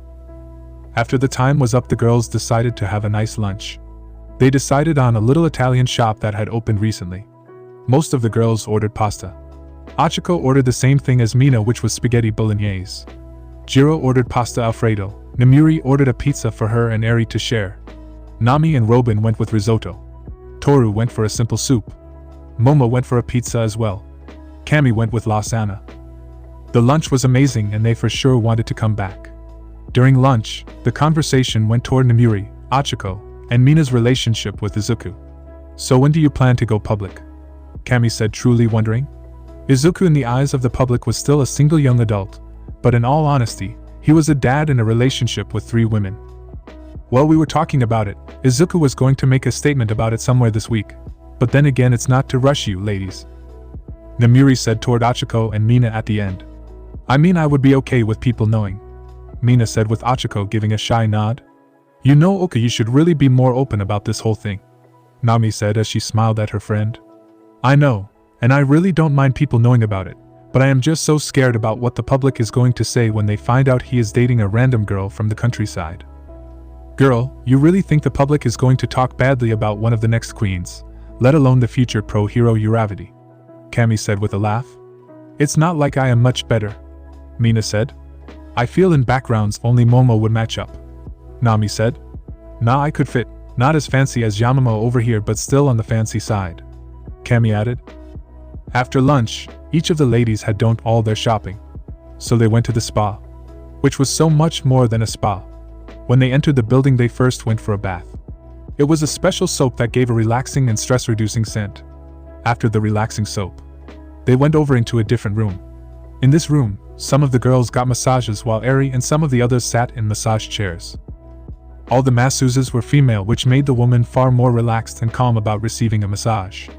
After the massage, the woman went into a spa to sweat a little.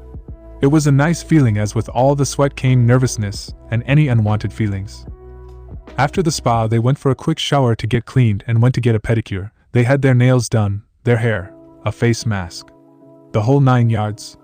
Of course, this special treatment wasn't cheap, but with all the stress that left their body, they didn't care one bit. Just after lunch, Izuku sat on the couch in the common room. He was watching some random show, not really too into it, but he didn't know what else to do. Some of the other guys from 1A had come by, but they all had plans or were just doing nothing at all.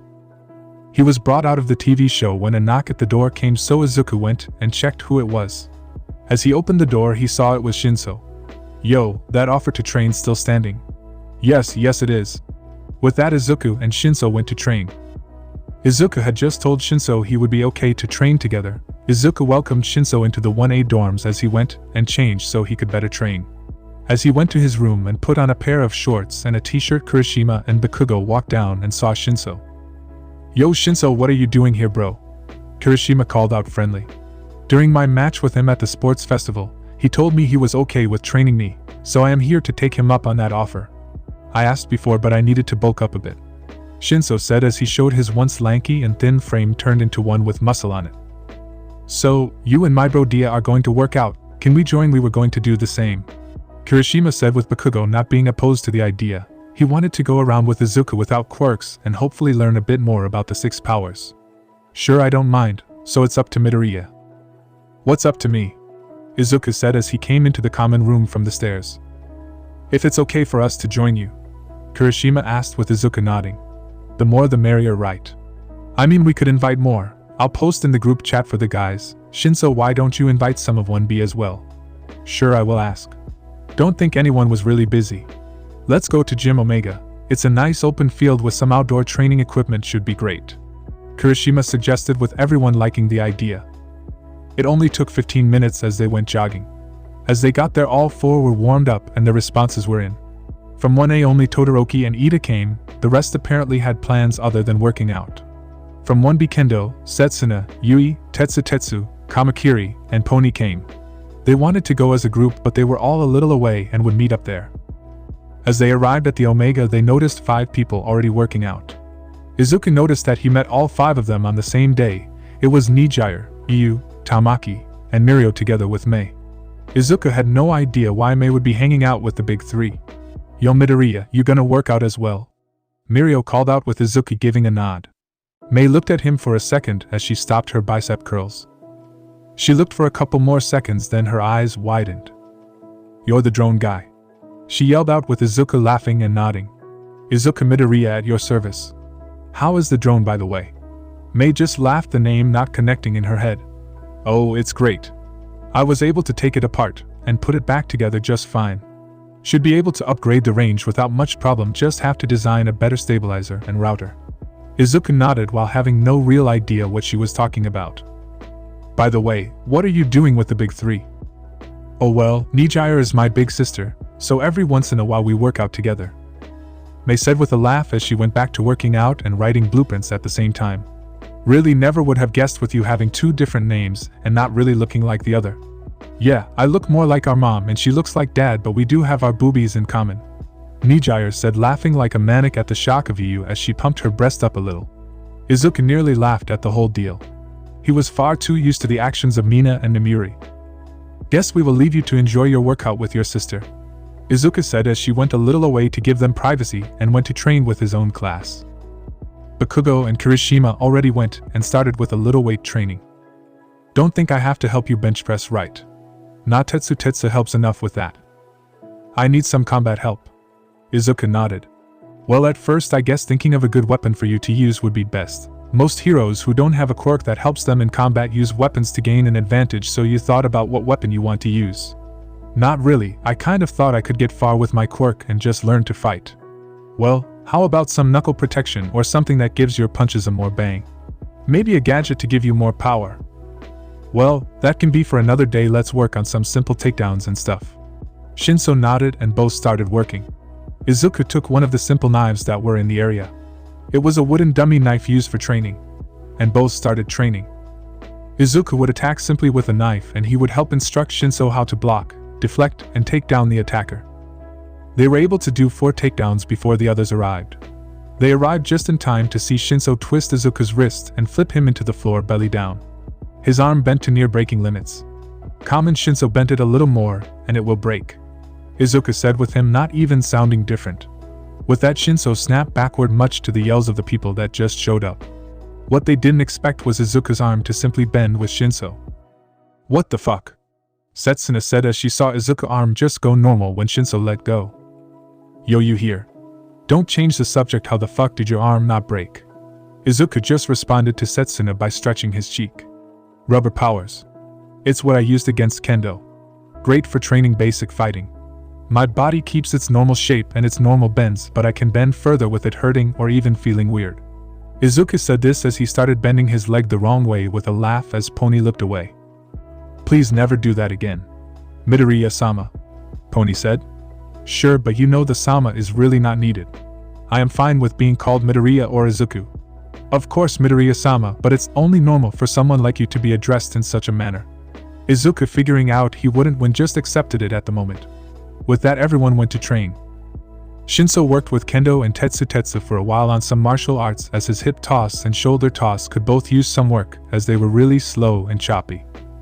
Bakugo went with Kirishima, Todoroki, and Ida to work on quirks, with them going a little away because of Bakugo's explosions. Izuku was left with Setsuna, Yui, and Pony, seeing as Kamakiri didn't need help with withholds and takedowns. Plus the type of fighting those girls was going to try, he was not going to be a part of that. He thought of joining Kirishima and such. Yui wanted to get help with getting out of chokehold. So Izuku went behind Yui and took her into a rear naked choke. Izuku asked if she was ready and was told to tap if it was too much, as she gave him the okay and put a little force behind it. Yui tried getting out of it, but she was just shaking, which allowed Izuku to get a better grasp and made getting out impossible for the weaker woman. She started slowly turning blue, which stopped when she tabbed his arm twice, and she was able to breathe again. You should never squirm in a chokehold. Get your hands on the wrist and pull yourself out. Also, try and remember you can attack the person straight up. They tried it again, but this time slowly, with Izuku helping Yui along the way. Yui went a little rogue though, as she pulled out a small pin she had in her pocket and grew it to the size of a sword and pierced Izuku's leg with it, making him lose grip. As they first believed Yui had just stabbed the price through his leg, there was a perfect size hole for the pin, as Izuku had turned to Machi for the attack to pass right through. Smart move, Yui, very smart. Let's try one from the front, Setsuna said with a wink to Yui that Izuku didn't see. Sure.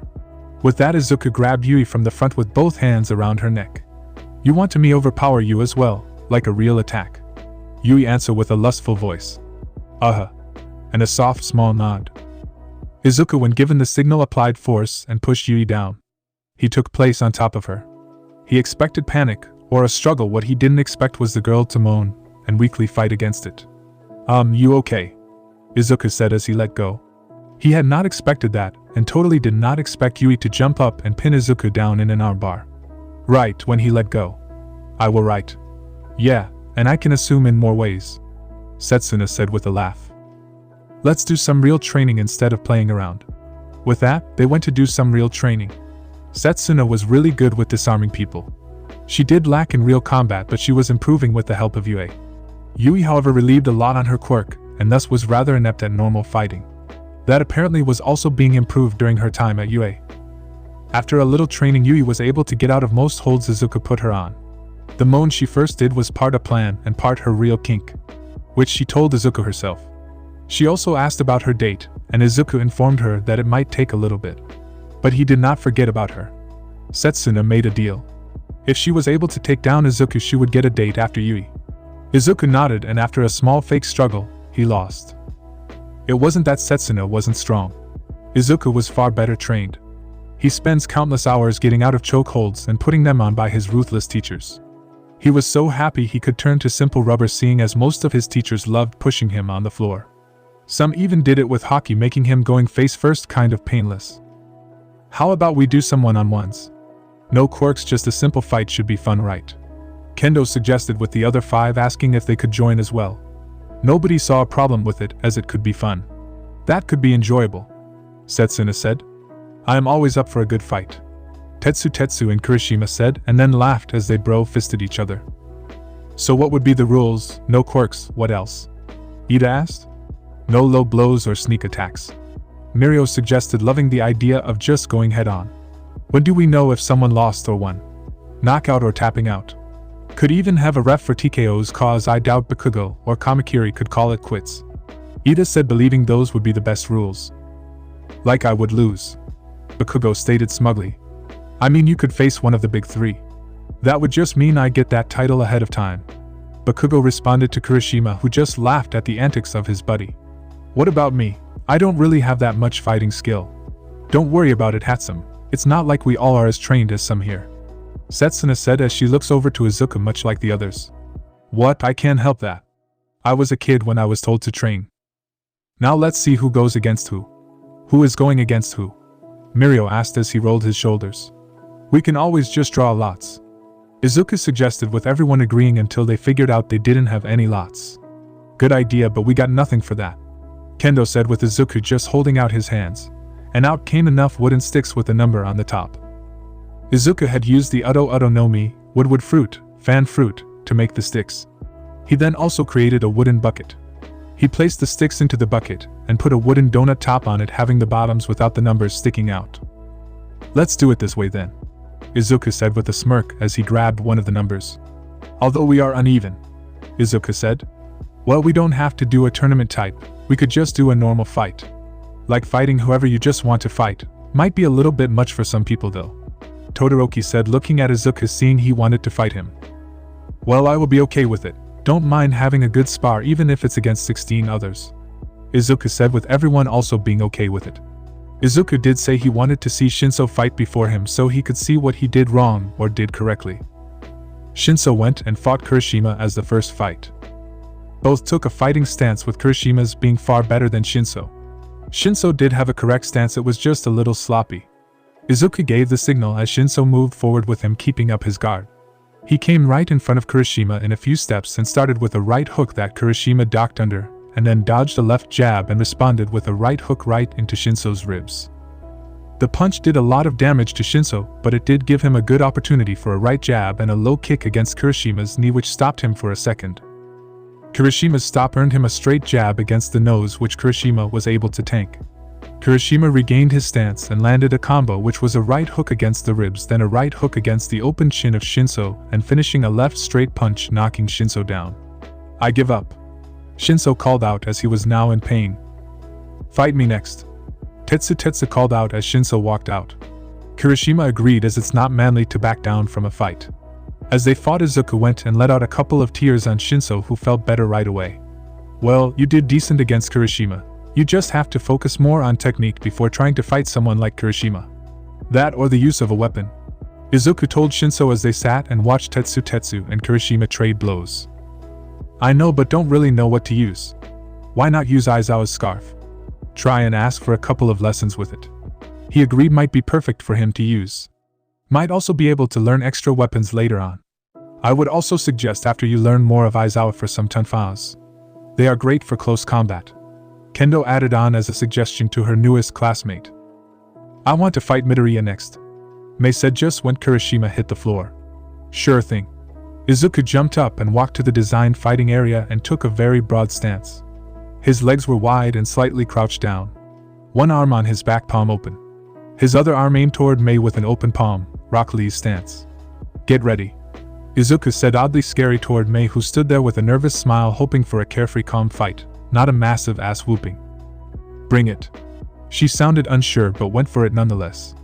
After Mirio gave the signal, Izuku went back to a normal stance with a laugh. Don't worry, not going to do something like that yet, he said as he walked towards her. She took the chance to throw a left punch, yet it was very sloppy. So Izuku dodged it without a problem and grabbed her wrist with his right hand. She then tried a right hook to make him let go, but Izuku stepped forward and placed his arm on her back. Mei began to blush as she noticed they were standing in tango position. She didn't know what to do as her blushing took point. Izuku stepped forward again, and now they stood in a tango dip. I do prefer this over a normal spar, Izuku said as Mei just turned even redder. You ready to give up yet, or you still want to do the spin? I give, Mei said with Izuku letting her go with a laugh. She went right to hide behind her big sister who was laughing at herself and was asking to be next. But that wasn't on the agenda as Bakugo walked in right away. We're going now, princess, Bakugo said as he took a fighting stance that was pretty wide. Sure thing, just don't cry when you get kicked on your ass, Izuku responded with a piece of friendly banter. Bakugo started with a slightly failed shave. He moved faster than normal, it was just nowhere near the speed needed to complete shave. Bakugo was right in front of Izuku and did an uppercut which Izuku was able to dodge and respond with a punch himself that Bakugo was able to block and turn into a hip throw that Izuku was able to roll through. Bakugo didn't let up. Izuku was able to block all attacks. When Bakugo did a left jab, Izuku was able to respond with a hook to his left ribs. From then it was downhill for Bakugo, but he was able to connect a hard punch right to Izuku's nose, making it bleed. With a miss right hook, Izuku was able to lock in an armbar which forced Bakugo to tap out, but he did stay in the armbar for a long time, with Izuku having to overextend his arm a little more than normal, which would have to be healed by Izuku, who instead of crying used the Tori Tori no Mi model. Phoenix. Bird fruit model. Phoenix, to heal his arm. I am taking a small break, Izuku said as Kendo stood up wanting to go around herself. Nijire also stood up going to face Kendo. Nijire started moving right away after Mirio gave the signal. Kendo was surprised at the speed Nijire was able to move, with Izuku noticing it was a bad version of shave, much like Bakugo used. Nijire didn't give Kendo a chance to get a grip on the battle. She was only able to dodge and block. Nijire and Kendo in terms of fighting quirkless were rather even. While Kendo had more technique, Nijire had been in far more fights. Nijire, while not being a brawler like Mirio or even Yu, was still able to give a good beating. Kendo didn't like that she was getting pushed back. She needed an opening for this fight. After blocking a vertical chop with her elbow, she got her opportunity, as she connected a palm strike right below her armpit. This knocked Nijire off slightly as she missed a punch that was aimed at Kendo's face. Now Kendo was able to put her skills to use. She was able to elbow the next strike of Nijire away into a perfect position for a hip toss, which she executed perfectly.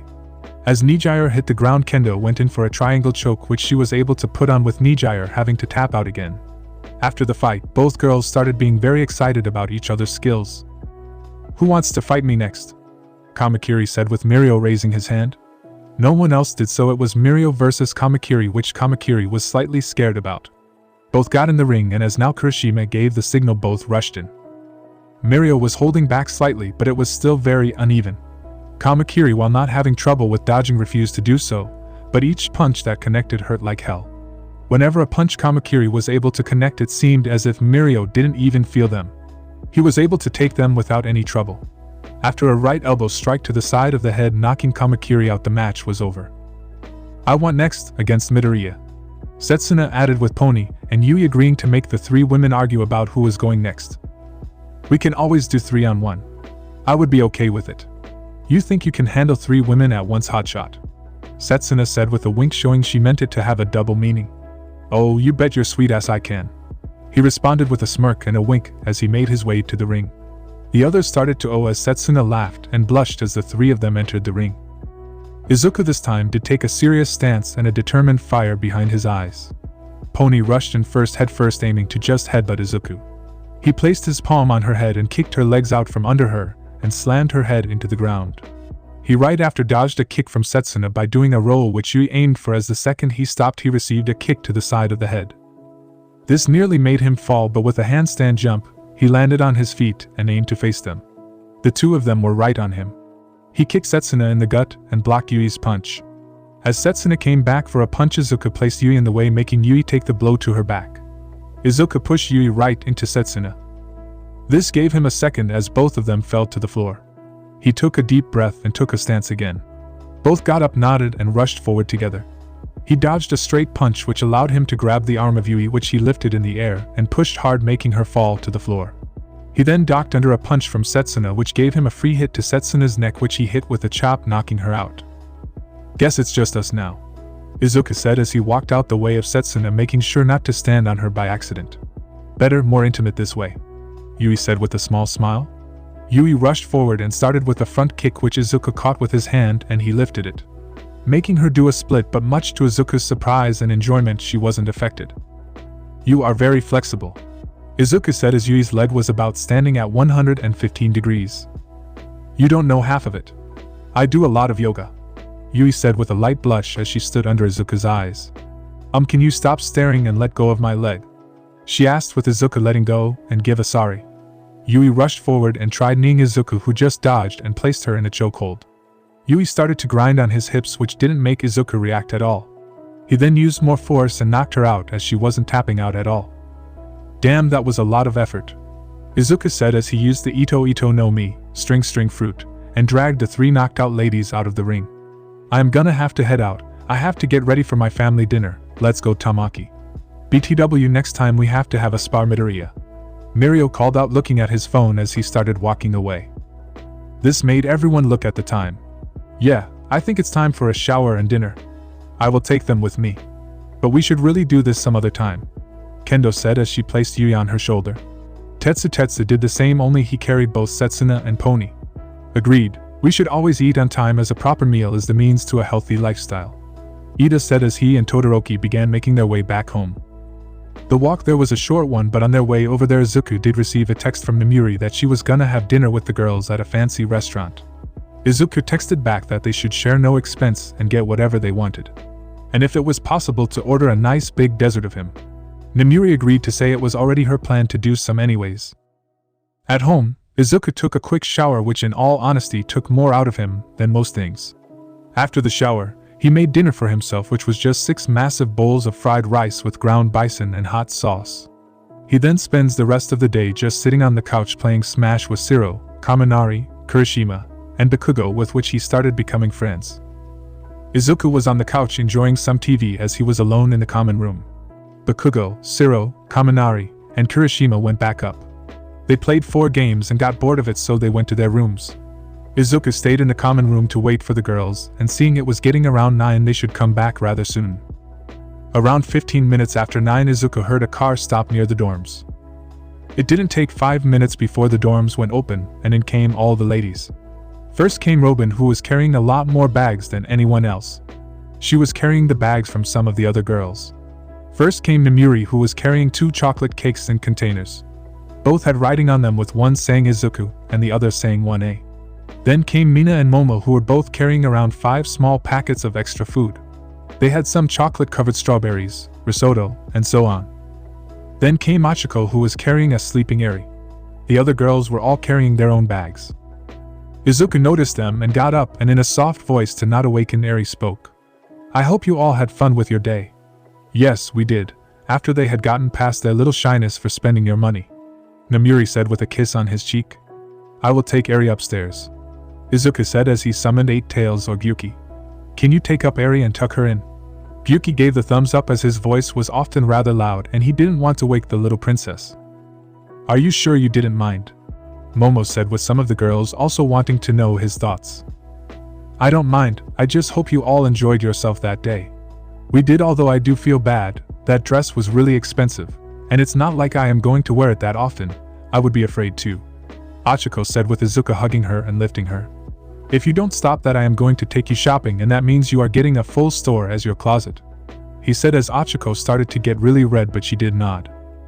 Nami leaned toward Kami, Mina, and Namiri and asked, Hey, he wouldn't do that, would he? She asked, but Namiri nodded. He did for Eri and even tried buying a makeup store for me, but I was able to stop him. It was our second trip as a family, with Eri only being with us shortly. Izuku had used one of his powers and looked like Aizawa, so he would be disturbed. We first went toward Toy World. Izuku told Eri to get whatever she wanted, but she was still scared that he would become angry, so she only grabbed one cheap doll. Izuku was having none of it and said he wouldn't mind. Eri still didn't pick anything, so he just bought everything. He also had to buy 2 sets of trucks for all the items and had Alfred and a second butler drive the trucks. The other girls also started to hear the story, with even Izuku hearing it. What they heard so far really made them smile at the thought of how good a dad Izuku was. When we got to a makeup store, I wanted a mascara but wasn't able to find the correct one for the correct price, so went with nothing, but Izuku believed I thought he spends too much, so didn't want anything. I was thankfully able to persuade him to not buy a whole makeup store. This made them laugh as Izuku looked embarrassed. Izuku placed Ochako down and grabbed Namiri and threw her over his shoulder, making her gasp and laugh as gave Namiri a spank. "Sorry ladies, but I feel like I need to punish Namiri," Izuku said with a polite smile as the girls blushed. Izuku grabbed 2 of the chocolate-covered strawberries and ran up with Namiri, giving a wave to the still blushing ladies. Next morning, with Namiri cleaned up and a little rested, both started making their way to the showers, although Namiri was having trouble walking. "Had a good morning," Nami said with a knowing smirk as Namiri gave a nod and walked over to the showers. "Mom, are you okay?" Eri said from her place at the coffee table as she, Ochako, and Robin were playing Minecraft together. "Yes honey, I just tripped and hurt my ankle. Don't worry, it will be okay after I have a shower." "Hey, Choco, can you keep an eye on my phone? I still need to get a text to confirm the interview," he asked with Ochako giving a nod as she took the phone. "What interview?" Kirishima asked as he was upside down on the couch as he was playing a game with Mina. "Oh yeah, it's an interview about what happened with Stain and where our relationship is going to be public," Mina said as he showed the word that Kirishima had to guess. Cool. Guess that is going to be something new," Kirishima said. "Wonder the word?" "Kangaroo," he asked, which was correct. "Are you guys nervous?" Nami asked Mina and Ochako. "I mean kind of.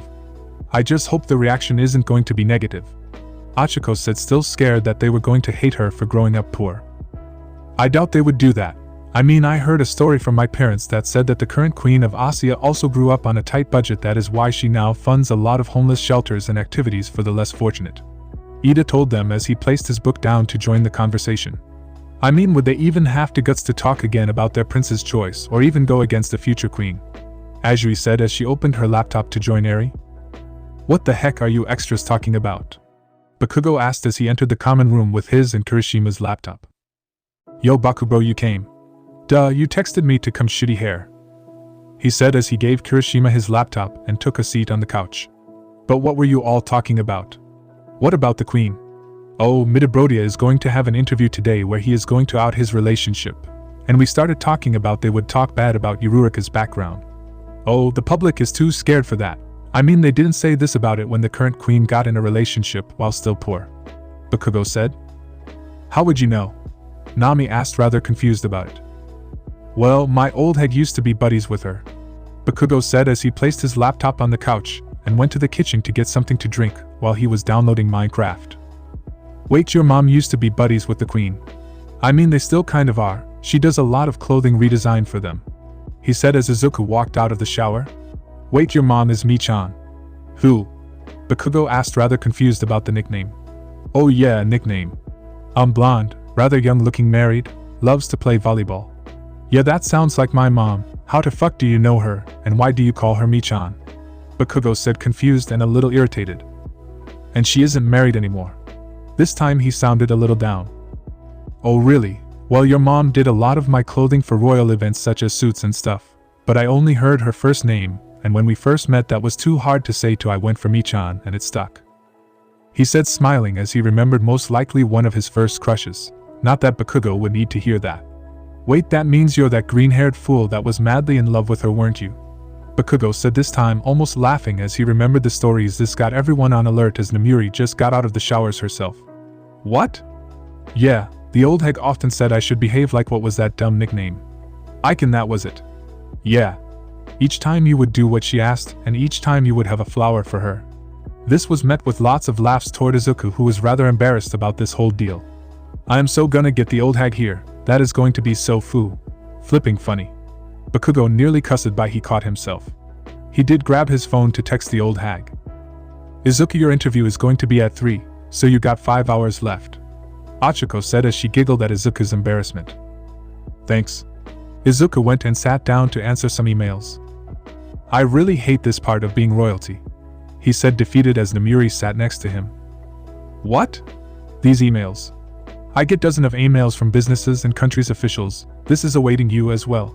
They want to gain favor with the royal family to gain more fame. I even had some offers to marry the children on some.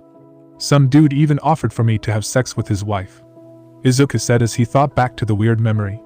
The others just laughed while the girls wondered what weird ass they would have to expect as emails. "So what can we expect?" Namiri asked. Izuku thought about it for a second. "Well, I can't be fully sure, but I am pretty sure you will receive business deals from here to Tokyo.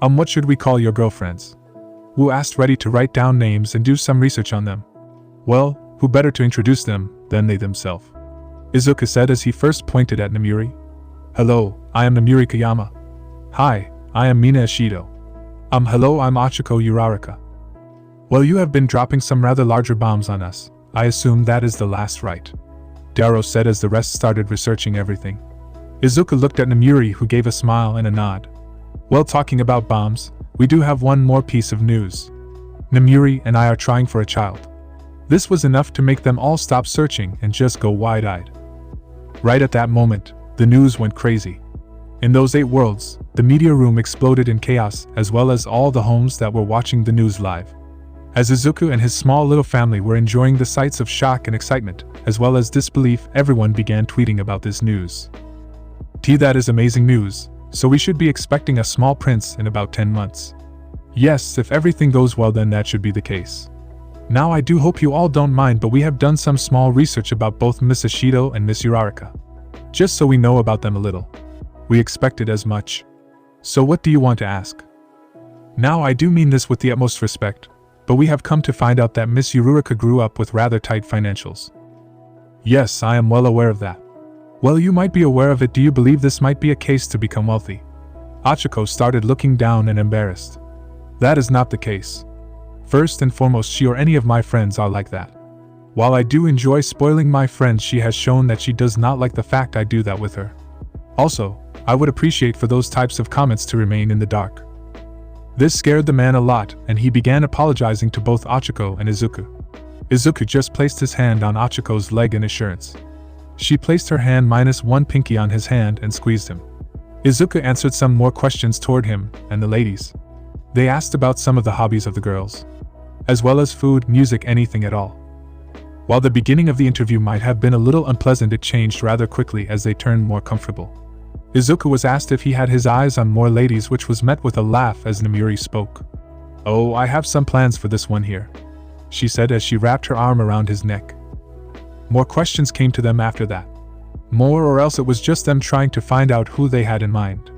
The first guesses went to Izuku's classmates, and Namiri's friends such as Emi or Rumi, which was not answered by anyone.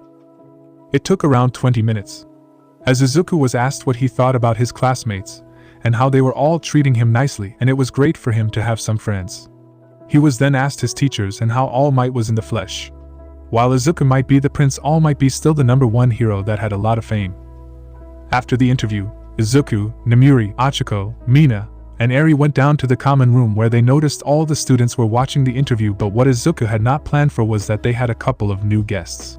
Right as he came into the common room, they made eye contact, and Izuku turned from happy to absolutely terrified. Hello, kid, one of the guests said as she stood up with a smile. Hello, teacher, Izuku said as he was trying to sneak out toward the door. The woman he called teacher is a grown woman of a slender yet well-toned figure and tall height. She has fair skin, sharp dark eyes, and upper back-length black hair often worn in box braids tied in a ponytail. Above her left breast is a tattoo. Just as Izuku would be saved, he walked right into one of his second teachers. You're not trying to go anywhere, are you? This teacher is an elderly man of relatively tall height with a very strong, defined build and tan skin. Two of his most distinguishing traits are his round glasses and facial hair, which is arranged and battled across his lower jaw. He also has a scar over his right eye, which he has had for many years. And no, of course no, I just forgot something. Yes, I forgot something in my room, let me go get it real quick, Izuku said, hoping to just jump from his balcony and run away, but as he backed up he met his third teacher, and the last guest that was in the room. Now you can always get it later. It's time to introduce the lovely ladies and that little princess you have, don't you think? He has spiky silver hair often oriented to his left side, dark gray eyes, black in several instances, and typically a relaxed and lazy expression. His left eye was damaged, leaving a vertical scar from the injury. He wears a forehead protector with the royal crest on. Most of his lower face was covered with a mask. Izuku had nowhere to hide from his old teachers. His back was to one of them, his front and his side. But then he had the best plan he could think of, a force so strong not even them could withstand it. Eri, come here for a second. This got his teacher to stand all in front of them. Kakashi-sensei, could you please remove the mask? Eri is still a little scared of them. Oh, is that so? Kakashi, the teacher that was behind his back before crouching down. Eri, who was kind of afraid of the three new guests, nodded. Kakashi removed the mask right away. Is this better? Kakashi asked with a kind smile to Eri, who gave a little nod. Well, Eri, this in order is Izumi Curtis, Silver's Rayleigh, and Kakashi Hataki. Or as I like to call them, Teacher Rayleigh and Kakashi Sensei. They were some of my teachers in fighting. Each of the teachers crouched down to make Eri feel a little more safer. Izuku thought this would be the perfect time to run away, but as he wanted to run, Namuri grabbed his ear. Ouch. She pulled his close. Did you really offer Eri up to make your escape? No. Izuku said, making it clear that it was his exact plan. He then felt a harder pinch in his ear. It was his teacher. You don't want to talk with your sweet teachers, she said, sounding sweet, but Izuku only heard the words of a devil wanting nothing more than to torture him. I would love to talk with Ichika in person, and I wouldn't mind talking with you over the phone. But every time we see each other you do this, Izuku said, still hanging on as she held his ear. Why the heck are you scared of that housewife? Bakugo said, not amused his rival was that much of a pussy around her. You fight her then pop rocks, Izuku said, making Rayleigh laugh at the nickname. As if, don't want to kill that old lady or those old geezers. Watch your lips, kid, you're way out of your league, Kakashi said as he pulled out a book from his pocket. Bring it then, young man, Rayleigh said as he stood back up with Eri sitting on his hand, laughing as she was lifted without any effort. Izuku's teachers and his classmates made their way to an open gym. Namuri, being a teacher, had the right of allowing the usage of gyms, which was handy. Izuku walked a little behind everyone. Namuri and the girls were at the front enjoying the stories they had about Izuku, while Eri was getting to know the three new people. All three of Izuku's teachers had known Izuku for a long time. Rayleigh had been with the royal family when Izuku's grandfather became king. He started working in the royal army first, and worked his way up. It was the same for the others. Izumi started working when Inko came into the scene. Kakashi, when the current king Hisashi was crowned, joined. They all started training Izuku in fighting. All had different parts of training. Rayleigh's main focus was hockey and the infusion of hockey within weapons. While Rayleigh was a kind old man, Izuku had received so many beatings from the man that Izuku still had nightmares. Izumi was his combat instructor while having a large focus on weapons, mainly swords. Kakashi, however, was focused on using quirks. They got to an open area that looked a lot like the arena they fought in during the sports festival. Rayleigh walked into the ring and waited for Bakugo, who moved to the ring as well. Are you sure you want to continue with this, young man? Rayleigh said to give Bakugo an out. What old man, scared I will kick your ass too hard? Rayleigh just laughed. First to give up, get knocked out or get kicked out of the ring, go, Izuku said as he gave the signal. Bakugo rushed forward with an explosion. He rotated his hands and began spinning and aimed for a spinning heel kick against Rayleigh's head, which Rayleigh stopped by grabbing Bakugo's foot. He then used his other arm and hit Bakugo with an open palm strike right into his stomach, making him fly back and nearly out of the ring, but Bakugo was able to catch himself with an explosion. Rayleigh let out a sigh. Was that all you had? He told the couching Bakugo. He got back up and again rushed forward. But instead of a spinning heel kick, he went for a wide high kick, which Rayleigh just dodged by ducking under. Bakugo spun through for a leg sweep, which Rayleigh jumped over, but as he was midair, Bakugo smirked and aimed both palms at him and let off in a large explosion. Ha, I got the old man, Bakugo said as the smoke was still blocking his view. Yeah, I don't see him there anymore, good job, Rayleigh said as he placed a hand on Bakugo's shoulder, shocking the explosion user who tried bringing his palm to him, but it was too late as Rayleigh tossed Bakugo out of the ring. I'm impressed, I didn't expect to use Jeppo, Rayleigh said as he gave the signal for Izuku to enter. Izuku went up with Eri cheering him on. Quirks or no quirks? No for now, Rayleigh answered. Izuku used shave right as Namuri gave the signal. He teleported right in front of Rayleigh and went for an elbow strike, which Rayleigh blocked with his forearm, and went for a strike into Izuku's gut, which Izuku was able to catch by the wrist. Izuku then went for a wrist lock, but Rayleigh got out of the hold before he was locked in and flipped Izuku over. Izuku jumped off, but Rayleigh didn't let up and was right on him. They fought for a little while with none of them landing a real hit as they blocked or deflected each attack, until Izuku went for a feint elbow strike and was able to connect with a straight kick to Rayleigh's arm. I win, old man, Izuku said with a laugh as Rayleigh nodded and walked off. Izuku wanted to go out himself, but Izumi walked in. You ready for a second round, brat? She said as she cracked her knuckles. You know I would, but I just remembered that I still have to wash my homework. Izuku tried to lie, but Izumi was having none of it. She clapped her hands together and then on the floor and 2 stone swords popped out as ground was used. Then I will make this quick. She rushed forward with shave. Izuku had no time to call on a weapon, so he just used haki on his arms and went to fight that way. He held her off rather well, but unlike Rayleigh, she didn't like to hold back, so she gave a hard powerful front kick right in Izuku's chest, making him fly back out of the ring and roll for a couple of meters until he came to stop. Really? Izuku just mumbled as he got up and dusted the dirt off himself. Can I fight you next? Shoto asked with Izumi just nodding sweetly. Shoto got in the ring and with a signal of Kakashi who flickered in the ring and out, they started. Shoto first shot out a wave of ice which made Izumi drop her swords and clap her hands together, and then onto the upcoming ice, which exploded as she used her quirk on it, and the force of it was enough to black Shoto out the ring but not giving him any injuries. What the heck was that? Kirishima asked, not understanding what the hell just happened. That is her quirk. Her quirk is called alchemy. By clapping her hands together, and then touching something, she transforms them into things she wants if the materials are there. So she used the water in the ice and made it turn into a steam explosion which knocked him out of the ring. Izuku informed, seeing as this happened a lot before. Well, we would love to hang around, but we got some work to do. We still have to go a check of the surroundings as well as a check up on mansion where the king and queen will stay. Rayleigh said as he gave a wave and walked off. They will pop by tomorrow, I believe. Kakashi informed Izuku and the others, which for Izuku meant he was just going to see his father and mother, but to everyone else was them meeting the fucking king and queen.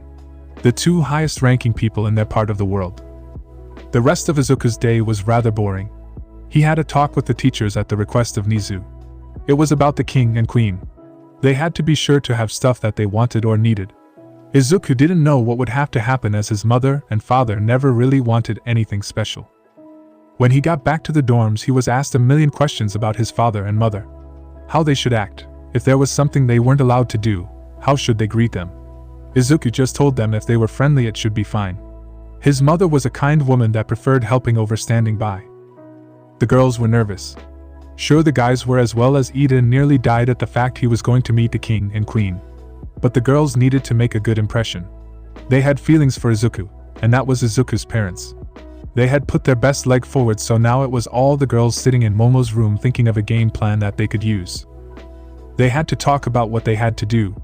They had to play to their strengths. They had been trying to hype each other up as nearly all of them had a heart attack at the thought. The more they prepared, the more fear they felt. Inko and Hisashi, however, sat in the back of the limo SUV. They were reading up on the names of the people at UA. Inko, however, instead of reading all of them, was focused on the girls.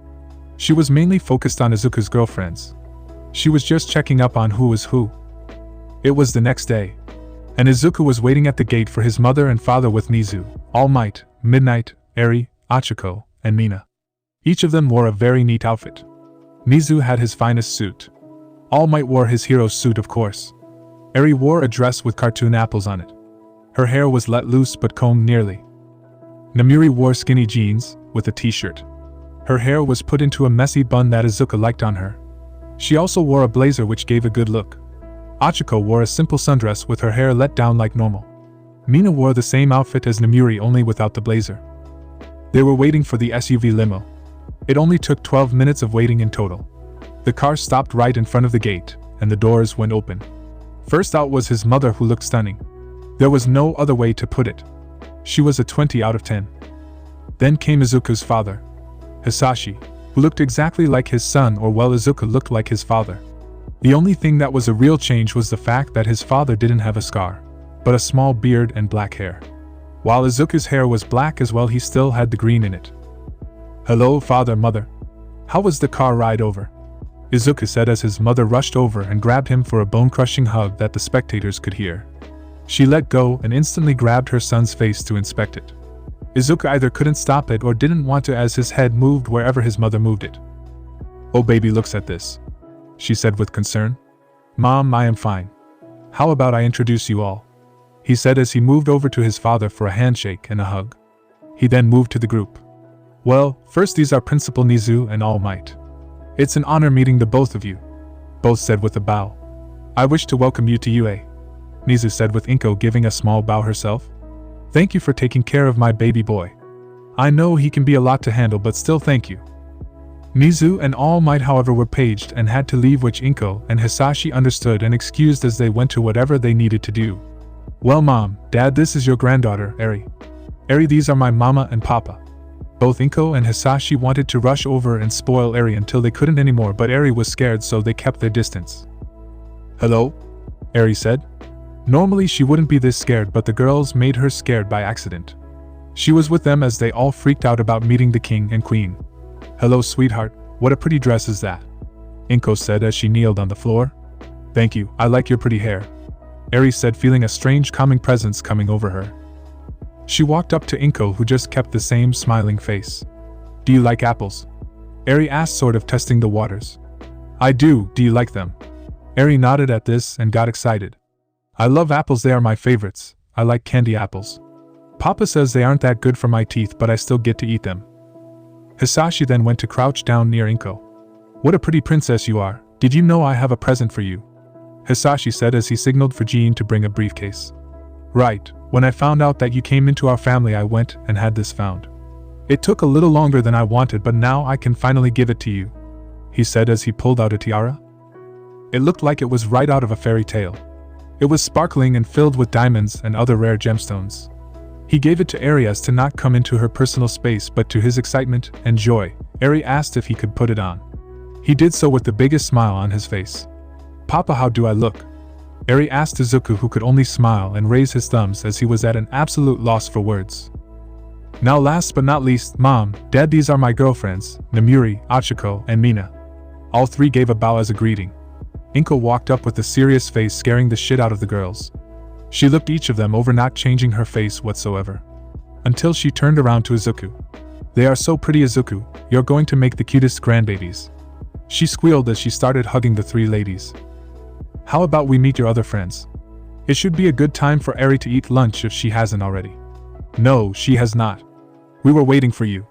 Izuku responded as Eri ran up to Inko to be carried, which Inko of course did. Eri went ahead and played with Inko's hair as she started asking the girls all sorts of questions. As they made their way walking toward the dorms, Inko was ahead asking Namuri, Mina, and Achiko questions, with Eri in hand.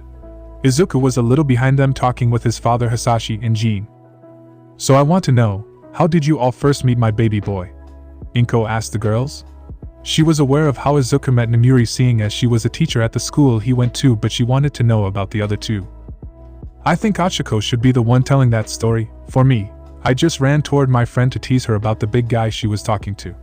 Mina said, giving the focus to Achiko. Oh well, I just met him. No, sweetheart, give me all the details. I need to know them. Inko said, making Achiko give a nod as she took a deep breath.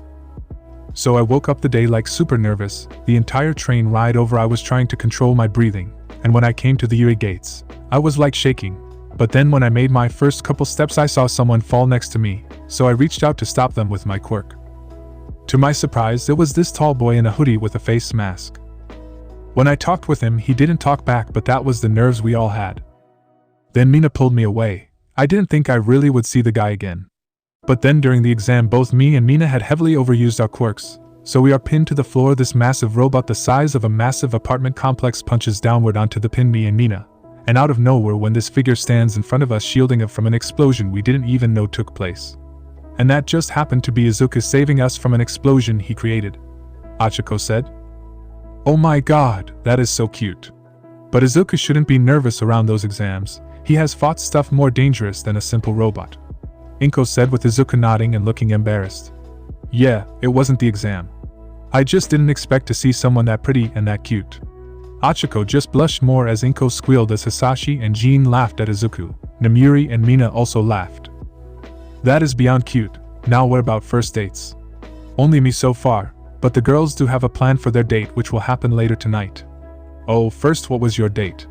Oh, it was wonderful. He picked me up, in such a nice suit. We had this peaceful drive and we arrived at this massive mansion. There was this massive garden and we went inside to eat. Oh, the food was amazing. Might have been the greatest hamburger steak I ever tasted. Then we ended it by just watching TV. So what is your idea for the date? Oh, it's kind of like that, but we would eat at a restaurant and then watch a movie at home. Oh, that is also very sweet. Just thinking of it makes me jealous of you. Hey, we go on dozens of dates whenever we are somewhere. Hisashi said. I know, honey, Inko said as she eye-rolled, making the girls giggle. What do your parents think about you dating Izuku? Oh well, my folks are okay with it. They were shocked when I said I had feelings for him, although my mom was going on that I was becoming a princess, Mina said with a laugh. My parents were a little shocked and confused, but they have no problems with it. Why do parents normally have a problem with it? Achiko asked. Yes, although my parents weren't with us when I started dating Hisashi, but from the stories I heard was that the queen before me had a lot of troubles with her own family, more so that they weren't seen as royal ladies themselves. I just had my friends. I had these two friends. One of them you should have already met, Izumi Curtis, and second was Mitsuki. They at first didn't believe me, but then when I showed them Hisashi they were very supportive. While the girls were talking some more, Hisashi was talking with Izuku and Jean about the upcoming event. Izuku, about the World Council meeting. I have been doing some talking and there is about a 90% chance you have to fight at the upcoming meeting. Now because of how his country lives, I found some difficulties finding out much about what he had been doing this last year. So if you fight him, be prepared for things you might not have expected. Hisashi sounded serious. Do not worry, father. I have been preparing for a whole year. I even have plans for after I win. I know what he can do and what he will try. Sheik won't be able to win like how he did against Bjorn. I know how he won against Bjorn last year was a dirty trick, and I know that Bjorn was your friend. But do not let your emotions get the better of yourself, cause while Bjorn might have lost his leg and arm, you might not be so lucky. The only reason Bjorn is still alive is because of the guards that stepped in and us sheltering him. I know, father, but I have people to live for. I will do what is necessary to make sure everything will turn out great. You won't even know all the plans I have for them. Oh, now you have me intrigued. Do tell me one of them. I am curious. Okay, so first off, I plan on putting Bjorn back in power. I know because of the law that we can't make him one of the royal families, but I plan on making him the leader of the area. That way we don't have to continue returning them every week. I also plan to do the same thing in Africa, but I won't say who I have in mind. But for Africa, I plan on using their vast amount of desert to put solar screens up and harvest far more energy from the sun. That way we could lower the prices of electricity around our area. Oh, that is a good plan. But before making too many big plans, focus on the task ahead of yourself. Sheik will be an incredibly hard obstacle to overcome, Hisashi told his son as they just walked right up to the door of the 1A dorm. As they opened the door, to their shock, 1A wasn't the only one within the dorm. 1B also decided to show up and show their face. They looked over to the door, and for the small royal family, they were able to see 37 students completely shit their pants. Each of them had a different reaction, and for Inko and Hisashi, who have been doing this a while, it was always a joy to see the reactions. Some from 1B went to take a knee and keep their eyes on the ground. Others stood straight up, almost giving a salute toward Inko and Hisashi. Others bowed. 1A was thankfully warned ahead of time, but they forgot to tell 1B that arrived 5 minutes after Izuku moved to the gate. And I apologize, your highnesses. We were not aware that you would grace us with your arrival. Shishida spoke in hopes of not offending them. Hi, do not worry, you can stand up and calm down. Nothing bad will happen if you do, Inko said with 1B standing up. So are you all in my son's class? It seems like a rather large group for one class. No, your highness, we are in the other class. We were just coming by to say hello and to hopefully figure out what to do during the upcoming events, Kendo said, trying her best not to sound nervous. It's alright, you can just call us Mr. and Miss Midoriya. We are just here to see our son and his classmates. Oh, we could never use such information with two of your status. Well, if I would then order everyone within this room to at this moment in time to call us by that and only that, would that be more acceptable then? Inko said, given everyone but one way out of this. Well then, Mr. and Miss Midoriya, if you could please excuse us, we have to return to our dorm room for other things we have still to do. Inko and Hisashi just nodded as they held back laughter, seeing 1B close to run out of the room. Inko noticed that with her haki, the kids noticeable relaxed at the fact they were out. Oh, my apologizes, Mr. and Mrs. Midoriya. Please have a seat. Could we give you anything? Perhaps some tea or water? Ida asked. Oh, you shouldn't have to do such things. Izuku, can you make me a cup of tea? Please, you know how I like it, right? Sure thing, Mom. It will only be a second. Izuku grabbed a heat-resistant bowl and started washing his hands.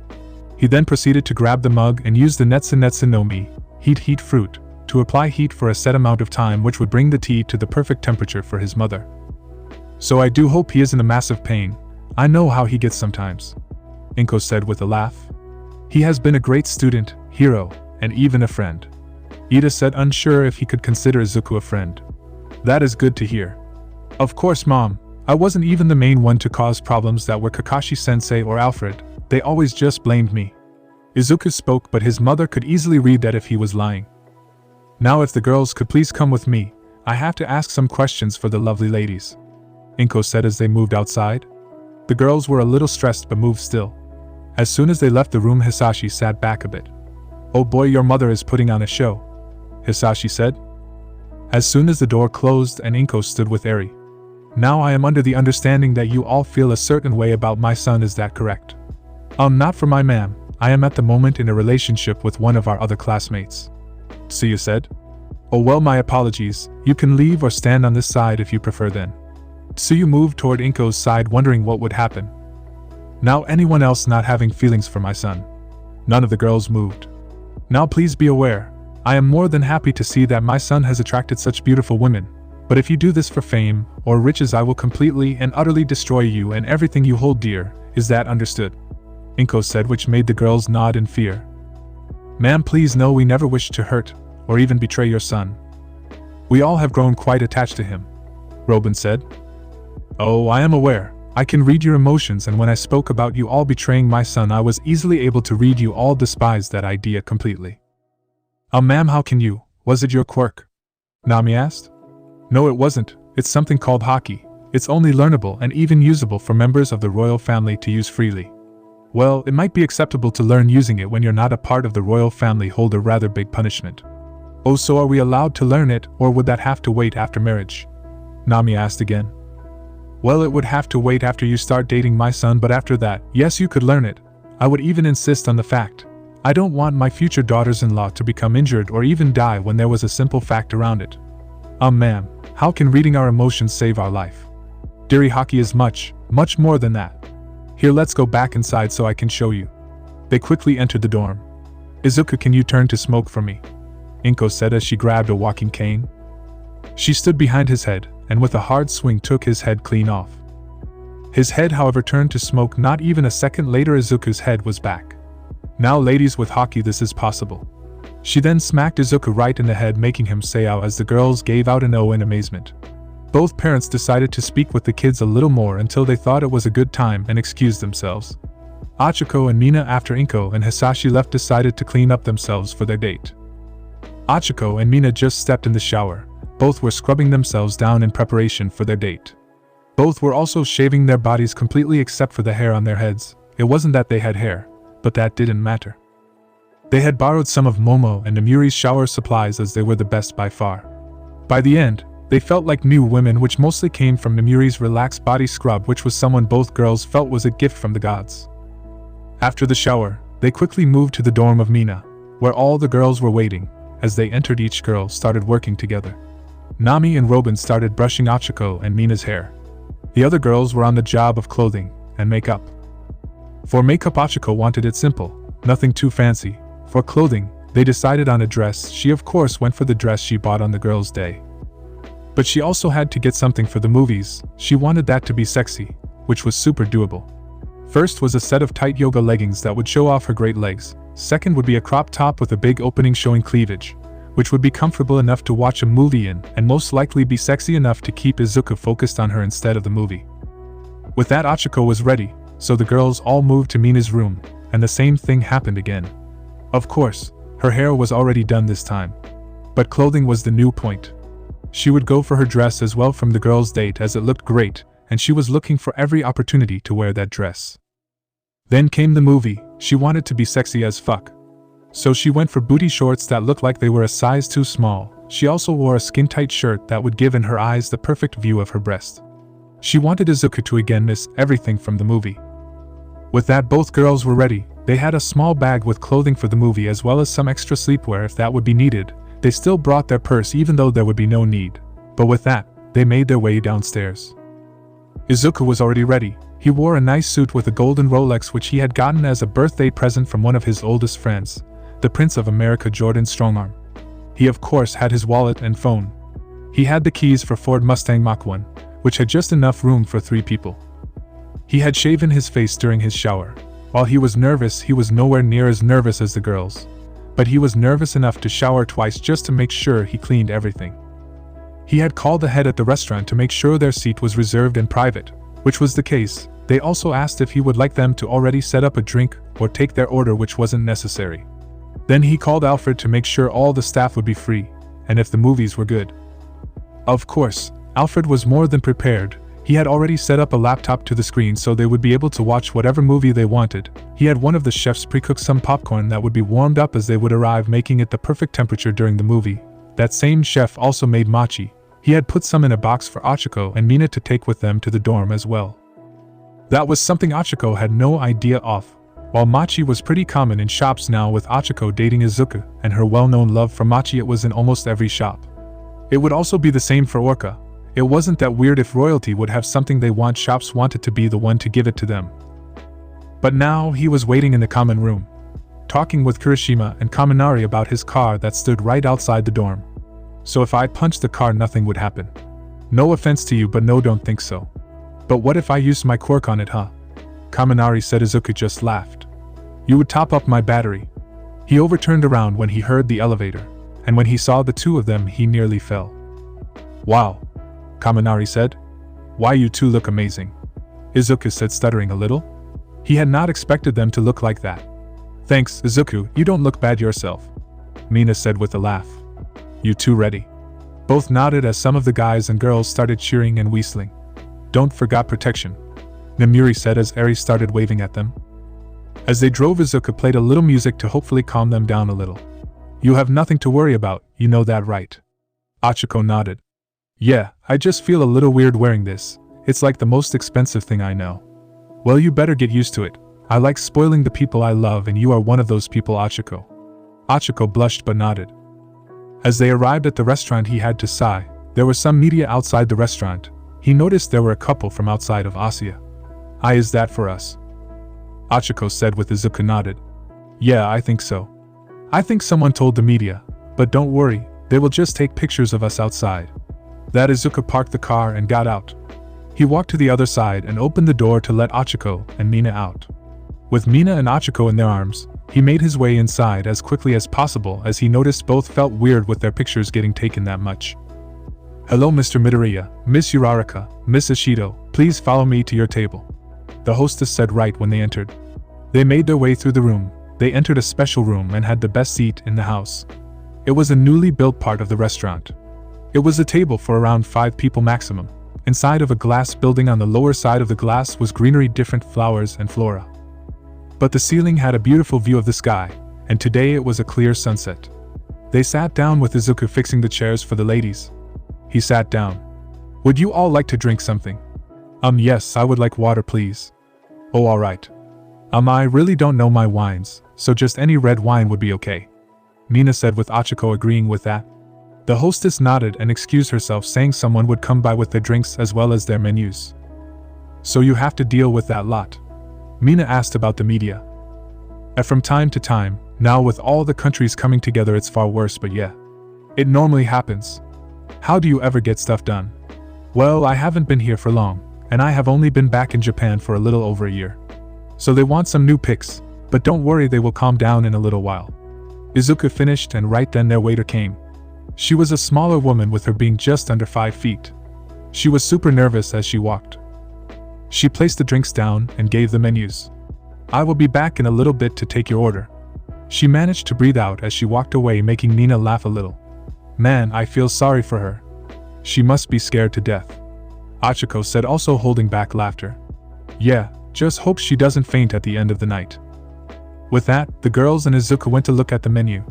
Izuku went for a salad as his first course. Achiko had the same, but while Mina went for the soup. As they ate, they shared some funny stories. As the time, Izuku went to a restaurant with his mother and father in India. Apparently the waiter didn't know he would waiter for the royal family, and as he stood at their table he just fainted. He went to sleep right away, shock hitting him in the face and putting him to bed. Izuku then found out that he had only been working there a week, and this was the last thing he expected. This was funny to Achiko and Mina as they started laughing, and in Achiko's case snorting a little. Mina told of when she first got her quirk. She had this favorite teddy bear that she had been sleeping with, but when she went to bed that night her quirk activated. So that night she had melted right through her teddy bear. She cried for well over a week, and for the rest, she had to buy acid-proof teddy bears and even some clothing. Achiko's story was the time she didn't want her father to leave for work, so she had floated his keys to the ceiling. For her, that was now unreachable, but her father was just able to grab them by standing on his toes. But as payback, she that night had floated his left shoe on top of a closet. This made it hard to see. That morning her father was unable to find his work shoe, but her mother found it. The rest of the dinner was great. For a second, Izuku had 2 steaks with a set of potatoes and broccoli, something Mina called cannibalism. Mina had chicken breast with rice, and Achiko had the same as Mina. Then for dessert, Izuku had a big banana split, Mina had chosen chocolate lava cake, and Achiko of course had mochi. It was delicious for them. Everything was homemade except for the banana. Of course, Mina had almost ordered a second lava cake, but she was already stuffed. But with that, Izuku paid again. The price shocked Achiko and Mina, but even if the price was 10 times higher for them, it was more than worth it. Then they drove to Izuku's home. Again, the size shocked them a little. But Izuku parked his car in front of the house and went to open the door. Mina this time took the bag with them, but Izuku walked with them to show it a little. I assume you want to change into something more conformable. Which got them to look at each other and giggle, then nod. So Izuku moved to his guest bedroom, or at least the closest bedroom. I will chance as well. I will nod when I get back. He told them, which they loved as it would be way funnier. Izuku moved to his room and went from his suit to just some sweatpants and a gray shirt. He wore some slippers, but that was it. He made it to their room and knocked. Right at that moment the door shot open and Izuku forgot how to speak. Both were pulling off a sexy pose that was just pure overkill. See something you like? Izuku still forgot how to words, so he just nodded. Well, let's get to watching a movie. Where to go, Captain? Mina said, snapping Izuku out of it. What movie? The girls just laughed. The movie we are here to watch. Oh yeah, follow me. He now snapped out of it fully and moved to the movie theater, where they chose to watch a horror movie. Izuku didn't see a second of the movie. With Mina clinging onto him and clinging close and closer after each scare, or Achiko's moaning at the taste of the mochi, it was just too much to believe he would be able to watch a movie. The only reason he knows it's a horror was that Mina was clinging onto her the entire time, and Achiko did the same with each jump scare.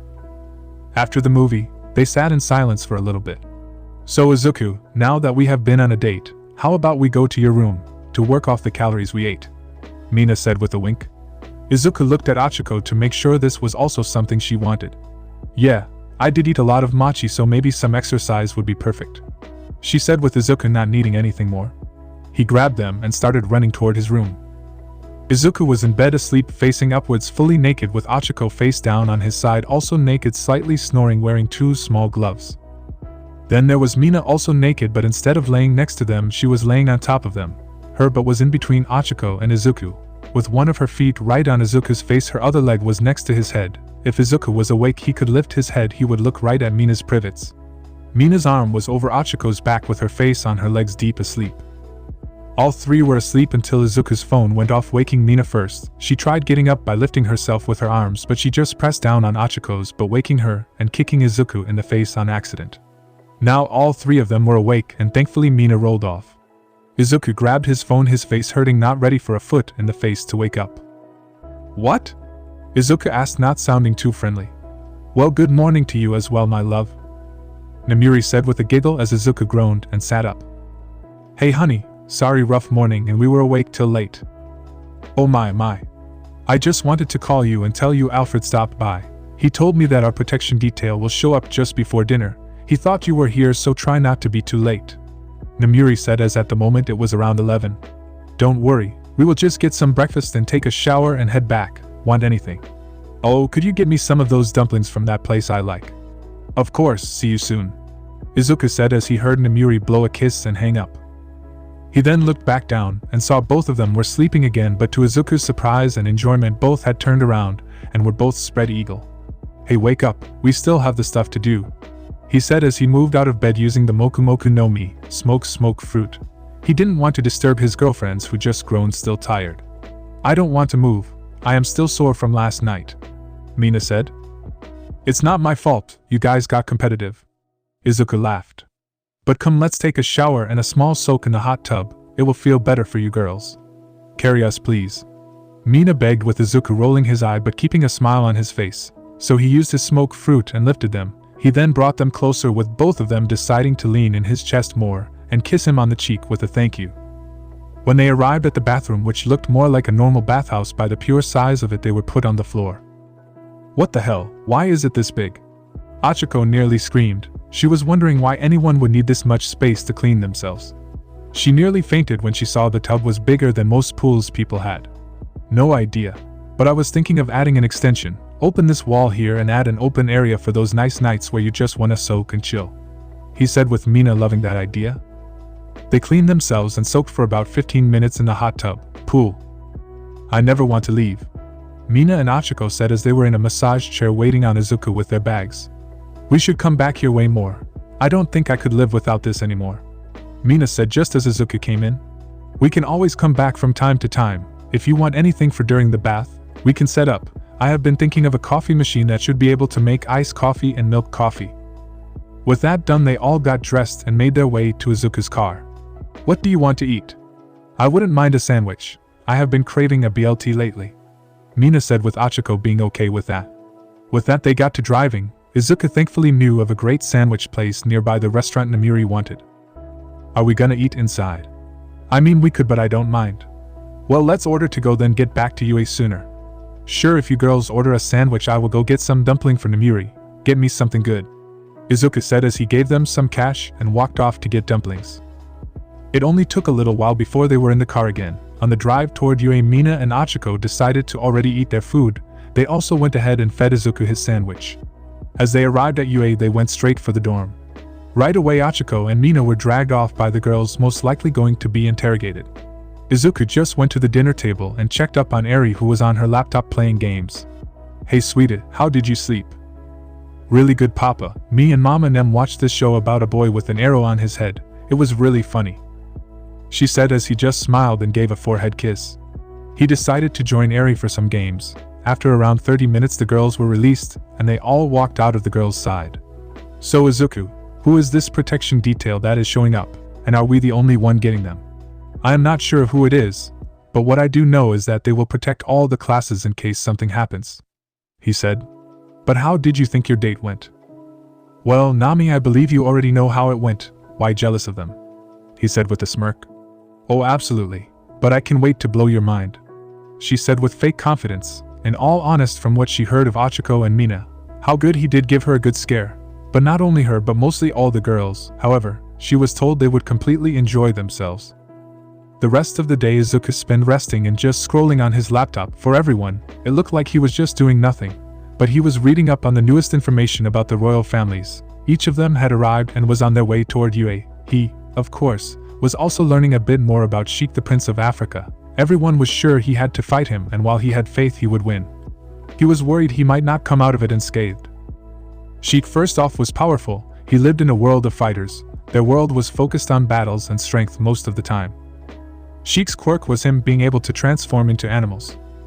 Sheik, however, had a big fault in his strength. He only took a tiger as the animal transformation. He never gave the reason to the outside world. He however did tell that to the other royals. It was an insult to Izuku. The first animal Izuku went for when they were around 14 was the same beast he used to fight the Nomu. It was his dragon, or most correctly his fish fruit.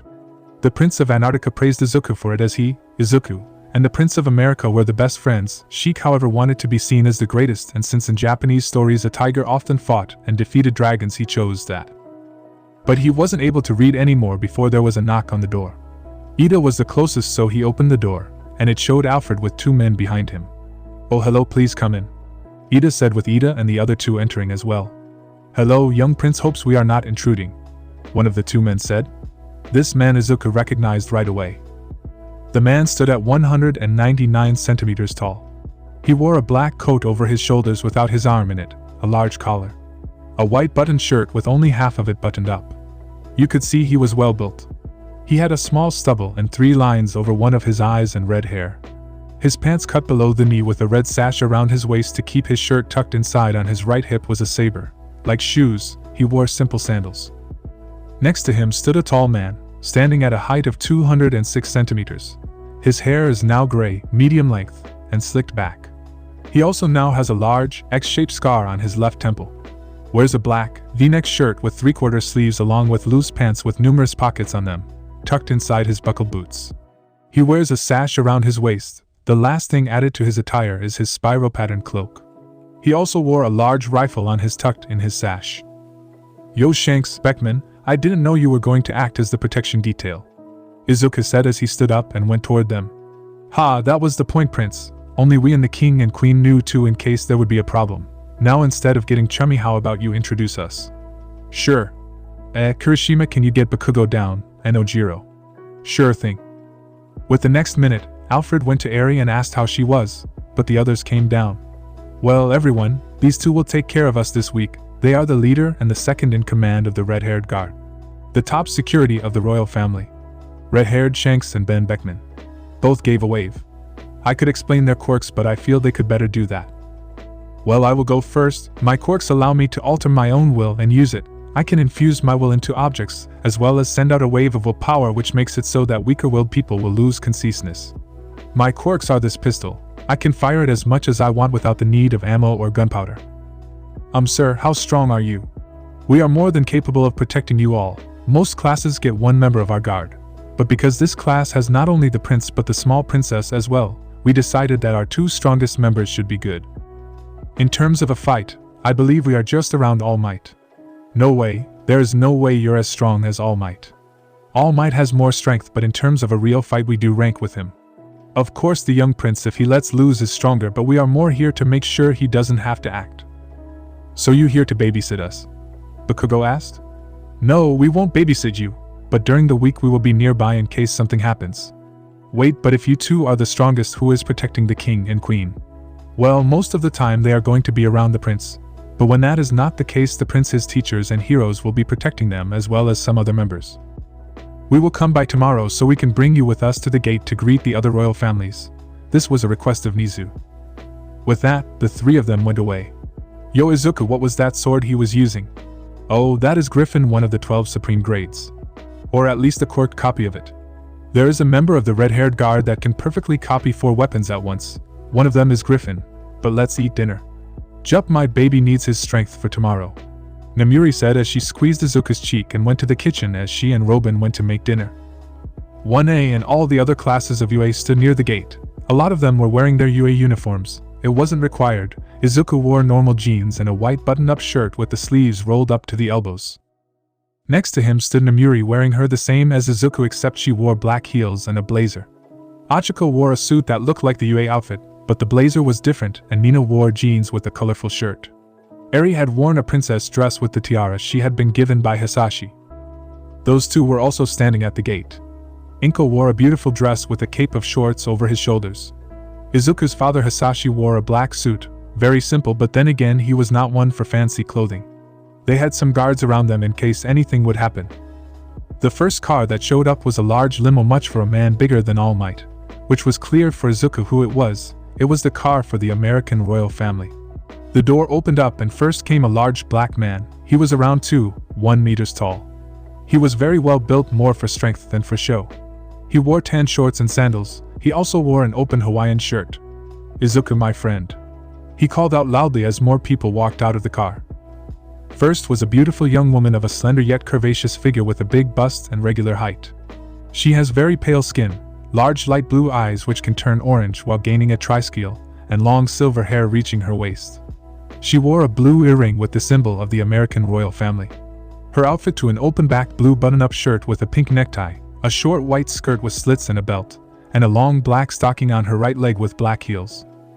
The second one, she is a fair maiden, described as lovely, beautiful, with purple eyes and medium-length brown hair which is tied up into large twin tails.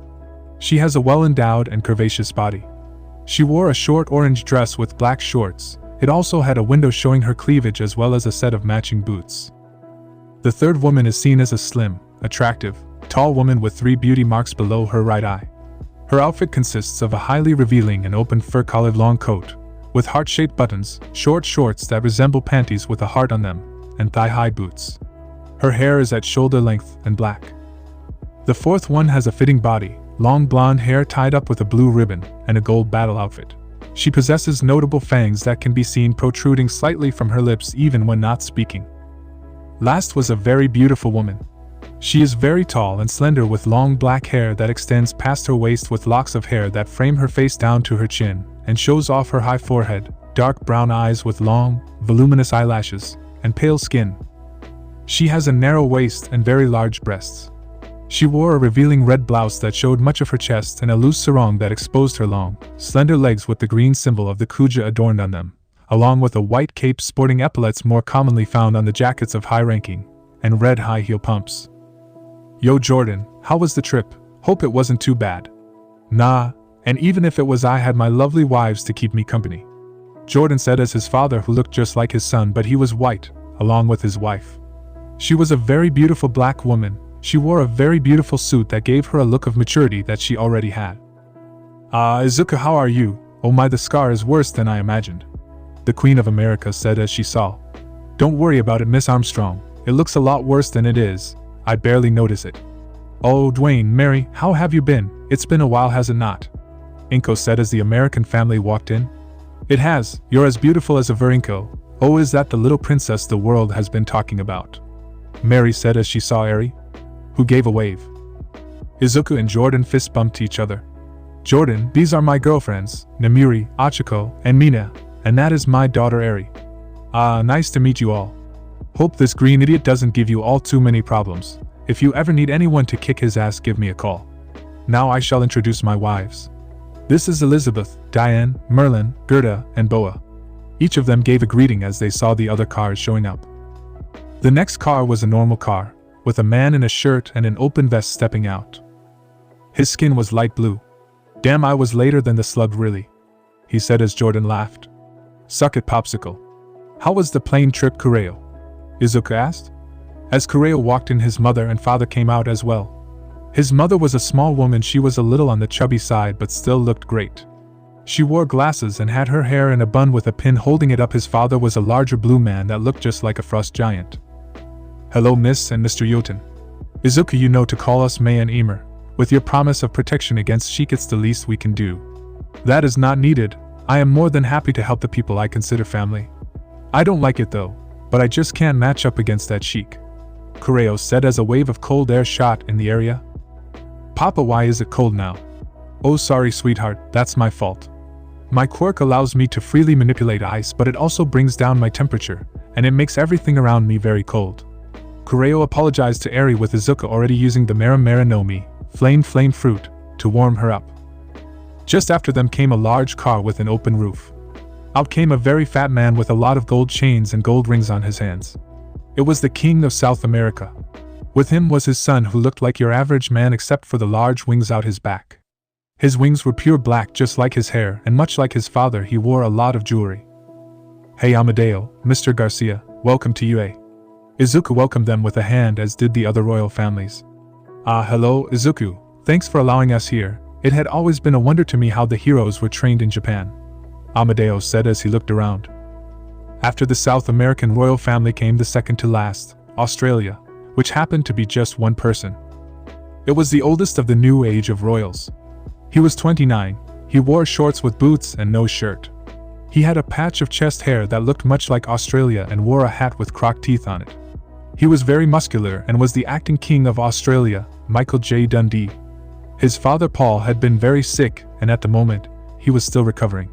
"Hello Mike, you forgot your shirt again," Jordan said, with Michael looking down and bursting out in laughter.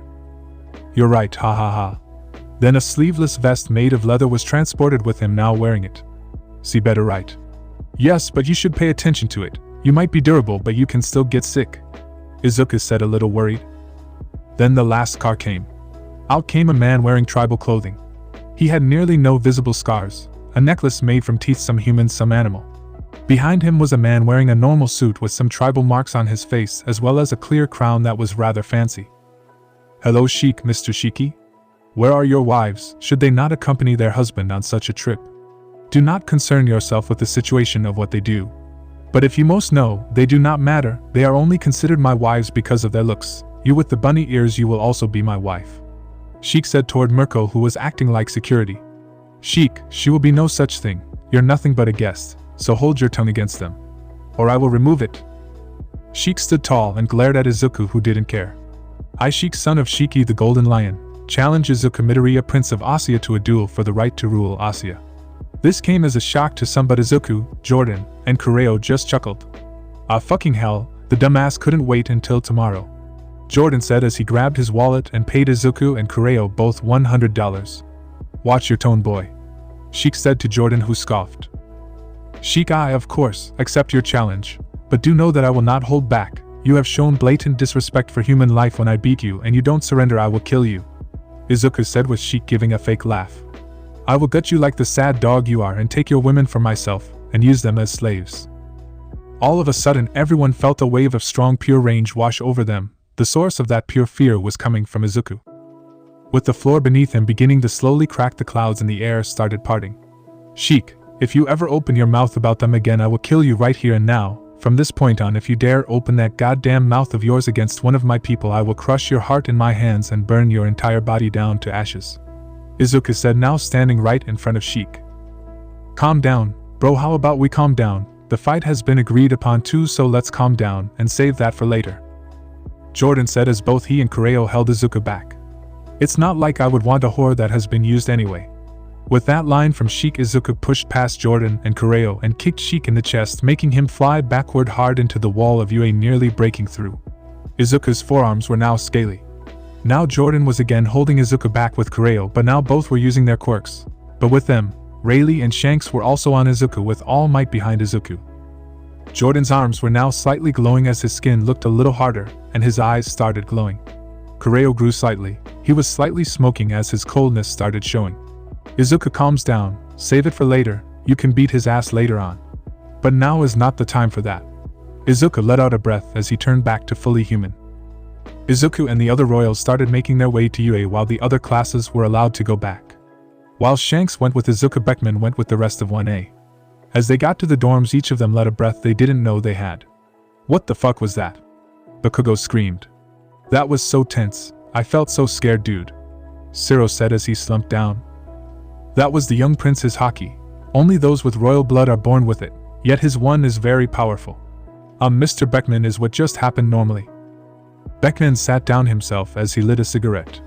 Sort of, the young prince is a very kind and caring boy, has been his entire life. Like Antarika's royal family said, he promised them that if there would be anything he would help them, as Kureo Yoten was a very weak child, Sheik however was a very mean and aggressive child. He took a deep breath.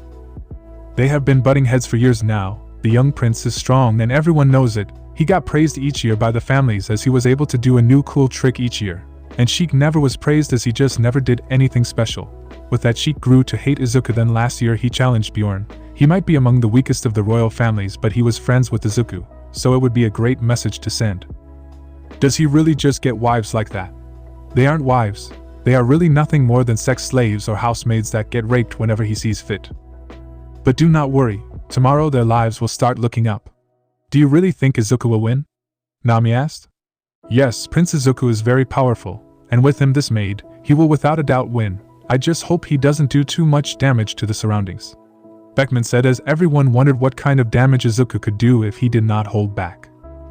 Izuku went into the empty classroom and threw a table across the room as he let loose a frustrated scream. Sheik already got on his nerves. But that was only half because of what Sheik did here. Izuku had learned that Sheik had shamed one of his wives into sleeping outside with a chain around her neck. She wasn't the best cook but was still forced to cook that day. He claimed that it tasted like dog food and if she would cook like one then she better sleep like one as well. In the hotel, they had followed the order of Alfred and didn't show any women as to not give Sheik any chance for claiming a new wife. Izuku, bro, are you good now? Jordan asked as he was one of the people that went with Izuku so that he wouldn't kick Sheik's head in. I'm fine, thanks for stopping me, I lost control. Don't worry about it, that is what buddies are for, are they not? If you're good now, I am going to check on my ma and pa, keep out of trouble. Izuku, what happened? You're normally never that short-tempered. Namiri said sure she had seen him pissed off before but this was something new, she had never seen his haki that strong before. Yeah, and what was with the ground cracking? I can explain that, Lady Asido, Jean said as he walked in. Each person has haki, but the royal families have a certain gene within themselves called D gene. This gene allows to use of conqueror's haki as well as a somewhat better haki. But the D gene reacts to the other D gene within the other royalty. Thus when normally Prince Izuku can perfectly use his haki, this pulls it out, Jean said as Izuku tried keeping his breathing under control. By the way, why did you call me Lady Ashido? Well, because you are in relations with Prince Izuku. and while normally in a more informal setting I would ask which you prefer, but with this many diplomates arriving as well as other royal families, the proper titles must be used. So then we are all ladies. Yes, Lady Uraraka and Lady Kayama. That is correct, Jean said with a smile as all the three ladies were a little embarrassed about it. Well, Lady Prince, we should head toward the meeting room. I understand, Jean, let's go. Izuku stood up and stretched his back. He let loose a deep breath and nodded with Eri walking toward Izuku to be carried, which he did. After a short walk, they entered the room the teachers used. Everyone was already sitting down waiting. Sorry for the wait, now shall we begin? He sat down next to his mother with Eri on his lap. Great, now normally today is nothing more than a greeting to each other so that tomorrow our talk with the other country leaders goes a little more smoothly, but it seems that it's a little different, Hisashi said as he stood up. Today Sheik has challenged Izuku to a fight. The winner of that fight would hold Asia, Africa, and Europe. That has great repercussions for all of us if it happens. How do you mean, Hisashi? The King of America asked. Well, any way you look at it, trading will change. We all know that at the moment trading with Europe and Africa is nearly non-existent. Because needing help if for the weak, Sheik said. But no matter that, if Izuku would lose, which will happen. If that happens, it will mean the trading with Asia will drop. But if Izuku were to win, trading will also take place with Africa as well as Europe again. So I would like the main focus to be that tomorrow, Hisashi said. That point will not be brought up because he won't be alive then, and you will be running away scared and pathetic. Sheik, please refrain from such talks. You can speak but do not talk like that to our host, Australia's new king said as Sheik scoffed. Well, that is it for that. About the fight, it can take place today if both parties agree. I am fine with that, father. Do you not need time to say goodbye to your family? But I am fine with that. I am fine with fighting you now, so bring it on. No fighting here. Now then, as the fight has been agreed upon, I shall give the floor to Dwayne Strongarm, King of America, as I am personally involved. Thank you, Hisashi. Dwayne stood up and cleared his throat. Now then, as both parties agree to fight today, we will have to pick a time and a location. For the time I suggested to take place at 4, do both of you agree? Izuku nodded with Sheik also agreeing. Good, now I suggest bringing Nizu in to find a suitable location for this duel. Jean stood up and got Nizu. I was told you needed me, he said as humble as he could. Why is that filthy rat here? Sheik, please show some respect toward my principal. He is allowing us to be here, so shut your mouth if you have nothing nice to say. Izuku instantly responded to Sheik.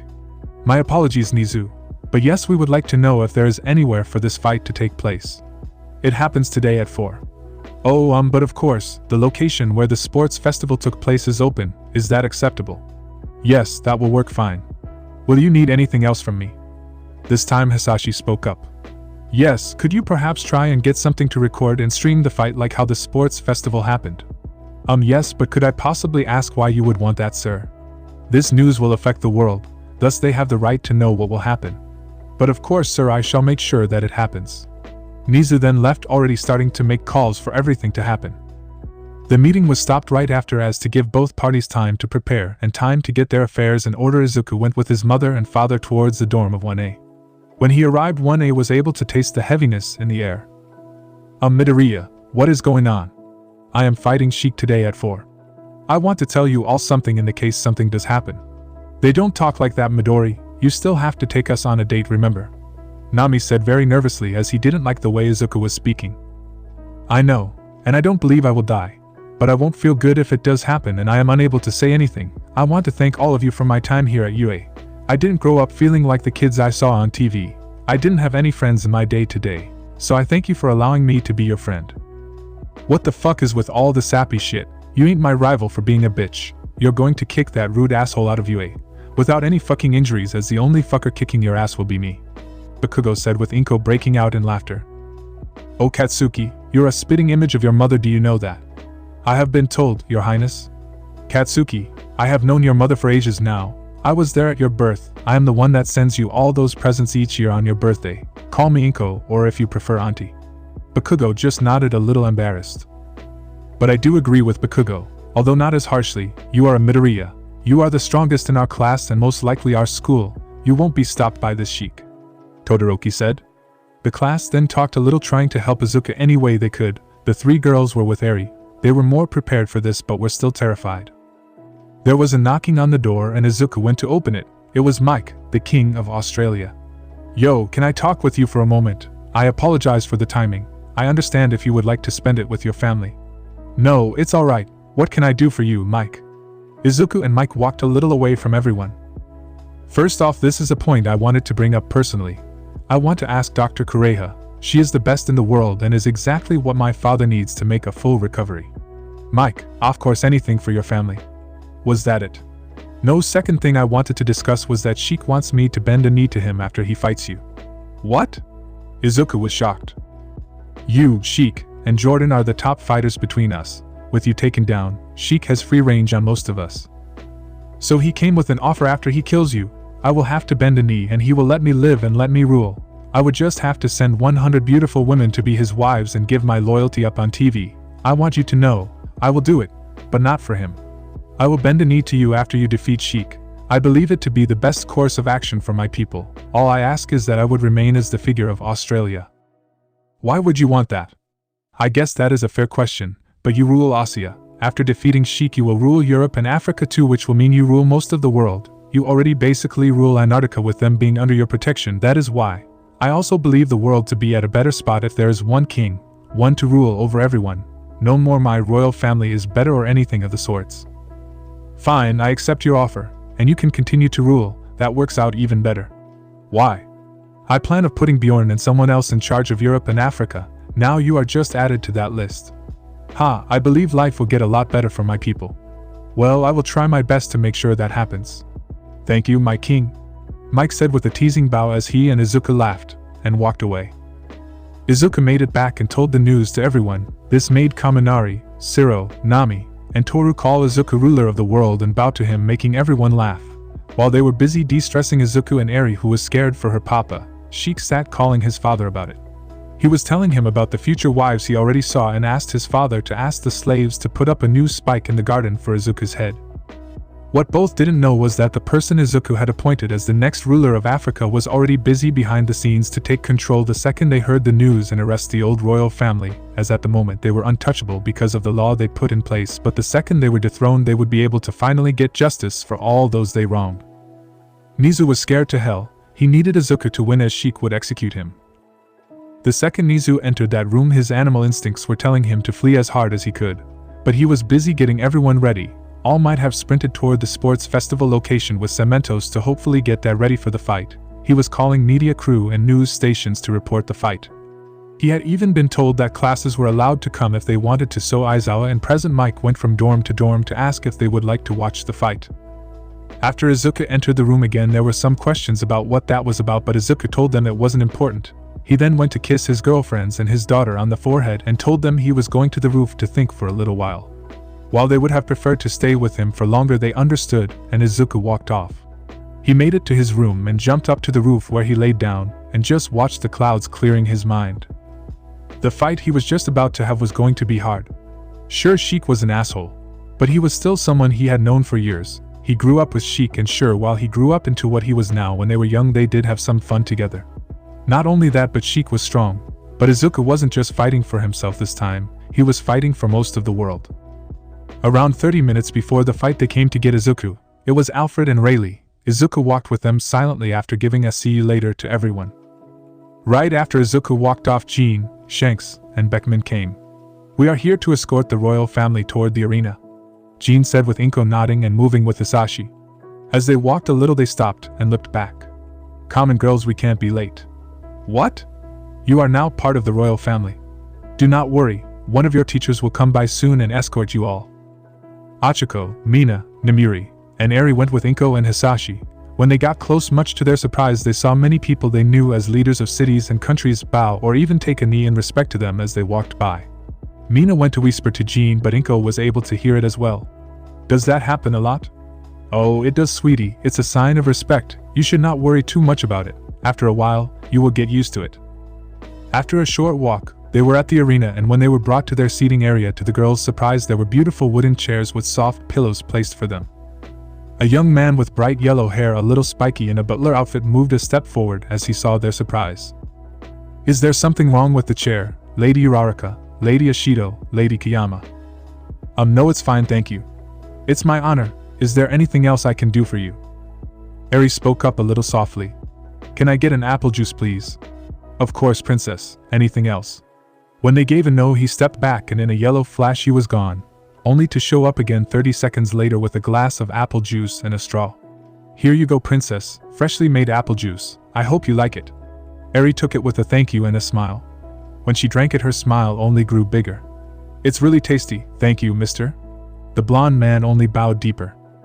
While they waited, they were able to see the stands filled. Perfectly spaced out were a set of boxes that were for the royal families. They saw Jordan give them a big wave and a thumb up showing he had faith in his best friend. They saw Antarctica give a smaller wave but a face filled with faith in their friend. Each royal family, when making eye contact, of course gave a greeting and sat down, each having a nice seating area. They also saw a multitude of classes enter. 1A and 1B were seated nearby. Nemuri noticed the 2 hero classes of the 3rd year be placed near Antarctica.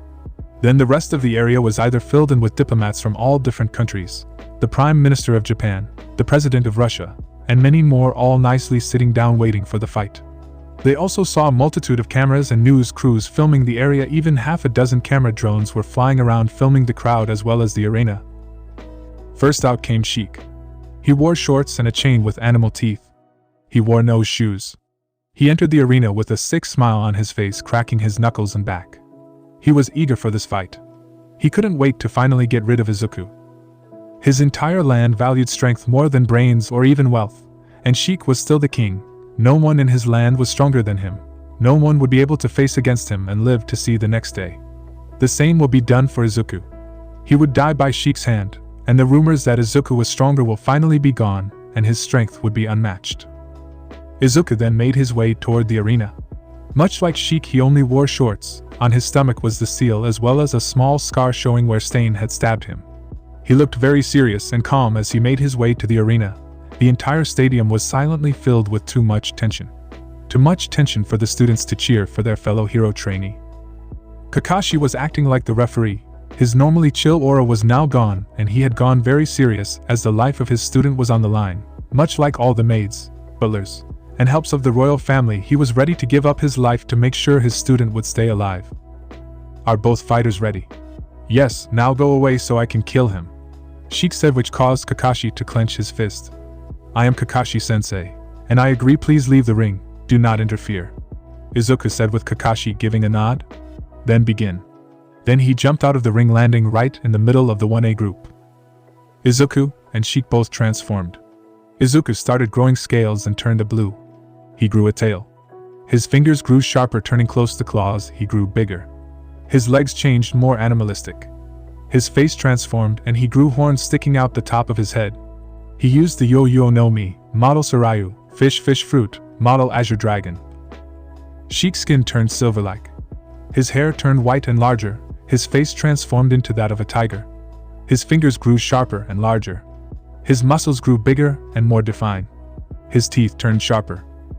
They both shot forward, both hands interlocked with the force being strong enough it caused a strong wind. Both tried to overpower each other, but they were completely even in terms of strength. This pissed Sheik off and he kicked Izuku in the chest, which shot him back a little. Before Izuku got his footing again, Sheik went forward to attack Izuku with a sideways claw strike which saw coming.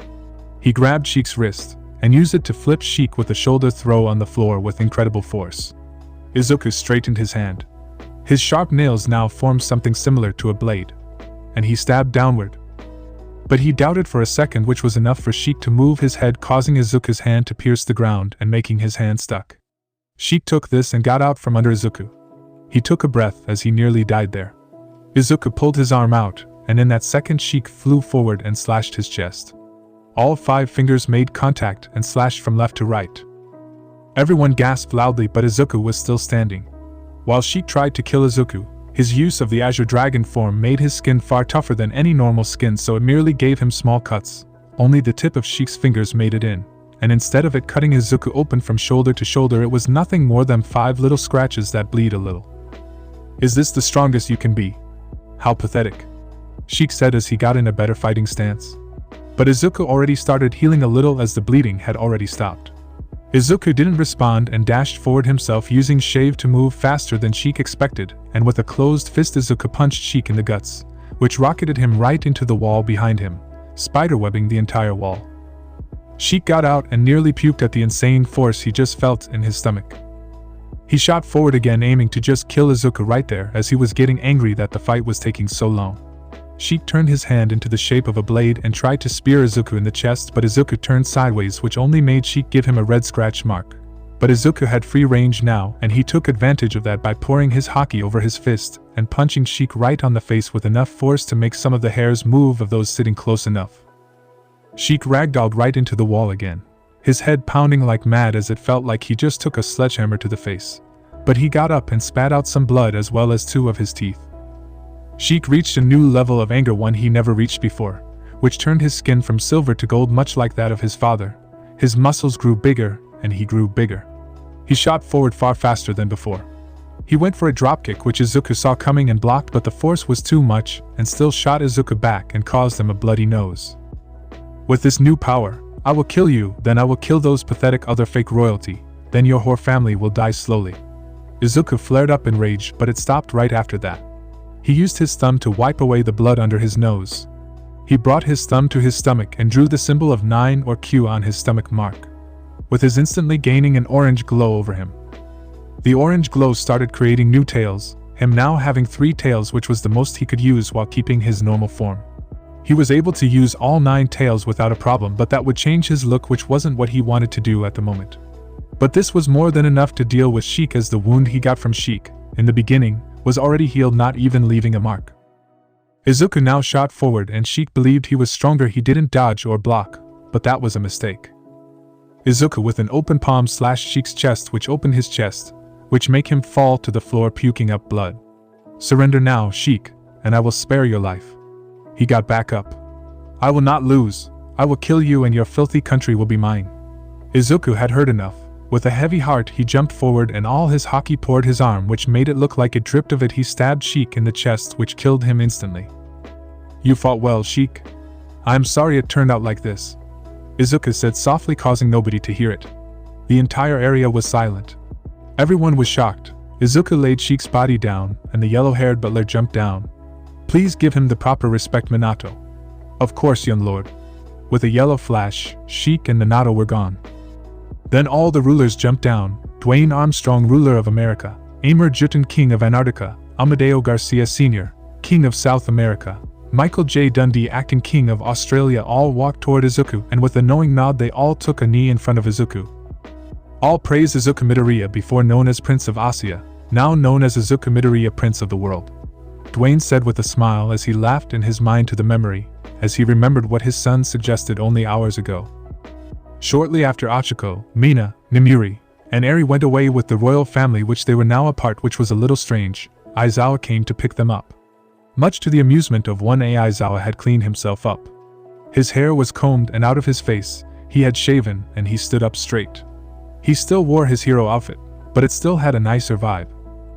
Move it, we don't want to be late, Aizawa said. Still, his old tired self came out in his voice as 1A started making their way to the arena. Halfway they met up with 1B, who all were rather nervous. Unlike 1A, they didn't see royalty daily, so while still was already nerve-wracking for 1A, it was nearly double so for 1B. Aizawa and Vlad King moved them to an area where they went to sit. As they looked around, they were kind of shocked at the number of people that they didn't know. Well, at least most didn't know. Who are all those other people? Never seen them before, Kaminari asked, with Momo speaking up. Those are leaders of different countries. Hold up, isn't that like Izuku? Toru asked. She was never one of politics. Well, it might be easier if you look at it as a business. So image Izuku being the CEO of the entire thing. Country leaders could be seen as branch managers. They are bosses of a part. Oh, like mini-bosses before you fight the main boss, Setsuna said, also unsure. Yes, I at least think so, Momo said, not sure as she has not played such games. They then saw Sheik enter the arena. Fuck dude, that asshole looks tough. Bakugo doesn't talk about the Prince of Africa and Europe like that, Ida said, not wanting his classmate to receive punishment because of his words. You didn't disagree though, Siro said. Much like most at UA, they agreed with Bakugo on this point. Somewhere at the back, the heroes were standing very nervous. Ryuko, Rumi, Emi, and you were all together scared to death at the possibility of what would happen if Izuku were to lose. They had heard bad things about Sheik, and so far all the rumors were looking to be true, but he also clearly was able to back up his bad talk. Look, my Brodia looks way tougher though, he is going to win this. Kirishima said hopefully that Izuku would win this. He was still very nervous about the entire thing however. It had a real fight to the death vibe and he didn't want his buddy to die. They yelled in fear when Kakashi jumped into their area. They weren't expecting that. Sorry about that, miscalculated that. Kakashi said looking at the fight that was just beginning between Izuku and Sheik. Sir, do you think Midoriya will be fine? Nami asked. Do not worry young lady, even if the prince would be losing this fight, many much like myself will put ourselves in between them and will protect the prince with our lives.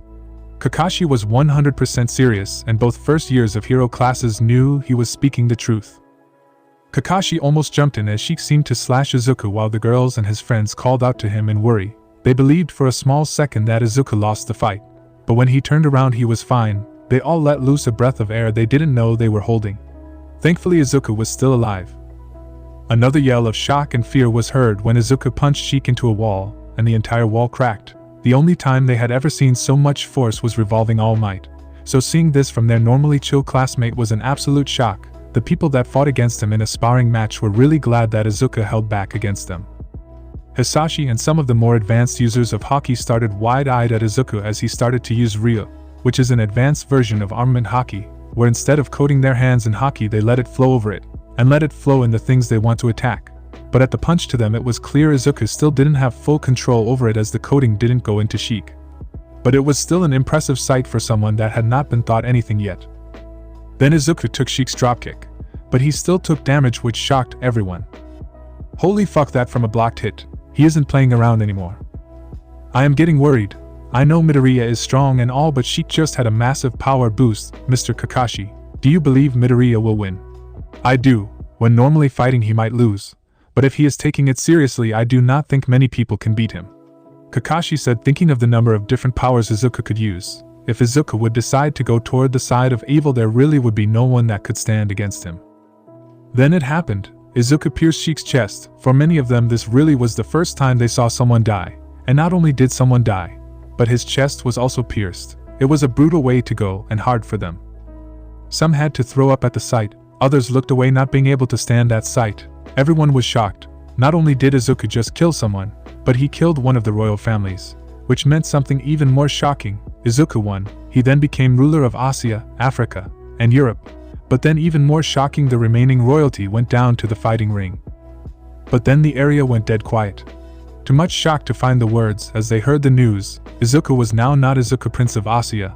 He turned into Izuku Prince of the world, which meant Izuku was now one of the most important people in the world.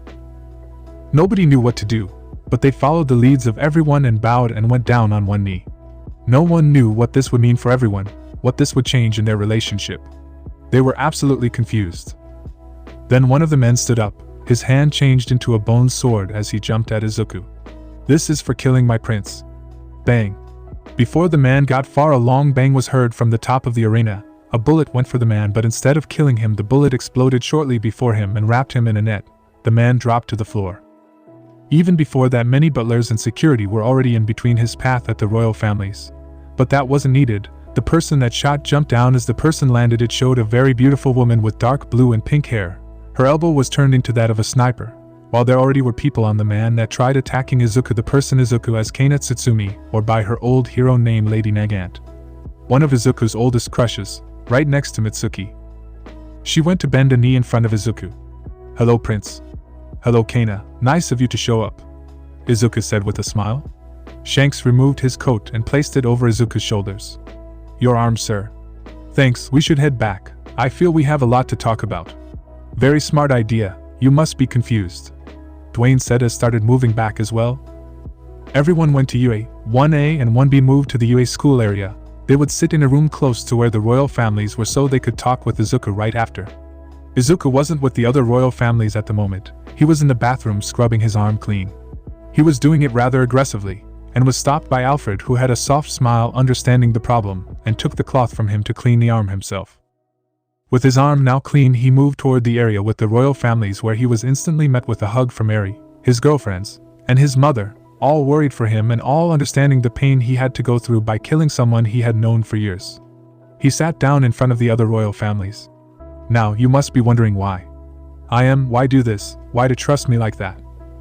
I believe we all have different reasons for it, but for myself, I believe that the world is in too much chaos, too much arguing about who is more worthy of what, who should get more land, who deserves more freedom. With one king accepted by everyone, that should be removed, that sort talk has to be gone. Dwayne said, with most having a similar thought. Some believed it to be the best course of action for their country. Now my king, I would like to know what you are planning, Jordan said with a teasing tone to my king part, making Izuku chuckle. Well, the news has been around the world now for at least half an hour. I do believe my plan has been started, Izuku said. He stood up with a smile. I will thank you for putting your faith in me. I shall try my best to make sure all of our people will be happy, healthy, and taken care of. For those who believe this change would give them freedom, I have to apologize. I would like to ask you all to stay in control, continue being the leaders of said country. You are looking at this much like how international companies work. They have one main building, which for this example shall be Japan, where you the CEO stays, then within the same area. In this case, Asia, there are many smaller companies still owned by the main one, aka leaders of the country, but then in different areas such as America or Europe you have a different main building that gets as their owner, but still works under that CEO, correct? That is correct. So who do you have in mind for Europe and Africa, as both previous leaders are gone? One of Jordan's wives asked Merlin. For Europe, I plan to put Bjorn back in charge, which reminds me, Jean, please send a car for them. Of course. Then for Africa, I have a new person I met on our last trip to Africa. She is a princess, daughter of Cobra, Nefertari Vivi. She and I share many of the same beliefs when it goes to ruling a county, and I do believe she is the perfect woman for the job. Now you should tell your friends, while we discuss some other stuff, they do deserve to know you are alright. Yes, please excuse me. Izuku left with his girlfriends and Eri moved to his class. He entered and saw them look at him for any indicator of what to do. Yo guys, you all good? Izuku said very casually. No, we are not. We thought you died and then like you were okay and then like he went like second state or something and then you went like multiple tails and shit. And you are like king of the world, the fucking world, like what the fuck? Most yelled all through each other. Calm down, it doesn't change anything between us. I am still Izuku Midoriya, and hopefully still a friend. He said. He wasn't sure. His title of Prince of Asia already scared off enough friends, so now being the Prince of the world would make getting new friends even harder. What, of course we are still buddies. And we are still going on a date. This just made me want to try harder and swoon you. Nami joked as Izuku laughed. While I love to stay here and keep joking, I sadly have to stand before the masses and explain everything. But what happens with the others? Do they now have to move out or something? No, the world will stay mostly the same, and I won't really be king of the world for some time most likely. They basically have until I become king for it. They can do it faster, but it only goes in when I turn king. Ah well, go face the masses, O future king of the world. Toru joked as she bowed, making Izuku chuckle as he moved with his girlfriends to where all the others were already hating the fact he was going to expect it to be on camera in front of billions of people. It was nerve-wracking. Izuku and his girls made it to the room with all the news crew. There were some independent reporters, all wondering the answers of what just happened just a little ago. Izuku offered his hand to Eri and the girls to get them up saver. He followed last. Close behind him Shanks and Alfred followed. Izuku went to the podium, cleared his throat. Both hands were placed neatly on the table as he looked the room over. Everyone's eyes glued on him. Hello everyone, thank you all for taking a moment out of your busy days to be here. I apologize for the wait. Now you all must have questions about what has happened today. While I am happy to answer whatever questions you all have, I would first take some time to apologize to everyone here. During my fight with Sheik, I was sadly forced to use deadly force, and if that caused anyone any trauma or problems, I deeply apologize for that, Izuku said as he bowed his head. After the fight, the other royal families went down and bent a knee to me, announcing me king of the world. This is something new, something that hasn't happened for many centuries. I understand this is a shock to everyone, this includes myself. I will now take some questions, Izuku said with everyone raising their hands with some already asking. The lady in the front with the red glasses. Hello sir, I am Elaine from Royal Reports. My question to you is, what will happen with the other royal families? When they give up their power, what will you do with them? She asked in a respectable tone. A very good question. The world is a big place, and while I could travel from country to country day in and day out, I have a family that has their roots here in Japan, much like myself, so if I could I would prefer not to keep traveling, he said with a chuckle. But I plan to keep them in power. My goal would be for the world to remain remotely the same, Each continent will keep their royal family, the Armstrongs will stay in control in America, etc. They will then once a year we will have a meeting all together. So nothing will change. And who will take the leading part within Europe and Africa? No, there will be changes. First of all, Africa and Europe will be freed again. The power system in Africa is removed. What do you mean by that, sir? A man with hair that was entirely made off keratin asked. Within Africa your rank in the world is only judged by your power. How strong you are means how important you are. That now stops. It will be like the rest of the world from now on. As for who will lead there, I met a kind ruler and his daughter during my travels within Africa. I plan to have that same daughter to take Sheik's spot. The name of this woman is Nefertari Vivi, daughter of King Cobra Nefertari. Izuku said as Alfred pulled out a laptop that had a video call with Vivi who wore very fancy clothing. It's an honor that Prince Midoriya has placed his faith in me. I shall try and live up to his hopes. Vivi said very nervously as this was her first time being on TV, or at least every TV. Do you already have any plans for Africa? Please go ahead, Vivi. Izuku said, giving Vivi the stand, which made her panic a little, but Izuku knew that she had to get her footing under her quickly as she would be given a very high position. Vivi had sweat on her forehead and was breathing a little heavier than she would normally. Vivi, please calm down, take a breath, just tell them about our energy plan, as if you were explaining it to me. These words from Izuku seemingly calmed Vivi down, her breathing calmed down, and she looked ready. The plan myself and Prince Midoriya came up with is one to help everyone. By placing many large solar panels within the desert, we can generate more than enough power to sustain more than half of the entire world, if not more. Izuku looked on with a smile as Vivi took point and started talking with the media about the plan. After 5 minutes Izuku had to put a stop to it.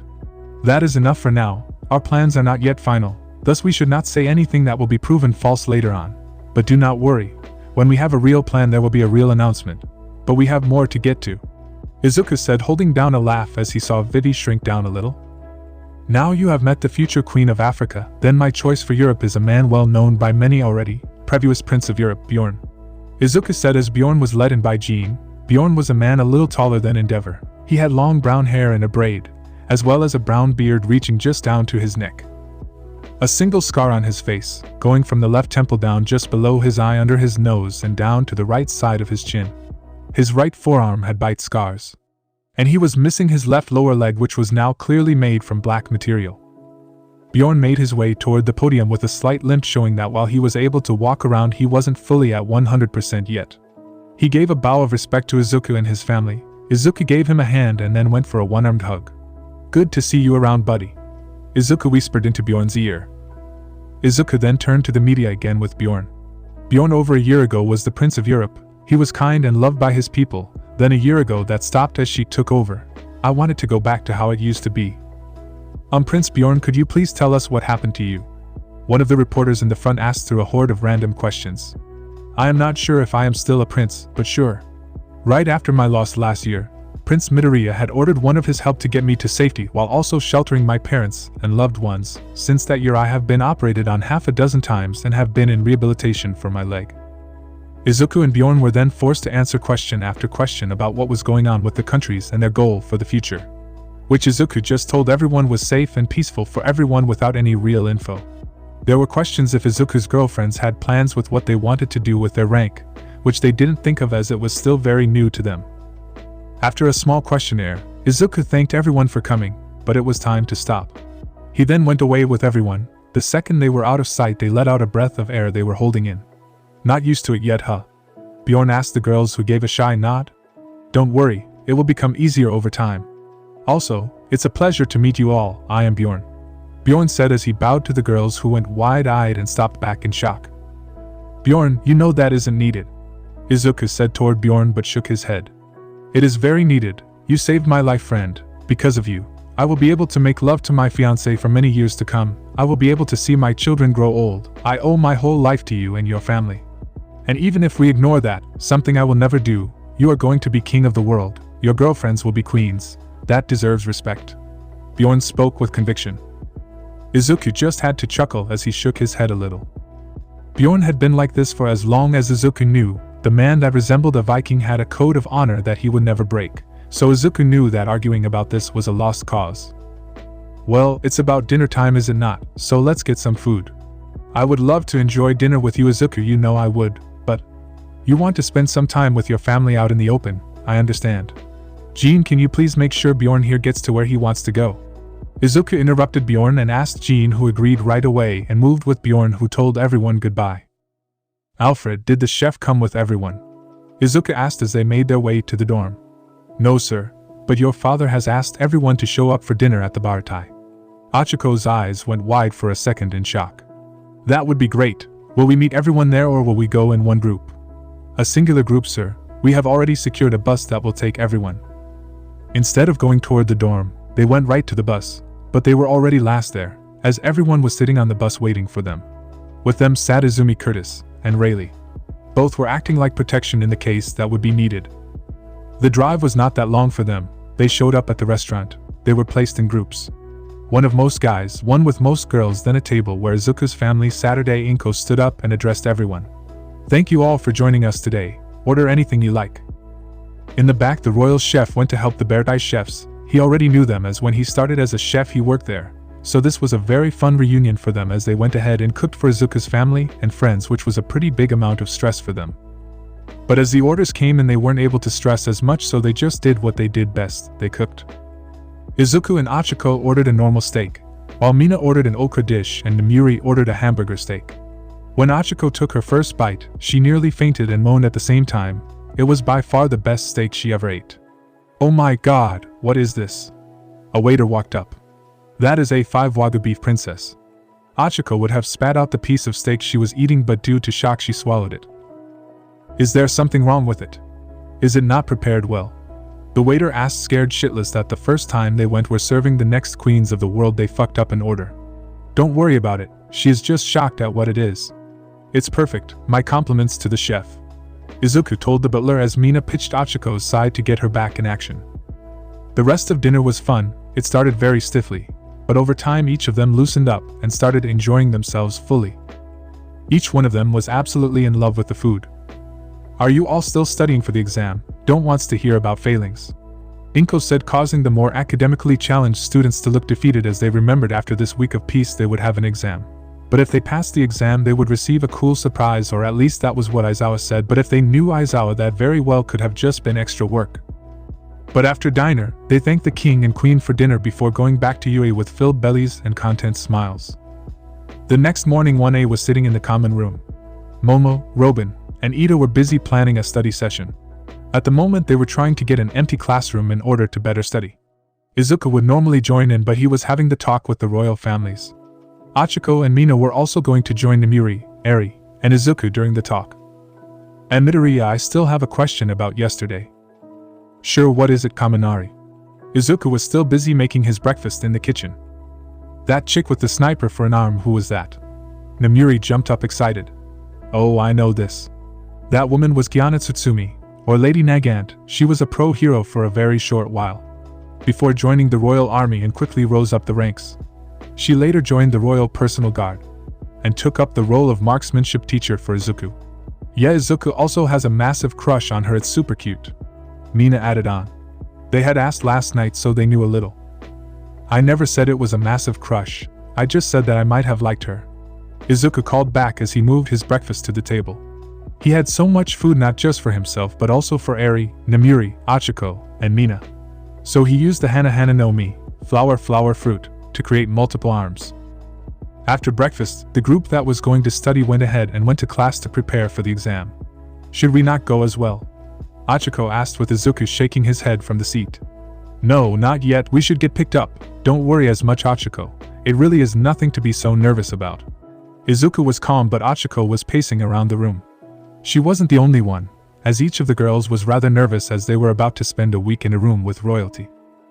10 minutes later there was a knock on the door. This is us, Izuku said as he opened the door, seeing Kiana waiting. Hello, Prince. She had a smile on her face as Izuku hugged her. Come on, Kiana, don't act like that. Kiana just laughed. Okay, Izuku, my apologies, she said with giggles. Eri, sweetie, come, we have somewhere to go. Sure, Papa, coming. Eri had a small bag with her. The bag was filled with toys and drawing supplies so that she could keep busy. On their walk, the girls went to talk with Kiana. Tsumi, could I ask you something? Of course, Lady Kuyama, and please call me Kiana. Sure, but then call me Namuri. But my question. I am aware of Izuku's crush on you, and knowing Izuku you must have to be aware yourself, correct? Kiana had to stop herself from laughing as she saw Izuku looking down using his hair to cover his face to now showing his blush. Yes, I am aware of the prince's feelings, why do you ask? Well, why not tell him your feelings? Even if you didn't have those types of feelings, why still not tell him? Well, I did share my feelings, but it seems that it might have slipped Izuku's mind, but you were sleepy that day, so I could be partly responsible for that. Wait, you told me? Izuku popped back up. This made everyone focus on Kiana for an answer, even Eri. Yes, but I will say it again. I told you that I shared your feelings. But I will not be the first. You get yourself at least 5 girlfriends before I would act, so you fully know the difference between the love of a parent or a friend and the love of a lover. So in 2 more ladies minimum, you would return Izuku's feelings. If he still feels the same, then yes. Why not now, if you both feel the same? Don't worry, Mina. Kiana is not one to back down from her words, so if she said that, I can hold out. It's not like we are missing any ladies to fill those 2 spots. Namuri joked, known all too well that the girls were all basically waiting for their date to confess to Izuku, and deal they are sort of already regretting. But with that, they made it to the room where the other royal families were waiting for them. And Jordan had a smile on his face. Finally, you lazy bum, I got a surprise for you. What? Izuku asked, confused as he didn't even greet anyone yet. Bring them in, please. Jordan called out to his side of the room with the doors opening, and a cart was pushed in. On top, there was something hidden by a white cloth. It was pushed next to Jordan, who thanked the man and pushed it himself. Let's call it a gift for becoming king of the world, he said as he stepped back and waved his arm, showing Izuku he could look. He looked around the room, and apart from his girlfriends, it seemed that everyone knew this was coming and might even know what it was. Izuku walked toward it and grabbed the cloth with his right arm and pulled it free, and to his surprise, it was 2 swords, but not just any swords. How did you get both Enma and Aim no Habakiri, Jordan? Izuku said this as he unsheathed both blades and held them in his hands. Aim is a moderately curved katana, a golden trefoil-shaped tsuba. It has a white color scheme matching its heaven motif. Its kashira and kojiri are both gold, with its sheath being lacquered solid white, a lot like its tsuka with 3 cords. Both the saya and tsuka have simple light 5-petaled flower motifs on both sides. Enma is seen to be a moderately curved shobu zakuri-style katana with a lilac and gold color scheme. Like the Aim no Habakiri, the tsuba is trefoil-shaped, and each lobe is holed in the middle and thickly ridged. The tsuka is lacquered solid lilac, rather than cloth-wrapped, as is the saya. Both are embellished with simple, golden, 5-petaled flower motifs on each side. The kashira and kojiri are matching in appearance, being large with trefoil cutouts to match the tsuba. The kojiri possesses an additional accent, which seems to be a wide, knobbed ring above it.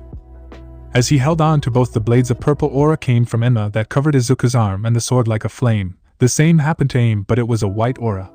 Izuku's arms both turned black along with the swords, and both his well-trained arms turned to sticks, shocking the girls. Izuku. They screamed as they tried helping but were stopped by Inko and Hasashi. Don't worry, Izuku knows what he has to do. Izuku kept standing tall and seemingly focused on his hands with a lot of intensity. He took deep breaths through the nose and breath out through the mouth, and then, with a loud and single yell, the aura disappeared and Izuku's arms returned to normal. But he was out of breath but still had a smile on his face.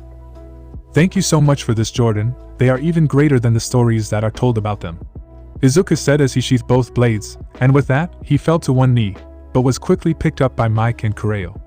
How shameful, an hero in training brought to his knees by some metal, Izuku said jokingly as he was seated by the 2 of them and Achiko as she pulled up a chair. Now that everyone is here and that is over, should we get started?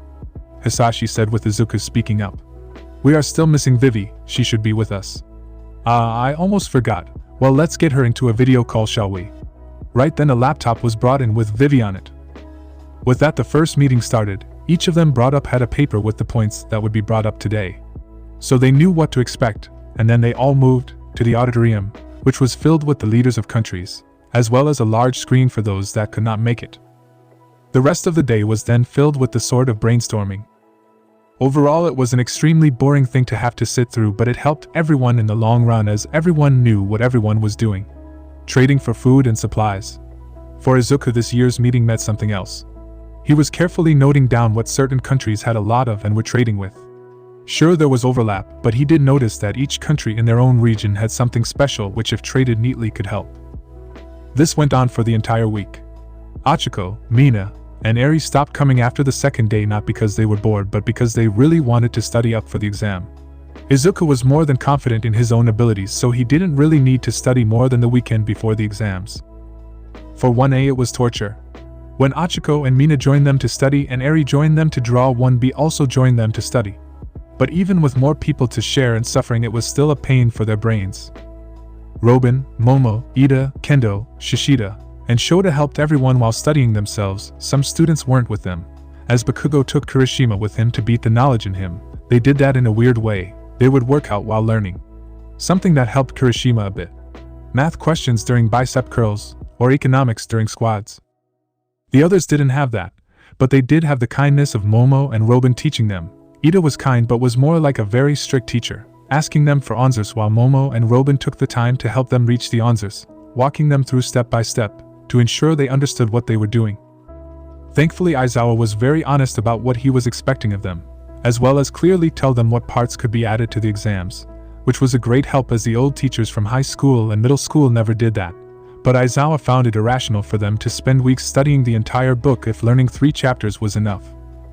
With the teachers, they were talking without Namiri. "Are you sure about that, sir? Do you really think that is the best course of action?" Vlad King asked with Nizu nodded.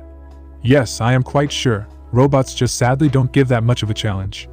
So I think our best option would be for us to go against the students." "What about young Midoriya? It's rather clear that he holds many strong abilities that even alone would be enough to give many heroes a problem," Cemento said from his chair, getting nods from the other teachers. "Well, seeing that he will most likely be hunted down by villains all over the world, I do have one thing in mind that could be rather fun," Nizu said, gaining an evil smile. "Spit it out, boss man. What do you have in mind for the royal listener?" President Mike asked. "Well, we are going to fight the students right. Small teams versus a single teacher. These teams will be made of people that won't work that well with each other. Either bad chemistry or them being too friendly with each other. But Midoriya is much like water, that he perfectly fills every area to complement his partner." "That is true, Nizu, so what do you have in mind for him?" Nizu threw a couple of files on the table showing multiple pro heroes such as Endeavor, Best Jeanist, Hawks, Mirko, Ryukyu, and some others. "Why not have the king of the world fight against the world?" Nizu finished as he cackled loudly. Izuku and the other royal families were inside the gates of UA. The week was over, so the royal families were going back home. "It has been a fun week, Izuku. You should really visit us.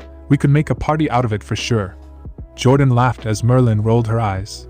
"You make a party out of anything." Jordan just laughed. "Don't worry, I will try and come by sometime," Izuku said with a laugh as he gave his friend a hug. "In all honesty, Izuku, you really should find some time to come by, perhaps with your new friends," Dwayne said, assuring it was a real invitation, one they wanted Izuku to follow up on. "Same here, mate. We could go croc hunting like we used to do as kids," Mike said as Izuku, Kureo, and Jordan all laughed while the girlfriends looked a little confused. "You could do a round trip when you go to the second year," Kureo suggested with Izuku nodding. He hugged all of his friends goodbye. Izuku made each of them a promise that he would come by before the next meeting. Before they all went back home, each entered their own vehicle before driving in different areas. Inko and Hisashi were the only ones left. "Eri, always remember you can come by," Inko told Eri, who smiled and nodded happily. "Okay, Grandma, I will. I love you," Eri said as she hugged Inko, who already started crying and hugging Eri. "Honey, stop the tears, please. We don't want you to faint because of dehydration again, do we?" Hisashi said, smile on his face. "But Eri, you're always welcome to visit us, so when you get bored with Papa, we will have fun," he joked as Eri laughed. "I will, Grandpa, I love you too," Eri said, with Hisashi stealing Eri out of Inko's grasp and hugging her whilst spinning around. "Where will you be going, Mom?" Izuku asked as he went and hugged his mother. "Oh, we will go and visit Mitsuki now and get some coffee with her." Izuku smiled with a chuckle. "You haven't seen her in a while. Might be good for both of you to meet up again." This confused Inko a little but ignored it. Hisashi, with Eri in his arms, tried hiding his a little. He did so very badly. He had the left side of his coat over her head. "Well, we have to be going. Goodbye, son," he said as Eri giggled. "I can't, Grandpa. I want to stay with Papa and my mama." Hisashi grabbed his heart, faking being hurt. But Eri went and hugged him one more time before being asked to be let down. She then ran right toward Mina. Bye-bye sweeties, don't be afraid to call. Inko said from inside the car. Inko and Hisashi drove off waving back toward Izuku and the rest, who went back to the dorm. Now mister, fun is over, you know what that means, right? Namuri said with Izuku dropping his head a little. Yes, but can I at least make a request? What? Can you be a sexy teacher when we study? This resulted in Izuku getting a smack from Namuri and a gasp. What are you saying? I am always a sexy teacher. She and everyone with her started laughing. You know what I mean? Izuku responded. But back at the dorms, everyone was busy studying hard. I will get our books, Achiko said with Izuku shaking his head. No need, I already have them with me. He grabbed a scroll out of his pocket and rolled it out on the table. His right index and middle finger are extended, the other fingers are curled into the palm. Then with a poof of smoke in the middle of the scroll came all of the books needed. He had used the Maki Maki no Mi, scroll fruit. They then started learning. Namuri, while she was a teacher and could help, didn't. She was spending the time with Eri. Both were watching a movie on a laptop while the rest studied. Izuku was still behind with learning, but much like Momo or Robin, he didn't need to study that much. Most of it was already known to him. But going over everything again was great. The best thing, however, was the test exams Aizawa has given them so they could test themselves over the weekend. Inko and Hisashi just got out of the car. They just arrived at the house. Inko happily skipped toward the door and knocked. When the door opened and Mitsuko stood looking at her old childhood friend, she squealed before hugging. Both hugged each other, happy to see each other after such a long time. Inko, oh my god, why didn't you say you were coming by? Mitsuki loudly said as she hugged Inko tightly while Inko was just laughing. I know, sweetie, but we were popped by Yue, you know, with that royalty stuff. Inko said as Mitsuki went to give Hisashi a hug and a kiss on the cheek as they greeted each other like the old friends they are. Oh yeah, I saw it on TV. Izuku has grown into such a good-looking man. And that daughter of his, what a cute face. Yeah, she is such sweetheart. I also saw Katsuki. He really grew up with your attitude. Mitsuki laughed loudly. Mitsuki was about to ask them to enter, but Inko pulled her out. Come, I want to go past old man Iroh tea shop again. Inko had her mindset as she began pulling Mitsuki and Hisashi toward the tea shop. In the shop, they began talking. So how is Masaru? You enjoying the time without Katsuki? Inko asked happily. She instantly noticed Mitsuki's change. About that, Masaru and I are divorced. We are still working together and friends, but the spark was just gone. Oh, hun, how long? I never knew. It's okay, it's been a while. I am having trouble finding a place for myself though. Oh, how about you take our home? Nobody really uses it anymore with Izuku in the dorms, I insist. Only until I find a place for myself, you and your stubbornness. Mitsuki knew she had no chance against Inko. She knew she was stubborn herself, but compared to Inko she was a pushover. Talking about Izuku, those girls are real beauties. Kind of disappointed his crush is gone. Hisashi laughed. It's not, I am still pretty sure that he still likes you. Who knows, maybe ask him out. Ha, that would be a joy for Katsuki, his classmate taking the spot of his stepfather. Mitsuki laughed as all three laughed, but Mitsuki shrugged to herself. Who knows, she might give it a shot. Izuku always was the sweetest kid, and he really grew into a full-fledged hunk. The teachers of UA, now also including Namuri, who after being called by Nizu made her way to UA. They weren't alone. With her was Mirko, Ryukyu, Miss, Joke, and Mount Lady, all of who were sitting with each other. In the same room sat Endeavor and Best Genius that were sharing words and laughs with all might. The pro hero Hawks was also in the room. He was alone while sharing glances at Endeavor. Edshot was sitting next to Kamui Woods and Gang Orca. None of them except the teachers of UA didn't know why they were there. Nizu walked in the room and sat down with everyone's focusing on him. Hello and thank you all for coming today. Each gave a nod which showed Nizu he could continue. You all must have some questions as to why you are here. The question is rather simple. We at UA will be having our exams. I want to request your help with the practical exams. Mirko was the first to speak. So you want us to kick some knowledge into the students? Not exactly. So what? Endeavor spoke, unsure of what the goal was here. Oh, we want you all to fight Izuku Midoriya, Nizu said as some of them went completely wide-eyed. Excuse me, but do you mean newly crowned next king of the entire world, Izuku Midoriya? Hawks asked with Kamui also speaking up. The same person that fought and defeated the old prince of Africa. Yes, the one and the same. Best Genius spoke up. He looked sure of himself, but much like most of everyone there, he was in a slight panic. Why request this of us, Principal Nizu? What is the goal of that? Well, as you all know, Midoriya has been enrolled into UA because of his own skill, but he has had some scuffles with villains already. Now with him gaining an even higher rank than before, there is a bigger chance of him being hunted by powerful villains from all over the world. Gang Orca then finished it for Nizu. And you want us to fight him to prepare him in a way. Yes, we know Midoriya is powerful, and he can more than adapt to what is needed in a fight. We have seen him fight without a quirk against Stain. We have seen him fight close combat against Denomu in the USJ. We have seen him fight at long ranges during the entrance exam. We have seen a lot of powers ranging from flames to turning into a beast, to even harvesting light itself. Nizu said with then Namuri speaking up. And more that he has been holding back. I have asked him about his powers before. I have written powers that could be troublesome for you all down so that you might think of counters. To give him a real fight. Nobody back down. This was a request from Nizu in order to help the prince. Give me my file. I will find a way to kick his ass. Been training that 6 powers like hell. Mirko said with a smirk as she took a file from Namuri before opening it. Her face changes quickly from confident to irritated. What the fuck, he can turn to rubber so blunt force attacks won't have any use. Yes, but as far as I know he can only use 1 power at a time, so I would suggest team attacks, 2 attacks that differ in what they are, and flame attack and then a kick right after, or a pierce and then a punch, so that he can't block both attacks. Namuri said with a laugh. Everyone then started brainstorming together to work on a way to fight Izuku. It was a clear problem for them. Their main idea was to rely on Aizawa and Best Jeanist as both had a power Izuku didn't have a clear counter to. That and Nizu would attack with salt water, which according to Namuri would give them the biggest edge. Izuku was unaware as he was completing a test exam about math. He was busy with leverage, something that would be useful in heroics in case you didn't have the strength required to lift something in order to save someone. Izuku didn't really need that, but you never really know, there was always a possibility. But as he was doing that, he had no idea that on one part, there was a group of heroic basically plotting against him in order to defeat him. And on the other part, Inko was thinking about how to get Mitsuki to get with Izuku. She wanted her son and her friend to be happy, and they would be happy together. Eri was happy herself.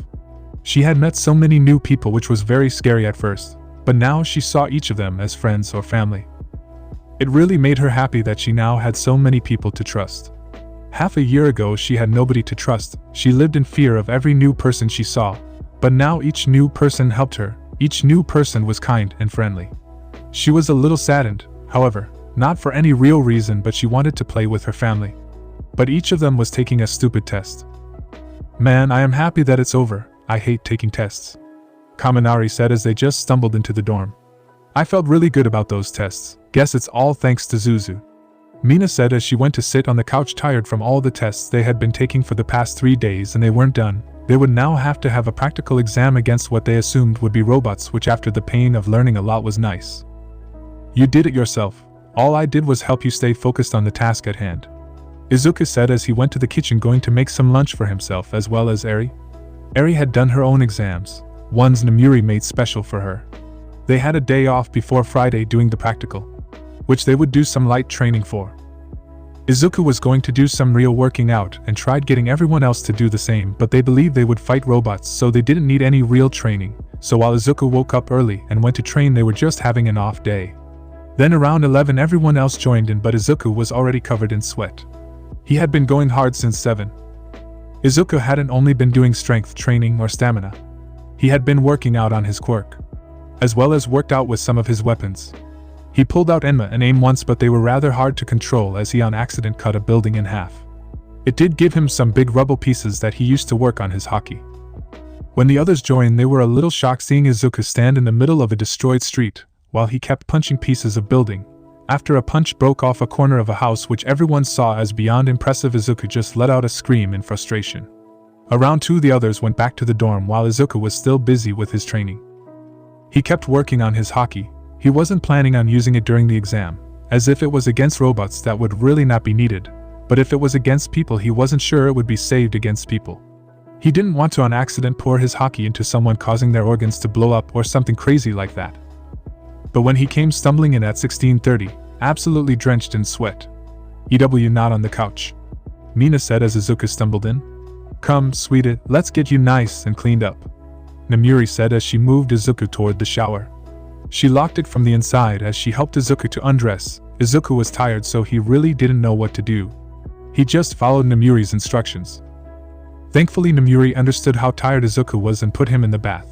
Before scolding him for training too hard, Izuku fell asleep. However, he was absolutely drained as he kind of went off script. He was too focused on his hockey training. He pushed himself further than he really wanted. But he woke up in bed. Achiko and Mina already have a couple of containers filled with food ready for him. So he ate and went right back to bed. When he woke and felt good. He felt a little tired, but after eating his fill he was ready for the exam. They went to the location Nizu requested them before they all dressed in their hero outfit and made their way to the teachers who were waiting for them, as well as all the students of 1B. Hello students, hope you all had a good night's rest. I assume you all have a thought of what the exam will be. Nizu asked cheerfully as Kaminari leaned back a little. Bring on the robots. As he cheered, making Nizu laugh. Well yes, the exams used to be done with robots, but that will change. Mina blinked once. Used to. Yes, Lady Ashido, used to, you all will be fighting us. Nizu said as all the heroes gave a serious glare. Kendo raised her hand. So the 40 of us against the 12 of you. False, today the 39 of you will be fighting the 12 of us.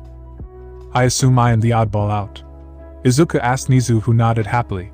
Sir, why is Midoriya left out? Is this preferential treatment? Ida asked with Nizu laughing. No, it's clear to us that Midoriya is very strong, but with his ranking as the world's next ruler, he will most likely be haunted by villains all over the world. So I want to make sure he would survive. Nizu said as with his hand behind his back he pressed a bottom which opened the gate behind him. So to ensure that he will be fighting us. Everyone said at the same time. You can't be serious, sir. Oh, I am Lady Uraraka. Prince Midoriya's fight will consist of fighting All Might, Eraserhead, Present Mike, me Mr. Principal, 13, Gran Torino, Vlad King, Ectoplasm, Power Loader, Cementos, Hound Dog, Snipe, Mirko, Ryuko, Miss Joke, Mount Lady, Endeavor, Best Genist, Hawks, Esshot, Kamui Woods, and Gang Orca. Most of them looked rather confused and a little scared for their classmate, but Izuku looked excited. I do hope the prince does not take offense to this. But we won't be holding back. Best Genist said with Izuku just smirked. I would be offended if you held back. While Izuku was smirking, he really was nervous. He would be fighting top-tier heroes. But that fight will be at the end. First, you all will have to fight. First up will be Snipe vs Senkaibara, Toguro Kamakiri, and Shirhai Crowar. That fight will take place now. If those named could please follow Snipe, while the others follow Recovery Girl and Miss Midnight toward the watching area. Nizu said before letting the class walk away. The three boys went into their exam site, and much to Crowar's displeasure, it was a well-lit area with little to no shadows. So the three boys went ahead and started thinking about how they could use their quirk. Kaibara had the quirk Gyrate. He can rotate any part of his body at high speeds, great for close combat, but against Snipe that would have little effect. Then Kamakiri with the quirk Raza Sharp. Allowing him to produce blades from his body, he can alter their sharpness as well as size. And last of the team of three was Crowar with the quirk Black, which allows him to merge with anything that is the color black, like shadows or paint. Start. Nizu said into the intercom as everyone was watching, which gave them around 5 minutes to think of their plan, which was terrible but the only thing they had. Crowar went into Kaibara's shadow as he walked behind Kamakiri, who had both his arms in front of him, left one above his right, one with them straight in front of him. He had a large blade on the top side and an even bigger blade on the bottom side of his right forearm, which was so big that it covered his lower body from Snipe's shots. Snipe could without effort fire 4 shots and hit both of them through the knees, stopping them in their tracks, but that was unfair, so he kept his fire on the shield. Kaibara wasn't idle. He had his hands turning at high speeds and started hitting the floor and grabbing the rubble as ammo, which when he got close shot out, by instead of rotating his forearms he rotated his shoulder, sending out the rubble the size of a small people like a slingshot. Snipe just fired a single bullet, breaking the rubble. But when Kaibara threw 2 rocks at once, Snipe hit one and allowed one to hit him as he needed to reload. But then Crowar jumped out of the shadow of the rock. He grabbed the pistol and kept it off his friends, who all rushed closer. Now no need for safety as Crowar was keeping him busy. Kamakiri jumped close, now blades on the outsides of his forearms. With a spin he sliced downward through the belt of Snipe, which dropped his ammo. As Kaibara started spinning his forearms again right into Snipe's stomach, but Snipe knew what he was doing. He released his grip on his pistol before red-dripping Crowar on the shirt, and pulling him in the way of Kaibara's punch. Oh shit, sorry man, I didn't mean. Kaibara then received heel in his face as Snipe hit him with a backwards spinning heel kick. Snipe then rolled forward, letting Kurwar go as he had to dodge a punch as well as a slice from Kamakiri. Kamakiri and Kurwar believed they had won. Both were in between Snipe and his guns and ammo. Kamakiri looked back to check, but his eyes went wide. "That's right, Kalba. Always keep an eye on your opponent's weaponry," Snipe said in his American accent as he showed his pistol as well as 2 full clips. And these bullets were special grade, created with lower amounts of gunpowder, which would not pierce flesh. It would feel like they would be hit with a golf ball. Snipe then in rapid fire emptied his clip of 24 bullets into both the boys, 12 bullets on each of them, hitting their legs, arms and stomach. But during his second reload both boys ran forward. But they were just a little too slow as Snipe had already reloaded his second clip and fired his last 24 rounds into both of them, making sure they are both sore as hell tomorrow. But then he heard a click. He looked to his side. His left hand, the one he used to keep on his ammo, was cuffed by Kaibara, who had used Kurwar's body as a shield and then rolled with Kurwar as he fell, blocking Snipe's sight. The team of Sin Kaibara, Tagaru Kamakiri, and Shirhai Kurwar win. Snipe losses. When Nizu called out that Snipe lost, he sounded like he was teasing. While Snipe wasn't injured, the 3 boys were, so like a good teacher he waited for the recovery girl robots to show up and help put them up on the robots, before making his way toward the teacher's area to rest up for his fight against Izuku. "That was a good plan considering," Momo said with Namuri nodding. "That is correct, but what could they have done to increase their chances of winning?" she asked both classes with Kendo raising her hand. Kaibara should have used the rubble to take out the lamps, creating shadows, which would have given Kurwar a better use of his quirk. Correct, Miss Kendo. Pony also raised her hand. "Ma'am, can I ask why you are here and not joining the fights? I was told by Vlad that you weren't injured anymore." "That is correct, Miss Tsunatori. Well, one of the reasons is personal, but the second reason is that I am going to retire being a hero. I will just stay a teacher here at UA." "Really, why, ma'am?" Shota asked. "Because I want to focus on being a mom for my daughter Eri." "So you will give up on your dream of being a hero?" Awaze asked. Namuri just giggled. "No, Awaze, being a hero was never my dream. I wanted to help people, and a hero was my way of doing that. But I then quickly into my time as a hero I decided into becoming a teacher as well," Namuri said with a smile as all the students nodded. Next up will be Hound Dog vs Achiko Yururika, Yui Kodai, and Yosetsu Awaze. "Please make your way to the exam site," Nizu said over the intercom as the 3 of them stood up. "Guess I am first. Good luck, sweetie." Izuku gave Achiko a kiss, who smiled before following Awaze and Kodai, already trying to come up with a fighting plan against Hound Dog. The 3 students made it to the exam site with somewhat of a plan in mind. This, however, would result in luck, as the 3 students were all close combat fighters and they were against Hound Dog, one of the best close combat fighters at UA. With his wild beast-like fighting style made it near impossible for them to really win a fight, even if Hound Dog would be holding back. But that wasn't even all he had. Because of his quirk, he has an increased sense of smell and hearing, making losing him 10 times harder than it would be to lose a normal person. But again, Hound Dog had a different skill. The skill Gun had warned Achiko about during her internship. Hound Dog was great at getting within the head of his opponent. His time as a school counselor and his studies as a therapist helped him. Exam 2, Hound Dog vs Achiko Yurarika, Yui Kodai, and Yosetsu Awaze starts now, Nizu said through the intercom, making the match begin, making everyone move. Hound Dog started off running straight for the 3 of them right down the middle of the road, while the 3 students sprinted toward the right side right into a building for cover. As they entered the building, their first part of the plan started. "Here, Kodai, this should work perfectly," Achiko said as she grabbed a barrel and brought it toward Yui and Awaze, who were waiting at the door. Yui nodded and grabbed the barrel. She then made it twice the size it used to be, no bigger than the door they came in through. "Here, Awaze." The boy nodded before welding the barrel against the wall, making entering too hard for Hound Dog, forcing him to find a different way in which would give the students more time to run away, while forcing Hound Dog to find a new way toward that spot to follow the scent or try and find them without their scent. They kept doing this every so often as to hopefully buy enough time while maintaining distance with Hound Dog. That was until they came to the end and saw Hound Dog waiting for them, standing between them and the gate. "I have been waiting." Hound Dog smirked at the slightly winded students. They had been going for a sprint as to hopefully outpace Hound Dog, but it worked to their disadvantage in the end. "I have a plan," Awaze said, his face slightly mixed, not sure if this plan would really work. He whispered it to them, making Hound Dog jump forward, his claw right on Awaze's face.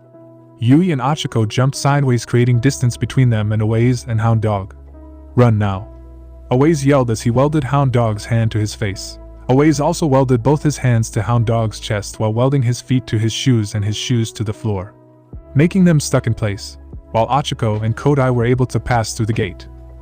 Ochako Uraraka, Yui Kodai, and Yosetsu Awais have passed the exam. Please make your way back. And Kanejiro Kirishima, Tetsu, and Rikido Sato please make their way to the exam site to face their opponent Cementos. Kirishima jumped up smiling towards Sato and Tetsu. Hell yeah, bros, we are going to kick ass. Tetsu was just as excited at Kirishima with the same level as energy.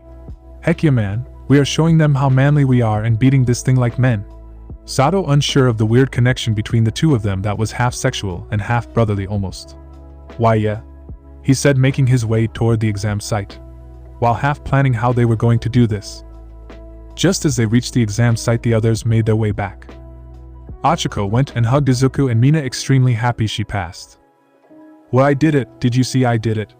We did. Smart plan against Hound Dog, too bad it didn't work out. Izuku looked past Ochako and saw Yui standing behind her staring at him. Can I help you? Izuku asked before hearing Ochako let out a guilty laugh. I kind of promised that you would be on a date with her after the exams. Oh okay. Yui got a small smile before giving a nod and walking away just as they heard Nizu give the starting signal. Right off the bat, Kirishima and Tetsu hardened their skin around their fist while giving a battle roar, all while Sato threw back a sugar packet, making his muscles bulge as his quirk took effect. They then sprinted forward, all while Cementos calmly crouched down, placing both his hands on the ground and sending wave after wave of cement walls their way. The three of them took the challenge head on. They knocked down all walls that came their way. Guys, this isn't working, there are too many walls. Sato called out, with Kirishima trying to hype his friend up. We got this, bro. They then kept at it for far too long. Then when it was already too late, they changed plans. Bro, I got a plan. We make a train and move in one line instead of 3 lines. Hell yeah, teamwork is manly, Kirishima said, staining his energy. They did do that, and oh did it become easier for them, but it was too late.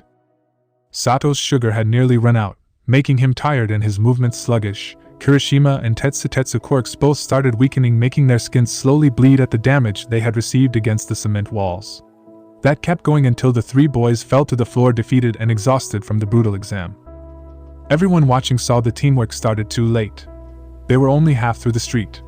Rikido Sato, Ejiro Kirishima, and Tetsu failed the exam. Kimishiro Ojiro, Kinoko Komori, and Nairenjiki Shota please make their way to the exam site to face their opponent Powerloader. As the 3 of them walked toward the exam site, they came to the realization that they were going to have a horrible time fighting Powerloader. No matter if they would win or lose, this was going to suck, not as much because they were weak, or because Powerloader was strong, but because Powerloader was just too smart. The exam site was just an open field of dirt, which at first glance would mean Komori was gonna win, but right when the signal was given to start, Powerloader dove into the ground, which made it clear that this was gonna suck even more than they thought. Fuck, we have to move now or else we are gonna lose. Agreed.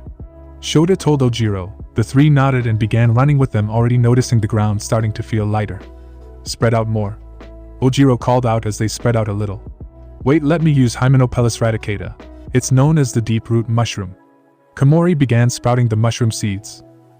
The roots dug into the ground. It made the ground slightly more stable as the root held the ground a little while they ran on it. But it didn't help as Powerloader was still digging around. They knew that going this way would cause them to lose. I have a plan. I will throw both of you forward through the gate. That way yous pass.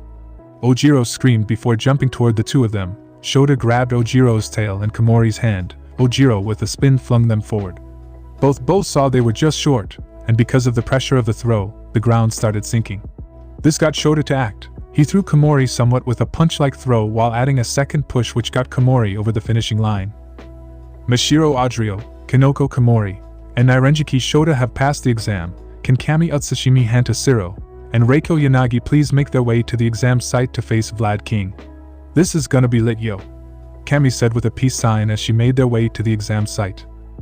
How are we going to do this? Siro asked as they entered the exam site. Let's just trick him, yo, Kami said, with Siro and Reiko not knowing any other plan. The starting signal was given by Nizu, making the 3 of them rush into an alleyway. Kami then copied the entire entrance with her quirk to the best of her ability. Vlad sprang into action. He looked around, not seeing any of the examinees start using his skill as a hero to deduct where they went. Which was when he noticed that one of the bricks didn't add up with the corner. Which made Black King sprint into that alleyway, which when he went through it showed that Cammy had used her quirk. This got Vlad to start sprinting forward through the alleyway. Vlad was far faster than the 3 students, and even saw them, which panicked the students. They for a while started sprinting in a different area, even going away from the gate. This is very ineffective. Vlad King is far faster than us, Yanagi said as she was floating along. What if we do a double trap? Yanagi, if you like, throw something at him to slow him down. Cammy and I will trap him. Understood. Let's do this at the corner. Around the corner, they sprang into action. Cammy first, making an easy cover of the alley. Zero then started placing tape all over the alleyway, all while Yanagi started throwing trash and boxes toward Vlad King, who dodged or punched the attacks away. Yanagi let go. Yanagi flew above the gate. Zero then used his tape to fling himself and Cammy up high toward the roof. Vlad King ran after them, going toward the corner behind them. He hoped to catch them still in the alley, but the trap they sat sprang into action. All the tape wrapped around him, trapping him like a fly in a spider's net. Which, if the students were waiting, could have cuffed Vlad, but they weren't. Oh damn it, I will never hear the end of this from Mike, Vlad growled.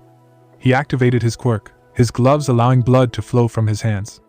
Vlad turned it into a sword and sliced through the tape, freeing himself, before noticing the tape at the edge of the roof, making it clear that they went up high. Just then Vlad took a sprint toward the gate, or the fastest way toward the gate he knew of.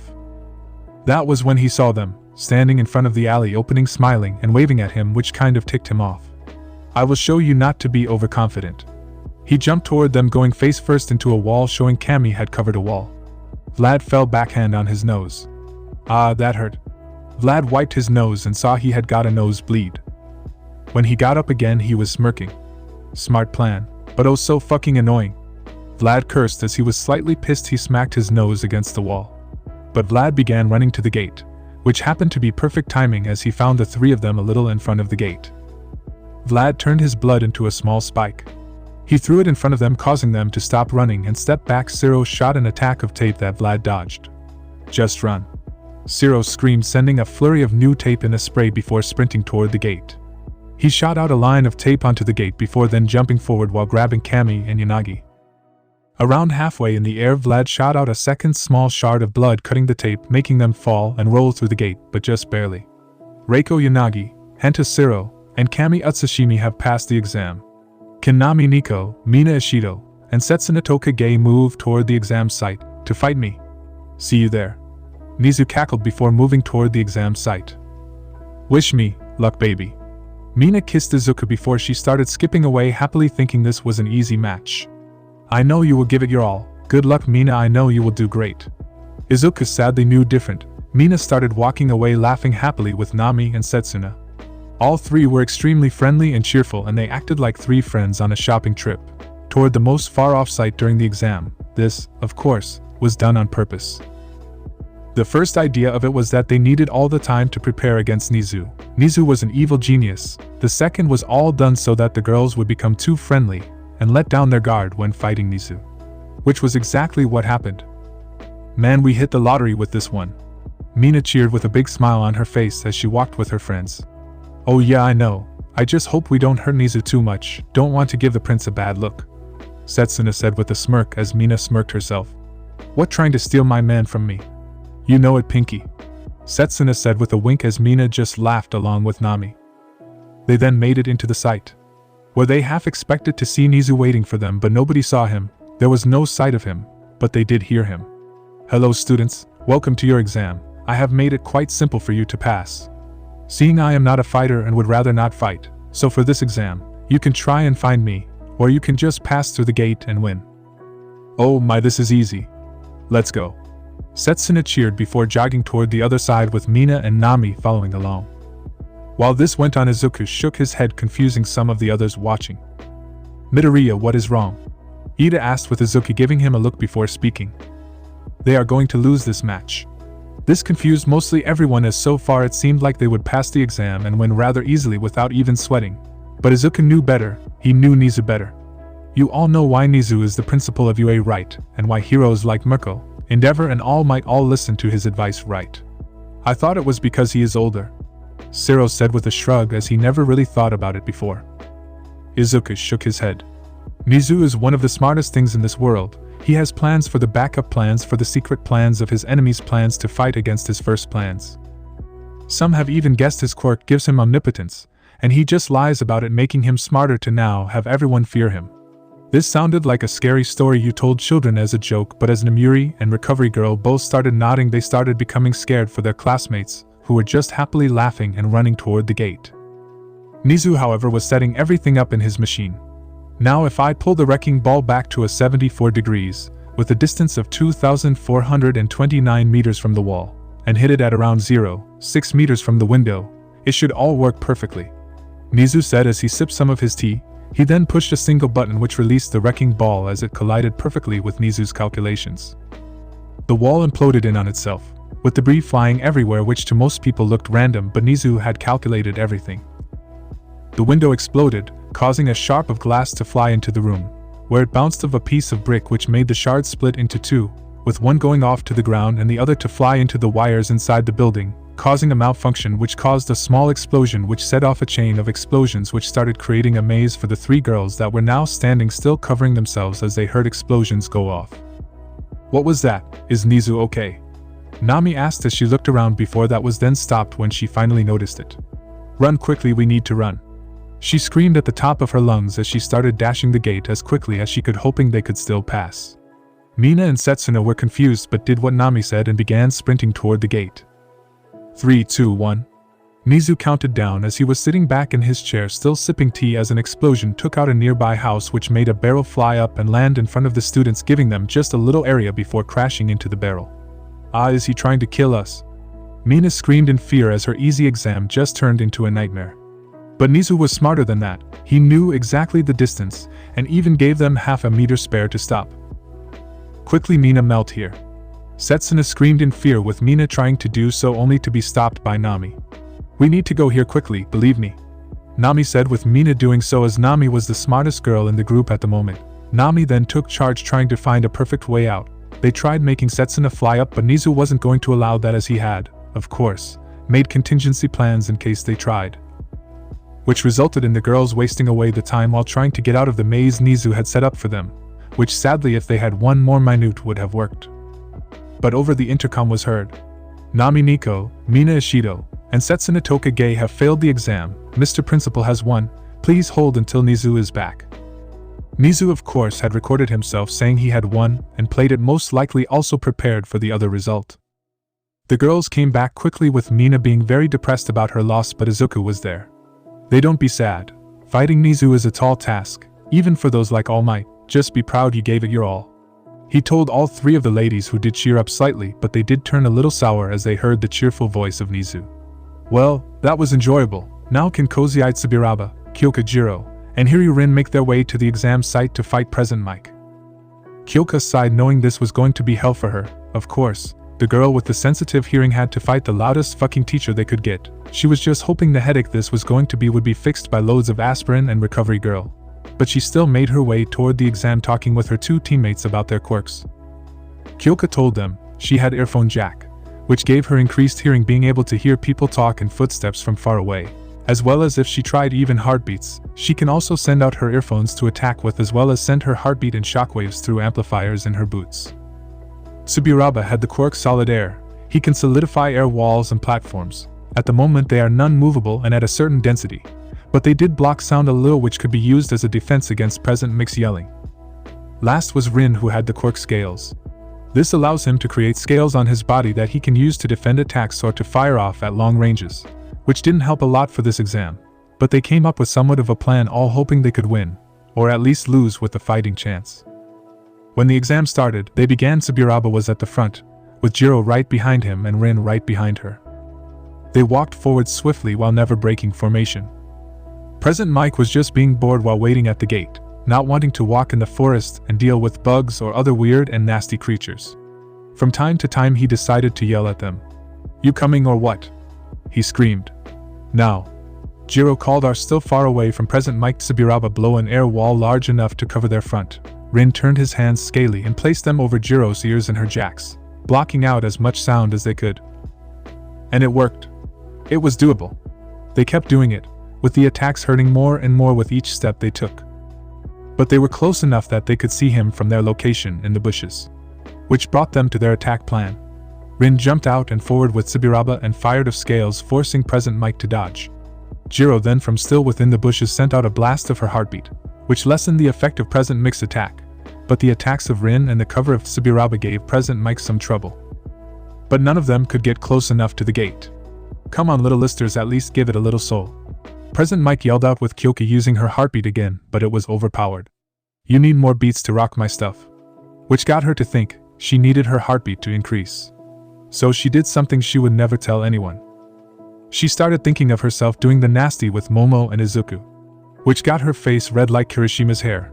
But it also spiked her heartbeat to a beat that could combat Present Mike. When she then shot it out, it cancelled out Present Mike's attack completely that he had so far used to block most of Rin's attacks.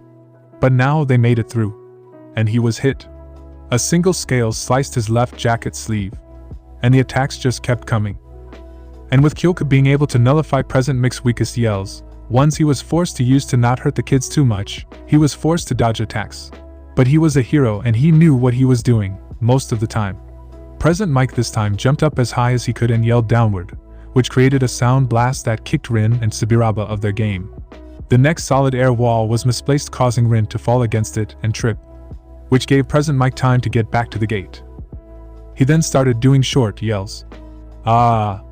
Each attack toward Kyoka's general direction, but none taking the same line, which forced Kyoka to move, and that made her lose her train of thought, which caused her heartbeat to slow down, which gave the edge to Present Mike again.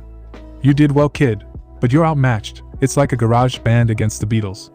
Present Mike screamed, making Kyoka scream in pairs as her ears felt like they were being abused. But then, by the luck of the gods, a small singular spider fell from the tree right onto Present Mike's glasses, which for a man that had an absolute fear of bugs and spider, was enough for him to nearly shit himself. He screamed as high-pitched as he could right before he fainted and collapsed, which made the students laugh, as Rin and Subiraba took this chance to grab Kyoka and pass the gate. Kyoka, Jiro, Koziite, Subiraba, and Hori Rin have passed the exam. Present Mike losses to a spider, which has been recorded and will be played all the time, can Tsuyu Ajui, Fumikage Tokoemi, and Pony Tsunatori make their way over to the exam site to fight ectoplasm. Mizu cheerfully said as the three students made their way, all while the others were still laughing at the sight of Present Mike, with Namuri laughing loudest of all at the sight of her BFF fainting.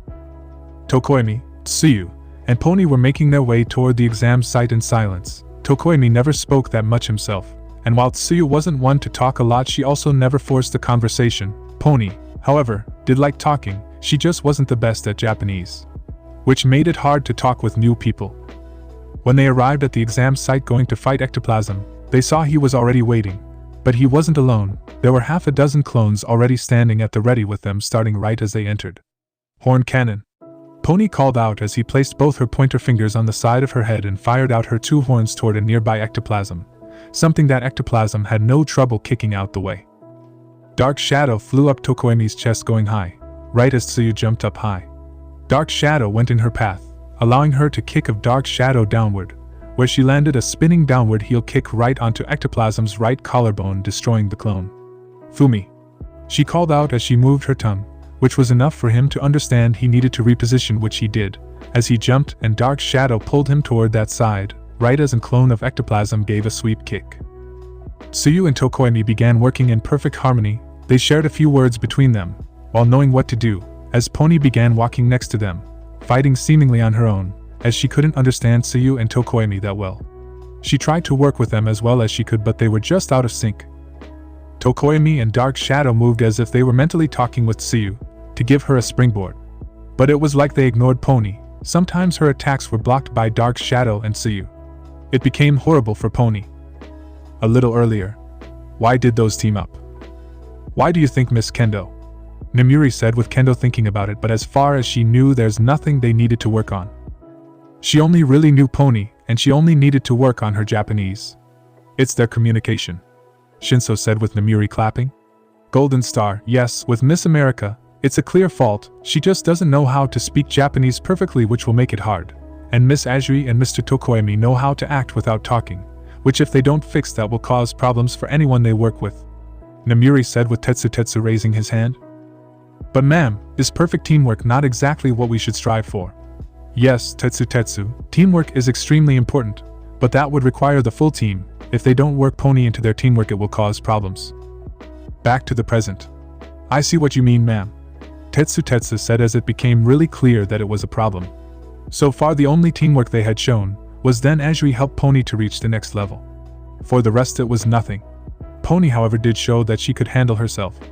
She had control over 4 horns that she was moving around at high speeds, being able to take down clones by herself. But each time Pony tried working together it caused some problems. Tsuyu jumping into a horn, or Dark Shadow's connection with Tokoemi blocking the horn's path, which got everyone frustrated. And it was hard to look at for everyone back in the watching room.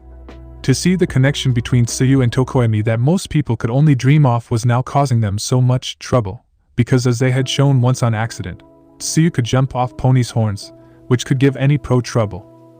They came to the final point. Ectoplasm stood with 3 large clones next to him. You finally got through toward the final battle, I see, Ectoplasm said as he noticed the 3 students standing at the entrance of the room with him standing at the exit. Fumi, let's do the thing. Sure. This again just left Pony on her own.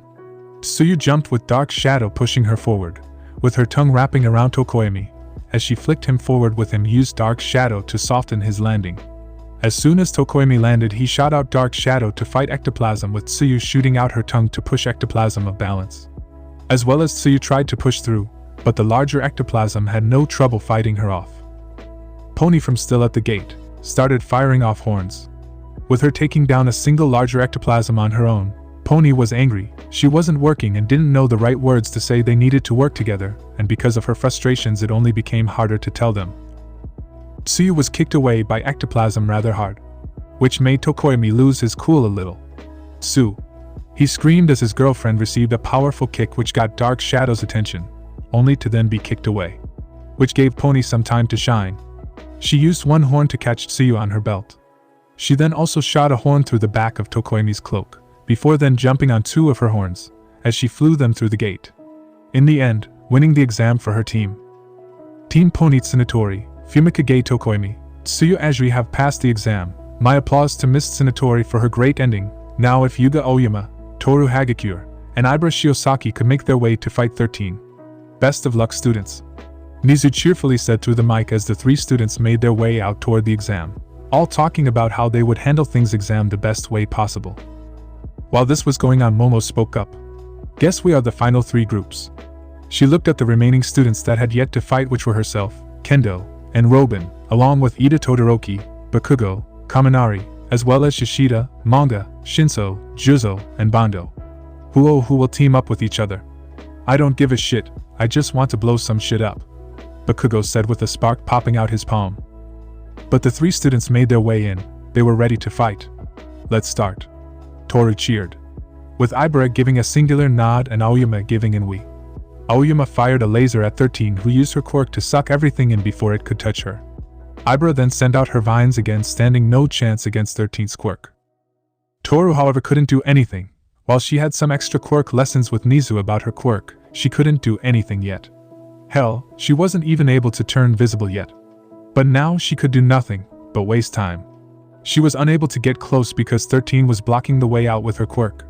So she just grabbed some rocks and threw them. Most of the fighting came from Ibara and Aoyama.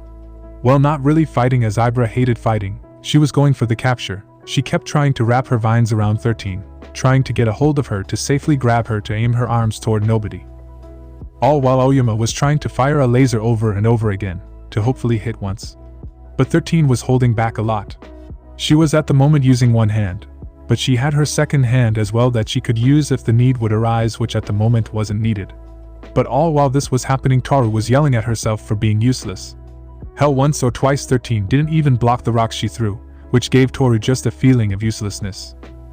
She was no threat. She wasn't even a worry for 13. She was nothing in this fight but someone to hold other back. Hell, if Midoriya was in this fight, he would have already pinned down 13 while making sure all his teammates would be perfectly fine. But here she is, being a problem for her team. What are their problems? Mina asked for her friend Toru, wanting to be able to help her with Izuku, thinking about it. It might be their fighting style. Ibara doesn't have one, she only captures people, Kendo said with Izuku nodding. That is the thing, Aoyama isn't the biggest fighter, and the same goes for Hadker. I believe this might be to show them the problem firsthand," Izuku said with them nodding. Ibara's scalp was starting to become irritated at the extreme use of her quirk. Not enough to hurt or cause problems, but after each attack, Ibara tried it did nothing. They didn't even come close. "Forgive me for this," she prayed to herself as vines shot out from each side from the side and the top shot right at 13, but it was no problem for 13 to handle. She started using her other hand. "I need help," Ibara asked with Aoyama firing his stomach again and again, but 13's quirk showed it was easy to work against it. This made Toru even madder. Her team needed her but she couldn't do anything. "Aya!" she screamed before sprinting at 13, who stopped using her quirk in fear of hurting a student. Toru then tackled 13, who had stood ready to take her. But Aoyama fired his laser as well, which hit 13 right in the chest, which knocked her over, with Ibara's vines wrapping around her. She first tied her arms together, with the vines then wrapping around her chest. Within the end, it went around her legs, which made it impossible to move, that as well as Toru, who was still holding her. The winners are Ibara Shiosaki, Yuga Aoyama, and Toru Hagakure. After having captured 13, "But please, Miss Hagakure, I want you to talk with Mr. Hound's dog next week, as throwing yourself in danger is unacceptable," Nizu said, with many students are grateful for that. Each of them felt their heart drop when they saw Toru's shoes and gloves move toward black holes. It was an incredibly scary thought that their classmate would be ripped apart and sucked away into nothingness. "Mina, you should have a talk with her in a minute," Izuku said, worried for the life of his friend. He sadly couldn't read minds, but he could read haki, which was one of the ways Izuku could always see where Toru was, and how she was feeling. And during the fight she was feeling sad and disappointed. Izuku just didn't know in what she was feeling it. Perhaps her fighting style, but hell, not even Kirishima could win against 13 because, well, you have to fight her at a long range from multiple sides or you want to die. "Yeah, I will," Mina said as she held her stomach as she thought of a world without her two besties. "Will Tenya Ida, Nico Robin, Jozu Hananuki, and Kojiro Bando please make their way toward the exam site to fight one of my dear old friends, Gran Torino?" Nizu said as Ida and the rest excused themselves before walking away just as Toru and such came back, with Achiko and Mina running right to Toru and pulling her away. "Okay, babe, tell me, why did you go all crazy and run into 13? You know about the warnings she always gives about her quirk, so what the hell?" Mina screamed at her friend, who she could only assume was looking at the ground. I don't know, I just felt so useless and irritated that I couldn't do anything. I know what I did was dumb. Babe, we were worried, I thought I was going to lose you." "Yeah, don't do scary stuff like that ever again, please," Achiko asked with Toru nodding before hugging the girls. "I swear, I will never do something scary like that." Mina then pulled her with Achiko. "Let's get to watching Robin kick ass." Robin, Ida, Juzo, and Bando all made their way into the area, unsure of who Gran Torino is and what quirk he would be using. "I assume he might have a speed quirk or a car quirk, as there is a car named like that," Juzo said, with Robin adding onto that. "I assume a speed quirk, as we all have something to do with speed." Oh, we got ourselves some smarter pants, do we now?" they heard from in front of them, as they made eye contact. A small old man, he was the size of Nizu and had gray hair. He was walking shakily with his cane in hand. "Are you my opponents?" Gran Torino asked, faking as if he had trouble seeing them, something Ida fell for. "We are, sir. Are you aware we should be fighting each other? Shall I return you back towards a seat?" "Oh, would you be so kind?" Gran Torino said as Ida took off his helmet and closed his eyes as he started a speech about that is the true essence of heroism, only to receive a boot in the face before he could even finish his first sentence. This kick, while not hurting Ida as much, was enough to kick him back a good while, if not for Robin, who had created multiple arms, stop him. "I believe that was an act, Ida, are you fine?" Ida got back up with the help of multiple arms from Robin. "I thank you, Robin. Yes, it seems I fell for it, but I shall not fall for it again," Ida said as he fixed his glasses and put his helmet back on. "It seems we are quite serious now, aren't we?" Gran Torino said before flying sideways as two sets of hands grew up from the ground and tried grabbing him. "A little slow, missy. Now, are you three just here for decoration, or are you going to move and try something?" Gran Torino told the three boys. Ida went down in his sprinter stance, wanting to just rush this old man and get it over with by using speed instead of violence. But Gran Torino was faster. He shot toward Ida, going for a kick in the ribs. Bando saw it and tried jumping on the Gran Torino, who easily stopped his momentum before flying up and landing a powerful stomp on Ida. Having to take a stance in front of your enemy is a good way to get yourself killed, Gran Torino said as he flew away again, as this time Juzo tried grabbing him. Juzo, start working on softening the walls around us. Give him nowhere to land. Bondo, you try and get him stuck. Just try and not hit any of us. Ida, you're on chase duty. Where he goes you go, Robin ordered, with the three noddings, making Gran Torino chuckle. The woman in charge, let's see what you made off. Gran Torino chuckled as Robin crossed her arms again and started creating arms over the place. Gran Torino began flying around at incredible speeds. Ida was in pursuit on the floor. He was nowhere near at Gran Torino's speed, and while Ida had to turn and slide with each turn, Gran Torino didn't. He was able to stop at a moment's notice. Something that was the main source of problems for the four students. They couldn't predict where Gran Torino was heading. Robin was lacking some speed by keeping her eyes open, but even if he came through her path, he was too fast to get a grip on. You need to think bigger. Oh, screw this, I really don't want to keep getting toyed with by an old man, Juzo said, getting irritated that nothing he did even fazed the old man, thus he just ran away. He sprinted toward the gate, only to be kicked into the floor the second he turned around. You don't leave your elder son, Gran Torino said as he pressed his foot down. Robin's arms uncrossed for a moment as a twinkle in her eye showed up. Her blank face received a smile. Robin, are you alright? This brought her out of her thoughts for a moment. Oh, I am more than fine, Ida. I have a plan. Keep him busy and away from here, Robin said with Ida nodding. I shall try my best. Before then going into a runner's stance, his engines roaring to life. Recipro burst. Ida screamed as he put his engines into overdrive. Blue flames forced themselves out of the exhaust as Ida zoomed forward after then Gran Torino had seen. Let's see if you can keep up, Snail, Gran Torino said before flying off with Ida hot on his tail. Juzo, Bondo, please keep him away from me for a minute. I am coming up with something to capture him. Why try? The old man is far too fast for that. He will just slip out. Don't worry, my plan should work for that, Robin said before closing her eyes and crossing her arms. She didn't close her eyes out of speed. No, this needed her full concentration. Robin started to imagine her arms pushed together. Many arms fused together into one giant limb, one singular massive arm that would be able to grab Gran Torino with no way for him to escape. The limbs slowly became one. Slowly building from the bottom up, hundreds of arms come together into a new layer of flesh, all toward a goal. Back at the viewing area. Wow, is she doing what I think she is doing? Cammy asked, her mouth open a little in awe. I think so, Namuri said, also in shock. How is she doing that though? Kendo asked, not remembering seeing this during the sports festival. Izuku spoke up. It seems she is growing multiple arms and fusing them together to create a singular larger arm. How interesting. Izuku hadn't tried that yet. He had a similar power as Robin, but he had never tried growing them together or bigger. The main use he really had was for holding extra stuff. Back at the match. Now Ida, Robin called out with Ida's legs giving out as he dropped to the floor and slid forward completely out of it. He wanted to speak, but Ida could only breathe. Gran Torino came back, slight sweat on his forehead. That was quite a race. If only you could last longer.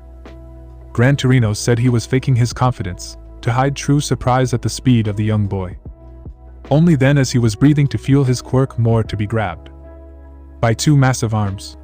They held him tightly, only having his head stick out, leaving no way for him to escape. I surrender. It's time for my nap anyway, Gran Torino said in his extremely old man voice as Nizu announced. Gran Torino has forfeited. The winners are Tenya Ida, Robin Nico, Jozo Hananuki, Kojiro Bondo. The next match is again Eraserhead, and those fighting will be Momo Yayorozu, Shoto Todoroki, Itsuka Kendo, and Hitoshi Shinso. Please make your way to the exam site, Nizu cheerfully said as the last team was also made aware of who they were.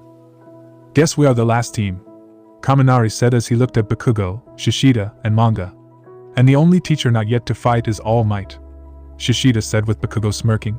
Princey, better keep your eye open. I will kick All Might's ass so badly, he won't be fit enough for your fight, he told Izuku, who chuckled.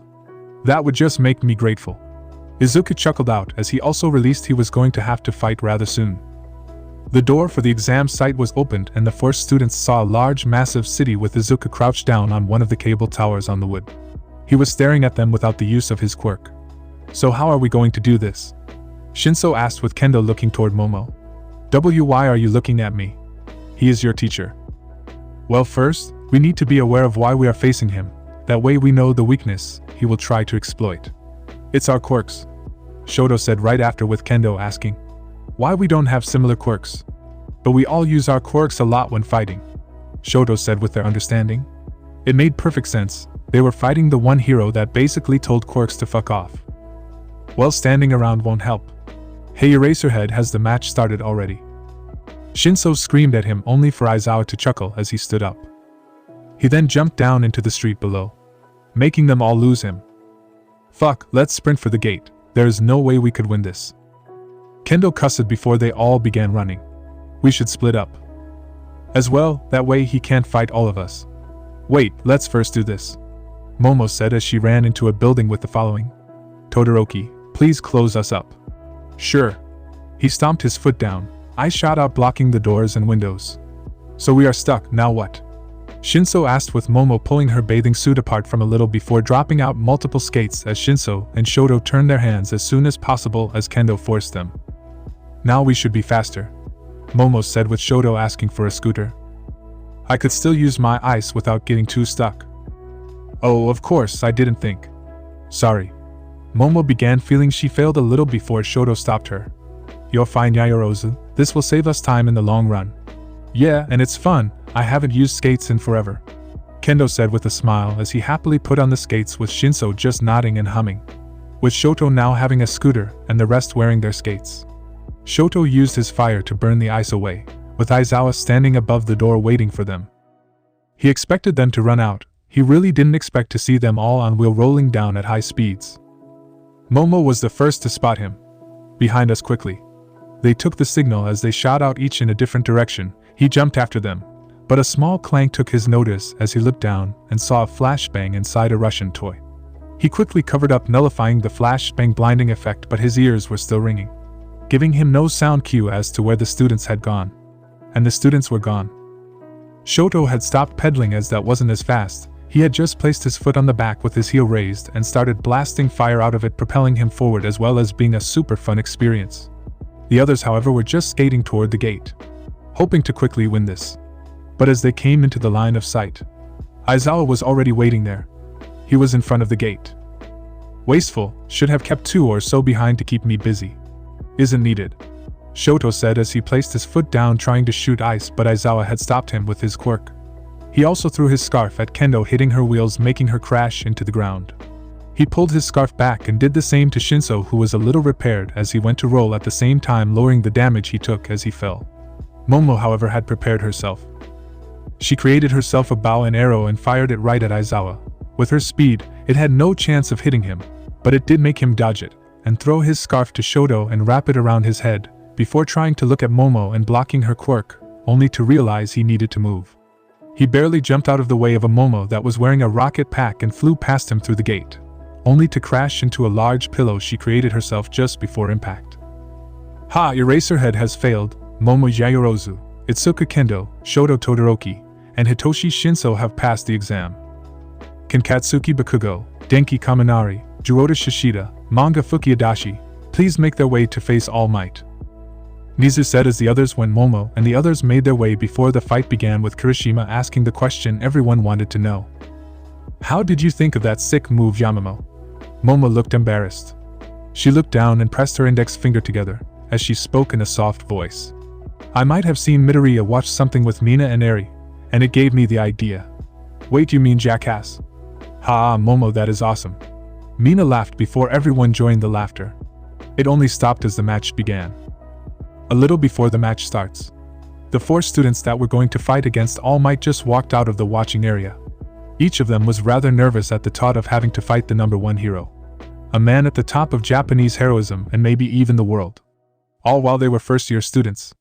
Kaminari was one of the most worried students. He wasn't one of the strongest fighters, and there he was having to fight All Might with Bakugo. So what is our strat going to be? Kaminari asked Shishida and Manga, believing Bakugo would do his own thing like normal, but to his surprise he spoke up. We are going to have to fight together. You extras, what is your quirks? Bakugo asked, having no idea who they were. Both looked a little offended but ignored it. My name is Manga Fukiadashi. My quirk is called Comic. Whatever I say will show up in giant kanji, so I could say rush, and the kanji for rush would come forth and rush forward, or something like glue and the kanji for glue would show up and would be sticky. Manga explained with Bakugo listening closely before then facing Shishida. I'm Jiroda Shishida. My quirk is called Beast, which has mutated my body in this form, but I am also able to transform into a more beast-like state. It increases my strength, speed, and durability. To what level? Bakugo asked with Shishida responding again. Not strong enough to deal with All Might if that is what you are asking. Bakugo released a breath before shaking his head. So Bakugo, what do you think our best course of action is? Kaminari asked with Bakugo taking a breath. Running. So far I have come up with this. Bakugo said right before the gate as he began explaining his plan. The mutt and I will put everything we have to stun All Might for a second or two, then Comic will get him stuck with anything he can, then Dunce Face you will shock his ass, hopefully stunning him, when Mutt and I sprint straight for the gate. The three looked at him. You think that will really stop him? Fuck no, it's All Might, just improvise to kick his ass. Bakugo said before walking through the gate, cracking his knuckles while the other three just swallowed deeply before following him. They looked around the small created city, not seeing All Might at all. What no? Fuck it, just run for the gate, hell to fighting him. Kaminari said as he and the group began sprinting for the gate, only to hear it. Ha ha ha, running is futile. All Might loudly laughed in front of them, only for him to punch forward, his muscles bulging and shining as he threw a punch forward. The wind pressure flew forward, completely destroying the street and the fronts of houses and stores, all while also kicking the 4 students back 24 meters. Bakugo stopped himself from rolling half a dozen meters in front of the rest. He got up slowly. He was on one knee, one arm still on the ground. He looked up. Get up quickly, Bakugo said to the rest, only to feel a shiver on his neck as a gust of wind and a shock landed next to him. Have fear, students, I am here. All Might spoke darkly, turning his normally cheerful motto into one that nearly made the students shit themselves. Bakugo raised his wrist up under his chest. He wanted to blast All Might with a strong attack, but All Might just kick him in the ribs with a little force, lifting Bakugo fully of the floor and away into an alleyway. The other 3 students were stuck in fear at their teacher. Not running away, students, how truly foolish, All Might said with manga acting. Rush, rush, boom.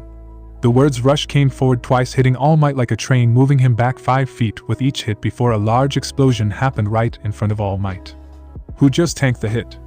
Rag. Shishida roared as he turned more beast-like and jumped All Might and started clawing at him, with All Might just blocking each strike or dodging it. We aren't done, you bastard. Bakugo screamed as he used explosions to fire himself forward right to All Might. He began turning himself as well, spinning at high speeds while collecting sweat into a puddle within his hand, only to reach All Might and throw the puddle into his face. Howitzer impact. A massive explosion happened. The shock itself blew Shishida away as well as manga, and it knocked Kaminari down. The blast had stumbled All Might a little. Sticky, glue, sticky, freeze. Manga spoke again, creating a sticky substance and glue and freezing it stuck around All Might right then. Now Dunce Face. Kaminari ran and jumped on All Might. 1 million volt. Kaminari screamed as he directed the lightning right into All Might's face, while Bakugo and Shishida began sprinting at the gate, with Kaminari stumbling away, his brain hurting but giving manga more range for attacks. Boom, boom, rush, explode, storm, wind, rush, boom, rush. Manga began yelling word after word, ignoring the soreness in his throat at the high amounts of words used. All Might, however, just took each attack, but with each, the ice got looser until he got his opening. Ha! All Might flexed his entire body, the frozen glue breaking apart, and the attacks being blown away, all while All Might laughed. Fuck, run harder, Mutt. Bakugo screamed, his explosions going faster, all to hopefully reach the gate before taking more damage from All Might. Running away already, I expected more, Bakugo heard before feeling a powerful chop to the back, dropping him into the broken street. But he got one word off before. Run. He yelled with Shishida doing that. All Might, however, jumped up and with an X slash, he flew forward faster than Shishida could believe. He landed roughly the ground, being torn up as his feet dug into the ground. Fight me, hero, show me true heroism, ha ha ha. All Might laughed before going to fight Shishida with the students. He is really scary like that, Toru squeaked out as All Might spoke to the students. Papa, will you have to fight him? Izuku smiled at Eri before nodding. Yeah, do you think I can win? Can Papa beat All Might? Eri nodded strongly. She threw her arms in the air. Papa is the strongest there is, of course you will win. Of course, he will, Nemuri said, giving Izuku a smooch on his cheek before going back to watch. All Might does love his acting. Nemuri finished as she remembered the times he brought up role-playing a villain to the students. Back at the fight, Shishida's wrist was caught by All Might, who swung around before throwing the beast away toward Manga and Kaminari. Right then Bakugo came back up. I am going to scorch your ass so badly you won't be able to fight the princess. Bakugo smirked as explosions popped as he got his feet. Big words for someone that has spent more time eating dirt than fighting me. Bakugo's smirk turned to a glare as he jumped up. An explosion followed, giving him more height, only for more explosions to follow, bringing Bakugo higher and higher. And Rising Star easily can be shot down, All Might said as he raised his hand and held back his middle finger with his thumb. He infused his quirk and fired an air blast right into Bakugo, who stopped using his quirk and dropped back down to earth. Only he started using his quirk to spin downward even faster.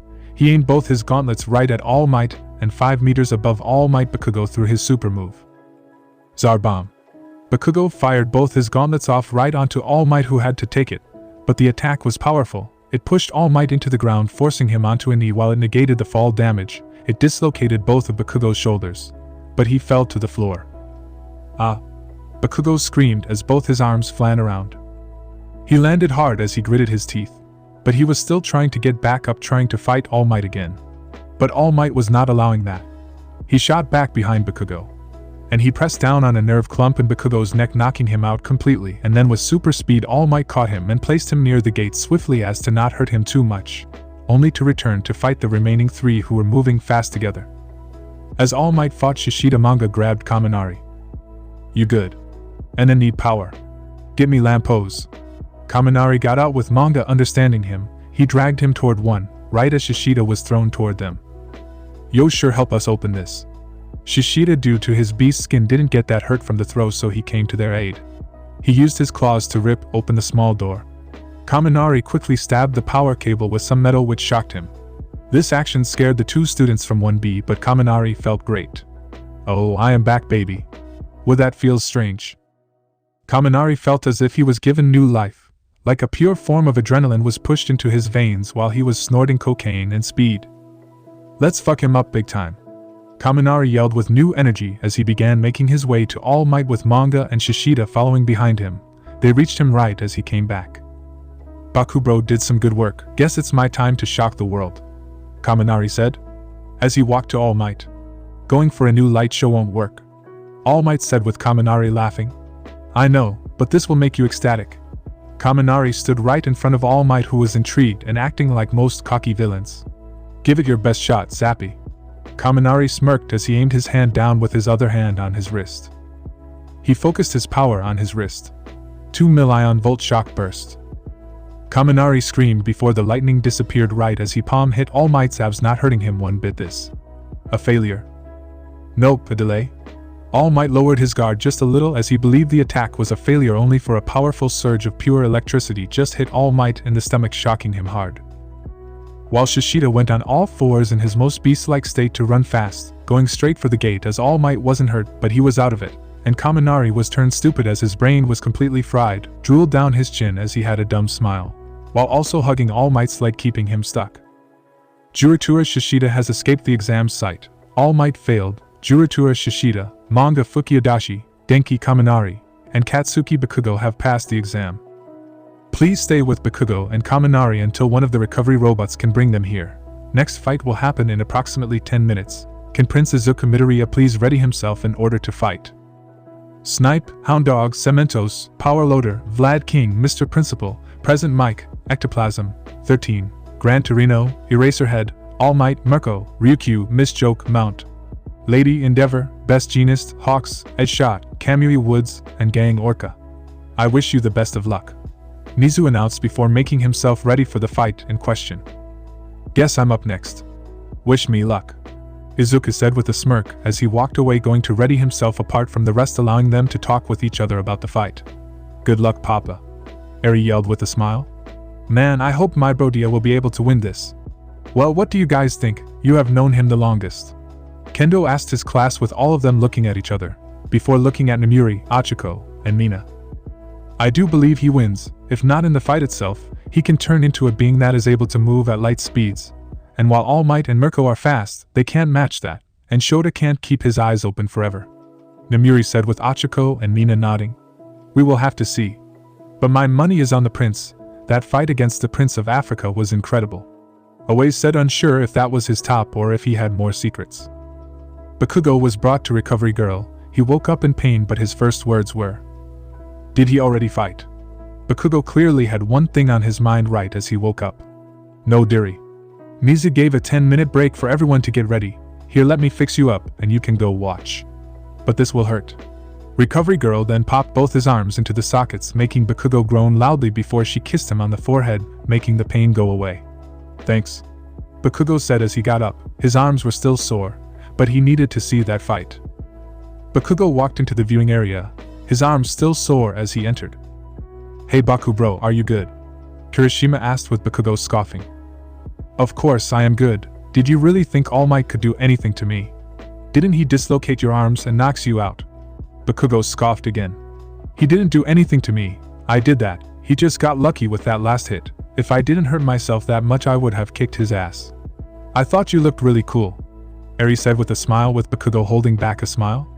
"Thanks. Now when is the princess going to fight?" "It should start soon. Look, the pros are already on the field," Siro said, looking at the screen, seeing the heroes going around. Each of them was spread out already. There were multiple screens shown, all from different drones and cameras. There were cameras on nearly all of the heroes.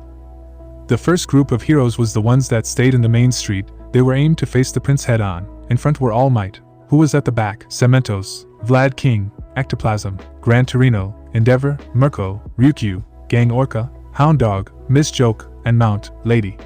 Each one was ready to face the prince. They were still apart. Mirko, however, was right at the front, nearly waiting at the gate for Izuku. Around the rest, there were some other heroes. Aizawa was hidden within one of the builds, creating an opening for him to move from building to building without slowing down by opening windows slightly.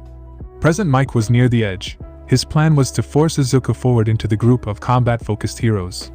Then Snipe was on one of the roofs, ready to fire on Izuku or to force him into a certain direction. Power Loader was busy somewhere in the sewer system, having what he is doing a secret for them all. Hawks, unlike Power Loader, was out in the open, wings open, flying in the middle of the air, with no cover, but focused on either sending out fast attacks or going to give calls toward the other heroes. Best Jeanist was up high, much like Snipe, but with some prep by having some strips on clothing placed in different locations. Edgeshot was hidden within an alley, aimed for sneak attacks, having eyesight with Kamui Woods, with 13 near the gate blocking it. Mizu, however, was gone, no camera focused on his, leaving the students in the dark. The gate opened. The stone doors opened slowly, Mirko nearly vibrating at the thought of going to fight someone strong. Izuku walked through wearing his hero costume, but no sword on his back, his sleeves rolled up and a smile on his face. Izuku turned his head toward one of the houses. Hiding really has no use. It's pretty easy to sense such strong opponents, Izuku said as the gate closed up behind him. "You ready, Your Highness?" Ryukyu asked, with Izuku nodding. "Just waiting for the signal." One that was given right away. "The fight may begin." Mirko instantly went for a horizontal kick. "Tempest Moon," she called out as an air blade flew out right toward Izuku at high speeds. Izuku just flattened his hand and used it like its blade, at high speeds. While Mirko's kick was stronger, it did shoot the wind blade out the way. Mirko then crouched down before jumping up high. Robot Tempest Barrage. Right in the air, Mirko started flying out Tempest kicks toward Izuku, who used the Kira Kira no Mi, Diamond Diamant Fruit, to transform himself into a diamond, with the kicks having no effect at all. Smoke and dust were kicked up in the air, blocking them from Izuku, who had so far not taken a single step. The dust cloud exploded with Izuku shooting out. Below his knees, his legs had turned into springs, giving him incredible speeds right for Mirko, whose eyes went wide. Izuku was planning to land a single punch, but he was blocked as his hand was hit away by a feather of Hawks, opening Izuku up to a knee from Mirko right on his chest. That wasn't it, however.